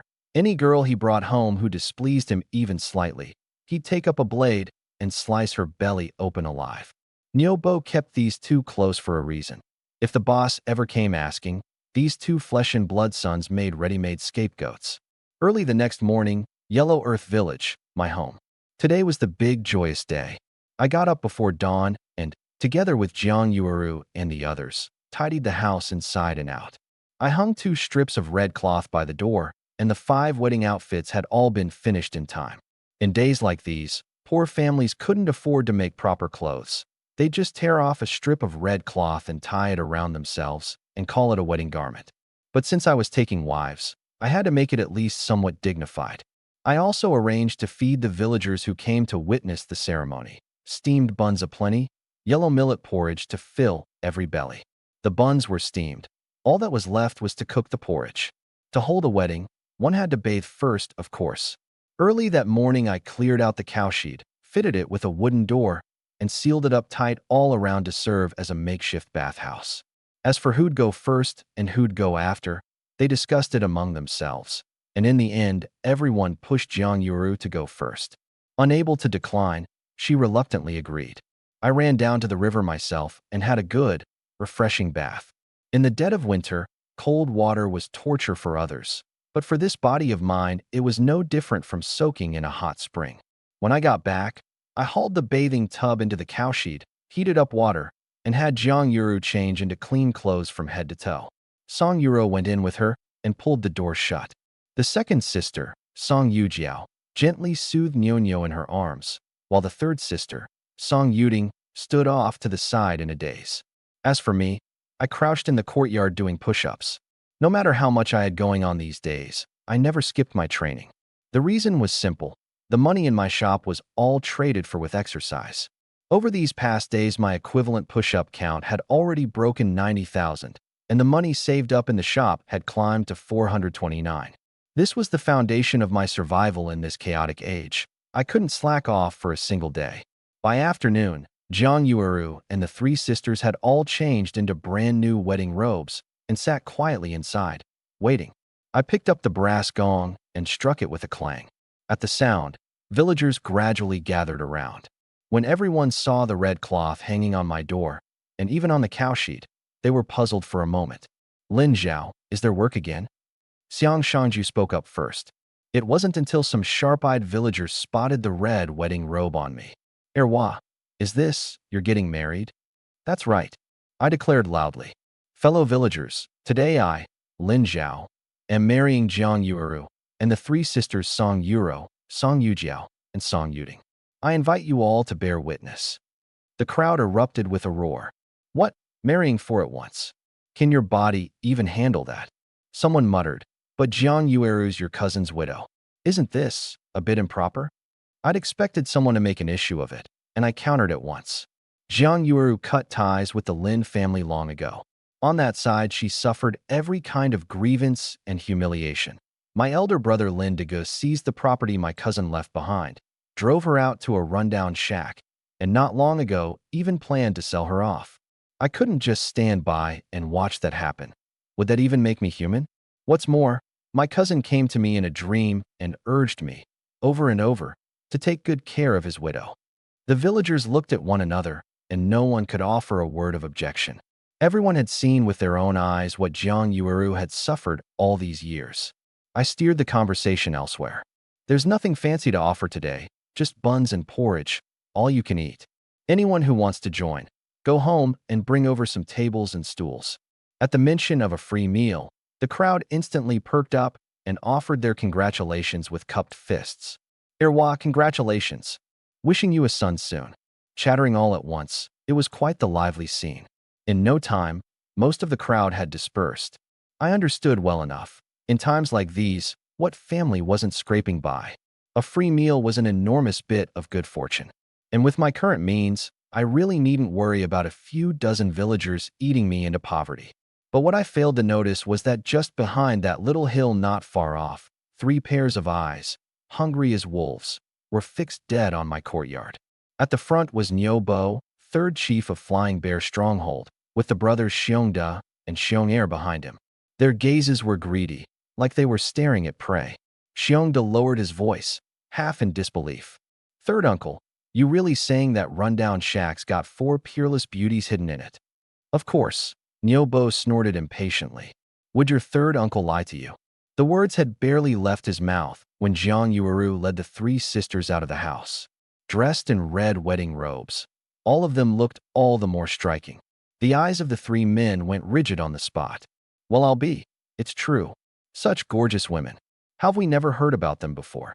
Xiong'er stared at Song Yuding and licked his lips.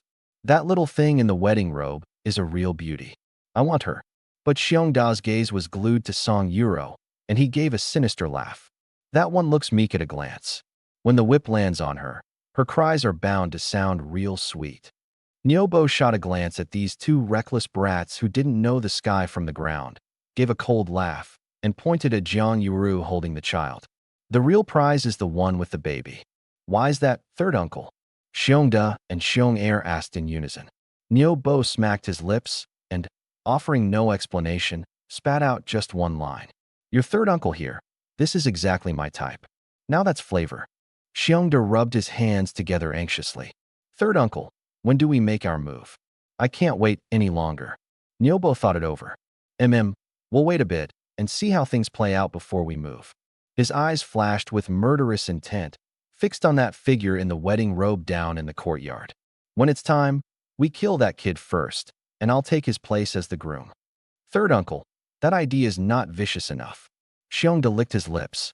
We ought to force him to keep his eyes open and watch us have our way with those 4 wives of his, and only after we've had our fill do we let him die. Nyobo gave a thumbs up. Nephew, now you know how to have fun. The 3 of them huddled behind the hill, clacking away at their venomous little plot. And of all this, I, at that moment, knew nothing.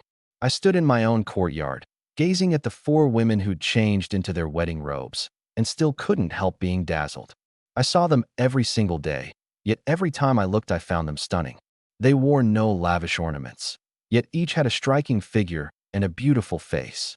Even Jiang Yuru, the plainest of the lot, was a top-tier beauty. Her figure hadn't gone to pieces after having a child. If anything, it had gained a touch of mature charm. Back in the world I came from, all 4 of them would have been at supermodel level, the kind you only ever see on a phone screen and almost never come across in real life. Before long, the villagers came back one after another carrying stools and chairs. The little courtyard, inside and out, was packed. A rough count put it at 150 or 60 people. Of course, there were those in the village who didn't come, some too embarrassed to show up, others who'd simply never gotten word. Once everyone had arrived, I walked to the very front. Fellow villagers, I ask you all to bear witness.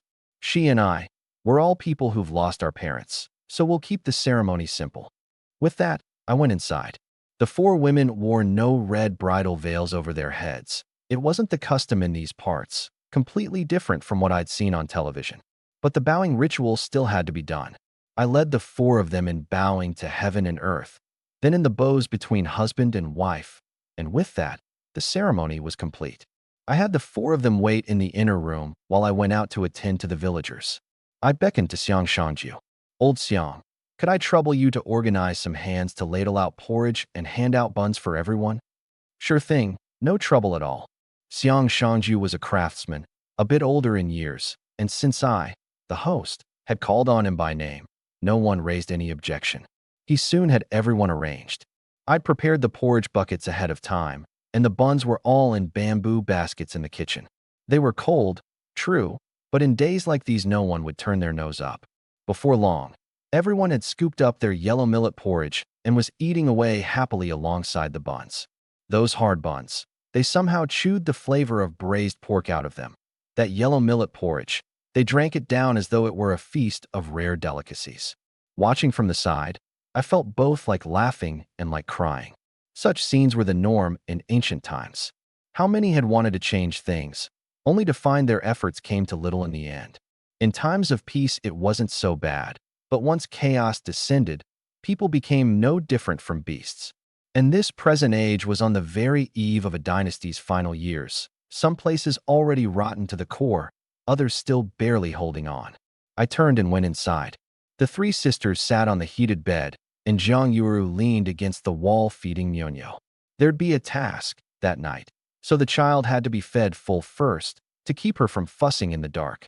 I walked over. Bear with the cramped quarters for a few more days.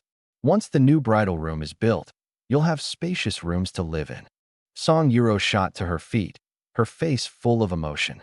Husband, how can you say such a thing? As long as we can be by your side, it's all the same wherever we live. We 3 sisters fell into slave status, and it's thanks to your taking us in. How could you turn around and blame yourself? Song Yujiao also stepped forward. That you don't look down on us, husband, is already the greatest of blessings. From now on, in this household, Yujiao is yours to command. Song Yuding nodded hard and, nervously, added her voice. Husband, me too. I gave a knowing smile. All right, rest up. Once the villagers have gone, we'll consummate the marriage. The words were barely out when a gruff voice suddenly boomed out beyond the courtyard. Lin Zhao, hand over those 4 wives of yours, before you force us to start a slaughter. I stepped straight outside. There stood Niu Bo blocking the doorway with 2 others, all 3 draped in animal hides, dressed head to toe like bandits. Niu Bo hefted a giant axe, Xiong Er gripped a long spear, and Xiong De held a broadsword. Niu Bo grabbed a bun and took a bite, then casually swung his axe down. A table split clean in 2 on the spot. The villagers shrank together in terror. No one dared make a sound. Niu Bo raised his axe and roared. Your grandfather here is Niu Bo, 3rd chief of Flying Bear Stronghold. Anyone who doesn't want to die, scram now. Those unarmed villagers wouldn't dare provoke him, let alone with 2 ferocious young men standing at his side. But my heart gave a lurch. Flying Bear Stronghold. Those 3 words stirred up a blood debt as deep as the sea, belonging to the original owner of this body. Let me ask you, I said, fixing my eyes on Niu Bo. 5 years ago, a girl who was married out of this village. Who was it that killed her and ate her? Niu Bo frowned. What do you want to ask that for? Because that girl was my sister. Fire burned in my eyes. Niu Bo actually burst out laughing. So that's how it is. That woman, I killed her. Too stubborn, wouldn't cooperate, so I did her in. There was a famine back then. The stronghold was short on food. She could only blame her own rotten luck. What, you want to end up on the dinner plate too? I pressed down my fury and asked again. And a few months ago, a man from our village who was killed on the road to the county seat, beheaded, his hands and feet hacked off. Who did that? Niu Bo grinned smugly. Oh, you mean that kid playing the hero? Overestimated himself. Just had to go save some girl. I killed him too. He pointed at Xiong De and Xiong Er.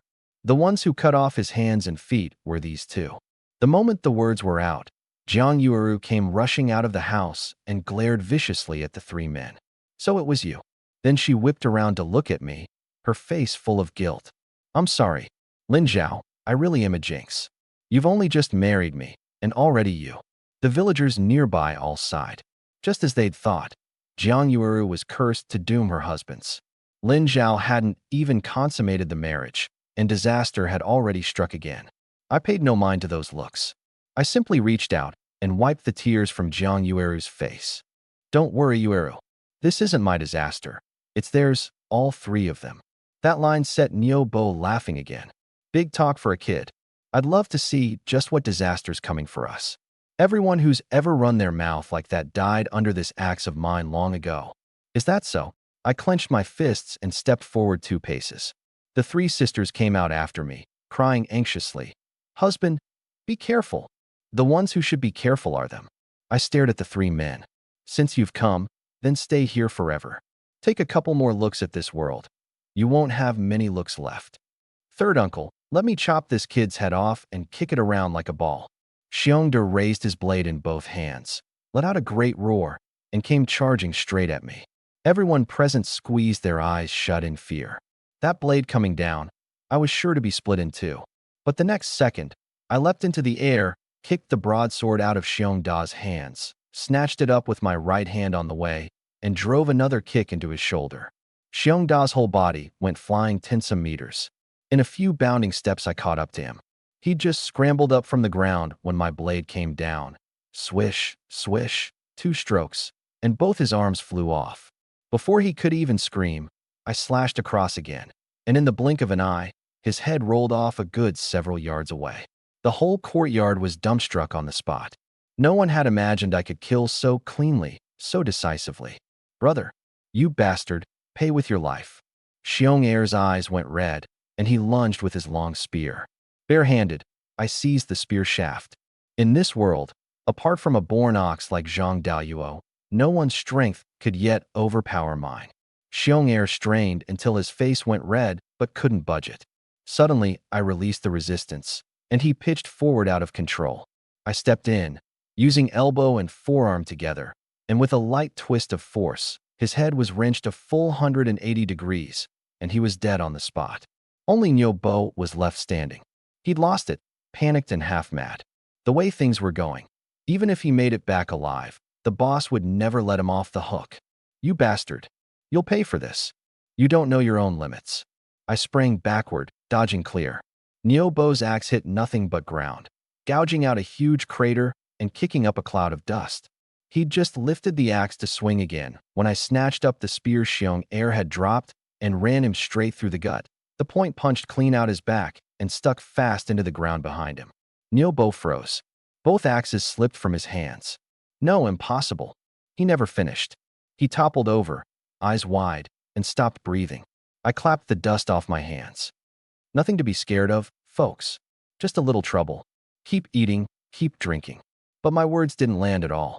In one great rush, every villager was on their feet. Erwa, I just remembered something I gotta take care of at home. I'll head out.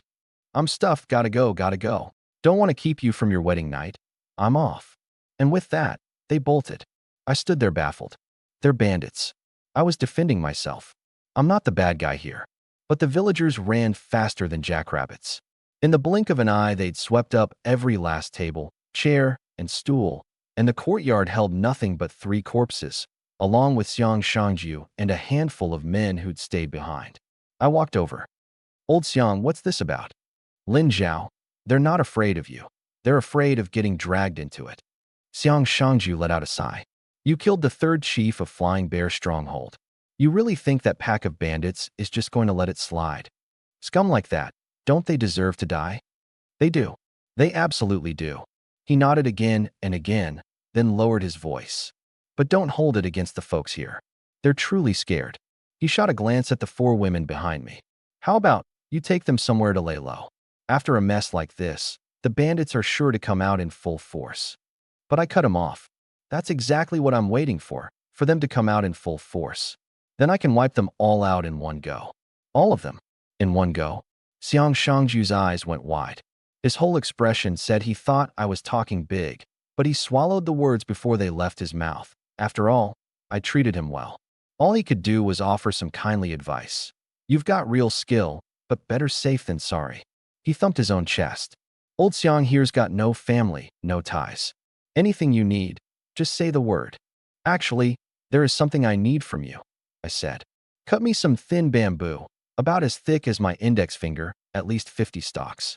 It's for dealing with the enemy. I'll pay you. Pay my foot. I know where there's a stand of wild bamboo. I'll go cut it for you right now. Still, I pressed 100 coppers into his hand. Cutting bamboo means going up the mountain. Be careful. Grab yourself a good machete while you're at it. After sending Xiang Shangju off, I cut off Nyobo's and Xiong Air's heads too, and hung them all in the tune tree outside the courtyard as a warning. Then I went down to the river and washed my hands clean. Back inside, the 4 women looked me over from head to toe. The most stunned was Jiang Yueru. She'd never seen me like this. Fast, precise, and ruthless, like a blade drawn from its sheath. Remember, the old Lin Zhao had been a frail scholar who couldn't so much as truss a chicken. She genuinely wondered if the man in front of her was even the same person. The 3 sisters were just as confused. The master kept treating them better and better. So how had he also grown more and more merciless? All right, don't be afraid of me, I said with a smile. I just can't stand evil. Truth is, I couldn't bring myself to step on an ant. That got a laugh out of the 3 sisters. The master was getting funnier by the day. Then I switched gears. Yueru, tonight you're the star of the show. Don't go missing the lucky hour for our wedding night. Jiang Yueru's face went red in an instant. The house was practically on fire, and this man still had his mind on that. But she was married now, the whole village knew it, so there was no point in being coy. I caught the 3 sisters as they tried to slip out. It's freezing out there. We're all one family now. No need to keep your distance. And with that, I shut the door. Meanwhile, over at Flying Bear Stronghold, Zhu Lai, the 2nd chief, came scrambling in a panic to Xiong Ba's quarters. Boss, come out here a second. Xiong Ba threw a coat over his shoulders and opened the door. What is it, number 2? Number 3's gone. He killed those 2 girls in his room and left the stronghold with Xiongda and Xiong Air. What? Number 3 killed my 2 sons. No, the 2 he killed were the girls. Number 3 took the 2 young chiefs and left. Xiong Ba cursed up a storm. That number 3, He's been a bad influence on both my boys. He thought for a moment. No need to guess. He's definitely gone to Yellow Earth Village to find Lin Zhao. He drags his feet on everything else, but when it comes to grabbing women, nobody's quicker. Zhu Lai swore. If he didn't even want them, why the hell did he kill those two girls? That's just how number 3 is. If he can't have it, he won't leave it for anyone else. Xiong Ba shook his head, resigned, then gave the order. Send a few men to ride after them tonight. Tell number 3 the 4 beauties are to be taken alive. No exceptions. If he dares kill any more of them, I will not let it go. That night, it was eerily quiet outside Yellow Earth Village. Apart from the howling wind, there wasn't even a bird's cry. The bandits Zhu Lai had sent crept up to my courtyard, and the first thing they saw were 3 headless corpses on the ground, plus 3 human heads hanging in the tree. One bandit was so scared he nearly wet himself. He collapsed on the spot, and his companions scrambled to clap a hand over his mouth. All 3 chiefs, dead. What small-time thug would dare make a move after seeing that? Trembling, they took down the heads, hauled up the bodies, and slipped away under cover of night. I heard every sound they made, but pretended to be asleep. Jiang Yuru rolled over and wrapped her arms tight around me, all her usual shyness and reserve long gone, pressing herself against me. I reached over and pulled her close. Let that lot go back and deliver the news. That was exactly what I'd been waiting for. At the first gray light of dawn, a wail of mourning tore through the stillness of the stronghold. It's terrible. Something's happened to the young chiefs and the 3rd chief. Xiong Ba and Zhu Lai came stumbling and crawling to the stronghold gate, where they found 3 corpses on the ground, dead in the most gruesome ways. When Xiong Ba made out the faces of his 2 sons, he crumpled where he stood, dropping to his knees with a heavy thud. His eyes were bloodshot. He grabbed a fistful of dirt, grinding his teeth until they bled. Xiong De, Xiong Er, I swear I'll avenge you. He rose slowly, glaring with venom at Nyobo's body. He wanted nothing more than to hack it into paste and feed it to the dogs. But treating Nyobo that way would chill his brothers' hearts. He forced himself to hold back, his voice cold as ice. Everyone assemble. Grab your weapons and follow me. We're going to level Yellow Earth Village. Kill Lin Zhao, and don't leave a single soul in that village alive. He left only 30 or 40 men behind to guard the place. Everyone else poured out and headed straight for Yellow Earth Village. Back on my end, I'd been up early, and the first thing I did was push-ups. Over the course of the morning, I did 8,000, pushing my equivalent count up to 96,000 and driving my balance in the shop to 489. The 3 sisters got up to light the fire and cook, while Jiang Yuru still lay in bed, savoring the memory of last night, too flushed with embarrassment to go out and face anyone. I stepped out into the courtyard and found the bamboo already stacked there. Xiang Shangju hadn't wanted to disturb us. The village was silent. The villagers, terrified of bandit reprisal, had probably long since gone into hiding. I didn't have time to dwell on it. I gathered up the dozens of bamboo stalks and carried them into the cowshed, then picked up a knife and started whittling, shaving every stalk into a sharp, all like spike about 40 centimeters long. Just then Jiang Yuru came over and wrapped her arms around my neck from behind, her face still tinged pink. Erwa, be honest with me. Have you ever been to a brothel? I turned my head. Why would you ask that? Last night you were just way too. You didn't act at all like it was your first time. Well, it was barely daybreak and she was already on this subject. I smoothed back a stray lock of hair by her temple, leaned close to her ear, and murmured, I learned all of that from books. I really have never been to a brothel. You're my first. From books. Jiang Yuru was both shocked and indignant.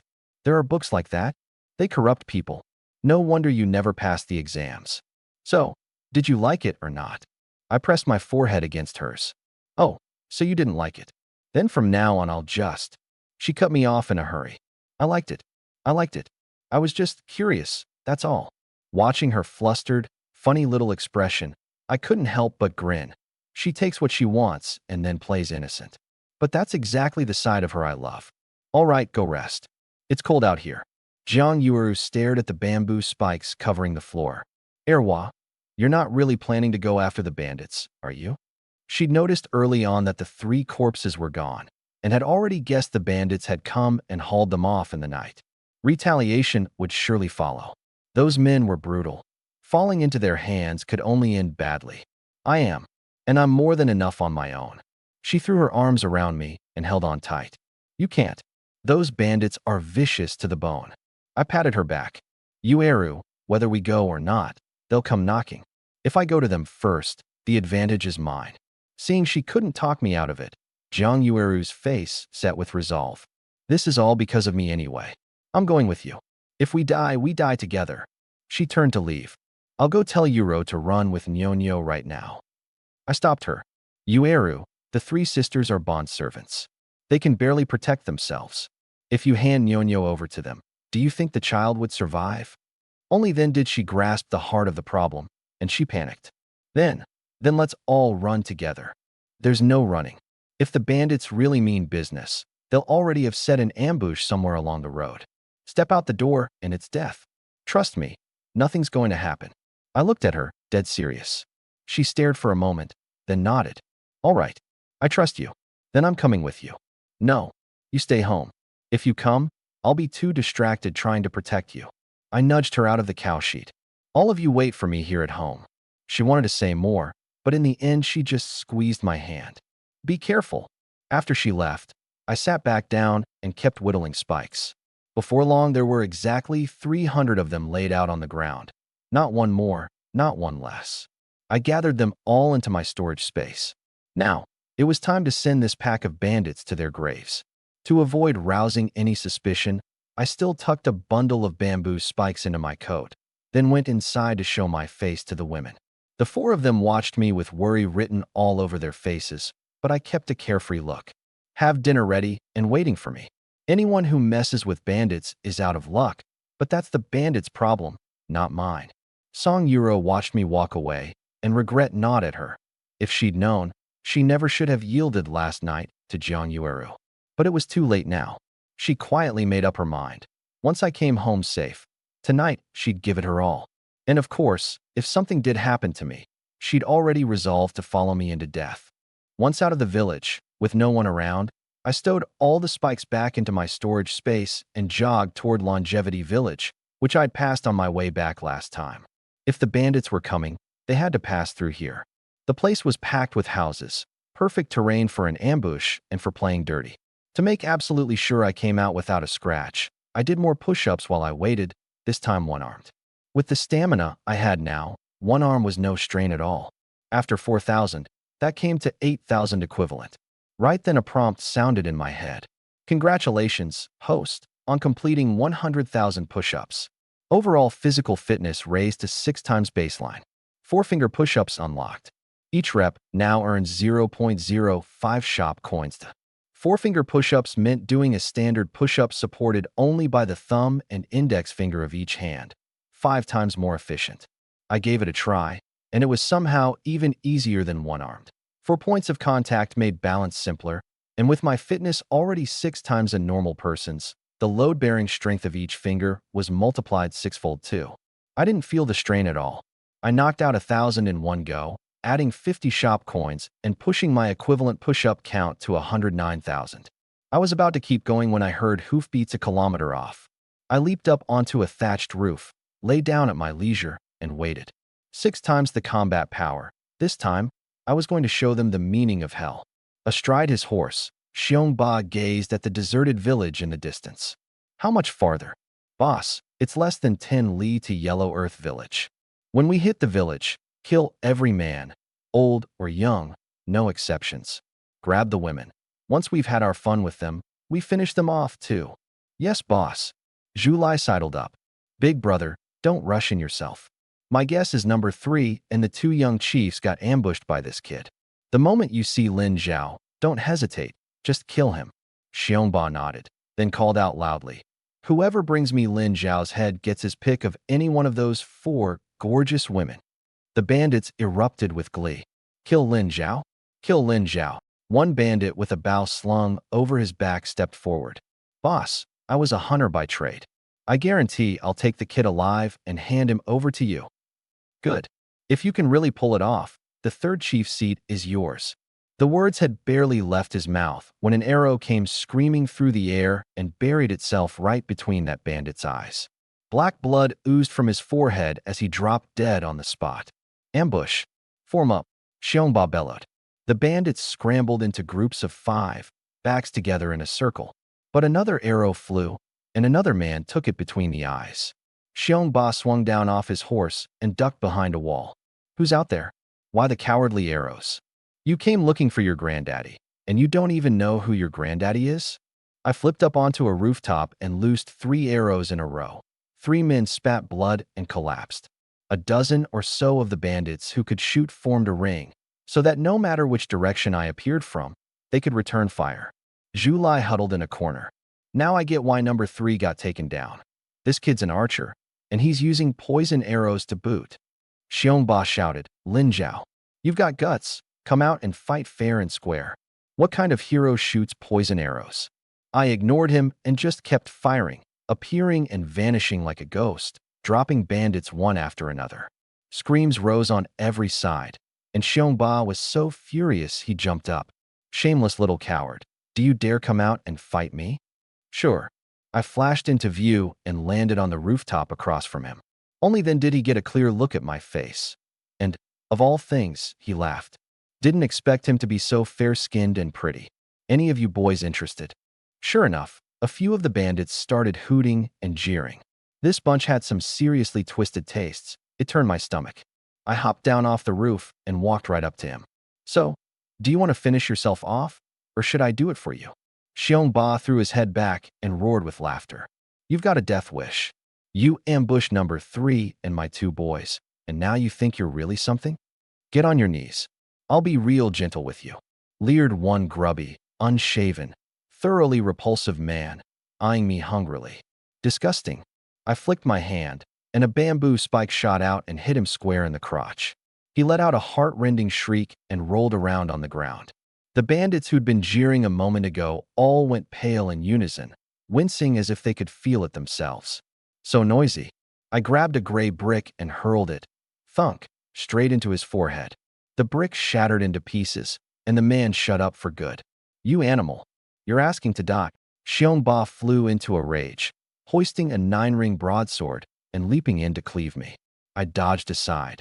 The blade struck the ground with a shower of sparks, and when he yanked it out, there was already a huge pit where it had landed. Not bad. I'll give you that, I said. I'm sending you to join my 2 sons. Xiongba's eyes were blood red as he charged with that broadsword.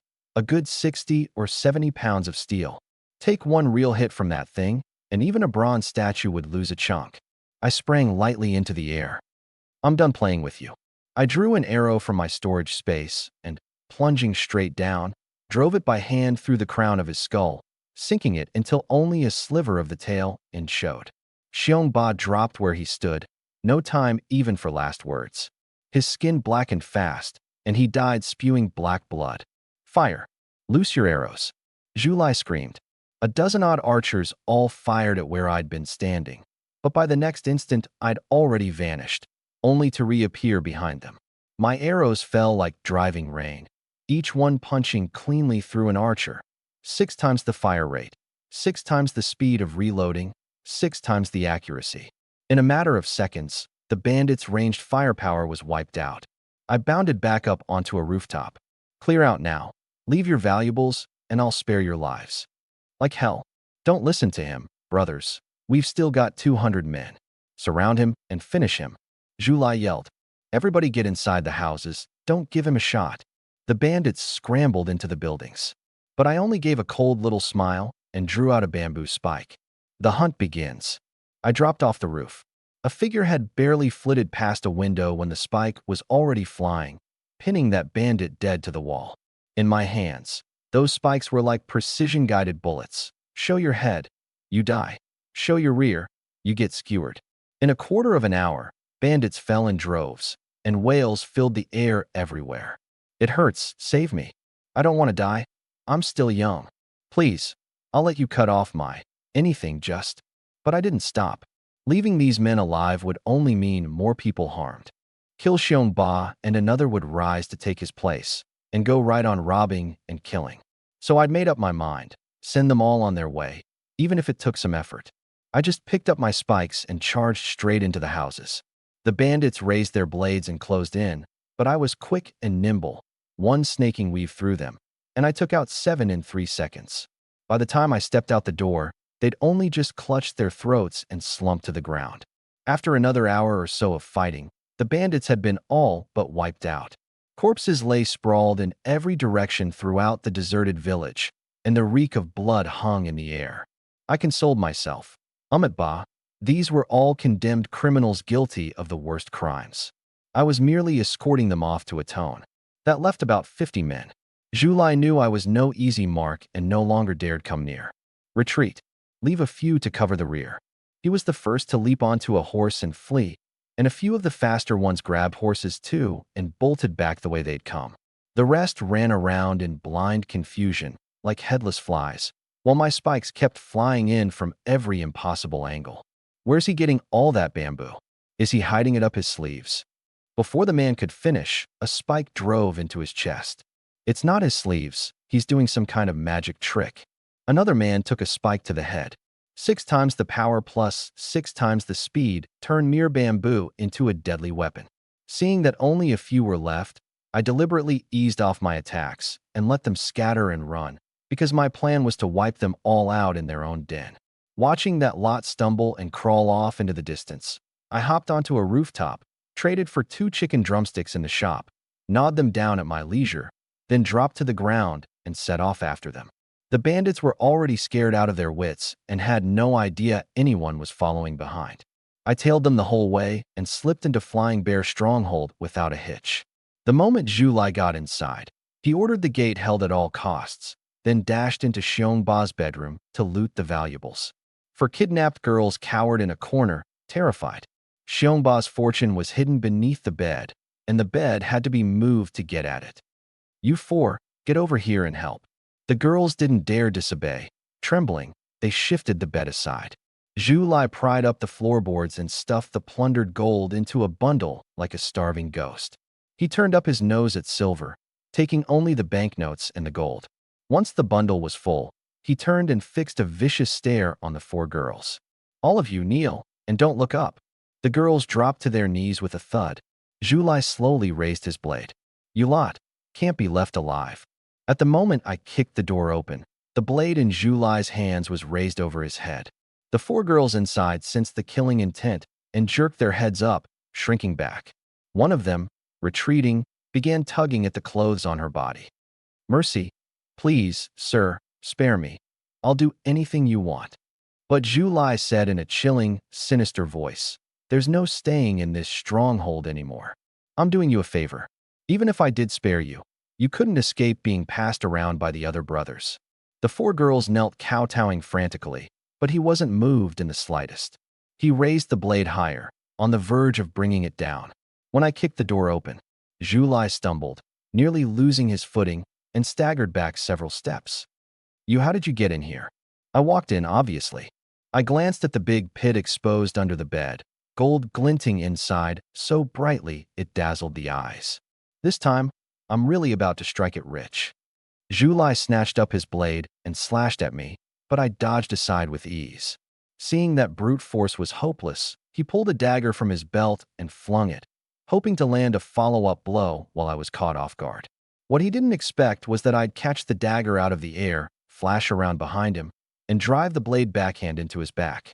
Julai let out a squeal like a slaughtered pig, arg, and collapsed on the spot. Looking up at me, he scrambled and groveled, kowtowing. Spare me. All this gold is yours. And these banknotes. Take them all. He flung the bundle to the floor, and gold coins came rolling out. I walked over to take stock. You have to understand how precious gold was in those days. 1 tael of gold could be exchanged for 16 taels of silver or 16,000 copper coins. For ordinary folk, it was the kind of thing they wouldn't even dare dream about. Just as I reached out to count the gold, Julai's eyes went suddenly cold. He grabbed the blade off the ground to strike me by surprise. But the instant he rose, a bamboo spike went thup straight into his mouth. My back was turned to him. I never even looked around. Julai's eyes went wide, his face frozen in terror, and he toppled over stiff as a board. The few girls beside him burst into frightened sobs. You go on out first, I said. The 4 girls hurriedly scooped their clothes off the ground and ran out. Only then did I sweep all the gold, silver, and jewels from under the bed into my storage space. A rough tally: 200 taels of gold, 5,000 taels of silver, plus a huge pile of jewelry and ornaments. I honestly never imagined a bandit chief could be this rich. Having cleaned the place out, I stepped outside. The 4 girls immediately dropped to their knees. Sir, we beg you, spare us. Get up. I'm here to rescue you. I looked at the one among them with the sharpest, most spirited eyes. What's your name? Sir, my name is Lu Ying. Lu Ying. I nodded. Are there any other girls in the stronghold? There are 2 more, in the second chief's room. Lu Ying led me over. I pushed open the door to find 2 girls stripped bare and bound to a pillar, their bodies beaten until the skin split and broke, whilst crisscrossing their flesh. The sight brought back the scene of the original Lin Zhao whipping the 3 sisters, and my chest tightened. Get some clothes on, quick. I'm taking you all down the mountain. The 6 girls dropped to their knees as one. Thank you, sir. Thank you, sir. Everyone up, and stay close to me. First, I went to the storehouse in the back and swept all the grain into my storage space, leaving behind a whole roomful of jars of good liquor. Here, the rest of you help. Splash all this liquor everywhere around the room. Lu Ying led the 5 girls to work. Once they'd doused most of it, I told them to go hide somewhere safe, then spend 150 coins in the shop on 20 liters of gasoline and soak the place thoroughly. Then I deliberately smashed the liquor jars, clang, clang, making a racket to lure the bandits outside over. The bandits came in sniffing the air.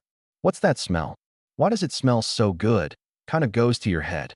Which lousy bastard smashed all the good liquor? Where's the second chief? Where'd the second chief go?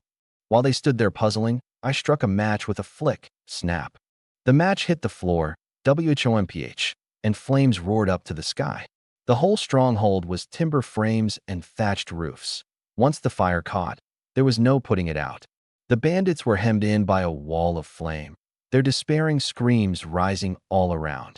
Seeing this, the bandits on the outer edge tried to rush in.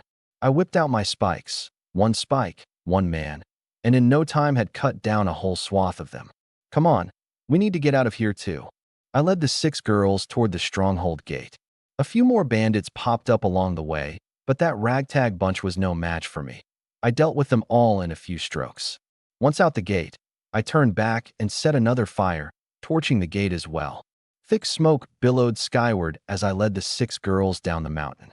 Chatting on the way down, I finally got the full picture of the schemes between this pack of bandits and the Fong family. The 2 were in cahoots, controlling the main road. Merchants who wanted to pass through had to pay the Fangs protection money. The Fangs collected the money and used the bandits' hands to get rid of any merchants who wouldn't fall in line, then sold their womenfolk into brothels. The outcome didn't surprise me one bit. The Fangs had held sway over Yingchun County unchallenged for years now. The court had sent 5 magistrates in succession, and every one of them had died by accident. One of them hadn't even been in office a month before he and his wife's whole family drowned together in an outhouse. So while Yingchun County still had a government office, it had no magistrate. The office was a hollow shell, good only for cowing the common folk. With Flying Bear's stronghold wiped out, the Fangs had lost 1 arm. Dealing with them wouldn't be hard. But I was in no hurry. The Fangs' power ran deep and tangled. Unless I tore the whole black chain out by the roots, I'd never truly be rid of them.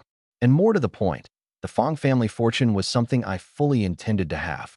Besides, a local tyrant of that caliber almost certainly had a bigger backer behind him. For now, I still needed to keep building up my strength, maybe even raise a band of my own men. Of course, what I cared about most was living my carefree life, fishing and playing with birds by day, listening to music and sipping tea, holding the 3 sisters, and drifting off to sleep with Jiang Yuru on my pillow at night. That was the kind of life I wanted. Here's what we'll do, I said. For now, come back to Yellow Earth Village with me. I'll figure something out later and set you up with a livelihood in the county town. Lu Ying was the first to kneel. Thank you, sir. We're willing to follow you to the death. All right, get up. I looked up at the sky and felt a jolt of worry. I'd been away far too long, back and forth. Jiang Yueru and the 3 sisters were probably worried sick. I pulled a dozen or so steamed buns from my storage space and handed them out to the six. The road ahead is safe. I'll go on ahead.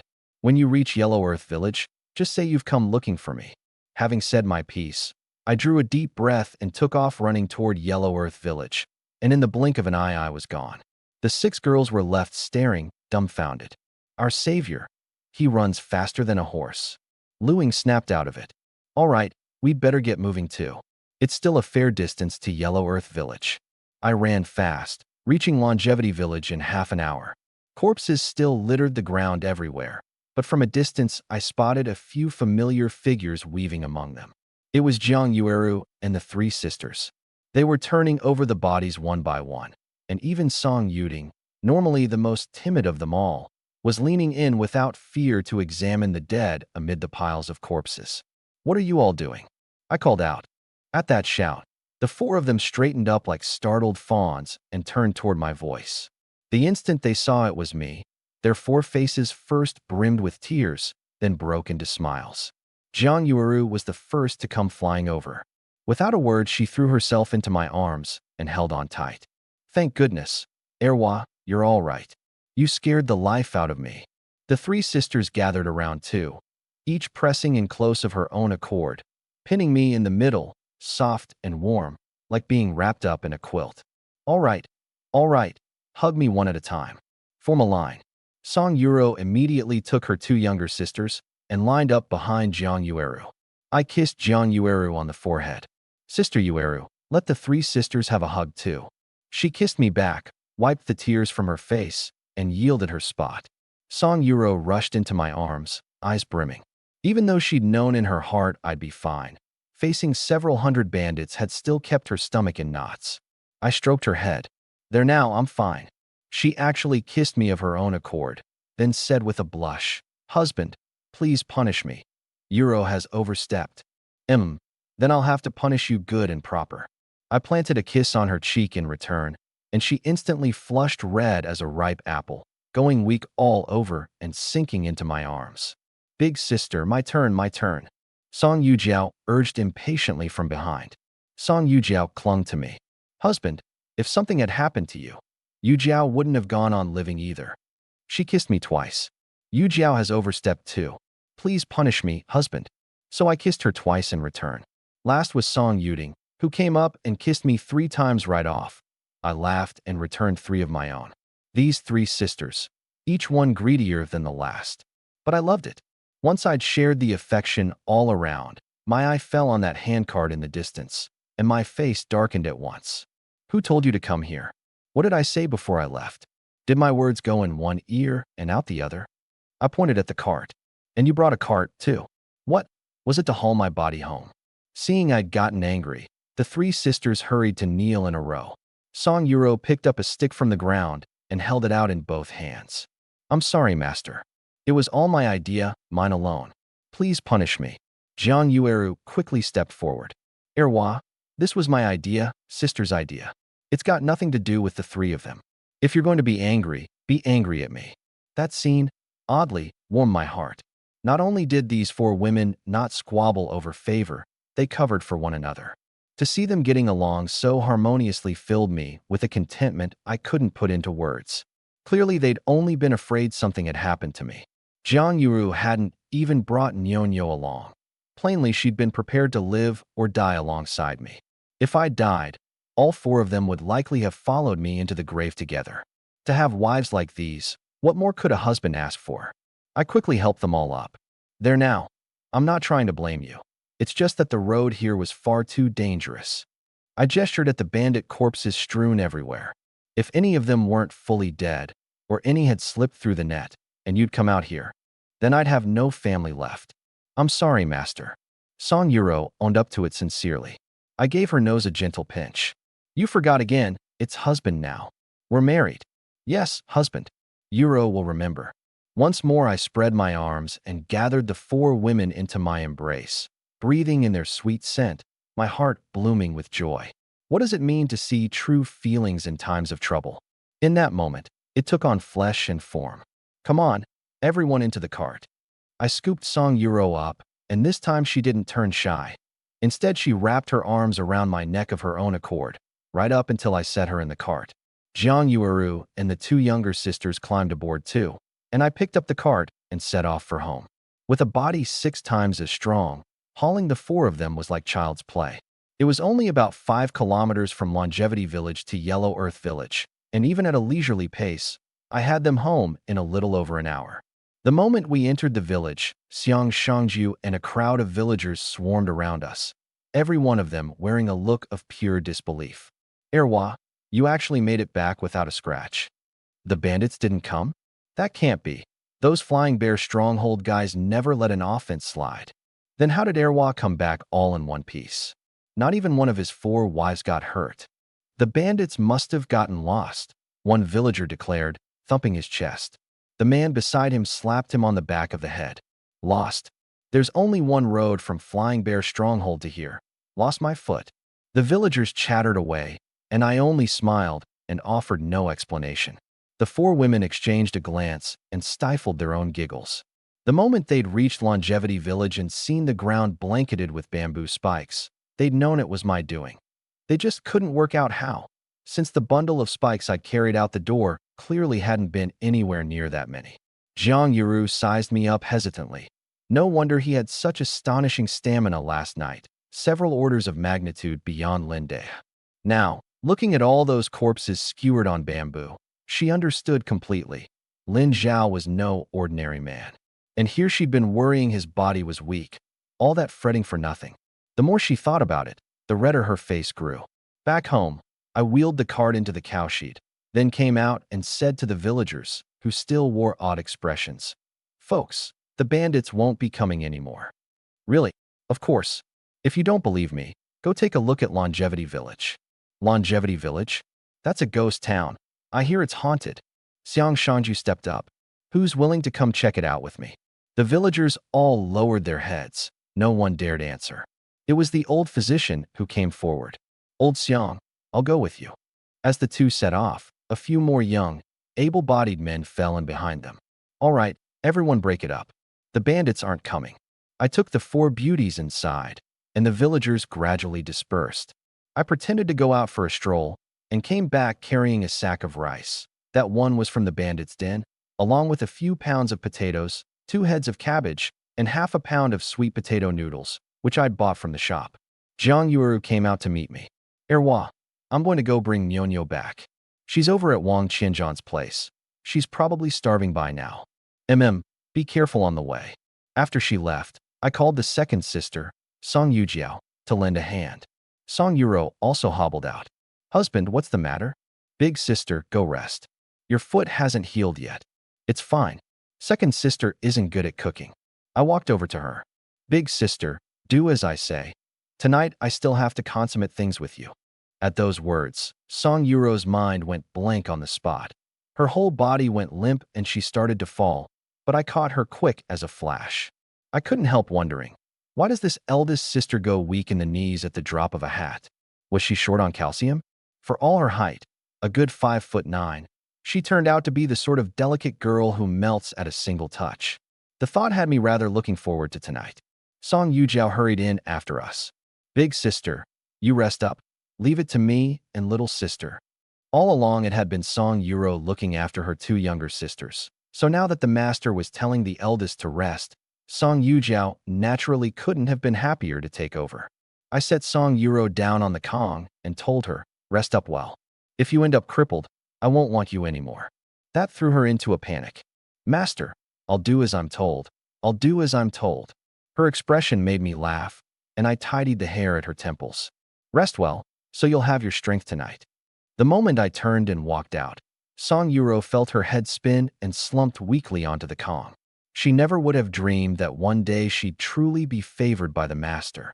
The sense of happiness was beyond anything words could describe. I took the 2 younger sisters into the kitchen to get to work. My plan was to stir-fry some shredded potato and boil a pot of cabbage soup. I scooped 8 pounds of rice from the sack into the rinsing basin. Husband, why so much rice? Song Yujiao wondered. We'll have guests coming soon. Steam a little extra. Guests? Though puzzled, Song Yujiao didn't dare ask more and carried the basin off to steam the rice. I heated the oil in the wok, SSSSS, and the whole kitchen was instantly filled with a rich aroma. The two younger sisters watched from the side, astonished and amazed. After all this time with me, they'd had no idea the master was such a fine hand at cooking. In no time, a big basin of shredded potato was done, and I got the cabbage and noodle soup going. Just then Zhang Yueru came back too, carrying Nyonyo. Smells wonderful. Erwa, you can cook too? I can do plenty. Go get Nyonyo settled down to sleep. Dinner's almost ready. The cabbage and noodle soup bubbled away, its fragrance drifting across the entire courtyard. Lin Zhao, I've brought your 6 wives to you. A booming voice suddenly rang out beyond the courtyard. I went out to look. Village head Huang Changfu was leading Zhang Daluo, with 6 young girls trailing behind them.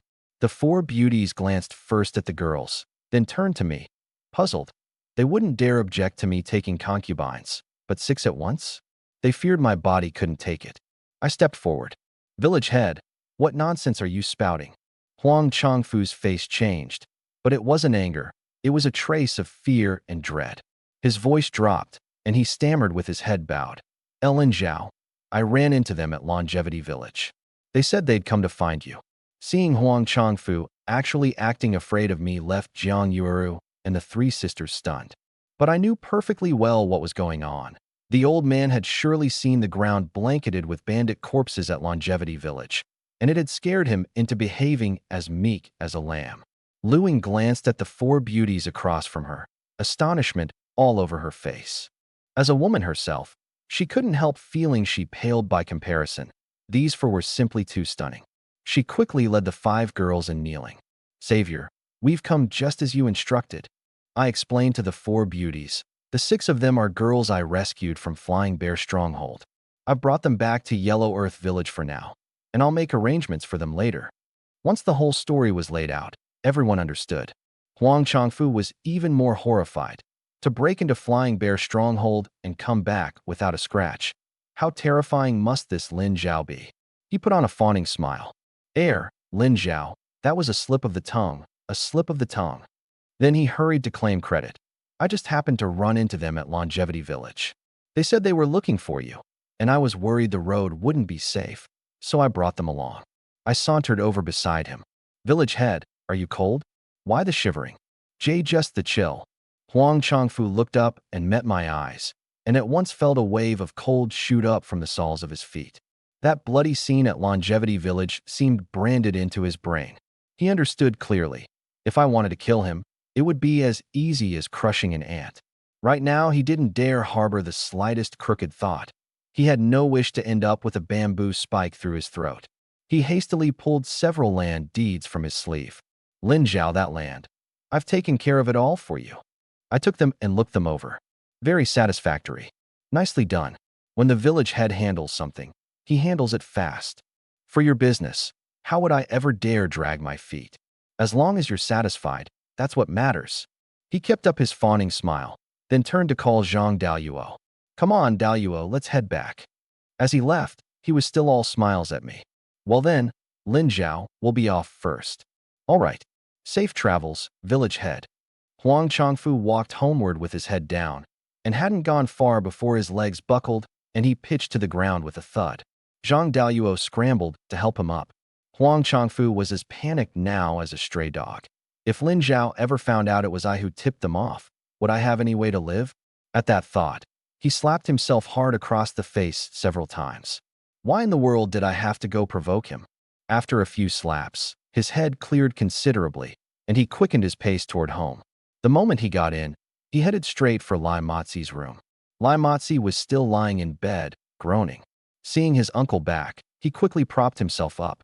Uncle, has Lin Zhao been dealt with? I don't want to lay eyes on him ever again. Hurry up and kill him. As for his 3 slave girls, you pick 2, leave 1 for me. Or we can take turns. At that, fire practically shot out of Huang Changfu's eyes. You animal. You've nearly gotten me killed. Aren't there women everywhere in this world? But no, you had to go after Lin Zhao's. Cursing all the while, he started swinging, a barrage of punches and kicks, his eyes going bloodshot with rage. Lai Mozi cried and begged. Uncle, stop hitting me, it hurts.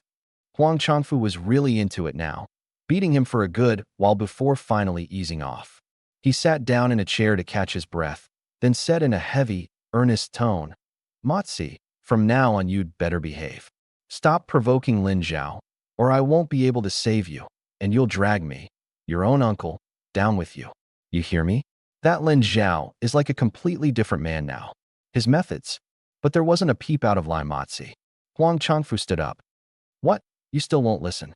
Do you know what I saw when I passed through Longevity Village today?" Halfway through, he suddenly felt something was off. Why was Lai Matsi lying so still? His heart sank. He leaned in for a closer look and only then noticed that Lai Matsi's mouth and nose were full of blood.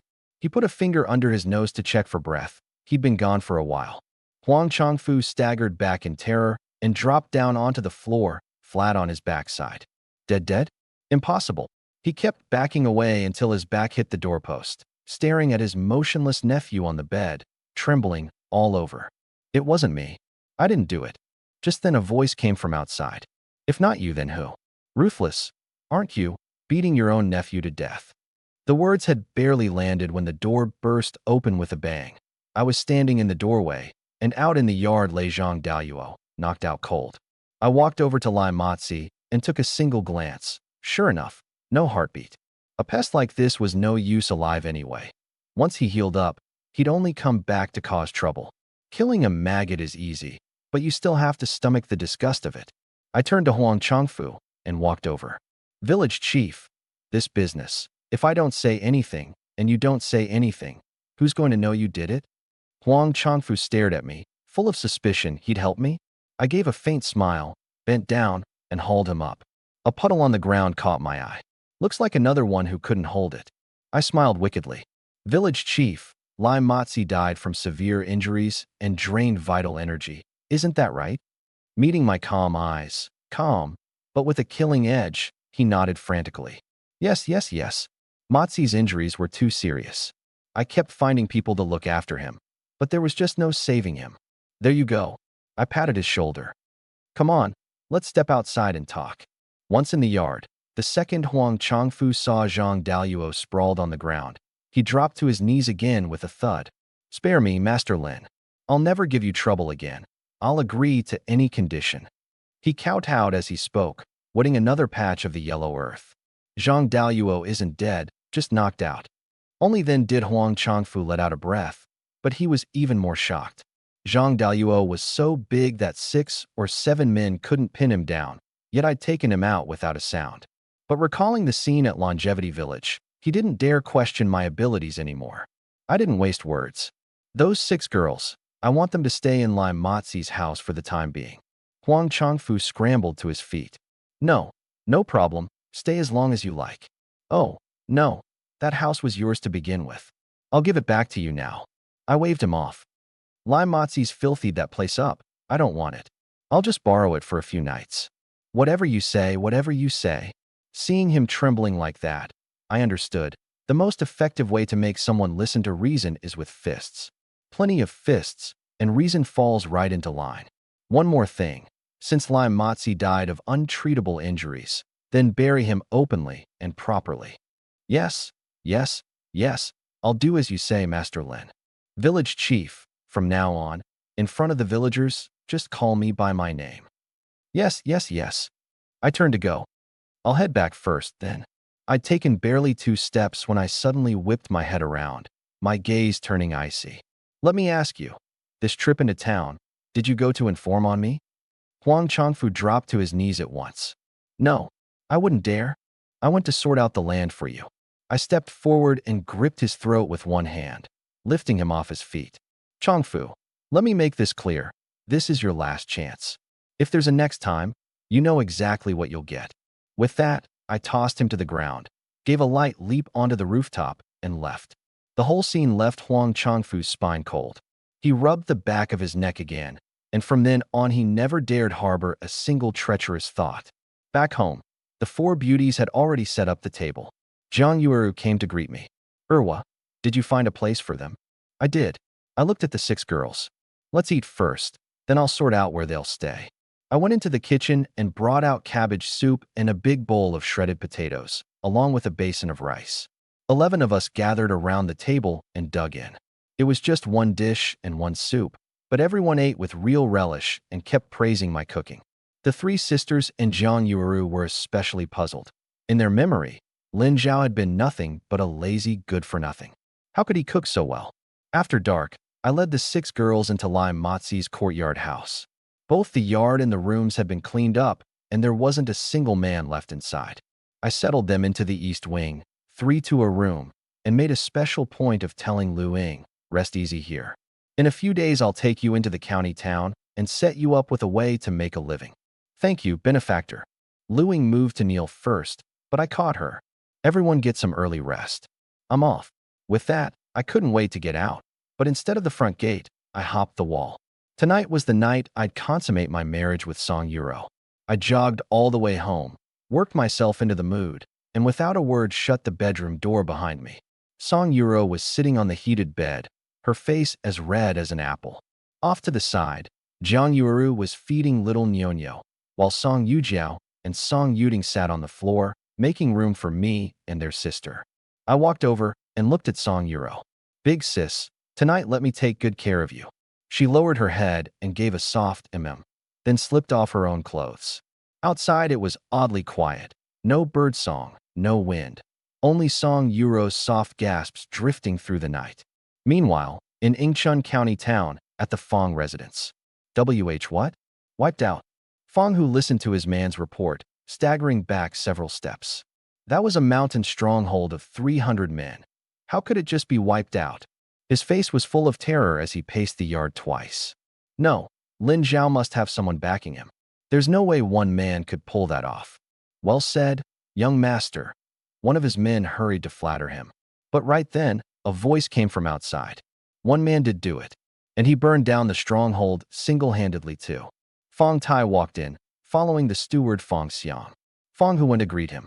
"Your son greets you, father." Fong Tai sat down and looked at his boy. This time it was my miscalculation. I underestimated that Lin Zhao, and that rabble at Flying Bear Stronghold was far too careless. "Father, how can you be sure it was Lin Zhao alone?" "That's impossible." Fong Tai stood up. "There were bandits at Flying Bear Stronghold who got lucky and escaped. They said it themselves. Lin Zhao had no help at all. Just him." "Impossible." "Father, even I couldn't do that, let alone him." Fong Tai's expression turned stern. "Of course you couldn't. He beat you easily at the Dongyang Inn. Have you forgotten?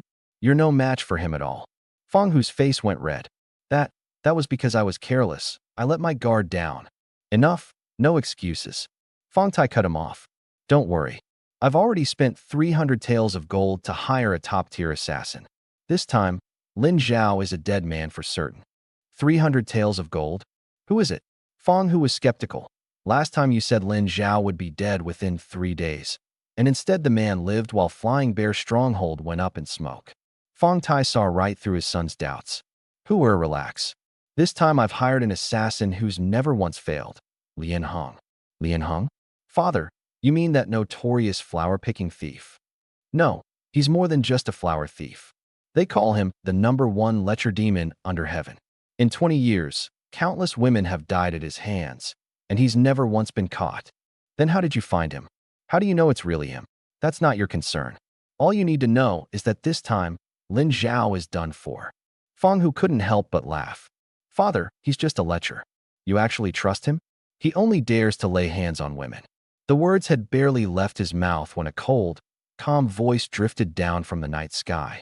In the 5th year of Yuan Kong, the 3 daughters of the wealthy merchant Shin family in Longzhou vanished.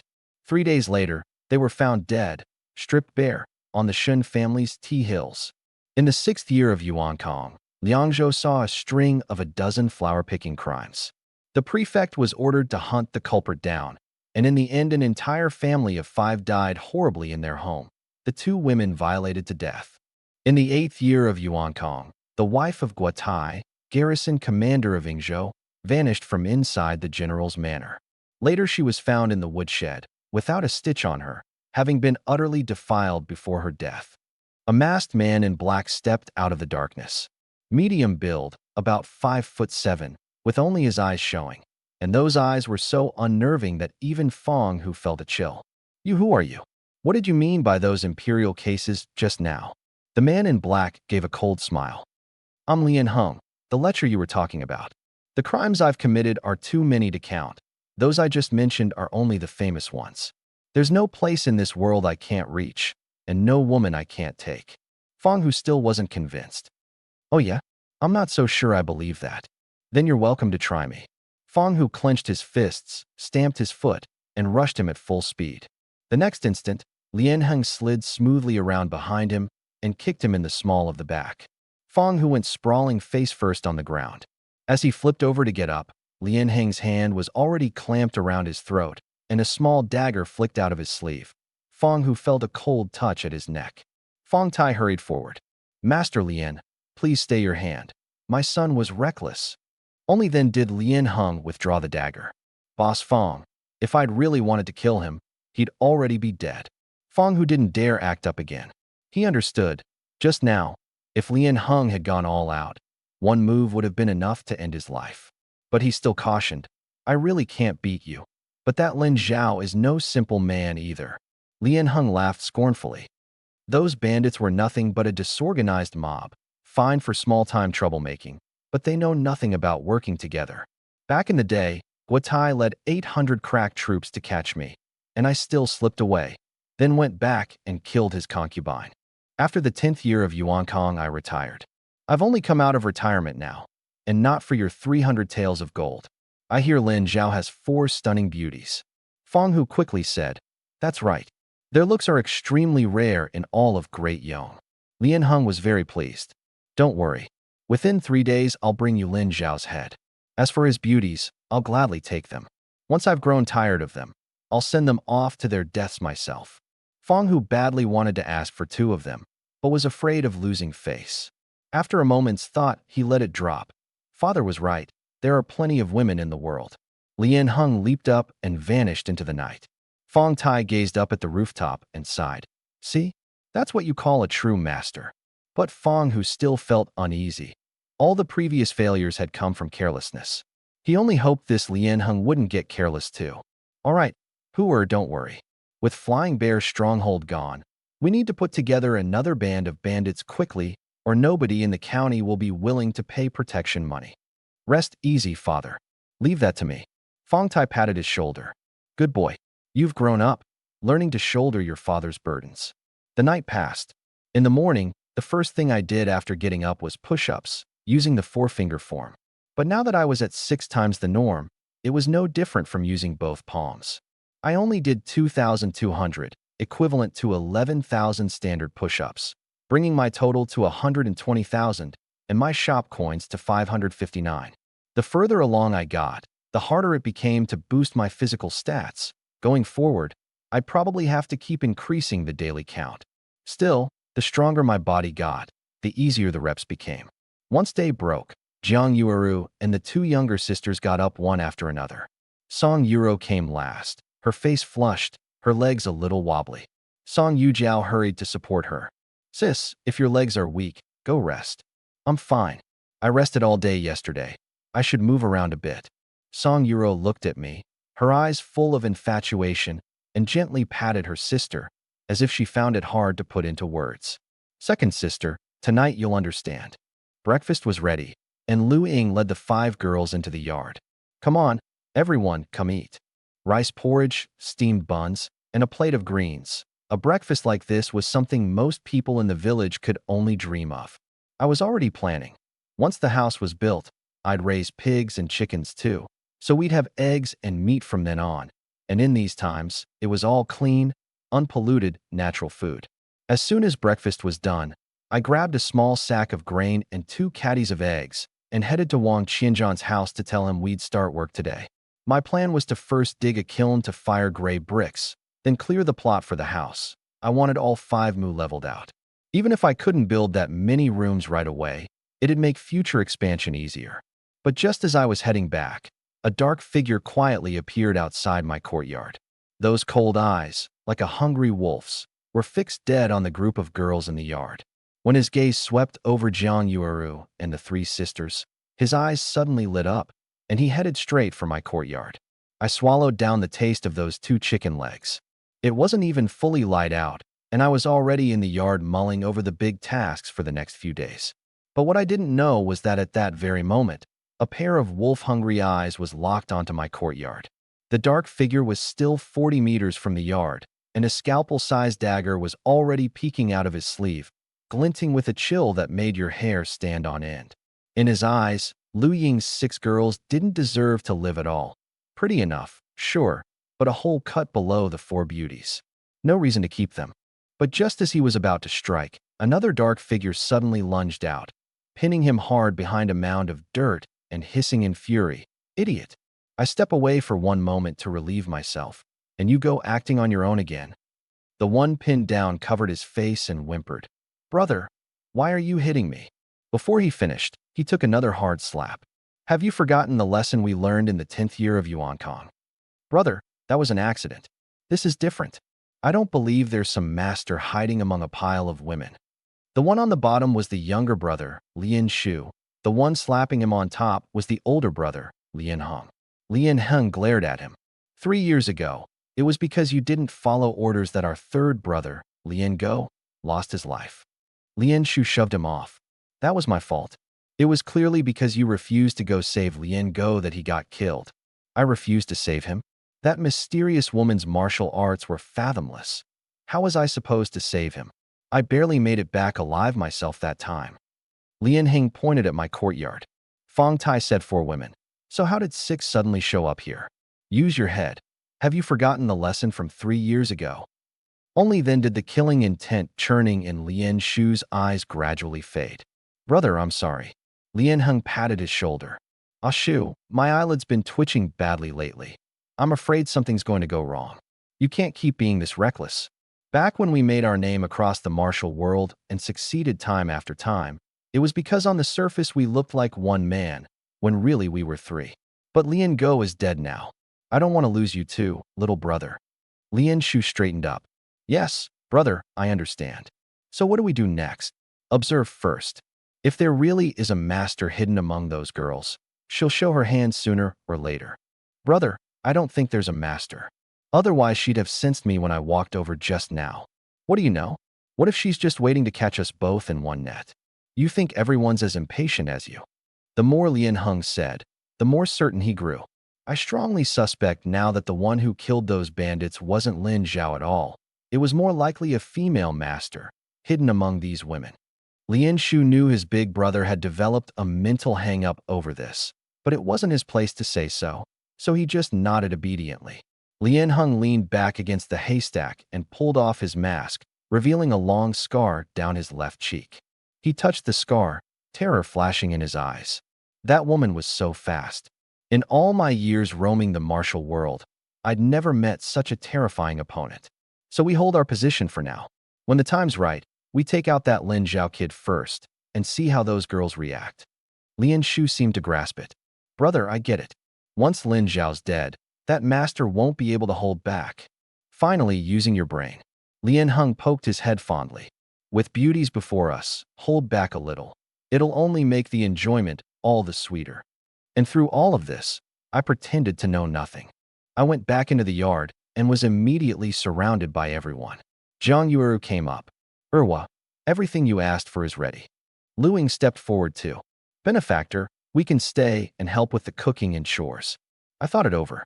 All right, once I've got things sorted out here, I'll take you into the county town.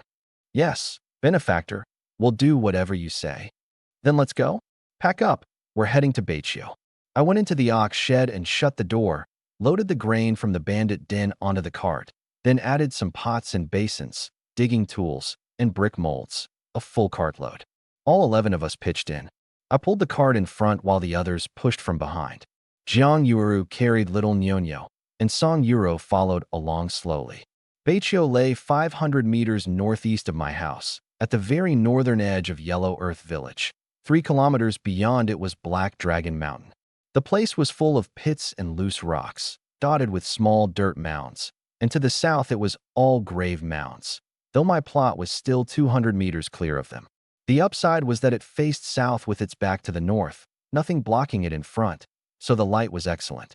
When we got there, a big crowd of hungry-faced villagers had already gathered. Wang Qianzhan was there too, leaning on a bamboo cane. When they saw me, The villagers looked at me like I was some kind of immortal. Someone couldn't help asking, Lin Zhao, did you really take out those bandits at Longevity Village all by yourself? Aren't you a scholar? How'd you get so tough? Others said through gritted teeth, those bandits should have died long ago. Good riddance. Xiang Shangju looked at me in disbelief. Lin Zhao, you had us cut all that bamboo. It was all to deal with the bandits? The old physician came over too. I hear you even burned down Flying Bear's stronghold. He nodded with satisfaction. I saw early on that you were no ordinary man. This is a great and virtuous deed. If those bandits weren't wiped out, who knows how many more lives they'd have cost.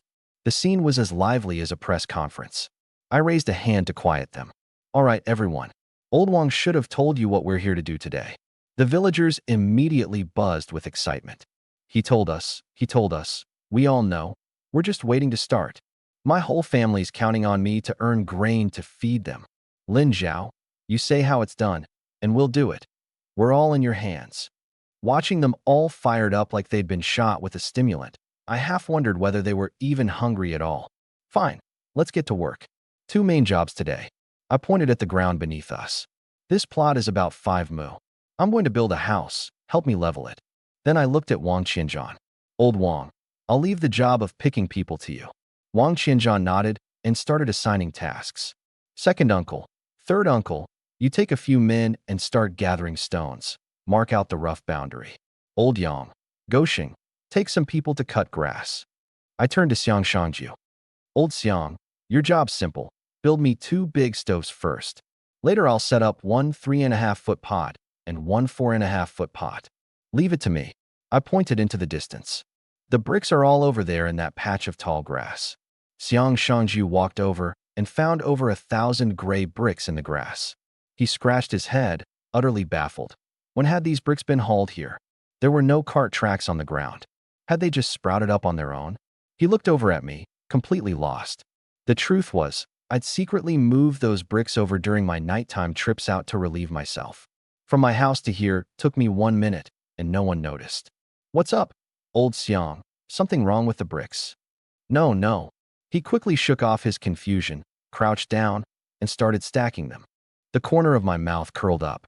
I walked over to unload the tools, and the villagers came running to grab their equipment. Meanwhile, Lian Heng and Lian Shu were crouched behind the grave mounds in the distance, watching in secret. Brother, see anything? Lian Shu asked. Lian Heng shook his head. No. Lian Shu couldn't resist griping. Brother, I think that business 3 years ago just scared the wits out of you. Now everyone looks like a master to you. If you ask me, all 10 of those women are frail little things. You know, Jack, the deeper hidden a master is, the harder to spot. Lian Heng thought for a moment. Here's the plan. We keep a close eye on Lin Zhao, and the moment the chance is right, we take him out first. All right, brother, I'll do as you say. Lian Shu nodded, his wolf-hungry gaze locked dead on me. On my end, things soon got busy. Except for Song Yuro, whose feet weren't fully healed and who was worn out from the night before, and Jiang Yuru, who had to mind the baby. Everyone had their own job and worked up a storm, not a single slacker among them. Wang Qianzhan marked out the boundary of the 5 mu, and the villagers, men and women, old and young, all pitched in. Those pulling grass pulled grass, those gathering stones gathered stones. Part of the plot Huang Changfu had given me was hillside land on the little rise of Beiqiu, and leveling it would be a huge undertaking. The shop did sell excavators, but the cheapest 10-ton second-hand one cost nearly 70,000, and with over 10,000 hours on it, too, so I didn't dare even think about it. I had to rely on manpower. Consider it a good deed. These villagers were willing to work just for grain. As for me, I now had assets of over 6,000 taels of silver and 200 taels of gold, so even a famine wouldn't scare me. Buying grain was a trivial matter. On top of that, I'd hauled over 3,000 caddies of grain from the bandit den. The minutes ticked by, and I stayed put at Beiqiu the whole time. It wasn't until dusk that I led the 10 women back to our lodgings. Tonight was Song Yujiao's turn to share my bed. I'd been itching with anticipation. Song Yuro was so soft and tender. I wondered what sort of temperament Song Yujiao had. When I got inside, Song Yujiao was already waiting. Unlike her older sister's shyness, her eyes held a hint of heat instead. I walked over and tilted up her chin with a finger. Second sister, tonight's your turn. You've been waiting anxiously, haven't you? She held her hands folded at her chest, her manner graceful and proper. Husband, tonight Yu Jiao will serve you well. I sat down on the edge of the bed, shut the door, and soon we were tangled together. At that same moment, Lian Heng and Lian Shu were keeping watch outside the courtyard, staring at the firelight in the room, shivering with cold. Brother, we've waited a whole day. When are we going to make our move? It's freezing. Wait a bit more. He'll be done in a quarter hour at most. Lian Shu stood up and stretched his body, shaking his head. Brother, let me go handle that kid later. Fine. I'll watch from the shadows. If you can't beat him, I'll step in. Brother, you underestimate me. For a pretty-faced softy like him, I could take on 100. Don't get cocky. Make it quick, then we pull out. The girls are bound to come out then, and I'll seize the chance to throw my hidden weapons. Lian Shu got it. Understood. If there's a master among the girls, she'll dodge them. If not, we can enjoy ourselves to our heart's content. Those four are just too gorgeous. He swallowed hard. You're getting sharper. But then Lian Heng countered. Though the one I fancy most is that woman who just gave birth. The two of them got more and more worked up talking, but an hour passed, and the firelight in the room was still burning. Lian Shu, frozen stiff, cursed up a storm. Is that Lin Zhao even human? How's it taking so long? Lian Heng cupped his chin, puzzled. Could he have some miracle drug? I'll have to squeeze that out of him later. Another hour passed, and Lian Shu couldn't sit still any longer. I'm charging in right now and killing that bastard. Lian Heng grabbed him. Wait a bit more. A hunter has to be patient to bag the prey he wants. You're far too impatient. Lian Shu had no choice but to sit back down. But another hour went by, and the room still hadn't quieted. Lian Shu lost it. Animal. 3 whole hours. Even a man made of iron should have collapsed by now. Even Lian Heng found it incredible, and there was a trace of a wicked grin on his face. If I weren't being paid 300 taels of gold to take his life, I'd honestly love to pick this kid's brain for tips. Just as he was saying it, the room finally fell silent, and the candlelight went out. Brother, this kid won't skip getting up to pee, will he? 2 more hours, and it'll be daybreak. But Lian Heng was certain. Relax. He'll definitely get up to relieve himself. Just wait patiently. Inside the room, on the warm, heated bed, everyone else had long since fallen fast asleep. Only I was still awake. Just now I'd done another 12,000 four-finger push-ups, equal to 60,000 standard ones. My total had shot past 200,000 in one go, and a prompt sounded in my mind. Congratulations, host. Your comprehensive physical fitness has risen to 7 times the norm. My shop coins had also climbed to 959. Only then did I slowly push open the door and step out. The moment the door creaked, Lian Heng and Lian Shu snapped to attention. I left the room, left the yard, and walked about 50 meters, found a tree to stand by, and started to relieve myself. Every step I took made a loud crunch, crunch on the ground. Lian Heng smiled. Just as I predicted, this kid's martial arts are lousy. Even his footsteps are so loud. Lian Shu stood up confidently, his eyes turning suddenly savage, glinting cold in the night. Brother, this kid's just unlucky, running out so far. Make it quick. Don't drag it out, Lian Heng cautioned. Understood. I'm still looking forward to enjoying those beauties. Their skin's so smooth, perfect for making a leather drum. With that, Lian Shu came at me. His lightness skill had reached perfection. He stepped across the ground without a sound.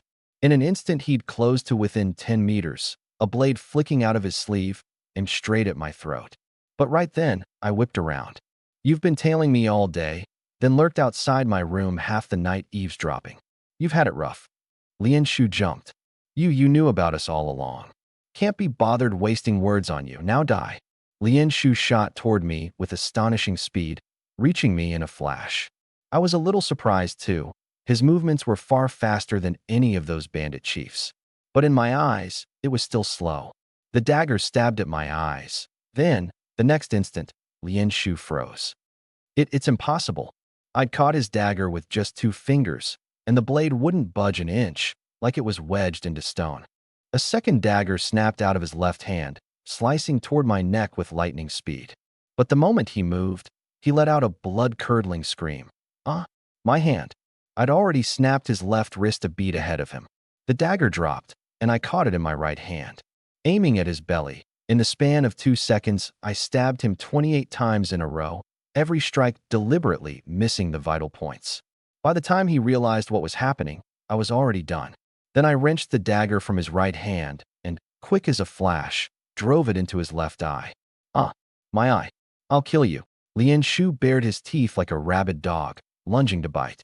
The next instant I grabbed him by the throat and hoisted him into the air, his legs kicking wildly. I put a little strength into my grip. Crack, and his neck broke, blood surging from the corner of his mouth as his body went limp. I flung him a good 10 meters away, and he crashed to the ground. In the distance, Lian Hung watched, wide-eyed, as his younger brother was tossed aside like a dead dog. Even in death, Lian Shu's gaze turned toward him. His heart shattered, and he dropped to his knees with a thud, clutching a fistful of dirt so hard it creaked. Rage blazed in his eyes as he hissed under his breath. Unforgivable. You bastard. You have to die. Then he sprang up like a tiger and sprinted off in the opposite direction. Ah Shu, in the next life your big brother will avenge you. In a blink, he vanished into the night. I walked over to inspect Lian Shu's corpse and found a waist token on him, carved with the character Lust. I tucked the token into my robe, looked toward the direction Lian Hung had fled, then glanced at the body on the ground. This man was no ordinary figure. His martial arts were high, especially that terrifying speed. The 3 chiefs of Flying Bear's stronghold would have been cut down in an instant beside him. Luckily, I was now at 7 times the norm. Otherwise, tonight, my 4 wives and I would all have died horribly. I gave a cold laugh. Didn't think he'd be such a coward. Then I'll let you run a while longer first. Lian Hung fled in one breath all the way to Longevity Village, following a thorny path northward. Reaching a cave, he pushed aside the vines and dead branches and slipped inside, lighting a candle. The cave mouth was small, but the interior was large, a full 5 meters across. Bones lay scattered every which way, men, women, young and old, and a foul stench of decay hung in the air. But Lian Hung, who'd killed without number, was long since numb to such things. He kicked aside a set of bones and sat down, leaning against the cave wall and gasping for breath. He'd seen my reaction speed clearly just now. In all his years roaming the martial world, he'd never met so fast an opponent. The last one had been that mysterious woman 3 years ago. If his third brother hadn't clung to her legs with his life, he'd have died then and there. And tonight, this Lin Zhao was even more terrifying. Lian Shu was already a master, yet was utterly helpless before him. Thinking of it, the scar on his face started to ache again, and he couldn't help hissing in pain. After finishing a flatbread, he hurried to the inner side of the cave, dug out the 300 taels of gold from beneath a rock, and wrapped it in cloth. The brothers had earned a great deal, but they spent money like water and had saved almost nothing. These 300 taels would keep him comfortable for a good while. He slung the gold onto his back and murmured, "Ah Shu, your brother's not afraid of dying. I just haven't had my fill of living yet." But he'd barely reached the cave mouth when a kick slammed into his chest and sent him flying to the ground, blood spraying from his mouth, the gold flung from his grasp, and scattering everywhere with a clatter. Lian Hing fixed his gaze and saw me standing at the cave mouth. He bounced up in terror, a blade snapping out of his sleeve. How are you so fast?" I tossed Lian Shu's corpse to the ground like a rag doll and said coldly, "I came to bring you your brother."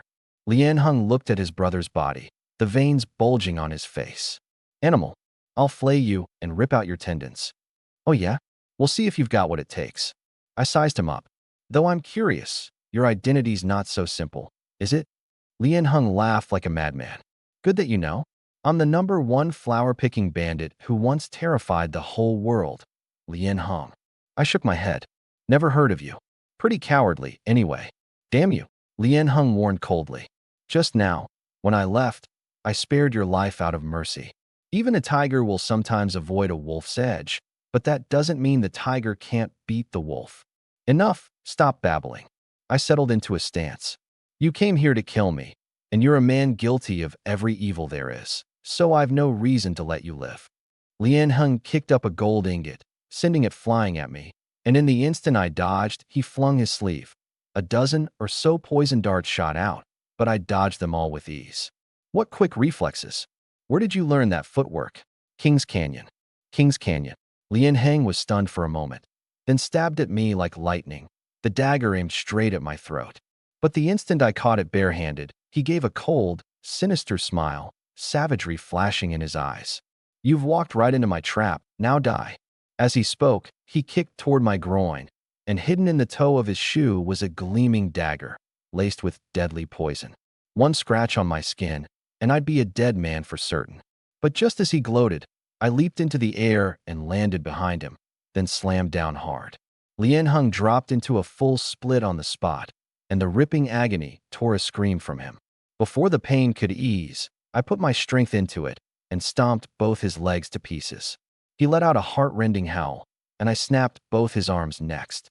He was reduced to a cripple, sprawled on the ground, panting rapidly, nearly senseless from the pain.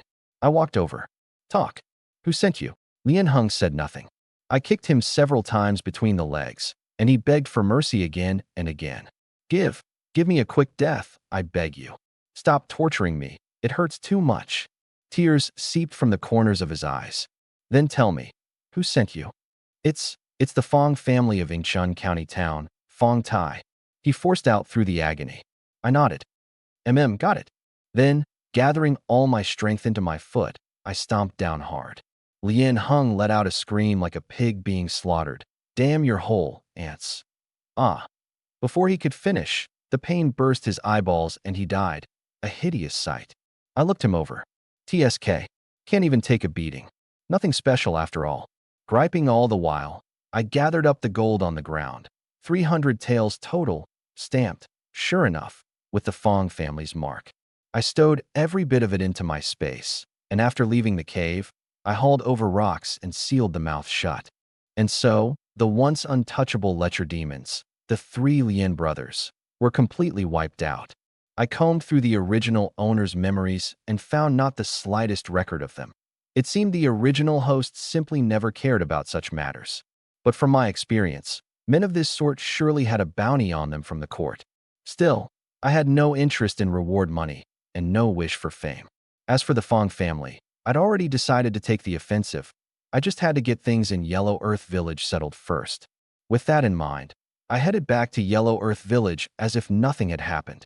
After daybreak, I put on my usual carefree air, and once I'd finished lunch, I took the villagers off again to dig the kiln and get busy building the new house. Not a single villager knew about the deadly fight that night. No one knew Lien Heng and Lien Shu had ever come. 3 days passed in a blink. In the hall of the Fong residence, Fong Hu and Fong Tai sat facing each other, both grave. After a long silence, Fong Hu finally spoke. Father, today's already the 4th day, and Lin Zhao is still alive and well. Fong Tai stroked his chin. That doesn't make sense. There's no reason Lien Heng would lose. Fong Hu stood up. If you ask me, the man you hired is just a fraud, took the gold and ran. Fong Tai slammed the table in anger. Nonsense. Are you questioning your own father? Do you know how many connections I pulled to find Lien Heng? He cut himself off abruptly there, glanced at the guard beside them, and changed course, his tone softening. Hooer, you saw Lien Heng's martial arts yourself. How could he just take the money and run? Then, Father, where's Lin Zhao's head? Last time you said he'd be dead within 3 days. This time, 3 days again. Yet he's still alive and well. Fong Tai's face went awkward. He hadn't expected Lin Zhao to be so hard to kill either. He kept his aged face composed and looked over at Fong Xiang. Go, send a few men to Yellow Earth Village to scout around. Yes, Master Fong. Fong Xiang answered and ran off to arrange the men. Fong Tai walked over to Fong Hu. Hooer, why are you still so impatient in everything you do? Father, it's not that I'm impatient. It's that as long as Lin Zhao lives, I can't sleep. I can't sleep either, but what good does getting anxious do? We have to think of a way to get rid of him, slowly and carefully. How do we get rid of him? Father, you've still got a plan. Fong Tai smiled calmly, a smile edged with cold cruelty and arrogance. How do you think I've been able to call the shots in Yingchuan County all these years? You really think this is all I've got? This time I'm going to teach you a trick that'll serve you your whole life. Set your heart at ease. A mere Lin Zhao is nothing to fear. With that, he clasped his hands behind his back and strode out into the courtyard, the sunlight falling on that twisted old face, his sinister gaze glinting cold and sharp. Over at the north hill of Lust Village, the villagers were working up a sweat helping me dig into the hillside and level out the foundation for my home. Xiang Shangju had already set up 2 big cooking stoves and even rigged a shelter out of bamboo. Up on the hill, Wang Qianzhan led a crew digging out kiln caves, hauling out basket after basket of lus. This dirt was for firing gray bricks and gray tiles. If there was one thing Lust Village never ran short of, it was lus. Besides building the house, I also needed to put up a surrounding wall. On top of that, those 2 abandoned villages sitting between Shuanghe Town and Lust Village, I planned to find a chance to buy up all that land too. I could reclaim it for farming and also build some workshops there, like a distillery, a silk reeling mill, a textile factory. But for now, the first priority was getting the main house built. I'd already drawn up the blueprints, a 2-courtyard compound with a plaza out front. This was a house I intended to pass down for 3 generations, so naturally, I couldn't cut corners on materials. That's why I was planning another trip into the county town. Aside from getting Lu Ying and the others settled, I needed to buy some limestone and glutinous rice for mixing up a 3-part mortar adhesive. This glutinous rice mortar, used in ancient buildings, could stand strong for centuries. It was even more durable than cement. I also had to buy timber. There was no getting around needing beams and columns, and I wanted wood flooring on the 2nd floor too. Then there was saltpeter and sulfur. I planned to mix my own explosives to have on hand for critical moments. All in all, this was going to be quite a shopping list. The next morning, before dawn, I knocked out 10,000 push-ups using 4 fingers. The equivalent count came to 250,000, which earned me 1,430 mall coins. During my break, I bought 2 chicken drumsticks and happily gnawed away at them. After Lu Ying and the others arrived, everyone ate breakfast, packed up, and got ready to leave. I pulled the cart out of the ox shed, and our group of 11 set off. Things had already been arranged over at the North Hill. Song Yuro could walk fine now, but I was worried she'd twist her ankle again. Jiang Yuuru had a child with her, which made walking inconvenient too. So I had the 2 of them ride in the cart while everyone else went on foot. Around midday, we arrived at Yingchun County Town without any trouble. Dressed the way I was now, the gate guards didn't even charge me an entry fee. The moment we stepped inside, every eye in the place swung our way. Ancient folks loved gawking at beautiful women just as much as anyone, and here was a whole crowd of them. Of course, I also noticed a few odd stares off to the side. That 7-fold enhancement of mine included a heightened sense for danger. I deliberately played it cool, acting like I hadn't noticed, and led my 10 girls in a grand procession to the Vaping Inn where I'd stayed before. This place was close to the bathhouse, and only 2 streets away from the Yingchun brothel, less than 200 meters in a straight line. Just as we reached the door, I spotted the innkeeper locking up. I stepped forward and asked, puzzled, "Boss, why are you locking up in the middle of the day?" The innkeeper turned around and recognized me at once. "Oh, it's you, young sir." He let out a sigh. I just can't afford the protection money anymore. All I can do is close up shop." I glanced around. This spot wasn't right on the main street, but it wasn't out of the way either, and since I was planning to run a business, I needed a storefront. The inn didn't look like much, but it had 2 floors, 6 rooms each upstairs and down, a big hall out front, and a kitchen in the back courtyard. All told, it was actually a pretty good-sized place. "Boss, how about you sell this into me?" "Young sir, you're serious about buying it?" "Of course. Do I look like the joking type?" The boss's eyes darted around. "Well, since you're sincere about it, young sir, let's step inside and talk." Once we were inside, I pulled the boss aside and questioned him in detail, learning that both the property deed and the land deed were in his possession. If I bought them, the rights to the place would be mine. Once we'd settled the terms, I paid 380 taels of silver, no haggling, and bought it outright. After the boss left, Jiang Yuuru sidled up to me. "Erwa, what made you decide to buy this in?"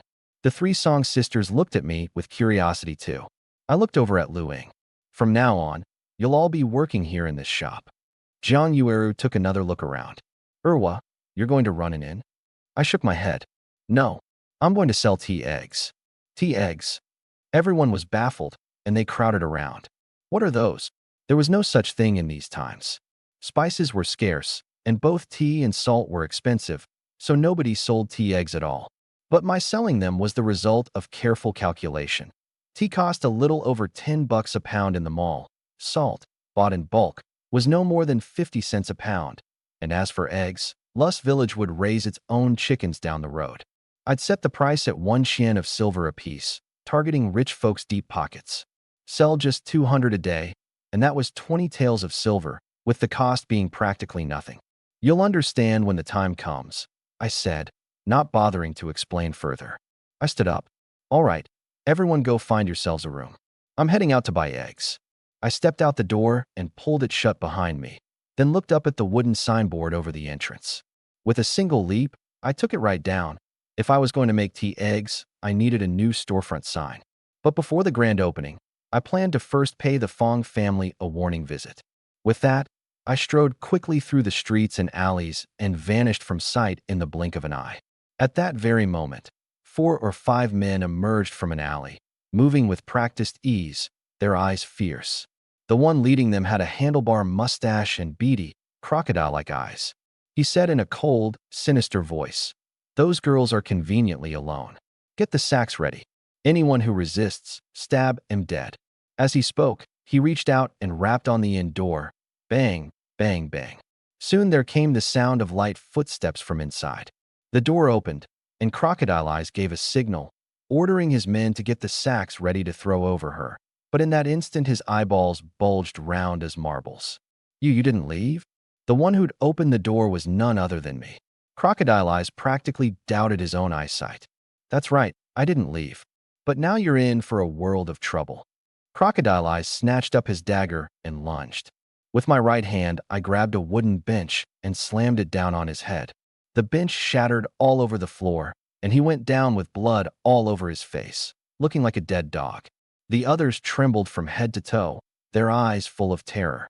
I rushed out and gave those sack-carrying thugs a thorough beating with my fists and feet, leaving each of them with a matching pair of black eyes and one busted arm apiece. Get lost. Next time I run into you, it won't be arms I break, it'll be necks. If even Lian Hung and Lian Shu were no match for me, this ragtag bunch was nothing. They scrambled to hoist up their comrade and fled in a sorry state. I'd spared their lives precisely so they could go back and report. Jiang Yueru and the Song sisters came out, their faces full of worry. "Thank goodness you came back, Erwa. Who were those people?" "Just a pack of lechers, that's all," I said. In truth, I'd spotted them long ago, which was exactly why I'd deliberately gone out the front door, turned a corner, and quietly circled back. Scaling walls and running along roof tiles was as easy as walking on flat ground for me. I knew perfectly well where these men had come from. In all of Yingchun County, other than the Fong family, who else would take such a keen interest in me? It looked like it was time to show the Fong family what I was made of. I turned to face them. "Yueru, big sister, wait inside. No one else will come. I've got somewhere to be. I'll be back soon." "All right, be careful, Erwa." Jiang Yueru's face was full of worry. Song Yuro and the second sister said together, "Be careful, husband. We'll wait for you to come back. Get inside and lock the door." They retreated indoors and bolted it. I made my way to the roadside, cut through a narrow alley, and turned onto a main street. Before long, I stood before a towering gatehouse. Red lanterns hung high. Vermilion pillars stood tall, 2 doors each over 2 meters high, and on the plaque, 3 golden characters, Yingchun Brothel. This was the only and largest brothel in Yingchun County, home to some 40 or 50 girls, each strikingly beautiful. Yet their working life rarely lasted more than 3 years. The main doors stood ajar, with no one at the entrance. I pushed them open and walked in. In the spacious hall, 2 staircases led up to the second floor. Familiar memories came flooding back all at once. It was right here that the original owner of this body had walked into a trap, gotten beaten to a pulp, stripped naked, and dumped in the wilderness outside the city. Thinking of it, a surge of hatred rose straight up in me. I hollered at the top of my lungs, "Where's everybody? You all dead or something?" No one answered. I picked up a vase and hurled it to the floor with a smash. Just then, a woman of about 40, still carrying a certain charm, came swaying her hips out from the back. "Oh my, this gentleman's got quite a temper." It was the madam of the Ingchun brothel. She looked me up and down, seeming not to recognize me. "Young sir, here to see one of the girls?" As she spoke, she pressed close and rubbed her hip against me. "The girls are all resting during the day. How about me instead? I won't even make you pay for that vase." I nearly threw up. Get lost. Get lost. Quit coming out here to disgust me." The madam flushed red and was instantly enraged. "You little punk, you'd rather have the hard way than the easy way. You know whose turf this is." I stepped up and slapped her across the face. "I don't care whose turf it is. Go fetch Lu Qingyan right now to sleep with me." "What?" She looked me over from head to toe again. "You little brat. Now I see it. You're here to trash the place. You've got some nerve. Somebody get out here." In no time, a group of black-clad enforcers surrounded me. These were the muscle the Ingchun brothel kept on hand, first to whip disobedient girls into line, and second to deal with troublemakers like me.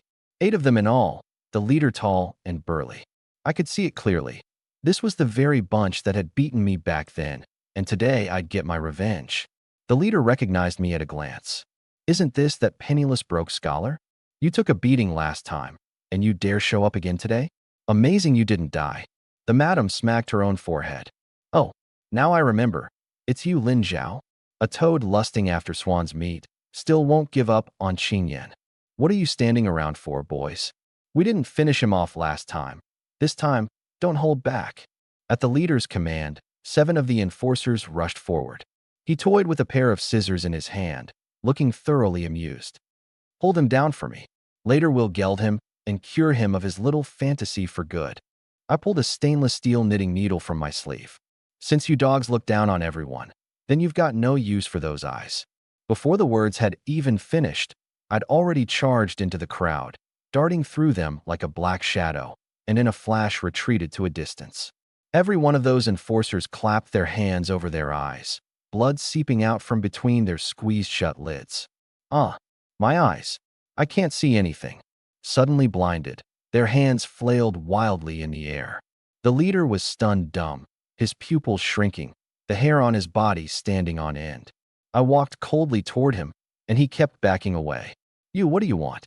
As he spoke, he swung the scissors at me, but I easily wrested them away and sent him flying with a kick. I walked over holding the knitting needle. "I'll give you a choice.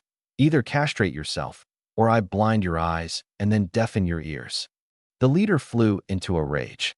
A man can be killed, but not humiliated. He whipped out a dagger and thrust it at me, but again I snatched it away and snapped it in two right in front of him. "Last chance," I said, my gaze hardening as I raised the knitting needle.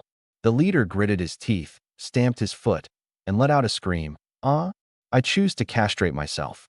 With that, he crawled over, pulled down his pants, grabbed the scissors, and with one clean stroke, accompanied by a shrill, agonized shriek, passed out cold. I gave him a thumbs up. Now that's a hard man. Too bad there's no sunflower manual in this day and age. I turned and walked over to the madam, who was shaking like a leaf. She knelt on the floor, pointing at me. You've got a lot of nerve. This is the Fong family's brothel. You really aren't afraid to die." I grabbed her by the throat and hauled her up, only then noticing a puddle of water on the floor. "Scared yourself piss less and still talking tough?" My gaze hardened. "Get Qingyan out here, now, or I'll snap your neck." The words had barely left my mouth when a girl in purple, with a graceful figure, stepped out from upstairs. Her skin was fair and pale, her almond eyes utterly enchanting. Her red lips parted slightly as she rested a hand on the railing. "All right, come up."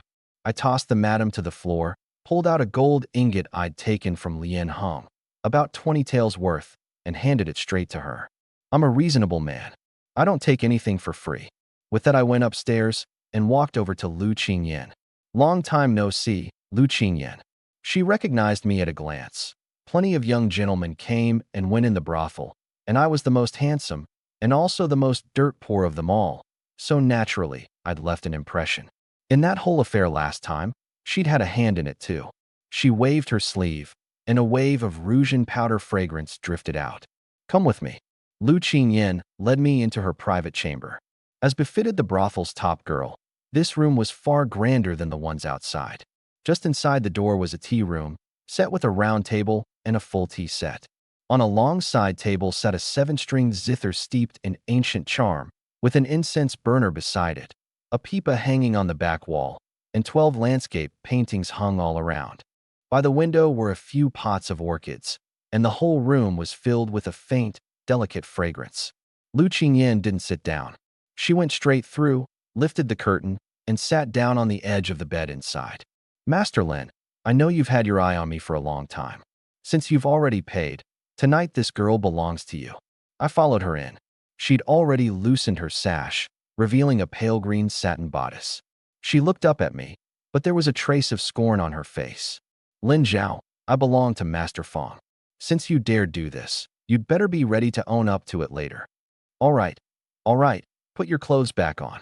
My face was full of distaste. Lu Qingyan gave a cold laugh. And here I thought you really weren't afraid of the Fong family. Turns out you're scared after all. You caused this big a scene and only now realized to be afraid? Too late. No one can save you now. Master Lin, everything about you is fine. It's just that you'll never cure yourself of this habit of biting off more than you can chew. Lu Qingyan, you've got it all wrong. I find you filthy, that's all. I can't stomach it.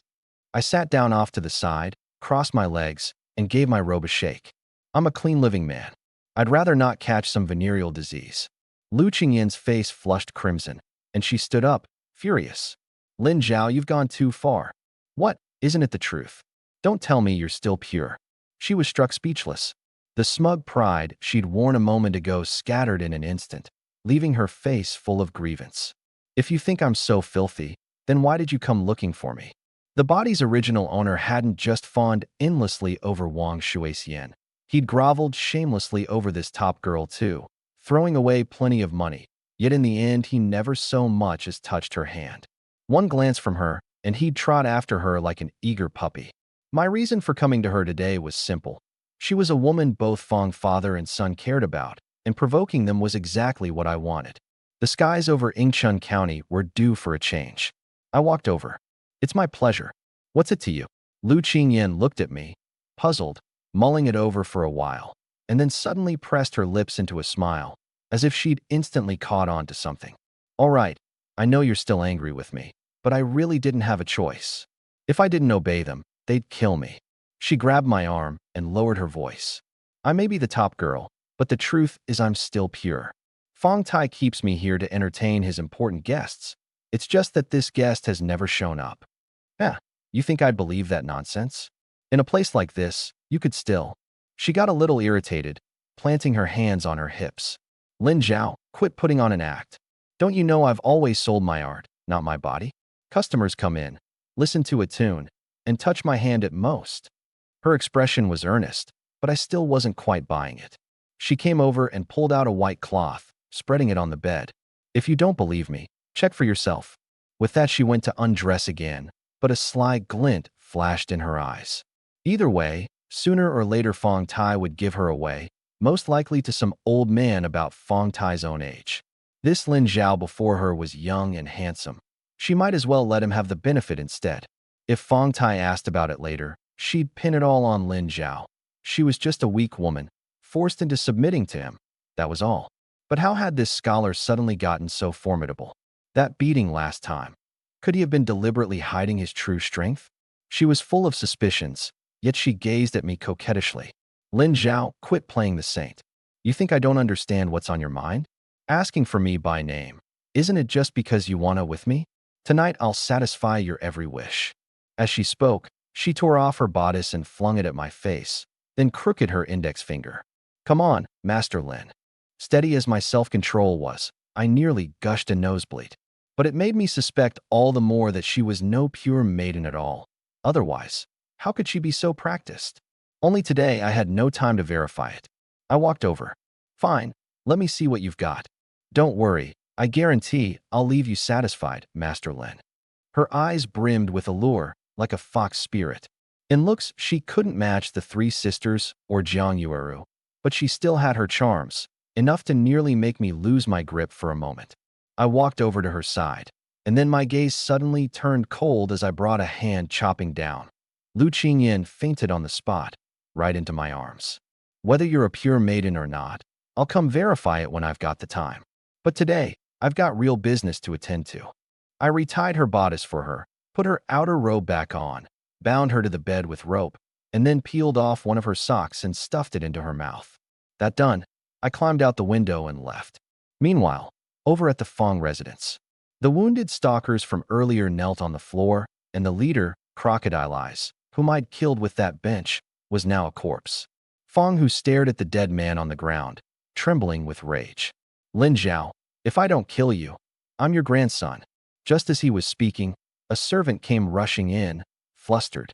Young Master Fong, Lin Zhao has thrown the Yingchun brothel into an uproar, and he even made Miss Qingyan sleep with him.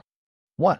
Fong, who slammed his palm down on the chair back, snapping it into several pieces on the spot. He shot to his feet and cursed through gritted teeth. This is too much. I haven't even. And he actually. Let's go. Grab weapons. We're heading to the Yingchun brothel right now. Then his tone shifted. You're saying Lin Zhao is at the Yingchun brothel right now, together with Lu Qingyan? Yes, young Master Fong. He hasn't come out at all. Good, very good.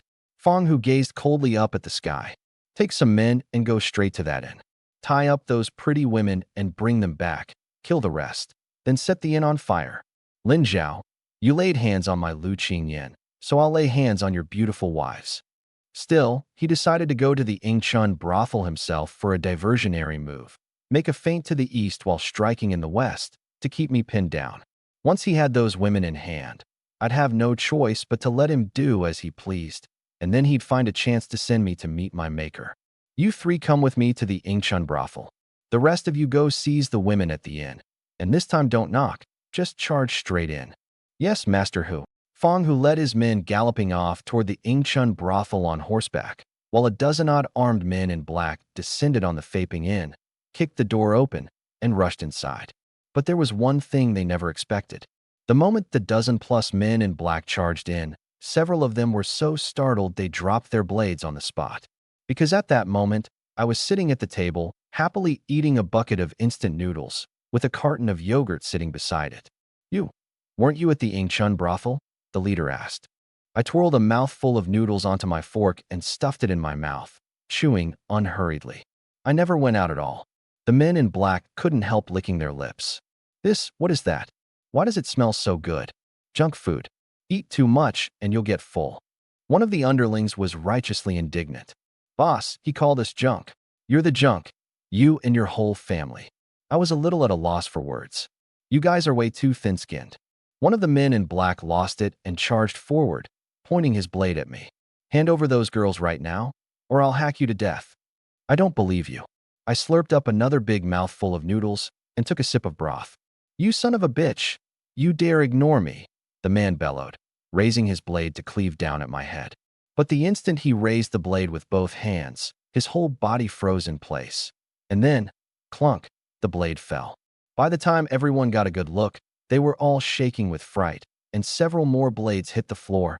I'd already driven a knitting needle into his neck, right through and out the back. I stood up and yanked the needle back out. Turns out those martial arts novels weren't lying. Once your kung fu is up to snuff, any old thing can become a lethal weapon. I gave the man's forehead a gentle push. What an idiot. The stiffened corpse toppled over. I looked at the rest of them. I'll give you a chance. Get lost right now, and I'll spare your lives. Terrified as they were, if they went back like this, Fong Hu would surely kill them. One of the men in black shouted, "Rush him all at once. I don't believe he's that tough." The words had barely left his mouth when the whole group raised their blades and charged. I slipped through the crowd like a loach, then returned to my seat and went back to eating noodles. A few seconds later, the whole bunch of them were clutching their ears and howling like ghosts. My ear. Everyone had blood trickling from their ears. A moment ago, I'd swiftly, precisely, and ruthlessly jabbed the knitting needle into their ears, deafening one ear on each of them. The reason I hadn't finished them off was simple. I didn't want to make a mess of this place, since it was going to be the storefront for my future business, and a floor full of corpses would just be mine to clean up. So I'd go easy for now. I ate and watched them cradle their heads and wail. You should count yourselves lucky to have run into someone as kind as me. I took another sip of broth, and in the blink of an eye the bucket of noodles was empty, during which no one dared come at me. The moment I stood up, the whole group flinched and stumbled back several steps. I walked over to the corpse and kicked it flying, knocking down several of the men by the door. All right, get lost, all of you. Take the body with you. Don't go dirtying up my doorstep. Seeing that my kung fu was unfathomable and too fast to even follow, the group obediently hoisted the corpse onto their backs and ran off faster than rabbits. Once they were gone, I went and shut the door properly. After getting burned twice in a row, I figured no one would rashly come around anymore. After all, with sevenfold speed, I could make a round trip between the brothel and the inn in under a minute. Jiang Yueru and the three sisters came out of their rooms upstairs and stood in the hallway looking down at me in the hall, their faces full of disbelief. Song Yujiao said softly, "Sis, don't you feel like husband has gotten even stronger?" Song Yuro didn't dare ask, nor dare answer, but she felt the same way. "That's enough, second sister. Don't ask about things you shouldn't." Song Yuding blinked her eyes. "Big sis, second sis, if we ever disobey husband down the road, will he?" Song Yuro walked over. "Little sister, don't talk nonsense. Why would you ever disobey husband?" Song Yujiao's face went red. "Big sis, second sis, what if it's an inconvenient time of the month for us and husband still insists on sharing a bed? Should we?" Song Yuro poked her forehead. "Oh husband isn't that kind of man. Besides, if husband really did demand it, then just obediently do as he says." "Oh, big sis, little sister understands now." Seeing them gossiping among themselves, I leapt up to the second floor and appeared beside the four beauties. All four of them clutched their chests in fright. "Talking behind my back, are we?" Song Yuro hurriedly waved her hands. No, husband, little sister just doesn't know any better." I doted on Song Yuding, stroking her head. "That little head of yours is full of all sorts of thoughts all day long. Don't worry, I won't force you to do anything you don't want to." Song Yuding blinked and nodded, and even looked at Song Yuro a touch smugly. "Big sis, you've already consummated things with husband. How come you still have to guess at what's on his mind?" "Little sister, you." Song Yuro's face flushed red, both bashful and flustered. I looked at her. "Little sister's right. From now on, don't guess about anything, just ask me." Song Yuro dipped slightly in a small bow. "Yes, husband, Yuro will remember that." I gave her nose a light pinch, wrapped an arm around her, and then looked over at Jiang Yueru and Song Yujiao. "Come on, let's go inside and do something fun." The four beauties instantly understood, the corners of their mouths all curving up, their faces blossoming like peach flowers as they followed me into the room. After Lu Qingyan had teased me like that, my appetite had long been whetted. Before long, silvery, giggling laughter came drifting out of the room.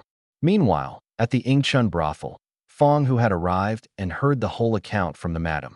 He looked at the man on the floor who had destroyed his own manhood, walked over, and stood still. "Humph, you really are something. You actually had the guts to do it." "Young Master Fong, that guy was too formidable. I had no choice but to." The man said weakly, gritting through the excruciating pain. "Seeing you suffer like this, I really can't bear it." Fong, who suddenly drew his sword and, without so much as a blink, thrust it straight into the man's chest. Then he swung the blade and rushed at the black-clad men I'd blinded, finishing them off all at once. "You're all blind now. Should I keep you around for retirement?" The madam and the girls beside her clapped their hands over their mouths in fright, not daring to make a sound. But Fong, whose expression stayed calm. "This is what you get for not fighting back. From now on, if you run into Lin Zhao and clutch at your lives, too scared to fight to the death, then be ready to die by my hand." "Understood." "Ununderstood," everyone answered. Just then came the sound of applause from outside. "Well done, Hooer.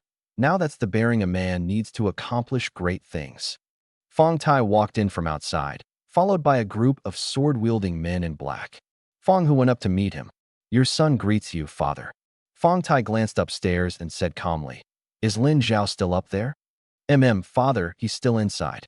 Fong Tai's face contorted, and he cursed through gritted teeth. "Little beast.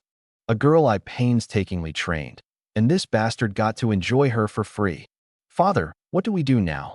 Fong, who leaned into his ear and whispered, "Actually, I've already split our forces in two. The other group has gone to capture his family."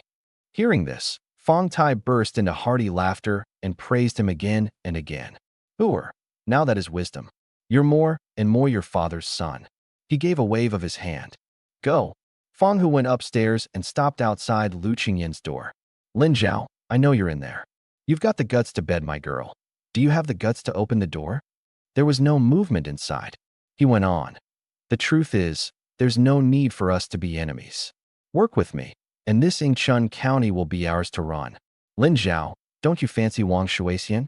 I wouldn't mind handing her over to you, but you've got to show some sincerity. He rattled on, but there was never a sound from the room. The humiliation of being ignored made Fang Hu's temper flare.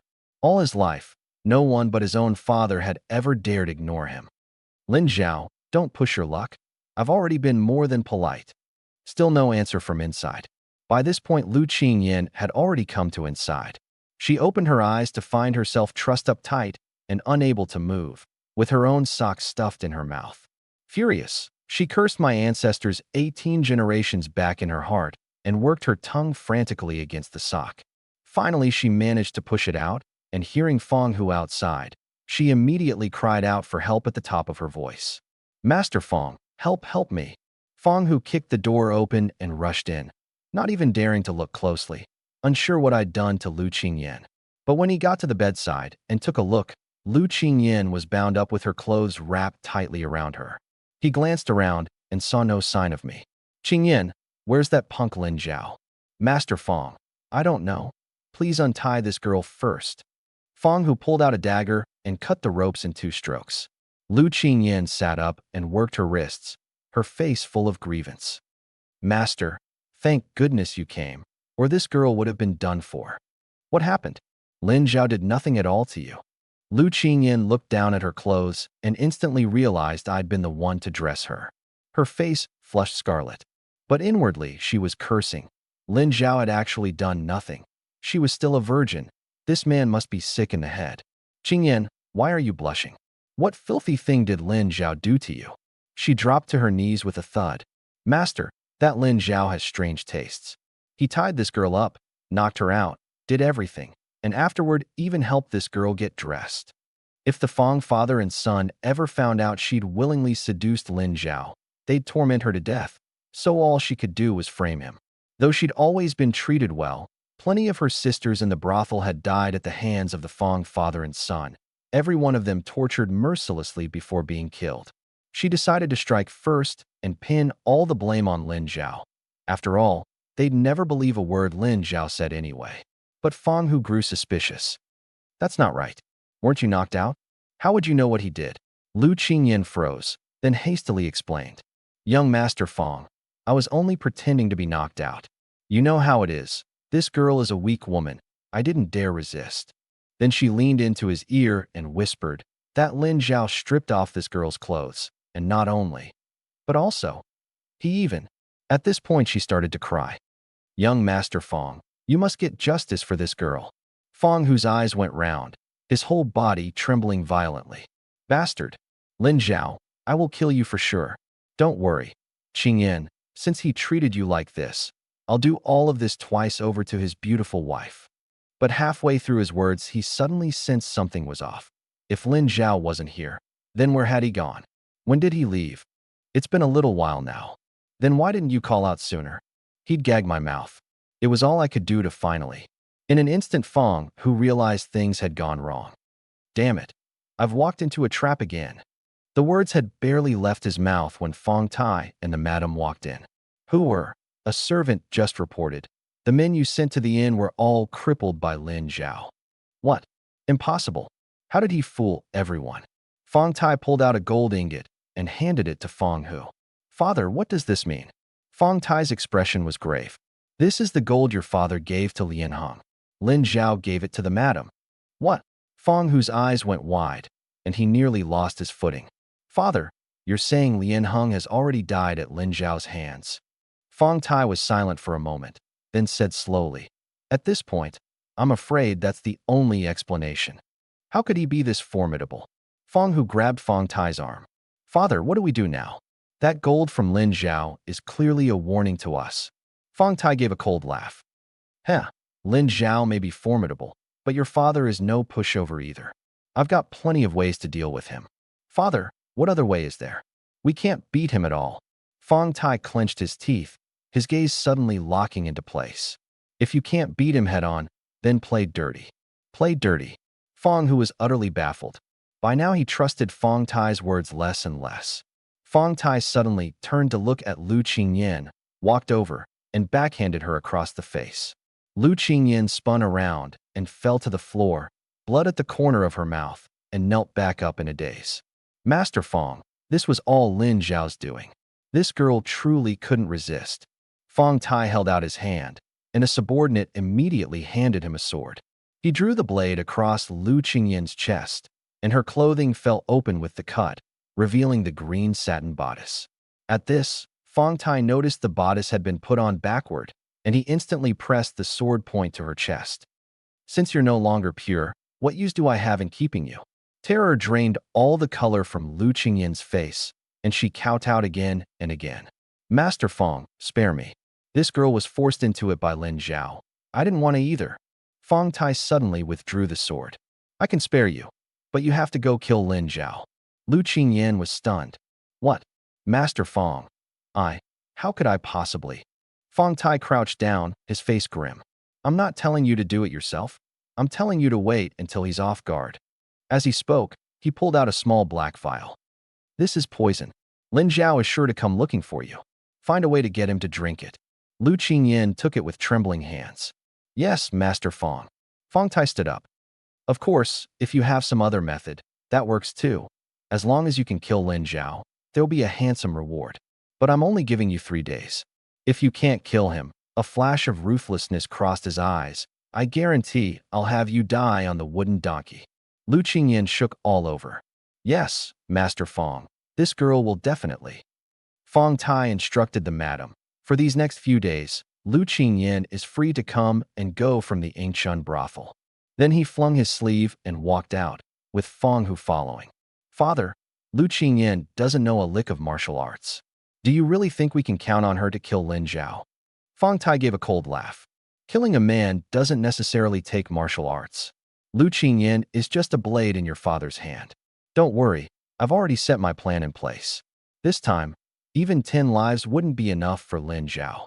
Fong Hu was genuinely skeptical of this confidence. Every time his father swore up and down, yet not once had it ever worked out. Fong Tai patted his shoulder. I've run into situations like this plenty of times before, and in the end, I was always the one who won. Pay Lin Zhao no mind these next few days. Stay in the residence. Within 3 days, Lin Zhao will surely be dead. 3 days, 3 days again. Fong Hu was utterly speechless, but he only privately doubted it. He didn't dare openly question it. Yes, your son will obey his father's command. Fong Tai swept his broad sleeve and went downstairs, brimming with confidence. Let's go, back to the residence. The Yingshun brothel is to operate as usual. Watching the way Fong Tai walked off, and recalling how skillfully he'd wielded that sword just now, slicing open only the clothing without wounding the flesh, that was no feat an ordinary person could manage. Could it be that father knew martial arts? Was that why he was so certain? Fong Hu speculated to himself, then ran downstairs and gave an order. Dispose of these useless corpses. After that, he left the Yingshun brothel. In the room, Lu Qingyan slowly climbed to her feet and stared at the vial of poison in her hand, still shaken to her core. She truly couldn't bring herself to kill Lin Zhao, but the moment she thought of that pair of socks on the floor, she got so angry she wanted to curse. Lin Zhao had actually stuffed a sock into her mouth. This shameful humiliation had to be avenged. She'd stuff a sock into his mouth right back. She sat on the bed and schemed. Fong Tai was a ruthless character, and if she failed, he'd show no mercy. As she thought it over, she made up her mind. She'd take the initiative and go find Lin Zhao herself, since Fong Tai had granted her free passage anyway. Lu Qingyan changed into black clothes, veiled her face, hid a dagger in her sleeve, and left the Yingshun brothel heading straight for my inn. It took her about 10 minutes to reach the door, and she reached out to knock. There was no answer inside, so she knocked again. Only then came a voice. Who is it? It's me, a friend of Lin Zhao's, here to see him. Footsteps approached, and Lu Ying opened the door. She looked at Lu Qingyan standing there and paused. You're here to see our benefactor? Benefactor? Lu Qingyan looked her up and down curiously. Where's Lin Zhao? Our benefactor is upstairs. Just then a door opened upstairs, and I came out fastening my sash, spotting Lu Qingyan down below at a glance. It's you, what are you doing here? I've got something to discuss with you. Can we talk upstairs? Come on up. Lu Qingyan came upstairs, and just as she reached the top of the stairs, 4 beauties emerged from the room, each with an outstanding air about her. The 3 sisters had had a slightly sallow complexion before from going hungry, but after a few days of me nursing them back to health, they'd grown all the more fair, radiant, and shapely. Lu Qingyan was momentarily stunned. Lin Zhao, these are... I didn't hide anything, and pointed. All 4 of these are my wives, my family.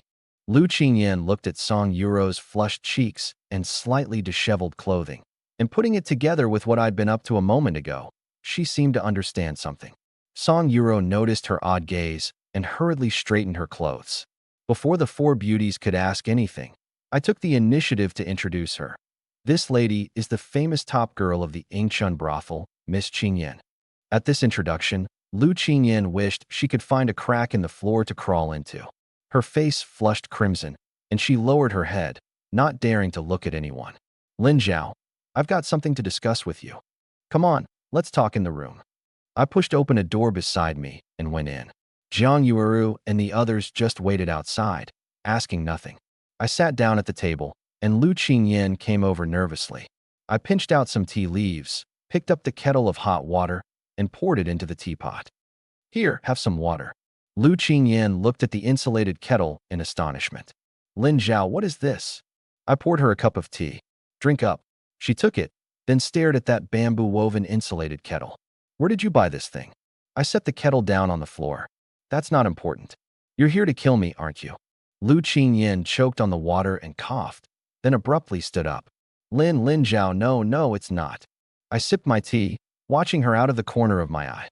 Your heart's beating awfully fast, which means you've got a guilty conscience. You came here to kill me. With that, I crushed the teacup to powder in my hand and slapped the table. Lu Qingyan dropped to her knees in fright. Lin Zhao, I was forced into it. I don't want to kill you, but Fang Tai said if I don't do it, then I'll be the one to die. So you came to kill me? How did you plan to do it? A sneak attack, poison, or seduction? I didn't dare.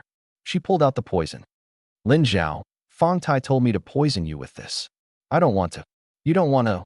Why should I believe that? Wasn't it you who teamed up with them to trap me last time? She didn't know how to defend herself. Last time it had indeed been so, but she'd had no choice either, and besides, she hadn't done anything. She'd only sung Lin Zhao a song. All right, actually it's not like there's no solution. I helped her up. Lu Qingyan's eyes instantly lit up. What solution? My gaze hardened as I straightened her collar for her. It's simple, you die. Lu Qingyan dropped to her knees again with a thud. Lin Zhao, I beg you, don't kill me. As long as you don't kill me, you can do whatever you want, however you want. Seeing her stricken with terror, I walked over again. I'm not going to kill you. I mean you go end your own life. Seeing the coldness in my expression, she slumped to the floor, as if she were looking at a completely different person. But on second thought, I hadn't blinked an eye when I blinded those men. Granted, those men were no good to begin with, but my heart had indeed grown colder and harder. I sat back down at the table and sipped my tea. I'm doing you a favor here. Ending it yourself is the cleanest way. If you take your own life, you'll suffer a lot less. Tell you what, I'll be nice all the way to the end. Here's a free strip of white silk. Find any spot you like. Hang yourself from a beam. Simplest thing there is, and no pain. As I spoke, I pulled a 4-foot length of white silk from my sleeve and handed it to her. She stood up, her heart turning cold.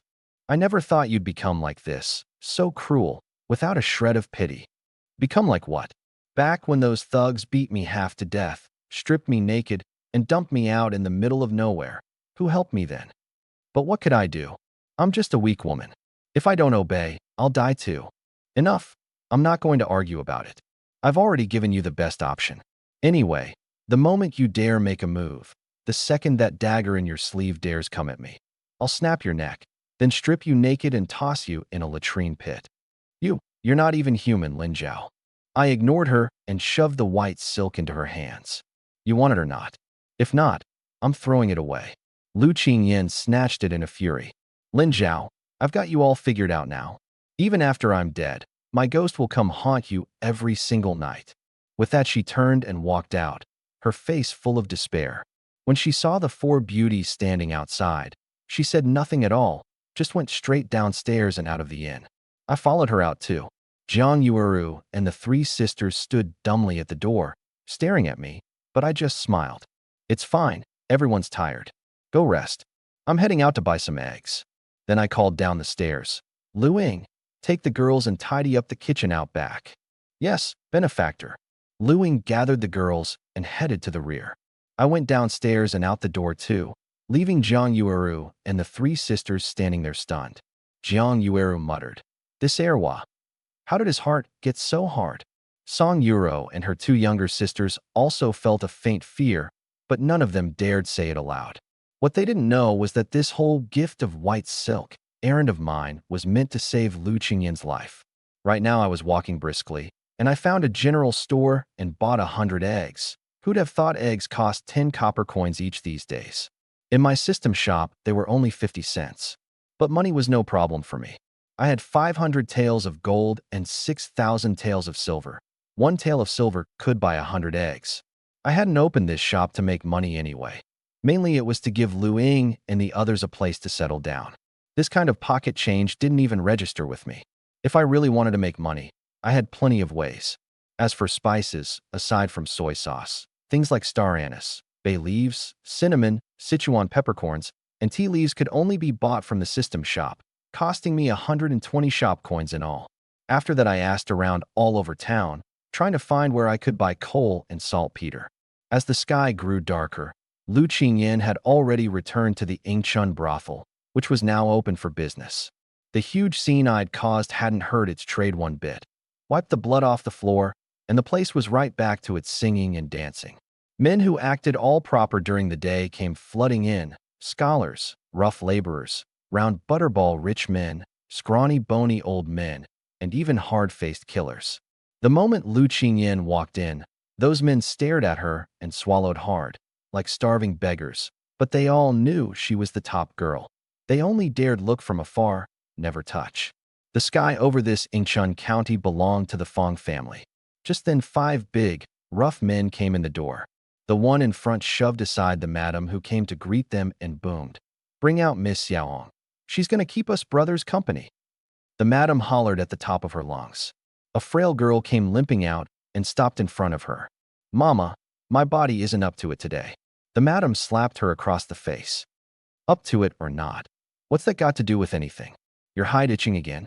You dare refuse Master Nyo?" She was overbearing with Xiaohong, but all smiles toward the 5 men. "Master Nyo, please, go right ahead." "Mama, this girl really can't." Xiaohong begged, tears in her eyes. One of the 5 men lost his temper on the spot, hoisted Xiaohong up, and hauled her off. Master Nyo tossed a pouch of silver to the madam. In Yingchun County, as long as you were willing to pay, no request was ever refused. Xiaohong screamed and struggled on the brute's shoulder, but she was still dragged forcibly upstairs. Watching this scene, despair and terror made Lu Qingyan's scalp prickle. If she couldn't kill Lin Zhao, her end would only be worse than Xiaohong's. Fong Tai was vicious and merciless. Thinking this, she climbed the stairs. The madam only watched, not daring to say a word. Lu Qingyan went into her own room and shut the door. Before long, Xiaohong's heart-rending screams came through the wall. About 10 minutes later, word came from the other side. Miss Xiaohong is dead. Soon after, Xiaohong was carried out wrapped in a thin bedsheet, the cloth soaked in blood. Seeing that, Lu Qingyan nearly cried out in horror and clamped her hand hard over her mouth. Xiaohong was dead, dead like a stray dog. Yet the Yingchun brothel bustled on as before, no one paying it any mind. Master Nyo stepped up. "Mama, we didn't get our fill. Bring out Miss Xiaoyu." The madam beamed.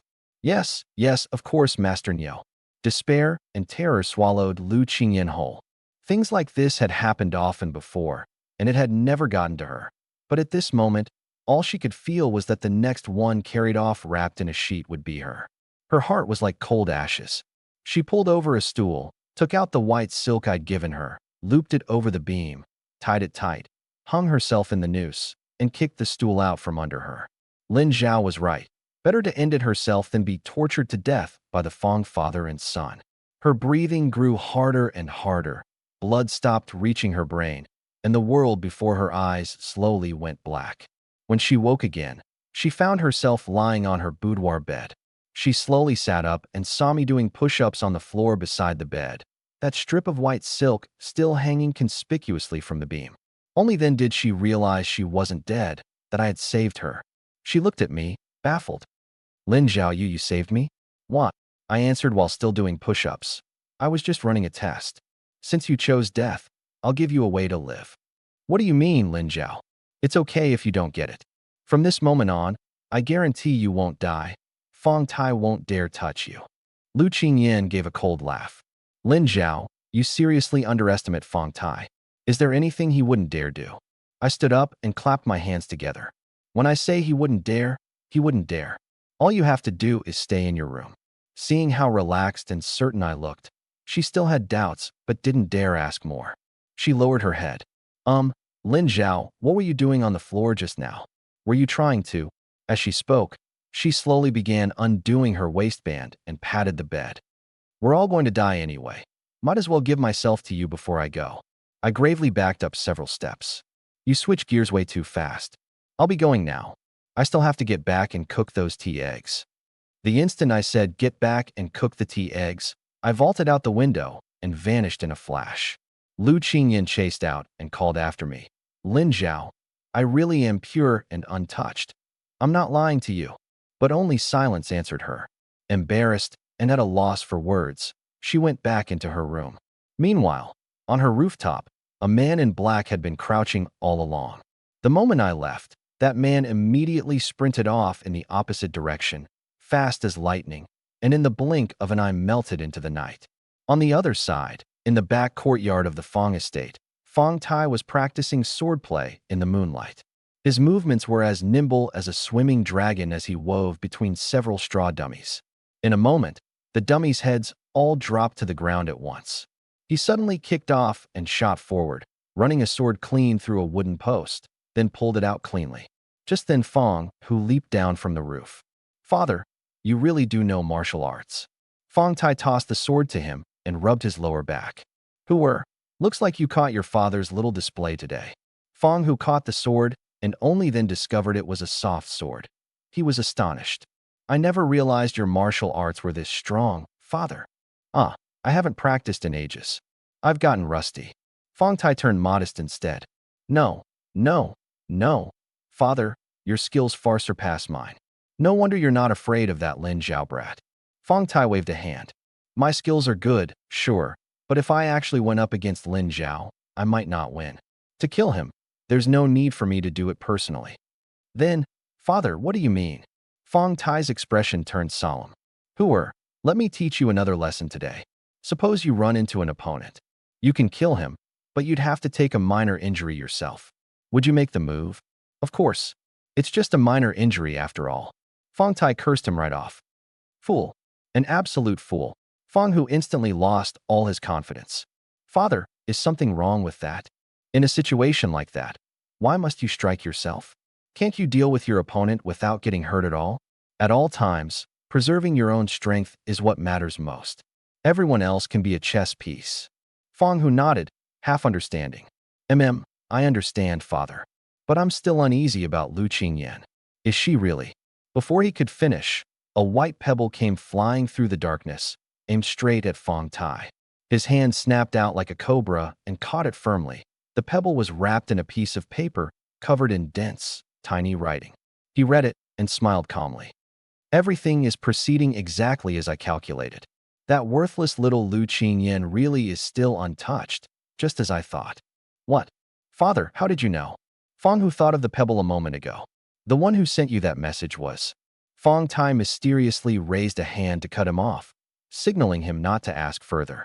He handed the note to Fong, who read it with a face full of disbelief.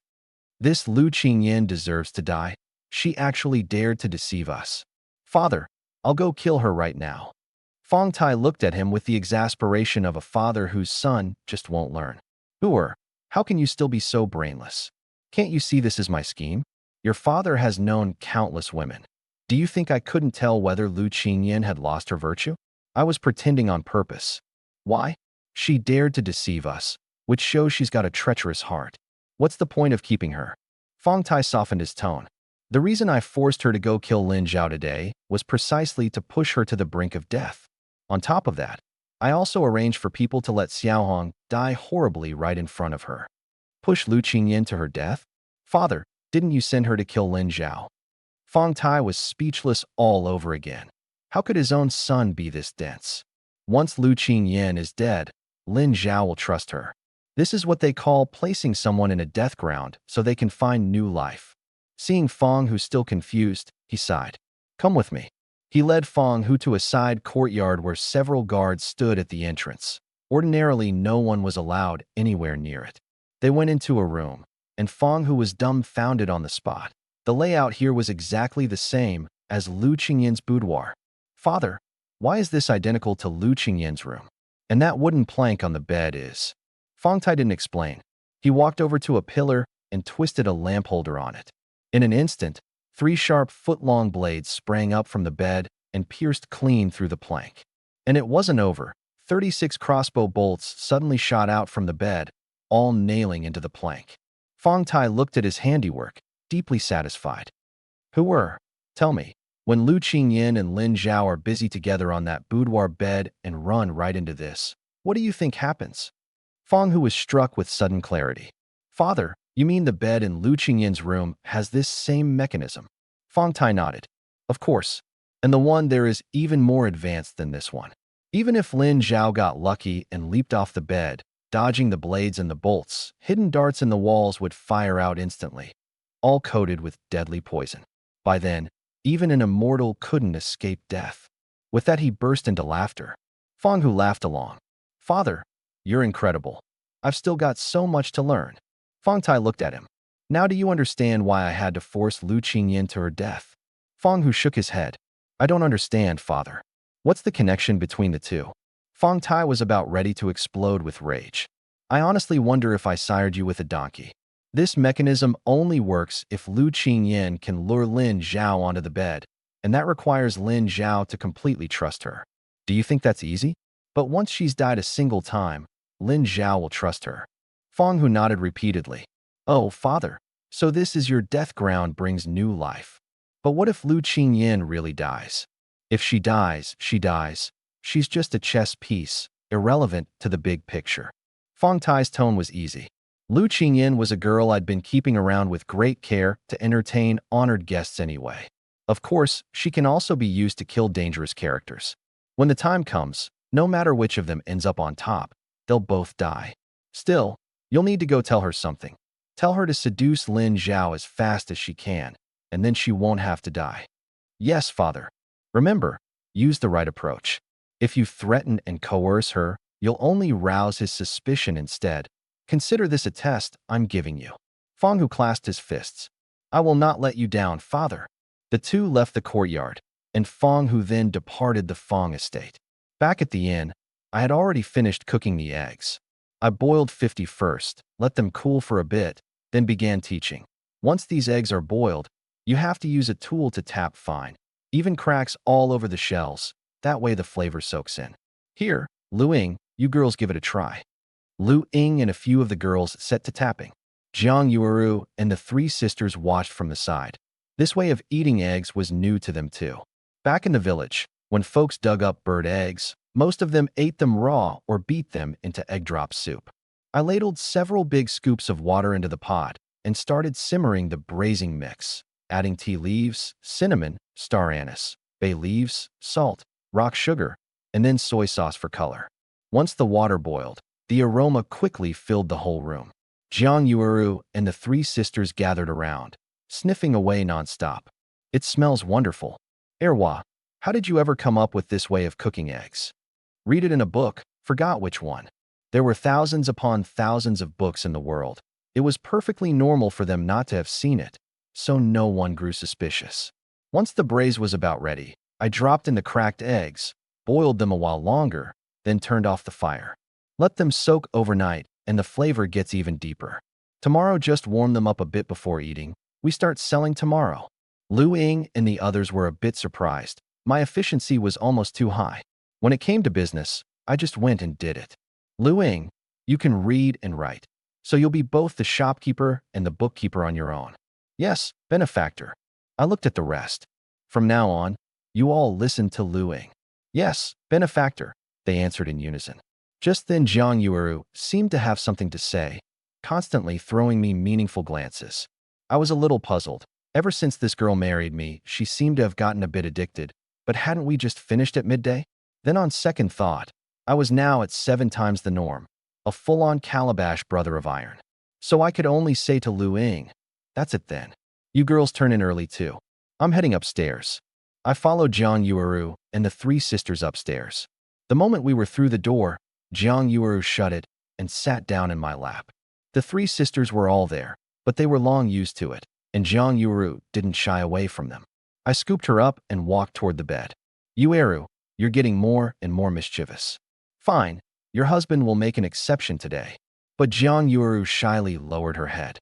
Erwa, that shopkeeper position, I think I could handle it too. I can do the accounts, so why not let me? In an instant I understood what was on her mind. So it was a craving for doing business. This addiction wasn't that addiction. My mind had gone the wrong way. I set her down on the floor and pinched her nose. Yueru, you're with me now. How could I bear to make you work? You, an eldest sister, second sister, and little sister, you're all my family. None of you need to do a thing. Song Yuro and her 2 younger sisters immediately stood up. Thank you for caring for us, husband, but we'd like to share some of your burden too. There's no burden for any of you to share. Your number 1 task is simply to be good wives to me. Seeing Jiang Yueru look a little dejected, I comforted her. Here's the thing, Yueru. Right now you've still got Nyonyo to look after. What's a tea egg shopkeeper worth anyway? Once the business grows bigger, I'll let you be the head of something much larger. Jiang Yueru's eyes lit up. Erwa, really? Of course. Jiang Yueru had come from a merchant family to begin with. It was only later, after her family's fortunes changed, that she drifted around, met Lin Day, and remarried into the Lin family. I looked at the 4 beauties. My dear family, wash up and get to sleep. It's warm under the covers. As I said this, I scooped Jiang Yueru up. From now on, if you've got something to say, just say it. Don't sit in my lap. That too easily leads to. Jiang Yueru nodded. I'll remember. The 3 sisters came along, their faces carrying blushing smiles. At this hour, the Yingshun brothel was still bustling, guests coming and going. In Lu Qingyan's room, Fong, who sat at the table, he didn't dare go near the bed, terrified the mechanism might malfunction and turn him into a pincushion. Qingyan, did you remember what I just told you? Lu Qingyan was confused. This afternoon they'd told her to kill Lin Zhao, and now they wanted her to seduce him. What on earth were this father and son up to? Still, this task was far easier, so she quickly answered, Young Master Fong, I've noted it well. Fong, who still didn't quite trust her, and stepped a few paces closer. Lu Qingyan, I'll be honest with you. I don't want to be Lin Zhao's enemy, but he keeps trying to snatch Wang Shuixian away from me. So you absolutely must find a way to tie him down. Best if you can get him to come to you every single night. Lu Qingyan stood up from the bed. Understood, young Master Fong. I'll do my utmost. Good. I'll be waiting for your good news. Fong, who flung his sleeve and walked out, his gaze darkening. Once the 2 of them coupled, he'd go and trigger the mechanism, and in an instant they'd be skewered into a meat kebab. At the thought, the pent-up frustration he'd been carrying for so long finally eased. Once Lin Zhao was dead, he would surely entertain those 4 beautiful wives well. But that alone wasn't enough. He had to think of a way to lure Lin Zhao to come of his own accord. His eyes rolled, and he smiled smugly. I've got it. Early the next morning, I went downstairs and started my push-ups. These days I did 10,000 4-finger push-ups every day without fail. Each one was equivalent to 5 standard push-ups, so the total came to 50,000. This 4-finger style is extremely hard for ordinary people, but for someone like me who can poke a finger straight through a stone slab, it's a breeze. I checked. My equivalent standard push-up count had already reached 320,000, worth 1,898 shop coins. As long as I kept at it every day, I could earn 500 coins, a solid 15,000 a month. The good days were still ahead. By the time I hit 330,000, the four beauties had come downstairs, and Lu Ying and the others were up tidying the rooms. Breakfast was still rice porridge with steamed buns, and I stir-fried a dish of cabbage and tossed together a plate of sour bean sprouts. Everyone ate with gusto. Finally, the star of the show, the tea eggs, made their entrance. I carried them over. Give them a try. I peeled one myself first and took a bite. My eyes lit up. I'd actually been worried the flavor might be mediocre, or so salty it turned bitter. People's taste buds these days can't handle too much salt. Only after tasting it did I relax. The saltiness was just right. When simmering it, I deliberately cut back on salt, and combined with the high quality of the eggs, the flavor was pretty great. Lu Ying nodded as she ate. It's savory and fragrant, with a hint of tea flavor. So this is what a tea egg is. Zhang Yueru tried one too. This is the first time I've seen eggs cooked this way. But erwa, salt, tea leaves, rock sugar, and all those spices, the cost can't be low. Yueru, I plan to price them at 1 yen of silver apiece. The moment everyone heard that, the eggs froze in their hands. They didn't dare take a bite. The cost of a single egg, spent on grain, was enough to feed a family of 5 for a whole month. It's fine, you all keep eating. I turned to Lu Ying again. You're the shopkeeper and bookkeeper. 2 taels of silver a month. The 5 of you, 1 tael a month. Lu Ying and the 6 of them all stood up together and knelt down in tears to thank me. If not for me, they'd have been ruined by the bandits by now. Now they not only had a place to settle, but could earn money every month. Every one of them was deeply moved. All of you, get up and sit down and eat. In a bit we'll do a trial opening, cell 31st. Yes, benefactor. After everyone finished breakfast and cleaned up, I opened the door and quickly wrote out a sign. Tea eggs, 1 yen each. Then I banged a gong to draw customers. Before long, a crowd of onlookers gathered around. Banging a gong first thing in the morning, so noisy. What's a tea egg? An egg laid by a tea plant. I don't think so. Probably an egg laid by a hen named Tea Leaf. No, it's got to be an egg buried under a tea tree. Everyone had their own theory. Standing off to the side, I nearly laughed out loud. Who knew the ancients had such wild imaginations? Just as I was about to explain, one man in the crowd shouted, "What? 1 yen of silver each. Is this even meant for people to eat?" Right, boss, your heart's black as coal. This is highway robbery. I wouldn't eat this even if you gave it to me for free. Come on, let's go. This is a waste of time. I hurried to pitch. My tea eggs use several kinds of spices, made with fresh eggs, and after 49 days of... What? 49 days? Wouldn't they have gone rotten by then? Even a dog wouldn't eat that. I was so exasperated I laughed, and was just about to blow up when suddenly a gong crashed. A man's booming voice rang out. Special offer at the Ingchun brothel today? Bidding for the top girl, Miss Lu Qingyan, starts at 1 tael of silver, plus a striptease performance by Miss Qingyan. The instant the gong sounded and the shout went up, the crowd of onlookers scattered in a flash, running faster than rabbits. In the blink of an eye, only one old man was left, hunched over, tottering toward me. I hurried up to greet him. Sir, these tea eggs are truly delicious. You've got great taste. But the very next second I realized this old man hadn't come to buy eggs at all. He walked over, picked up a wooden stick leaning against the wall, turned around, and, leaning on it as a cane, hollered, "Wait for me." My jaw and everyone else's dropped to the floor. Jiang Yueru and Song Yuro and the others turned red with embarrassment. So all this fuss, and this old geezer was also headed for the brothel to join the excitement. I chased after him. Sir, you can barely walk straight, and you're going to join that circus too? The old man turned and glared at me. What? I'm not allowed to go. Young man, you discriminating against the elderly? His wrinkled face broke into a smile, looking for all the world like a Shar-Pei drooling. Didn't you hear there's a striptease? And it's Lu Qingyan, no less. With that, he hobbled off, huffing and puffing, a set of moves fierce as a tiger, but a speed slow as a snail. I couldn't help grumbling. This old codger still hasn't gone hungry enough. Then I turned to Lu Ying and the girls. It's fine. That's business for you. This kind of thing on the first day is normal. Take it slow. Lu Ying gave a faint smile. Yes, benefactor. I glanced at the street. It looked as if it had been swept clean by a flood, not a soul in sight. Most of them had probably gone off to gawk. Auctioning Lu Qingyan, plus a striptease. That gimmick really was a hook. I found it strange. This Ingchun brothel came up with one wild scheme after another, and the Fong father and son really did have a knack for the unconventional. To go, or not to go? If I didn't go, well, I'd promised to keep Lu Qingyan alive. If I did go, what if it was another trap, another make a feint to the east and attack in the west? Lure me to the Ingchun brothel, then send people to raid my home? Not one of these 10 girls in front of me knew any martial arts. I resolved then and there. The next time I added someone to my family, I absolutely had to find one who knew martial arts, so I could free myself up. All right, no business today. We're closing. I went into the main hall. Though puzzled, Luing did as told, put everything away, and closed the door. I sat on a stool and thought it over. The onlookers who'd gathered weren't my target customers at all. Even if I dropped the price to 50 copper coins, they still couldn't afford it.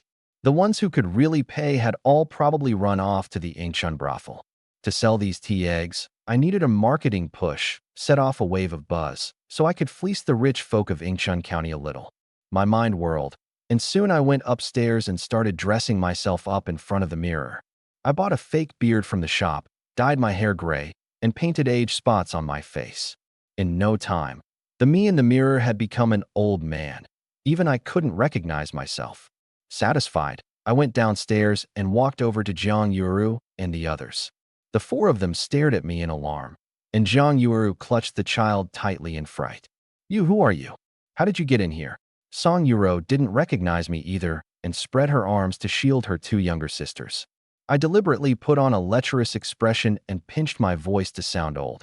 Your husband's been knocked out cold by me. Be good girls and sleep with old me now. Shameless, you filthy pervert. Jiang Yueru cursed in terror. I walked straight toward her, and she kept backing away. What do you want? Little lady, let me give you a kiss. I leaned in, and Jiang Yueru shut her eyes in fright. Get away from me. You dare come closer, and I'll dash my head open right now.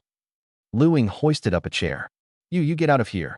Seeing that no one recognized me, I was thoroughly pleased. Just then Song Yuro stepped to the very front. Husband, is that you? I froze. How had she seen through it? Song Yuro looked me up and down. Husband, how did you become like this? I had no choice but to drop the act. Eldest sister, how did you tell? She pointed at my shoes. Your face and voice really are unrecognizable, but you didn't change your shoes. I looked down. Sure enough, still the same old pair. I couldn't help but praise her. Eldest sister, you really are the observant one. Song Yuro blushed at the praise. Jiang Yuru handed Nyonyo to Song Yujiao and came over. Erwa, you went too far. Why'd you scare me like that? Just a little joke. What do you think of my disguise?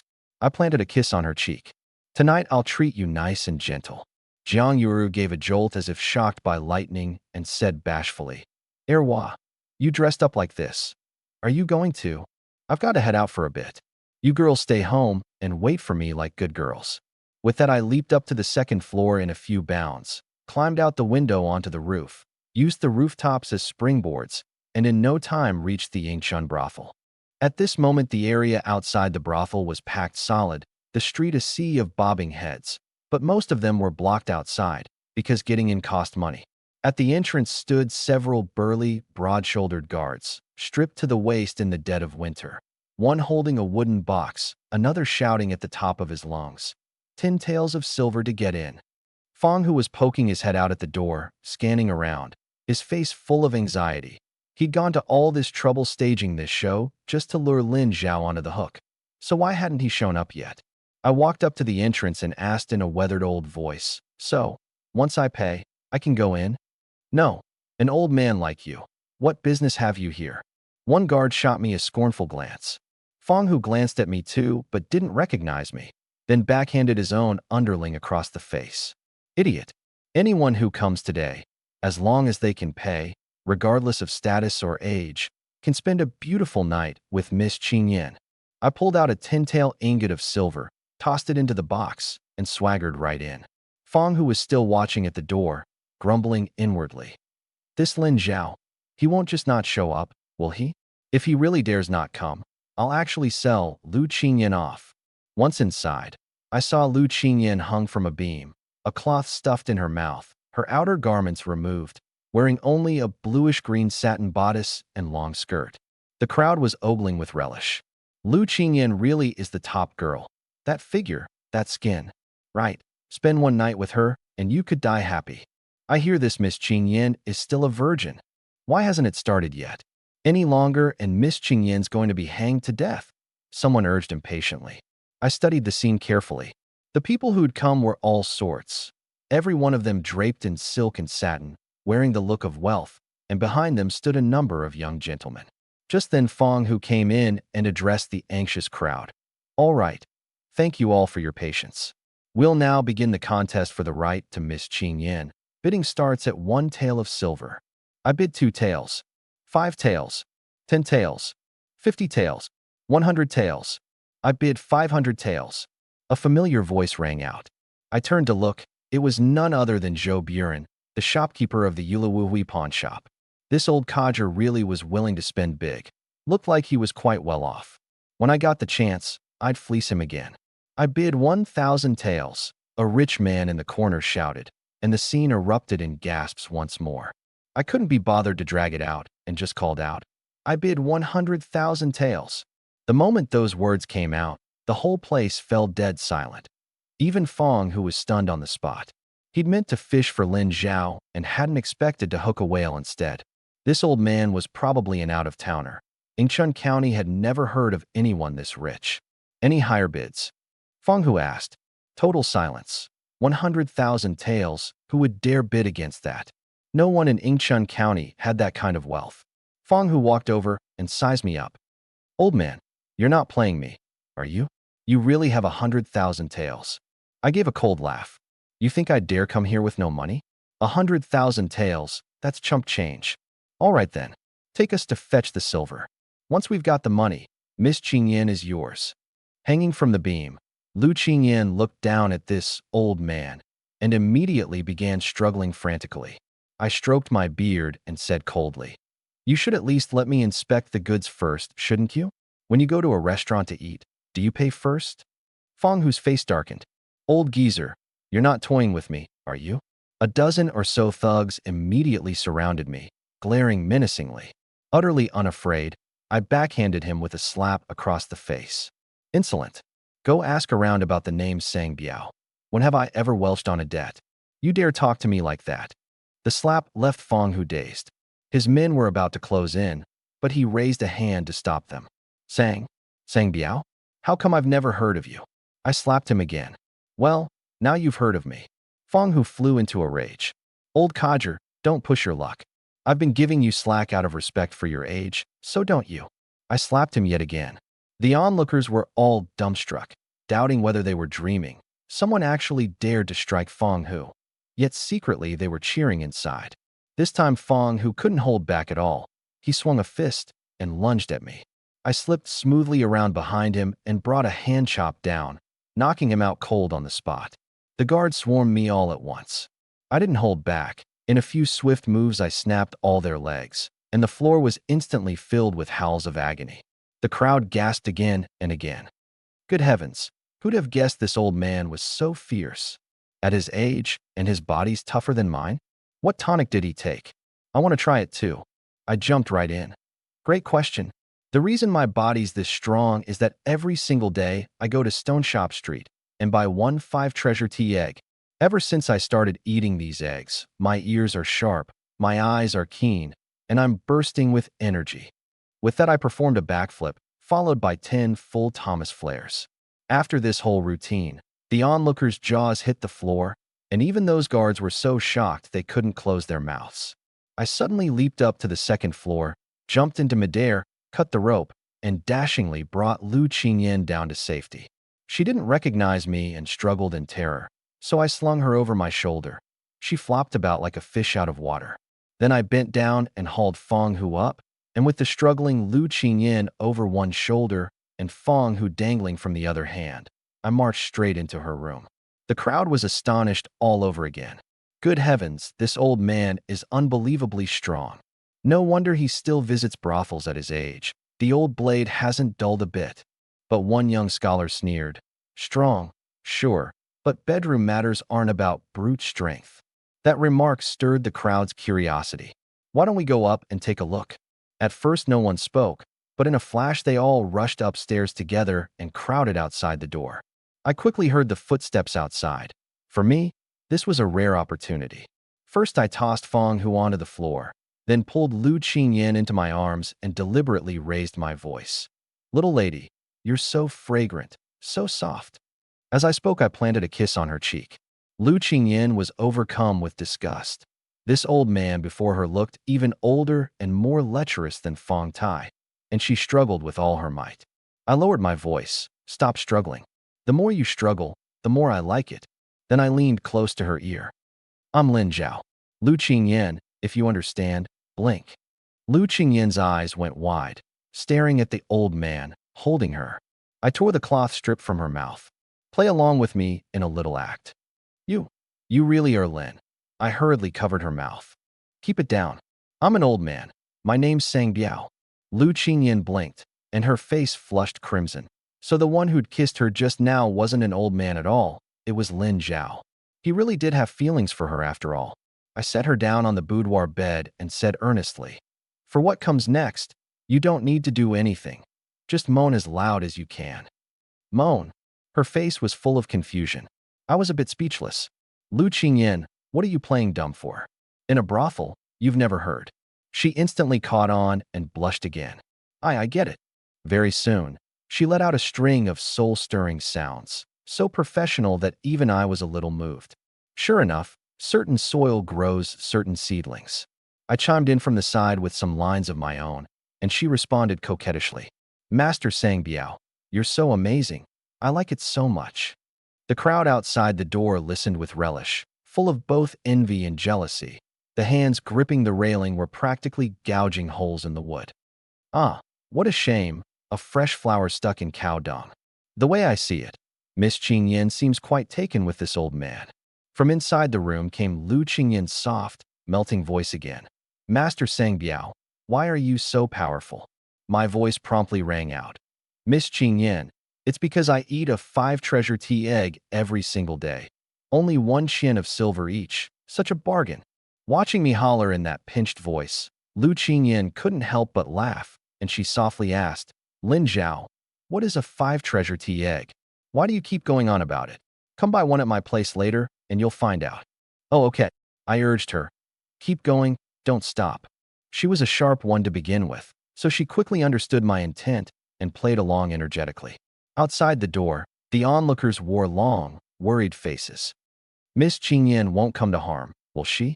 She's still so young. That 5-treasure tea egg the old man mentioned just now. Have any of you heard of it? No idea. Sounds like it's on Stone Shop Street. Let's go check it out later. Must be something good. Half an hour passed, and Lu Qingyan's voice still drifted out of the room now and then. I poured a cup of water and handed it to her. Not bad. Good work. She took it and drank a sip, looking at me with a hint of allure. Lin Zhao, doing it this way is so boring. Why don't we do it for real? As she spoke, she stepped up in front of me. Though I live in a brothel, I truly am pure and untouched, and my heart is simple. The next second, I gave her waist a hard pinch, and she cried out. Why'd you pinch me? Keep going, don't stop, I whispered. She was speechless but had no choice but to keep playing along, letting out those pleasant sounds. Just then, Fong Tai walked into the Yingchun brothel with 10 black-clad swordsmen. He cleared his throat and gave a cough, and the crowd upstairs instantly spun around in fright and lined up neatly. Fong Tai's face was grim, his gaze savage, his voice low and dripping with killing intent. Everyone out. We at the Yingchun brothel have a bit of a family matter to settle. Fong Tai's face was full of murderous intent, his eyes sharp as knives, and the swordsmen at his side all wore ashen expressions, looking exactly like executioners. Every onlooker was struck with dread. Usually, at times like this, it meant Fong Tai was about to go on a killing spree. Everyone knew his cruelty. When he killed, he wiped out entire households, then set a fire at the end, and the womenfolk in particular were ravaged to the utmost before being killed. The crowd obediently went downstairs, even politely greeting Fong Tai on their way, then slinked off in dejection. Fong Tai gave the order. Everyone get ready. The moment he comes out, finish him. The sky over this Ingchun County is still mine to command. Yes, Master Fong. The swordsmen drew their swords and held them up in both hands before their chests, poised to strike. These men were all trained assassins, their martial skills far beyond those of ordinary thugs, and every one of them was an expert with hidden weapons. After the guests had all cleared out, the old man from earlier who'd been gawking at my stall came hobbling into the Ingchun brothel on his cane, panting. He gave a cough. Huh? Wasn't there supposed to be a striptease? I've come to have a look. The instant those words came out, Fong Tai's face went cold. He turned and walked right up to the old man, first giving a speechless little smile. At your age, and you still come to a place like this? The old man smiled too. I heard there were beauties to see. Haven't gotten to see them yet. Fine, then I'll let you see plenty. Fong Tai's expression darkened. His dagger suddenly flashed out and plunged into the old man's eye. The old man's face contorted in horror as he screamed and clawed wildly at the air.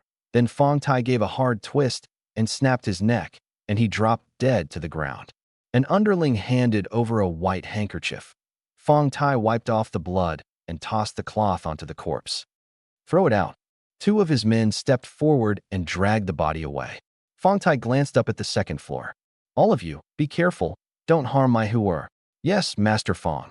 Several swordsmen leapt up the stairs, light on their feet, and in the blink of an eye they'd taken up positions outside the door. Fong Tai came up after them and stood in the doorway. I don't care who's inside. Hand over Huer and I'll let you off easy. Otherwise. Inside the room, Lu Qingyan panicked. Lin Zhao, Fong Tai is here. But I stayed perfectly calm. It's fine, don't be scared. I got up and nudged Fong Hu, who was lying on the floor. All right, quit playing dead. Get up. Fong Hu stayed flat on the ground, not daring to move. After taking a few slaps, he was afraid of getting hit again. I kicked him, and he let out a miserable yelp. I hauled him up, walked to the door, opened it, and tossed him out. Then I stepped out myself and stood in front of Fong Tai. This old man isn't even finished yet, and you lot come ruining my fun. Fong Tai sneered. Old man, don't get too cocky. Haven't you heard? There's always someone tougher, always a bigger mountain out there. I shot back. Heh. And how do you know this old man isn't that bigger mountain, that tougher someone? Fong Tai took a step back and made a signal. 10 swordsmen sprang forward and formed a formation that surrounded me like dumpling filling, trapping me in the very center. 10 blades stabbed in from every direction. I gritted my teeth and stamped my foot. A floorboard beneath me flipped up and caught one swordsman square under the chin. That man screamed and passed out. In one smooth motion, I spun and snatched his sword, turned into a black blur, and darted through them, dropping down to the floor below in an instant. Seeing this, Fong Tai roared with laughter. Huh, so he's just a coward, running away already. But the words had barely left his mouth when every swordsman's pants dropped straight down at once, and one by one they scrambled awkwardly to pull them back up. I warned them. Just now I held back. All I took was your pants. Come at me again, and next time it'll be flesh. I moved so fast they couldn't even see me, and none of them dared step forward. Fong Tai gave a great shout and jumped down from upstairs, a blade shooting out from his sleeve to slash at me. Just as he looked most pleased with himself, I flashed aside and kicked him hard in the waist, sending him flying several meters before he crashed to the ground. I'm done playing with you lot. And with that, I shot out of the inn like a gust of wind and vanished. The whole scene played out in front of the onlookers, and every one of them was so stunned their jaws dropped. That old man is unbelievably nimble. Looks like those tea eggs really do work wonders. I'm not buying any. It's obviously a scam, one scholar said. Then how do you explain the old man being this strong? The crowd chattered on, thoroughly entertained.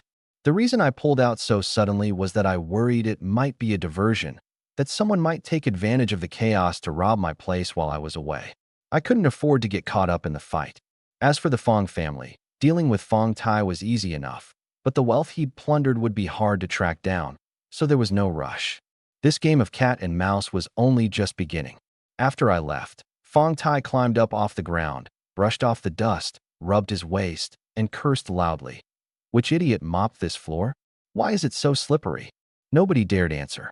Fong Hu got up too, barely holding back a laugh. He hadn't expected his father to take a beating and then try to save face like that. Dad, that old man was Lin Zhao in disguise. Fong Hu whispered in his ear. How do you know that? I was lying on the floor eavesdropping. Lin Zhao was disguised, and he even had Lu Qingyan play along. Before he could finish, Fong Tai slapped him across the face. How can you be so stupid? Always thinking you're so clever. Fong Hu looked wronged. Dad, what did I do now? You pulled that whole stunt. Weren't you afraid Lin Zhao would get suspicious? Fong Tai shoved his head. Use your brain. All we had to do was wait for Lin Zhao. But with your little scheme, won't it be easy for him to figure out we're plotting against him? Only then did Fong Hu understand a little. Dad, I know I was wrong. I was too reckless. Fong Tai sighed. Let's just hope Lin Zhao didn't spot the problem and thinks we were only punishing Lu Qingyan. He gave his son another exasperated look. Remember this. Being a little clever and being a fool are the same thing. Yes, Dad. I'll do as you say. Fong Hu bowed and cupped his fists. Fong Tai turned to look up at Lu Qingyan's room. The muscles in his face twitched and murderous intent surged in him. But for the sake of the plan going smoothly, he had no choice but to spare her life for now. All right, don't cause any trouble these next few days. Stay home and behave. Yes, Dad. Fong Tai rubbed his waist again, swept out with a flourish of his sleeve, and the 10 swordsmen followed after him. He honestly would have liked to just get rid of those 10, but they were the elite under his command. Killing them would be like cutting off his own arms. So he let it go. I got back to the inn quickly, asked around, and found nothing unusual. I couldn't help but sigh again. Looks like I really do need to find a reliable female bodyguard. Reassured, I went back to my room and kept doing push-ups. When night fell and the sky went dark, I lay in Jiang Yuru's arms, feeling an indescribable comfort and ease. Meanwhile, over in Fong Tai's room, he sat alone at the edge of the bed, thinking quietly. Suddenly a gust of wind blew through, and a black figure shot in and landed in front of his bed. Then a cold, clear woman's voice spoke. Nothing unusual on Lin Zhao's end for now. The night was deep, and Fong Tai's bedroom was pitch black. He stood up respectfully and bowed toward the figure. Envoy, what is Lin Zhao doing right now? The cold, clear woman's voice came from the darkness. He's a lecher, cut from the same cloth as you. What else would he be doing? Fong Tai chuckled and was about to say something crude when a single silence cut him off. He quickly smiled and apologized. Yes, I'll say no more. Envoy, that hooer of mine threw a wrench in things. Counting on Lu Qingyan to take care of Lin Zhao seems unlikely now. I'll have to ask you to step in personally. Wait a little longer. I have another important matter. I can't act unless it's absolutely necessary. Fong Tai didn't dare press further and just nodded again and again, groveling like a servant. Before she left, the woman tossed down a small vial.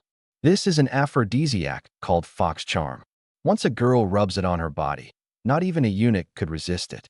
Fong Tai took it with endless gratitude, then tried to ask her to get rid of Lu Ying, the former magistrate's daughter who was at Lin Zhao's side. But she coldly refused, saying she never killed defenseless women or children. The moment she said it, she vanished like the wind, leaving only the window creaking. Fong Tai sniffed the lingering fragrance and murmured, so fragrant. This envoy must be a real beauty. Then, tucking the vial away, he set off through the night straight for the spring welcome pavilion to teach Lu Qingyan how to use it. Early the next morning, I got up as usual to do push-ups. Balanced on 4 fingers, fast and steady, and the count was closing in on the 400,000 mark. I was pushing myself this hard for 2 reasons. First, to boost my combat strength as fast as possible, and second, to save up mall coins. The new house would need a toilet, plumbing, glass windows, and none of that was cheap. Since I had this cheap power, I might as well eat well, live well, and play well. Otherwise, I'd have crossed over to this world for nothing. The count soon hit 400,000, with 2,669 mall coins, enough to buy 2 toilets, no problem. By then, Lu Ying and the others had gotten busy too. Some boiling eggs, some cooking meals. Last night, I'd boiled 60 more tea eggs.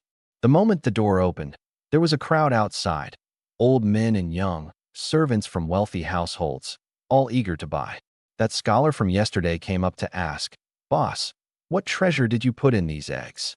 How could that old man be so fierce yesterday?" Others chimed in. saying the old man was light as a swallow and that his performance in the bedroom put young men to shame. I knew perfectly well what this crowd was really after. It's been the same throughout all of history. For men, nothing is more appealing than boosting their manly vigor. Everyone line up. These 5 treasure tea eggs of mine will give you a long life, bring you fortune, and surround you with beautiful women. Just as I was saying this, Jiang Yueru, the 3 sisters, and Lu Ying all came downstairs. The moment the customers saw them, they froze again. Good heavens, are these all the bosses? How did he land them? Mainly it's because I love eating tea eggs. Keeps me healthy. I laughed and pulled Jiang Yueru and the 3 sisters close.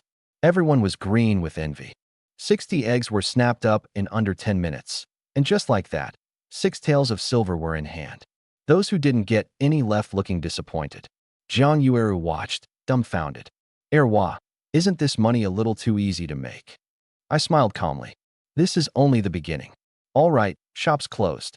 I pretended to head upstairs for more eggs, took a few books out of my space, and handed them to the women. Something to pass the time. I'll be back soon.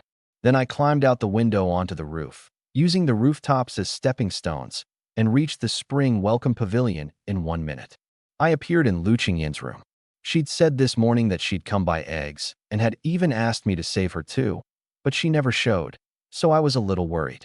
When I walked in, I found her leaning on the tea table with her chin in her hand, her face flushed red as an apple. Seeing me, she jumped up excitedly.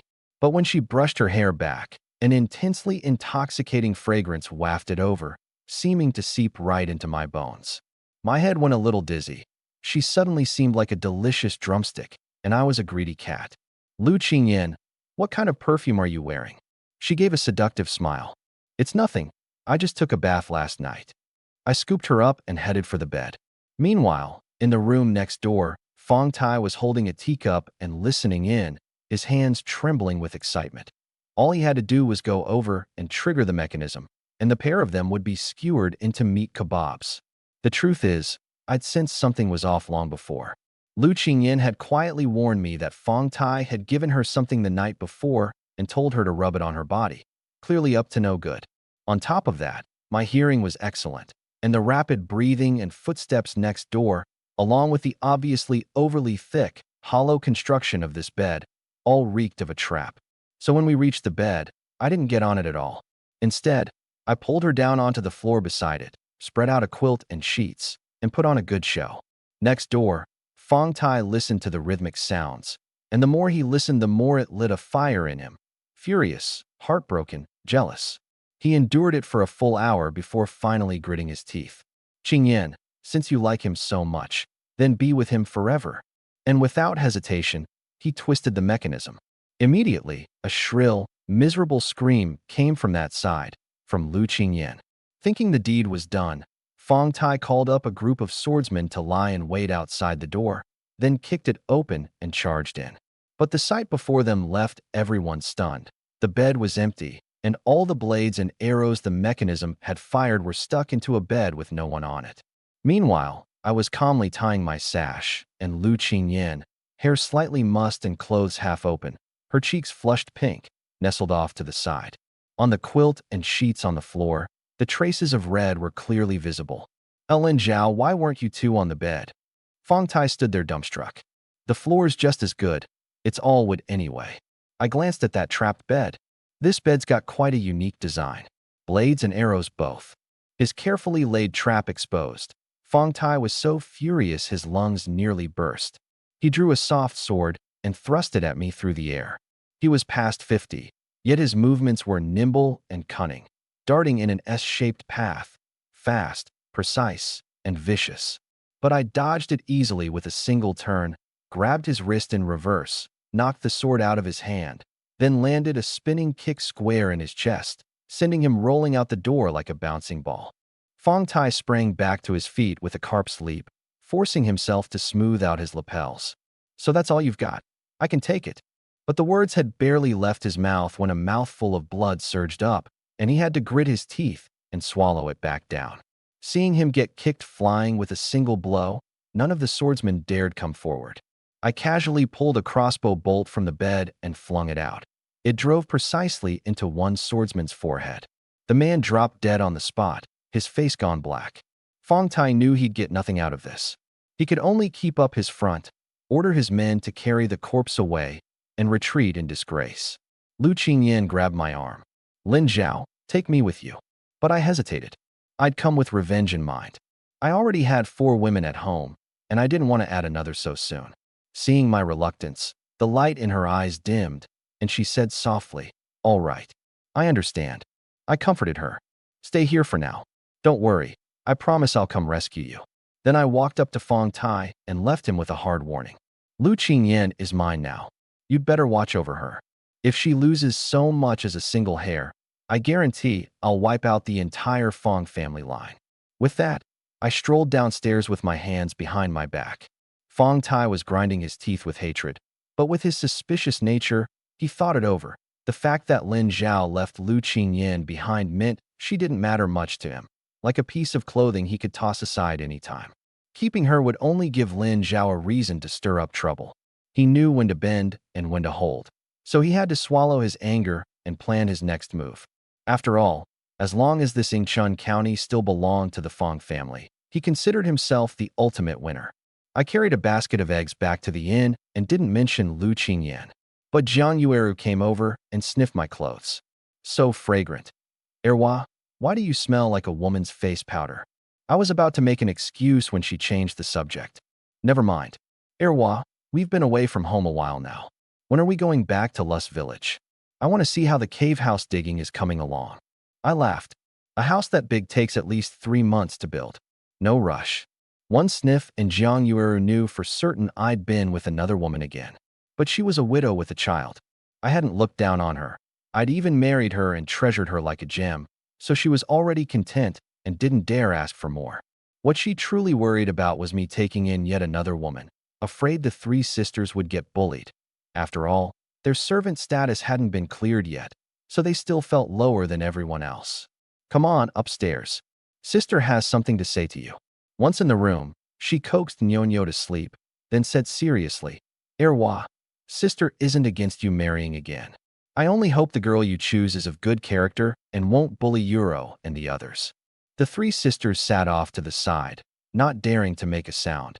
In their eyes, their master treating them well was already a kindness, and whether he took a concubine was hardly theirs to comment on.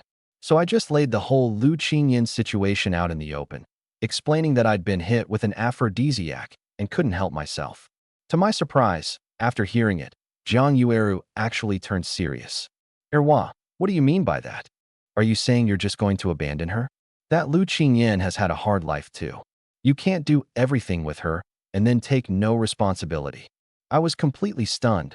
This wasn't the direction I expected. Weren't they supposed to be against it? Why were they supporting it instead? I started stammering. I'd thought 4 was already plenty, and that at most I'd add 1 girl who knew martial arts to help me out. I didn't want to become a greedy man who could never be satisfied. As long as Lu Qingyan's character is fine, we won't object to you bringing her home, Jiang Yueru said earnestly. Song Euro came over too. Husband, if you don't help her, she'll likely die. My heart warmed. I spread my arms and gathered all 4 of them into my embrace. No matter what happens down the road, you 4 will always be my family. I'll definitely rescue Lu Qingyan. All right, I'm going down to cook. Today I'll make a few of my best dishes. I sent everyone away. Really, I was afraid they'd catch me taking things out of my space, and pulled out pork belly, vegetables, and seasonings. I made 4 big basins of dishes: braised pork, tomato scrambled eggs, minced meat eggplant, and bean sprouts stir-fried with pork. The moment the aroma drifted out, a crowd gathered around, eating and heaping on the praise. I put a piece of braised pork in Song Yuro's bowl. Big sister, we're husband and wife now. Why are you still so shy and reserved? Her face went redder than a tomato, and she said in a fluster, I like you. I like you very much. I'll open up more. It made Lu Ying and the others duck their heads to stifle their laughs. Jiang Yueru gave me a smack. We're in the middle of eating.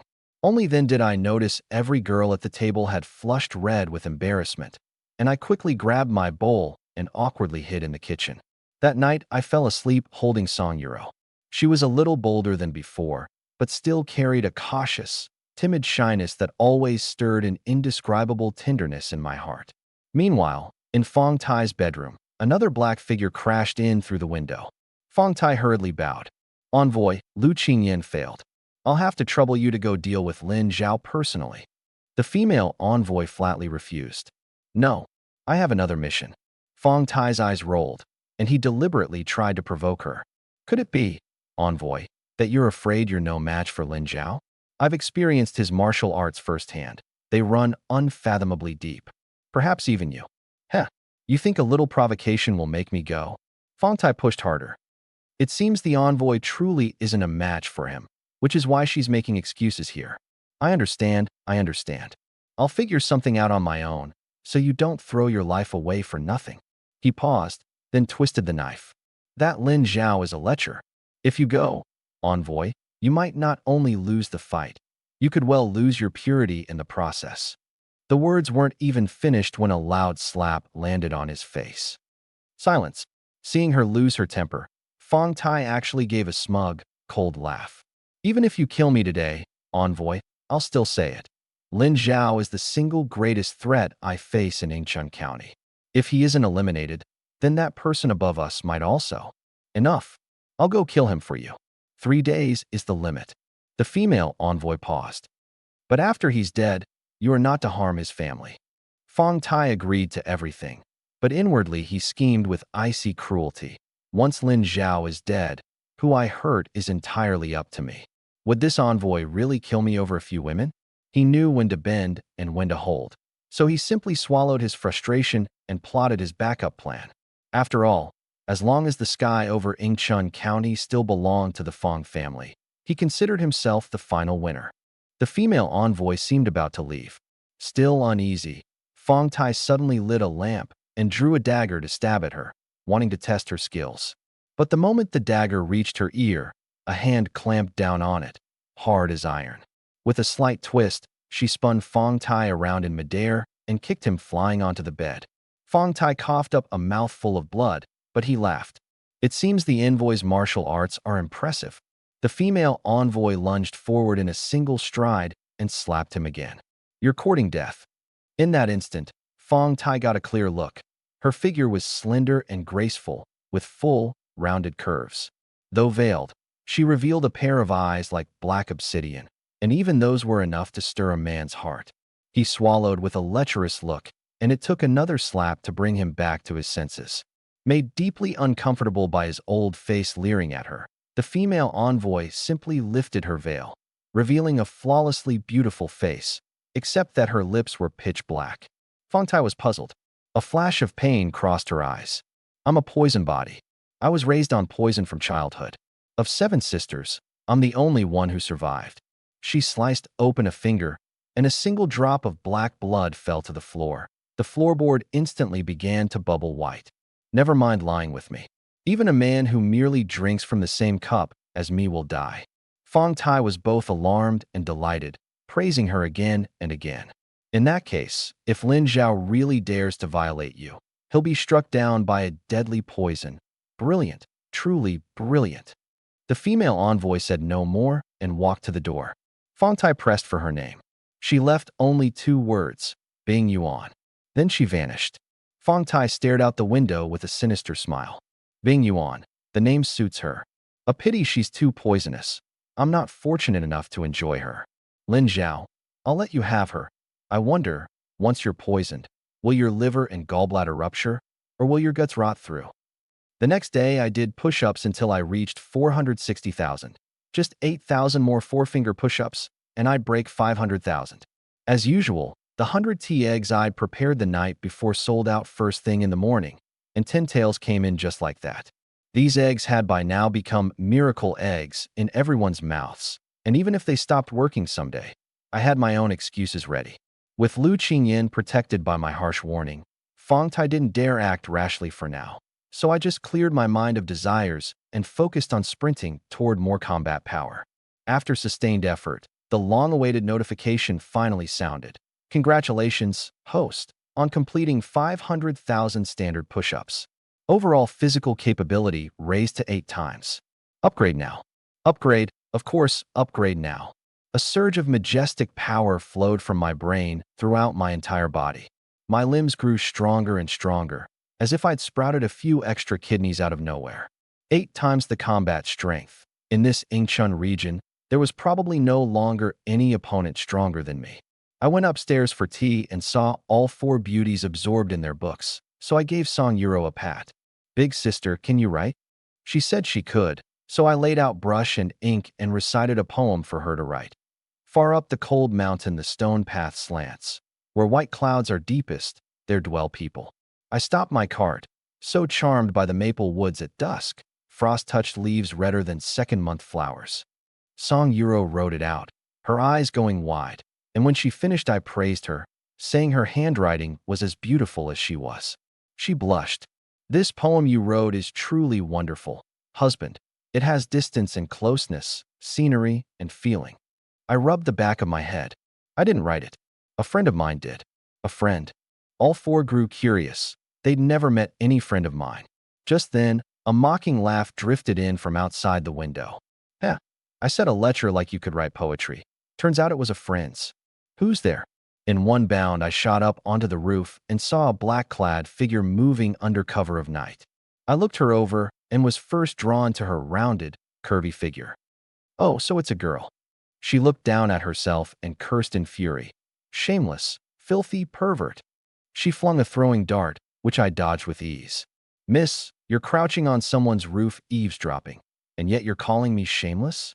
She turned and flew off, but I didn't chase. It was obviously a ploy to lure the snake out of its hole. Childish. Sure enough, an odd sound came from the room.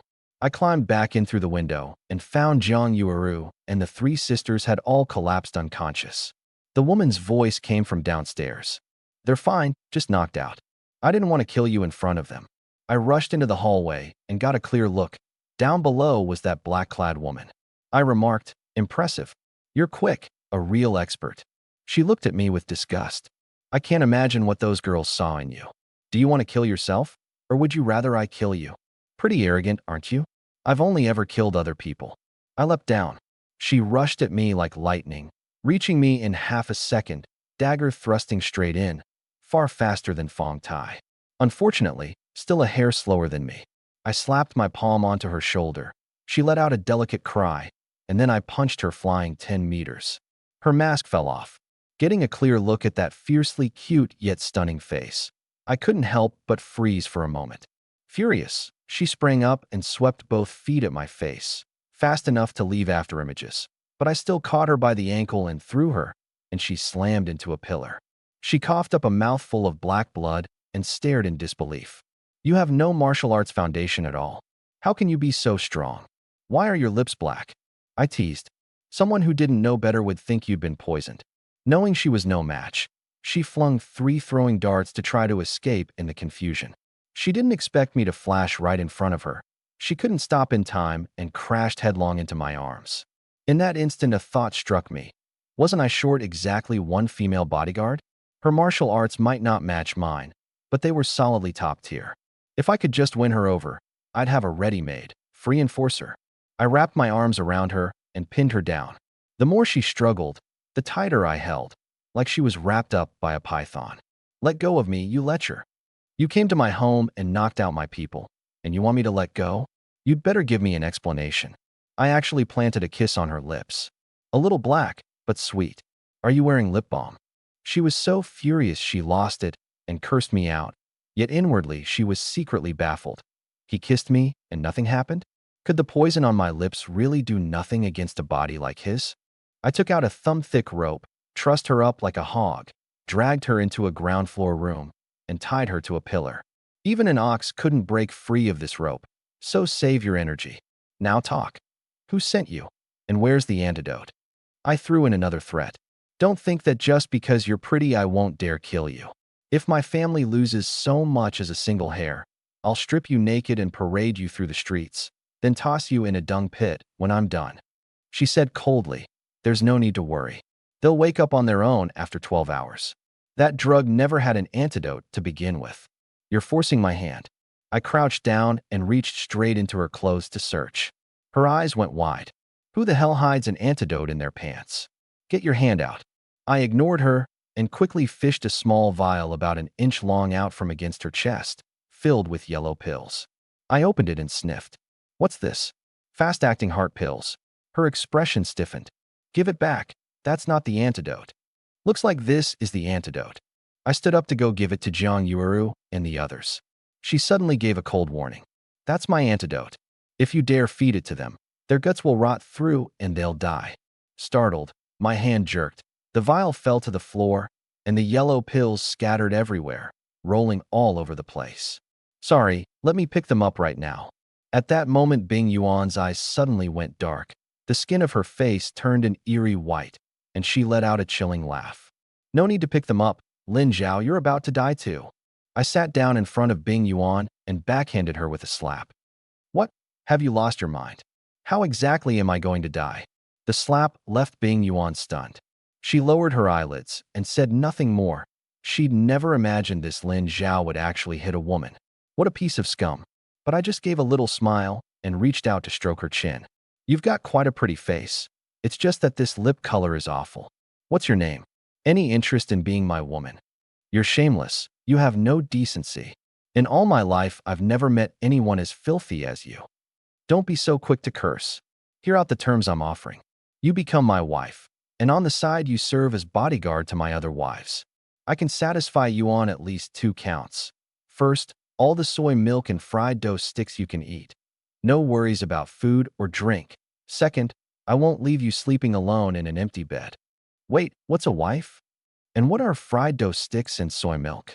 Only then did it hit me. These things simply didn't exist in this era. In this alternate world, people already knew how to make fermented black beans and brew soy sauce from soybeans. Yet somehow no one had ever figured out tofu.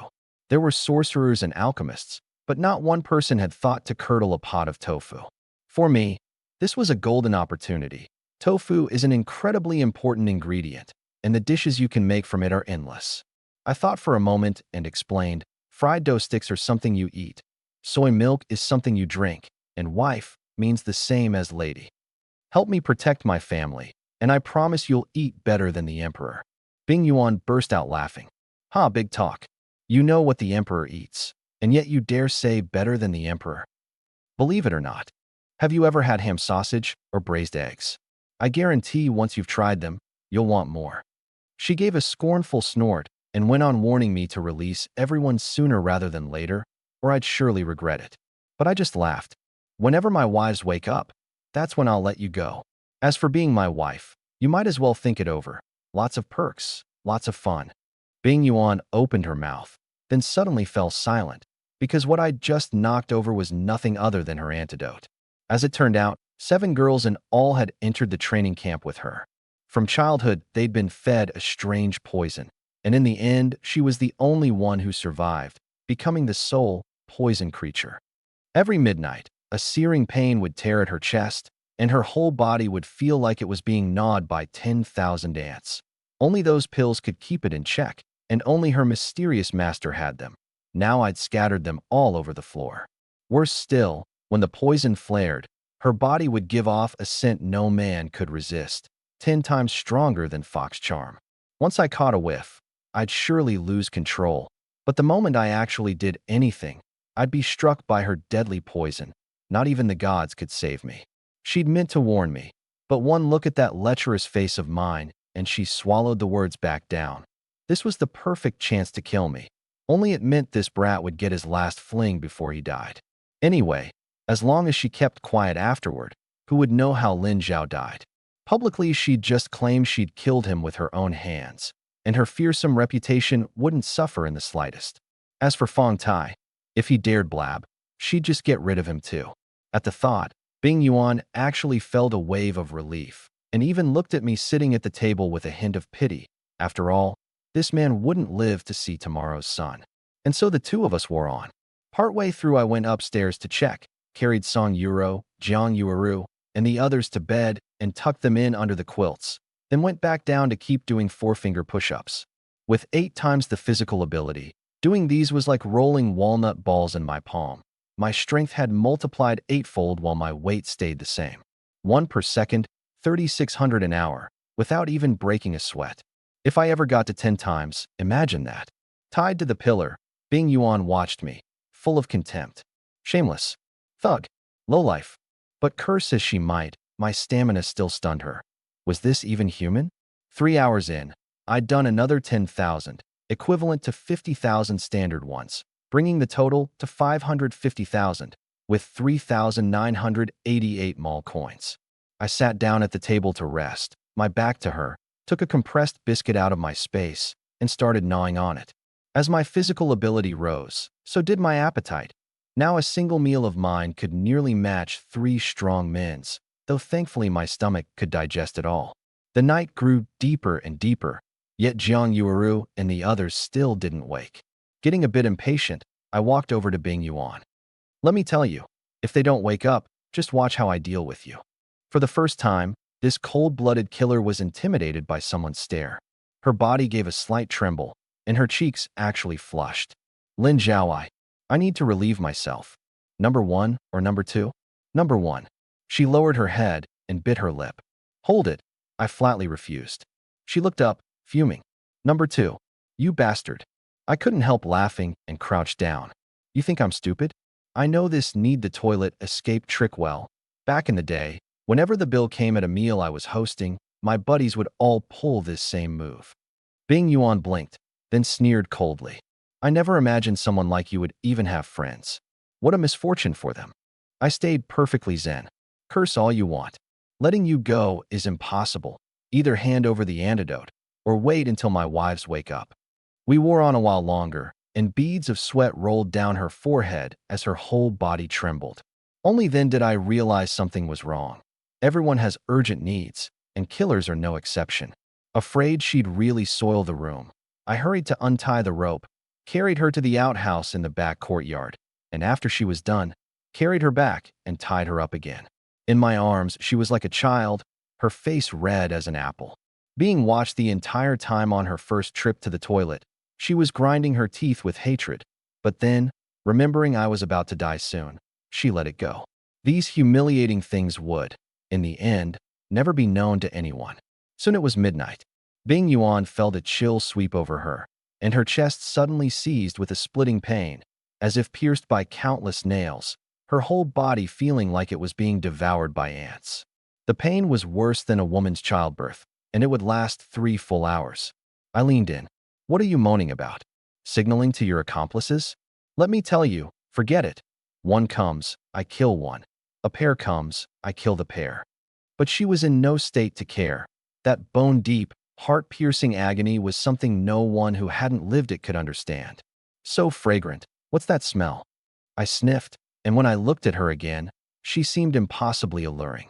My thoughts could no longer stay calm. My breathing suddenly quickened, my mind went to mush, and it felt like a cat catching sight of catnip. My body no longer obeyed me. Something's not right. I realized my hand was reaching toward her, completely beyond my control. A short while later, Bing Yuan's clothes lay scattered across the floor. An hour after that, the room fell quiet.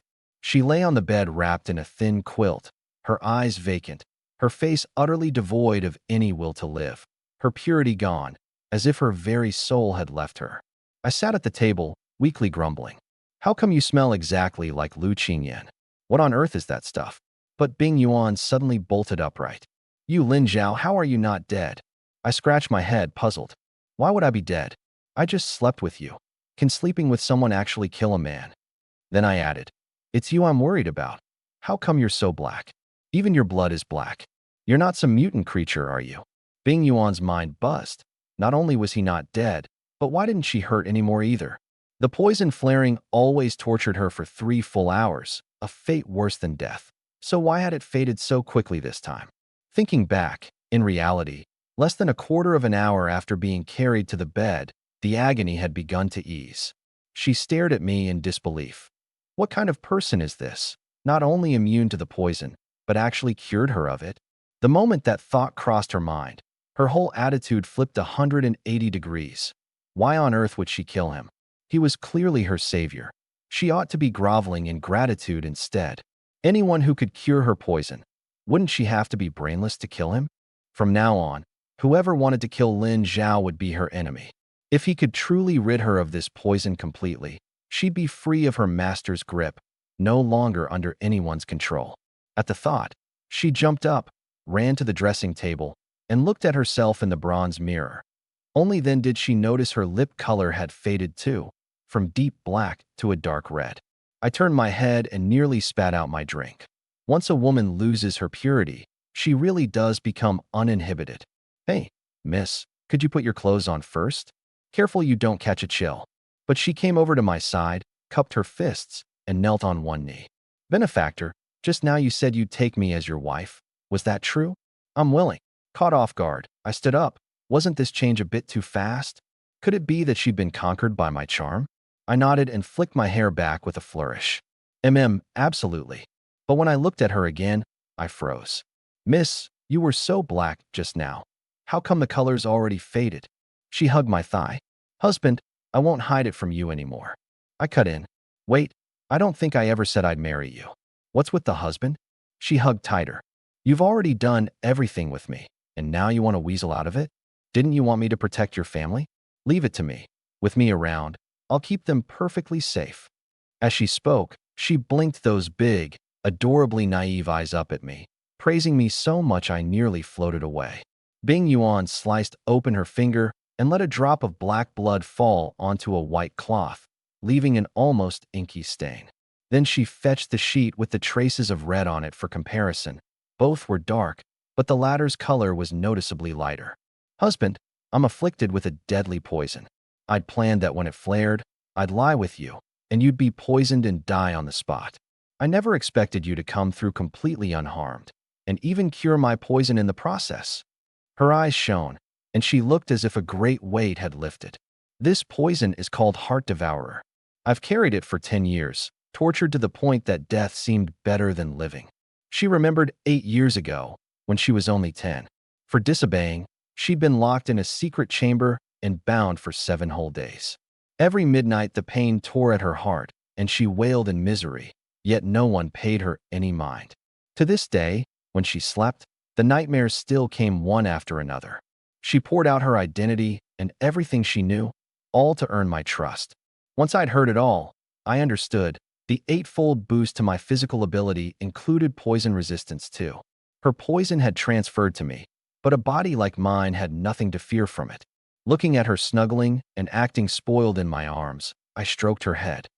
All right, since you're this set on it, I'll grudgingly take you in. But from now on, no more being an assassin. Just settle down and be a bodyguard. Yes, husband. I never liked all the killing and fighting anyway. I was forced into it. I also asked her name, and she answered, Bing Yuan. From her, I learned there was still a mysterious, great one behind her whom even she had never seen. The very person able to command Fong Tai. It seemed there were even more ruthless figures waiting for me down the line, and I'd have to keep building up my strength. But for now, gaining a fierce fighter like this meant I could finally act with a free hand, no longer having to watch my back at every turn. Still, the lesson of even the mighty Genghis Khan meeting his end at the hands of the Western Xia Queen was right there in front of me, so I couldn't help but keep my guard up a bit. I looked her over. Let me ask you, do you truly want to be my wife? You're not just using me as a tool, are you? What's a tool? She smiled like a peach blossom in bloom and patted her chest. Rest assured, husband, I promise to be devoted to you alone and to guard your family well. I thought it over carefully. Women in ancient times valued their purity above all, and she'd given her first time to me, so it was unlikely she was just fooling around. On top of that, her martial arts were excellent, making her perfect for protecting Jiang Yuru and the others. And even if her poison were fully cured someday and she tried to back out, I'd already had my enjoyment, so I wouldn't be losing out. I leaned in close to her ear and gave her instructions for a full minute. Got all that? She nodded again and again. Understood. Honestly, I've disliked the Fong father and son for a long time now. Then she wrapped herself around me again and stuck out 3 fingers, wanting to reward me, but I pressed her fingers back down and sent her off to take care of business. The walk-the-dog tactic works just as well on a love-struck girl. The contrast left me a little unable to figure her out. Her voice was so cold and aloof. By rights, she should have been ice-cold. So how could she be this shameless? Still, it was exactly my type. She leapt out the window and vanished in an instant. I let out a breath, but then felt the weight of it all bearing down on me. Going from 4 to 6 meant I had to buy 6 of everything, spreading my attention evenly and leaving no one out. The little balance in my mall account suddenly felt stretched thin. I'd originally planned to buy 8 sets of black stockings. Now I'd need 12, plus undergarments and feminine hygiene products. Even at $15,000 a month, keeping 6 great beauties would be a challenge. And once babies came along and needed diapers, $1,000 a day wouldn't be enough. As for formula, I didn't even dare think about it. Better to have them breastfeed. Healthier anyway. Never mind, no more thinking about it. I went upstairs to check. All 4 still had warm foreheads, so they truly had just fainted. I lay down and kept them safe beside me, and before I knew it, drowsiness took me too. As dawn approached, Bing Yuan slipped into Fong Tai's bedroom. Startled awake by that fragrance, Fong Tai sat up. "Who's there?" "It's me." Bing Yuan deliberately made her voice faint as a thread. "I failed. Lin Zhao is far too powerful. I'm no match for him at all. He's ruthless and cruel. He had no interest in that at all and went straight for the kill. I barely escaped. I'm gravely wounded now and can't help you anymore. You'll have to figure something out yourself." With that, she drifted away. Fong Tai lit a lamp and looked around. The person was already gone. He collapsed to the floor, weak all over. Could it be that heaven really wanted to wipe out the Fong family? He gritted his teeth and pounded the floorboards. "No, I refuse to admit defeat. I'm going to kill Lin Zhao no matter what. I will never allow anyone in Yingchun County to lord it over me." At once he summoned his steward, Fong Xiang, and ordered him to pack the wealth from all of the Fong family's various businesses into crates, and to recall every last one of their men in Yingchun County to prepare for battle. This was his final, desperate gamble. Either the Fong family would fall, or Lin Zhao would die. On my end, Lu Ying and the others had been knocked out by the sleeping drug too, so no one had made the tea eggs that morning. I did my push-ups alone, all the way up to 600,000. My store currency stood at 4,479. Someone was already banging on the door outside, so I hung up a sign that read, "Closed today, back to normal tomorrow," and sent the crowd away. I'd been busy for a solid day and night, then helped Bing Yuan flush the poison from her body, and now more push-ups this morning. My stomach had been protesting for a while. Since it was just me and I couldn't be bothered to cook, I ordered straight from the store. 6 fried dough sticks and a cup of soy milk, $15 total. 2 per stick, 3 for the soy milk. Once I confirmed the order, 6 fried dough sticks and a cup of soy milk instantly appeared in the space. I pulled them out, and to my surprise they were still hot to the touch. The soy milk practically scalded my hand. I took a sip. It was exactly that flavor I'd missed, the beans roasted with a hint of that smoky char, ground into an extra rich milk. And the dough sticks were crispy on the outside, soft on the inside, top-notch quality. As I ate, I mulled things over. Besides tea eggs, this shop could also sell soy milk and fried dough sticks, maybe even milk tea. It'd bring in a little money and give Lu Ying and the others a way to make a living. When you got right down to it, the chaos of a dynasty's final years wasn't just about natural disasters. Those were only one side of it. The deeper root of the trouble was the yawning gap between rich and poor, and the monopoly on resources. Common folks were starving to death every day while the gentry and merchants still lived in luxury, wine, and women, some of them even joining forces to manipulate the imperial court, bribe officials, and hamstring the emperor's authority, leaving the government too crippled to provide relief or wage war, able only to watch helplessly as order collapsed. So I had another scheme in mind, harvesting these people's wealth by every clever means I could. The tea eggs were just the opening move. While I was still eating, footsteps sounded behind me. I turned. It was Bing Yuan. She sidled over with a beaming smile. "Husband, you're amazing. My footsteps are so light, and you still caught me." Then she rubbed her belly. "I'm hungry too. Are all these good to eat?" "All taken care of. Here, try a fried dough stick." She took a bite and nodded eagerly. "All done. This golden stick is called a fried dough stick?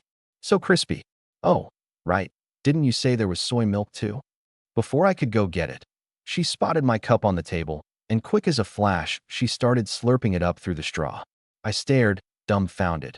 An ancient person with no training whatsoever had somehow figured out how to use a straw all on her own, and didn't even find this cup of soy milk out of place in her era?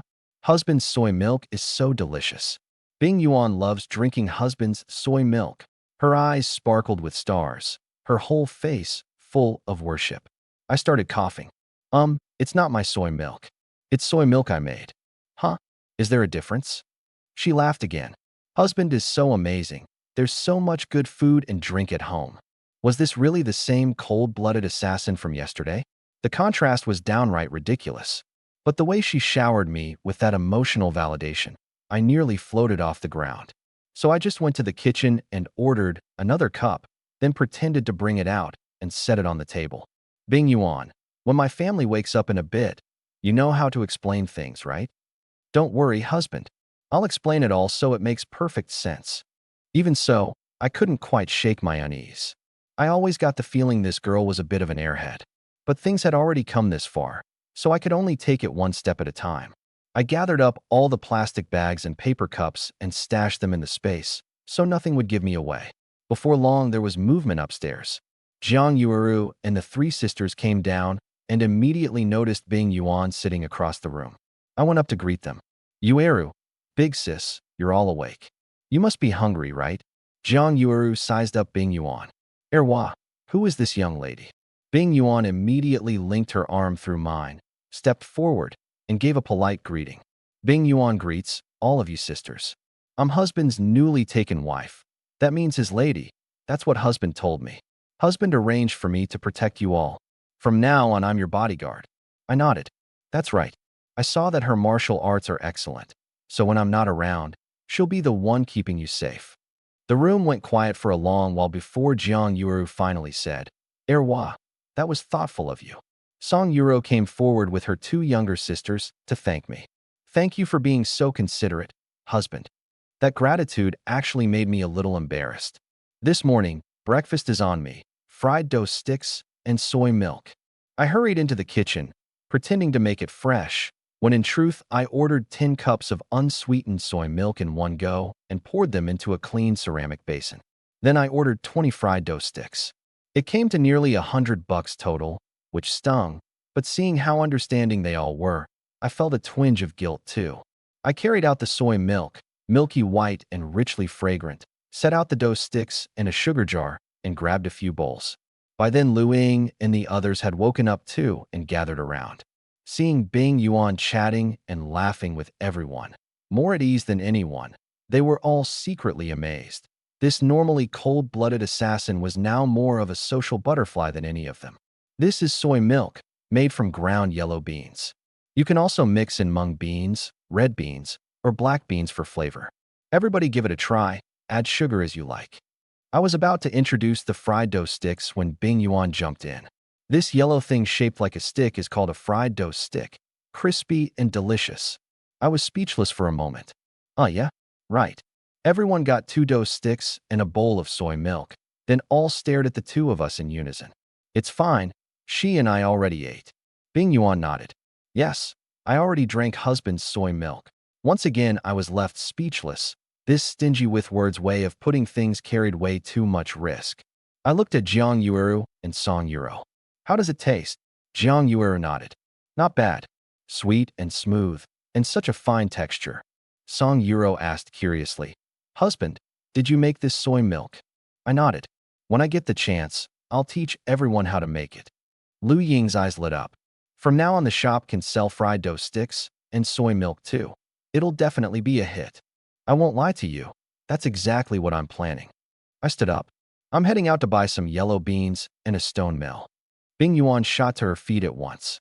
Go ahead and don't worry, husband. I'll protect the sisters. And so I left the inn.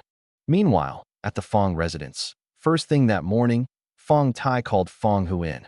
With a grave expression, he clapped him on the shoulder. Hooer, hurry back and get ready. In 3 days we leave Yingchun County. Father, leaving Yingchun County, where are we going?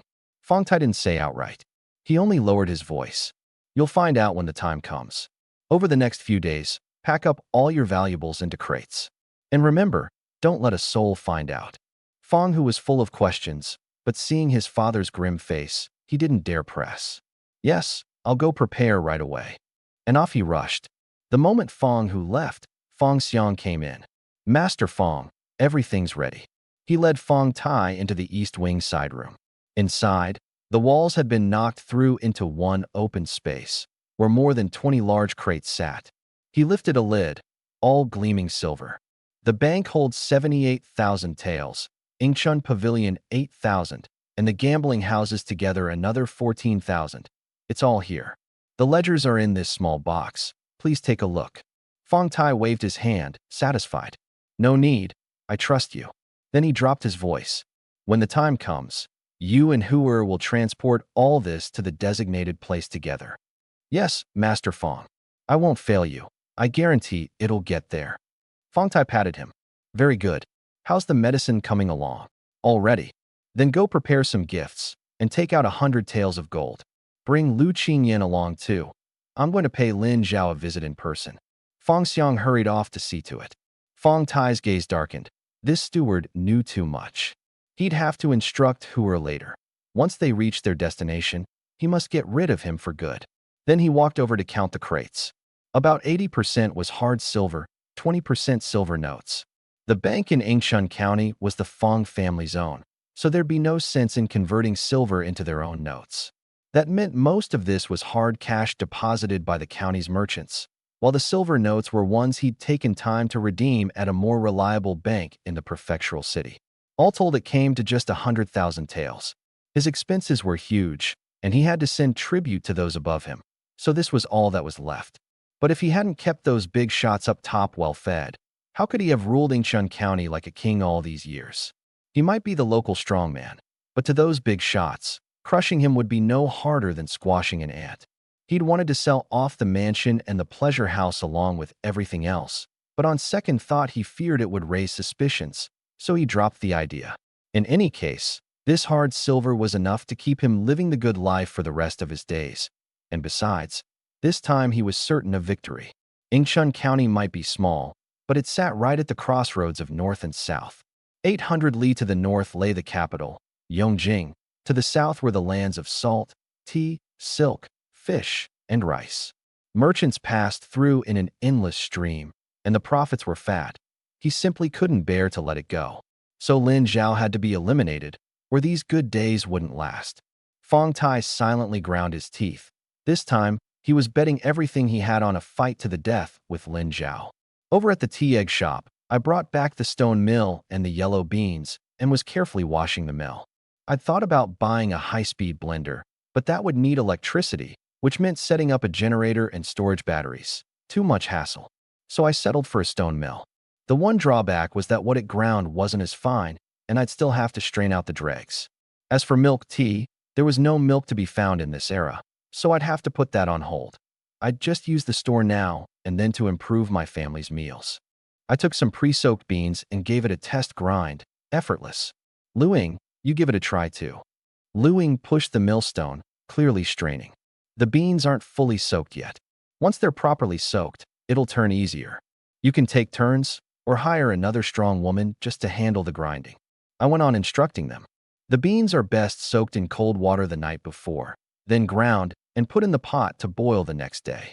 And once I got started, I couldn't stop. This stuff isn't just for soy milk. You can make tofu with it too. Dry it out and you get dried bean curd. Keep it loose and you get soft tofu pudding. That skin on the surface is bean curd skin. You can also make spicy gluten strips, stinky tofu, fermented bean curd, and if you add milk, you can even make soy milk drinks. Everyone listened in stunned silence. Jiang Yueru was especially astonished. Erwa, you really do know a lot. If you'd put your mind to your studies, you'd probably have placed first in the imperial exams by now. She couldn't resist teasing him. You're no good at winning official rank, but when it comes to food and bedroom matters, you sure are. She stopped halfway, catching sight of Lu Ying and the others there, and flushed with embarrassment, quickly changing her tune. Nuno's hungry. I'll go nurse her. And she fled as if for her life. But Bing Yuan piped up. In any case, I know for a fact that husband's soy milk is delicious. I didn't want to waste a single drop. Once more I was left speechless. I was just about to teach everyone the key points of making the milk when there came a knock at the door outside, and a sinister voice drifted in. Is Lin Zhao here? It's me, Fong Tai, come to pay a call. I glanced at Bing Yuan. She got it instantly, gave me a wink, then vaulted over the wall and up to the upper floor to hide. She scaled a wall over 10 feet high like it was nothing, leaving everyone gaping. I was about to go open the door when I saw Lu Ying's face suddenly change. She clenched her fists, trembling all over, her eyes brimming with hatred. I soothed her in a low voice. Bear with it a little longer. I'll avenge you myself. She looked at me with pleasant surprise, cupped her hands, and said, Lu Ying was rash. I opened the door to find 3 people standing there. Fong Tai, the steward Fong Xiang, and Lu Qingyan. She was dressed all in green, her hair coiled in a round bun, rouge on her face, bright and alluring.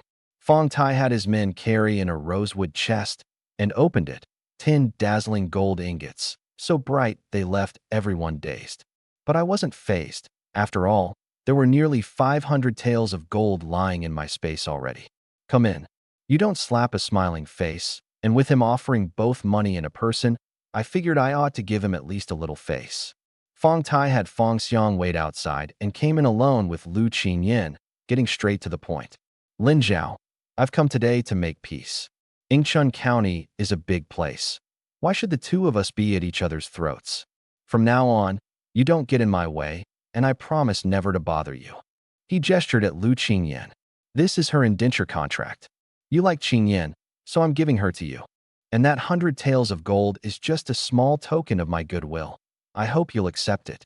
Watching Fong Tai suddenly turn all friendly, I knew perfectly well he had to be up to something rotten, but I didn't call him out. I just smiled. Sure. Since Boss Fong is being so courteous, then I won't stand on ceremony. I'll take Qingyan and the gold too. At that I cupped my hands and rose. Well then, Boss Fong, I won't keep you for a meal. Fong Tai's face stiffened, the corner of his eye twitching, but in the end he cupped his hands and forced a smile. In that case, I won't overstay. Farewell. He flicked his sleeves and left in a huff. On his way out, he shot a glare back at the shop. Let him strut a while longer. Sooner or later, I'll collect what's owed. Everyone immediately gathered around the chest of gold. Even the usually composed Song Euro ran over, her eyes gleaming with golden light. Seems no matter the era, girls all love these gleaming golden things. I noticed something was off with Lu Ying. Her eyes were red and swollen. I walked over and said in a low voice, I know the hatred in your heart. Before long, this tumor called the Fong family will be pulled out by the roots. Lu Ying gazed at me for a moment, then plopped down on her knees and kowtowed. Benefactor, if you can really do that, I'll be your servant for life. I quickly helped her up. We don't go in for that around here. Just help me run the shop well, and that'll be enough. I inspected the chest of gold. The wooden case was exquisite, giving off the scent of lacquer, with no hidden compartments inside or out, and the gold was the real thing. I closed the lid. I'll keep this here for now. If any of you want, I'll find a shop to have some gold jewelry made for you. Jiang Yuru waved it off. Erwa, you misunderstand. It's just the first time we've seen this much gold. We only wanted a look. Song Euro added, we're of servant status. How would we dare wear gold jewelry? Just then Bing Yuan leapt down from upstairs and walked straight up to Lu Qingyan, coldly demanding, Speak. Did that old bastard send you here to harm our husband? Lu Qingyan, terrified by this woman with the blackened lips and ice-cold eyes, gave a shudder and looked to me in a panic. I walked over, my tone indifferent. Since Fong Tai gave you to me, I can't very well refuse. You'll be a household servant here, waiting on me and my family. Lu Qingyan froze. Back at the pleasure house, Lin Zhao hadn't talked like this at all. How could he change so fast? Seeing her standing there stunned, I barked at her. Didn't you understand? She flinched in fright and quickly nodded. Yes. Jiang Yuuru and the 3 sisters all felt I was being a bit harsh, but no one dared say a word. Bing Yuan, on the other hand, actually smiled. So, husband, does that mean I can order her around too? Of course. Lu Qingyan looked utterly wronged, but didn't dare make a sound, and with another bark from me, she scurried upstairs to tidy up. I felt a pang of guilt myself, but it had to be done. For one thing, it would help Jiang Yuru and the others more readily accept this girl from the pleasure quarters, with less distance between them. For another, Lu Qingyan had once been cold and dismissive toward the body's original owner. When he was set up, stripped, and dumped in the outskirts, She'd been something of an accomplice. Forced or not, I had to grind down that attitude of hers a bit. And if she dared harbor resentment, I'd just send her back to the pleasure house. After Lu Qingyin went upstairs, she crouched in the corridor peeking out, unable to figure out for the life of her why Lin Zhao seemed like a completely different person. She consoled herself that this was a test, and doing chores beat being at the pleasure house anyway. Then she wiped away her tears and set to tidying up in earnest, secretly rueful about one thing. She dressed up so carefully today, hoping to earn a word of praise from Lin Zhao, and had come up empty. Fong Tai returned to his residence and went straight to the back courtyard, where, startlingly, a coffin sat. Fong Xiang said in a low voice, "Master Fong, this demon corpse pill has effects that are too violent. For now, this is the only way. Perfect chance to test it." Fong Tai tied the wooden token Fong Xiang handed him to his waist. Fong Xiang cautioned, "The drug soldiers who've taken the demon corpse pill have lost all human nature. Even a bite from them will poison you to death." "I know." For servants lifted the coffin lid. Inside, a wild-haired man abruptly snapped his eyes open, both eyes crimson, bulging as if about to burst, lips black, black veins crisscrossing his face, his blood black too, black blood dripping from his gums. He bared his teeth with a monstrous roar and lunged at Fong Tai like a rabid dog. Several household guards rushed forward with clubs to protect their master, but the drug soldier bit clean through one man's neck, blood spurting like a fountain. Then in the blink of an eye ripped another's arm off and wrung his neck. All four guards were dead in an instant, yet it still charged straight at Fong Tai. Fong Tai pulled a long sword down from the tree and met it head-on, kicking the drug soldier back step by step, then hacking off both its arms. It seemed to feel no pain at all and kept snapping its teeth and biting. "Master Fong, only cutting off the head can kill it." Fong Tai circled behind it and swept his blade across. The head dropped to the ground, but the two legs kept twitching on the ground. Fong Xiang was so scared he kept wiping his sweat, but Fong Tai sheathed his sword, satisfied. "With these drug soldiers, let's see how Lin Zhao handles it this time." Fong Xiang flattered him. "Master Fong, your martial arts really are extraordinary." Fong Tai said coolly, "One-on-one I'm confident. 3 would be a struggle, 5 I might not win, 10 and I'd surely lose. But I've got 100 drug soldiers. However skilled Lin Zhao is, what does he have to fight back with?" Fong Xiang advised, "But these are all your elite men. After taking the drug, their fighting power doubles and they feel no pain, but in 3 days they'll die of exhaustion. Wouldn't 50 be enough to prepare?" Fong Tai glared at him. "I want no room for error. Once Lin Zhao is dealt with, I've got plenty of ways to rise again." Fong Xiang didn't dare say more. Fong Tai thought smugly to himself, Lin Zhao still thinks that was real gold given to him. Little does he know that wooden chest was coated with a special fragrance. One whiff and the drug soldiers go berserk. The next day at noon, in Fong Hu's private residence, a purple-red chest held 1,000 taels of silver and 7,000 in silver notes. He checked it over once, then took out the mirror and lighter he'd bought from Zhou Buren. A flash of grim resolve crossed his eyes, and he mounted his horse and rode straight for the Wang estate. Ever since the incident at Donyang Inn, Wang Shuixian had shut herself indoors, knowing nothing about how the tables had turned outside or how the Fong family was moving its assets. Right now she sat in the garden, staring blankly at a soot-blackened bronze basin filled with the ashes of burned paper. Ever since that day, she dreamed night after night of Lin Zhao turning into a vengeful ghost coming to claim her life, and had been making offerings in secret. Seeing Fong Hu arrive, her heart tightened with dread. But Fong Hu assumed she was making offerings to her late mother. "Shuixian, I've come to say goodbye. I have to travel far away on business, and I'm afraid I won't make it back for your birthday."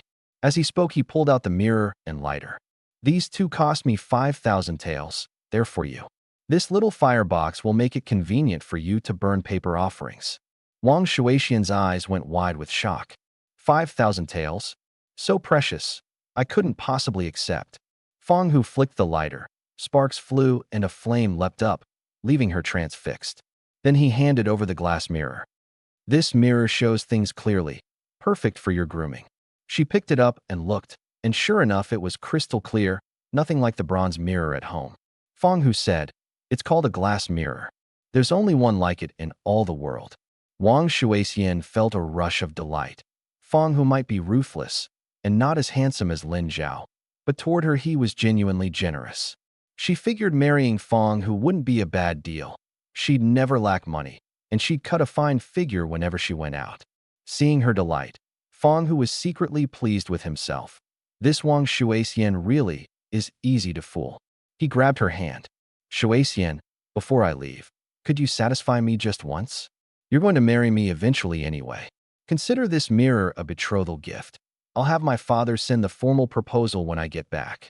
Wang Shuixian bit her lip, torn, and lowered her head, her face flushing red. Then, young Master Fang, come back after dark. In the daytime, I'm afraid my father might catch us. Fang, who got it in an instant. Understood, I'll come at night. Leave the door unlocked. His heart was pounding with excitement. Finally, he'd get what he'd been after, and having one last good time before setting off would be no loss at all. Full of triumph, he spurred his horse and rode off. That night, Fang, who bathed and changed his clothes and was just about to head off for the rendezvous when Fang Tai suddenly burst in with his men. Without a word, the swordsman slaughtered every maid and servant in the residence to silence them. Fang, who panicked. Father, what are you doing? Hooer, you have to leave right now. The carriages and men are all ready. Father, didn't you say we'd set off the day after tomorrow? Why the sudden rush? Everything's already in place. I'm afraid that any delay will only invite trouble. Fang Tai worried Lin Zhao might catch wind of something, so he wanted to move early. Fang, who was thoroughly unwilling. He had plans with Wang Shuixian. Father, can't it wait until tomorrow morning? I want to go say goodbye to Shuixian. Half an hour is all I need. Fang Tai slapped him across the face. You worthless fool. At a time like this, you're still thinking about a woman. After the scolding, he helplessly pulled his son aside. Hooer, your father is sending you away to keep you alive. If one day you hear word that your father died in battle, you must never come back to Yingchun County. Take this money and go to Xinglong Prefecture. Deposit it at Jubao Bank. It's the largest bank in all of Great Yong, with branches everywhere, safe and reliable. Find a place, live under a false name, buy a house and some land. It'll be enough for you to live comfortably the rest of your life. Whatever you do, don't let the Fang family line die out. Seeing his father shed old man's tears, Fang, who felt a pang in his chest. Father, I'll do as you say. Fang Tai's gaze turned cold. Fang Xiang knows too much. Once you reach Xinglong, get rid of him. Yes, I understand. Fang, who changed his clothes and set out through the back gate under cover of night. More than a dozen carriages loaded with crates were already prepared. He rode his horse at the very front, and at parting he cast a reluctant, lingering glance in Wang Shuixian's direction, but in the end he still rode away. Afterward, Fang Tai returned to his residence, where the courtyard was now packed with over 100 burly, muscular men. All the enforcers he kept, the ones who handled debt collection, robbery, land grabbing, and posing as bandits. Fang Xiang had long since hand-picked the candidates for the drug soldiers from among them, 100 in all. I've gathered you all here because there's a big matter. I'm going to kill a man. A roar of fury rose up from the crowd. Fang Tai pressed down the wave of noise. This man won't be easy to deal with. Every man who takes part tonight gets a reward of 100 taels of silver. He ordered a medicine chest brought out. This is the strength pill. Take one, and in 1 hour your fighting power will double. Not knowing it was the demon corpse pill, they all swallowed one. Fang Tai had calculated that the toxin would peak in 1 hour, at which point they'd lose consciousness. And by then Fang, who would already be out of the city. He donned the armor he'd kept hidden away, put on a helmet that left only his eyes exposed, slung a bow over his back and gripped a saber, then thrust his arm up and cried out. Tonight, we fight Lin Zhao to the death. The wave of voices was deafening.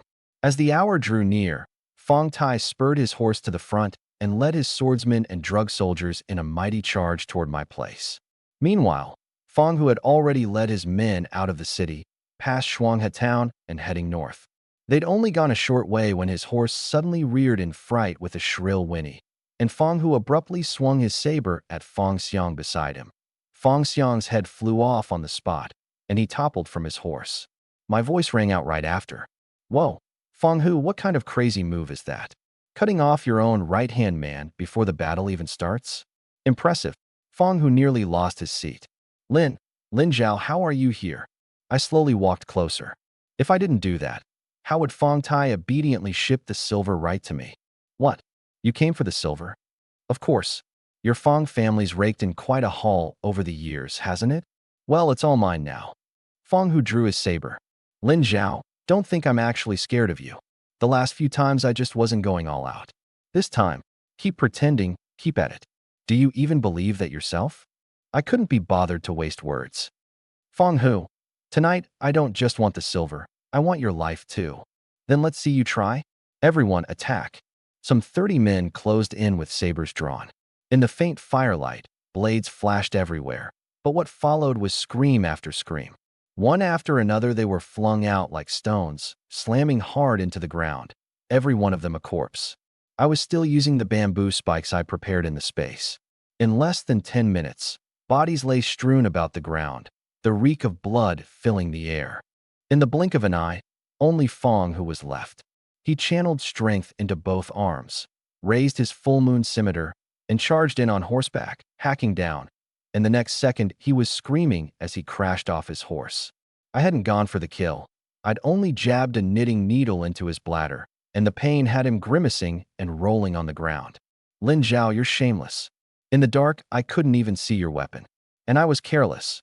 I shouldn't have been on horseback. Enough. Quit making excuses. Weak players just need more practice. Oh, right? You won't get the chance this lifetime. I stepped closer, and he scrabbled backward through the dirt in terror. Lin Zhao, let me go. All this money is yours. I burst out laughing. If I kill you, won't the money be mine all the same? Fong Hu froze, thinking what I said made a lot of sense, and hurriedly cried out, Brother Zhao? No, father. Honored godfather. Spare me.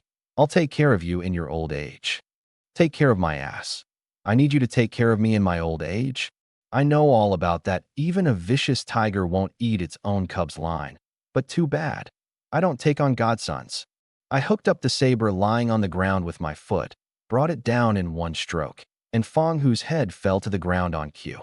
I scurried over eagerly and opened the chest, like a glutton at a feast. 100,000 taels of silver. Even if I went to the pleasure house every single day and spent 100 taels a day, it'd take 3 years to burn through it. All those days and nights of staking out hadn't been for nothing. But the moment I lifted the lid, my face froze solid. Inside was nothing but rocks. Except for that small chest on the carriage with 1,000 taels of silver and 7,000 in silver notes. All the big crates were packed with stones. I walked over to Fong Hu's corpse, sick with regret. Now there was no way to question him. I smacked my own head. Ugh, I struck too fast. But where the hell did the silver go? I'd watched with my own eyes as Fong Tai hauled the silver out. Then my heart lurched. Could it be that I'd been outplayed and taken for a fool by Bing Yuan? At that thought, I sucked in a sharp breath and bolted at full speed toward the county town.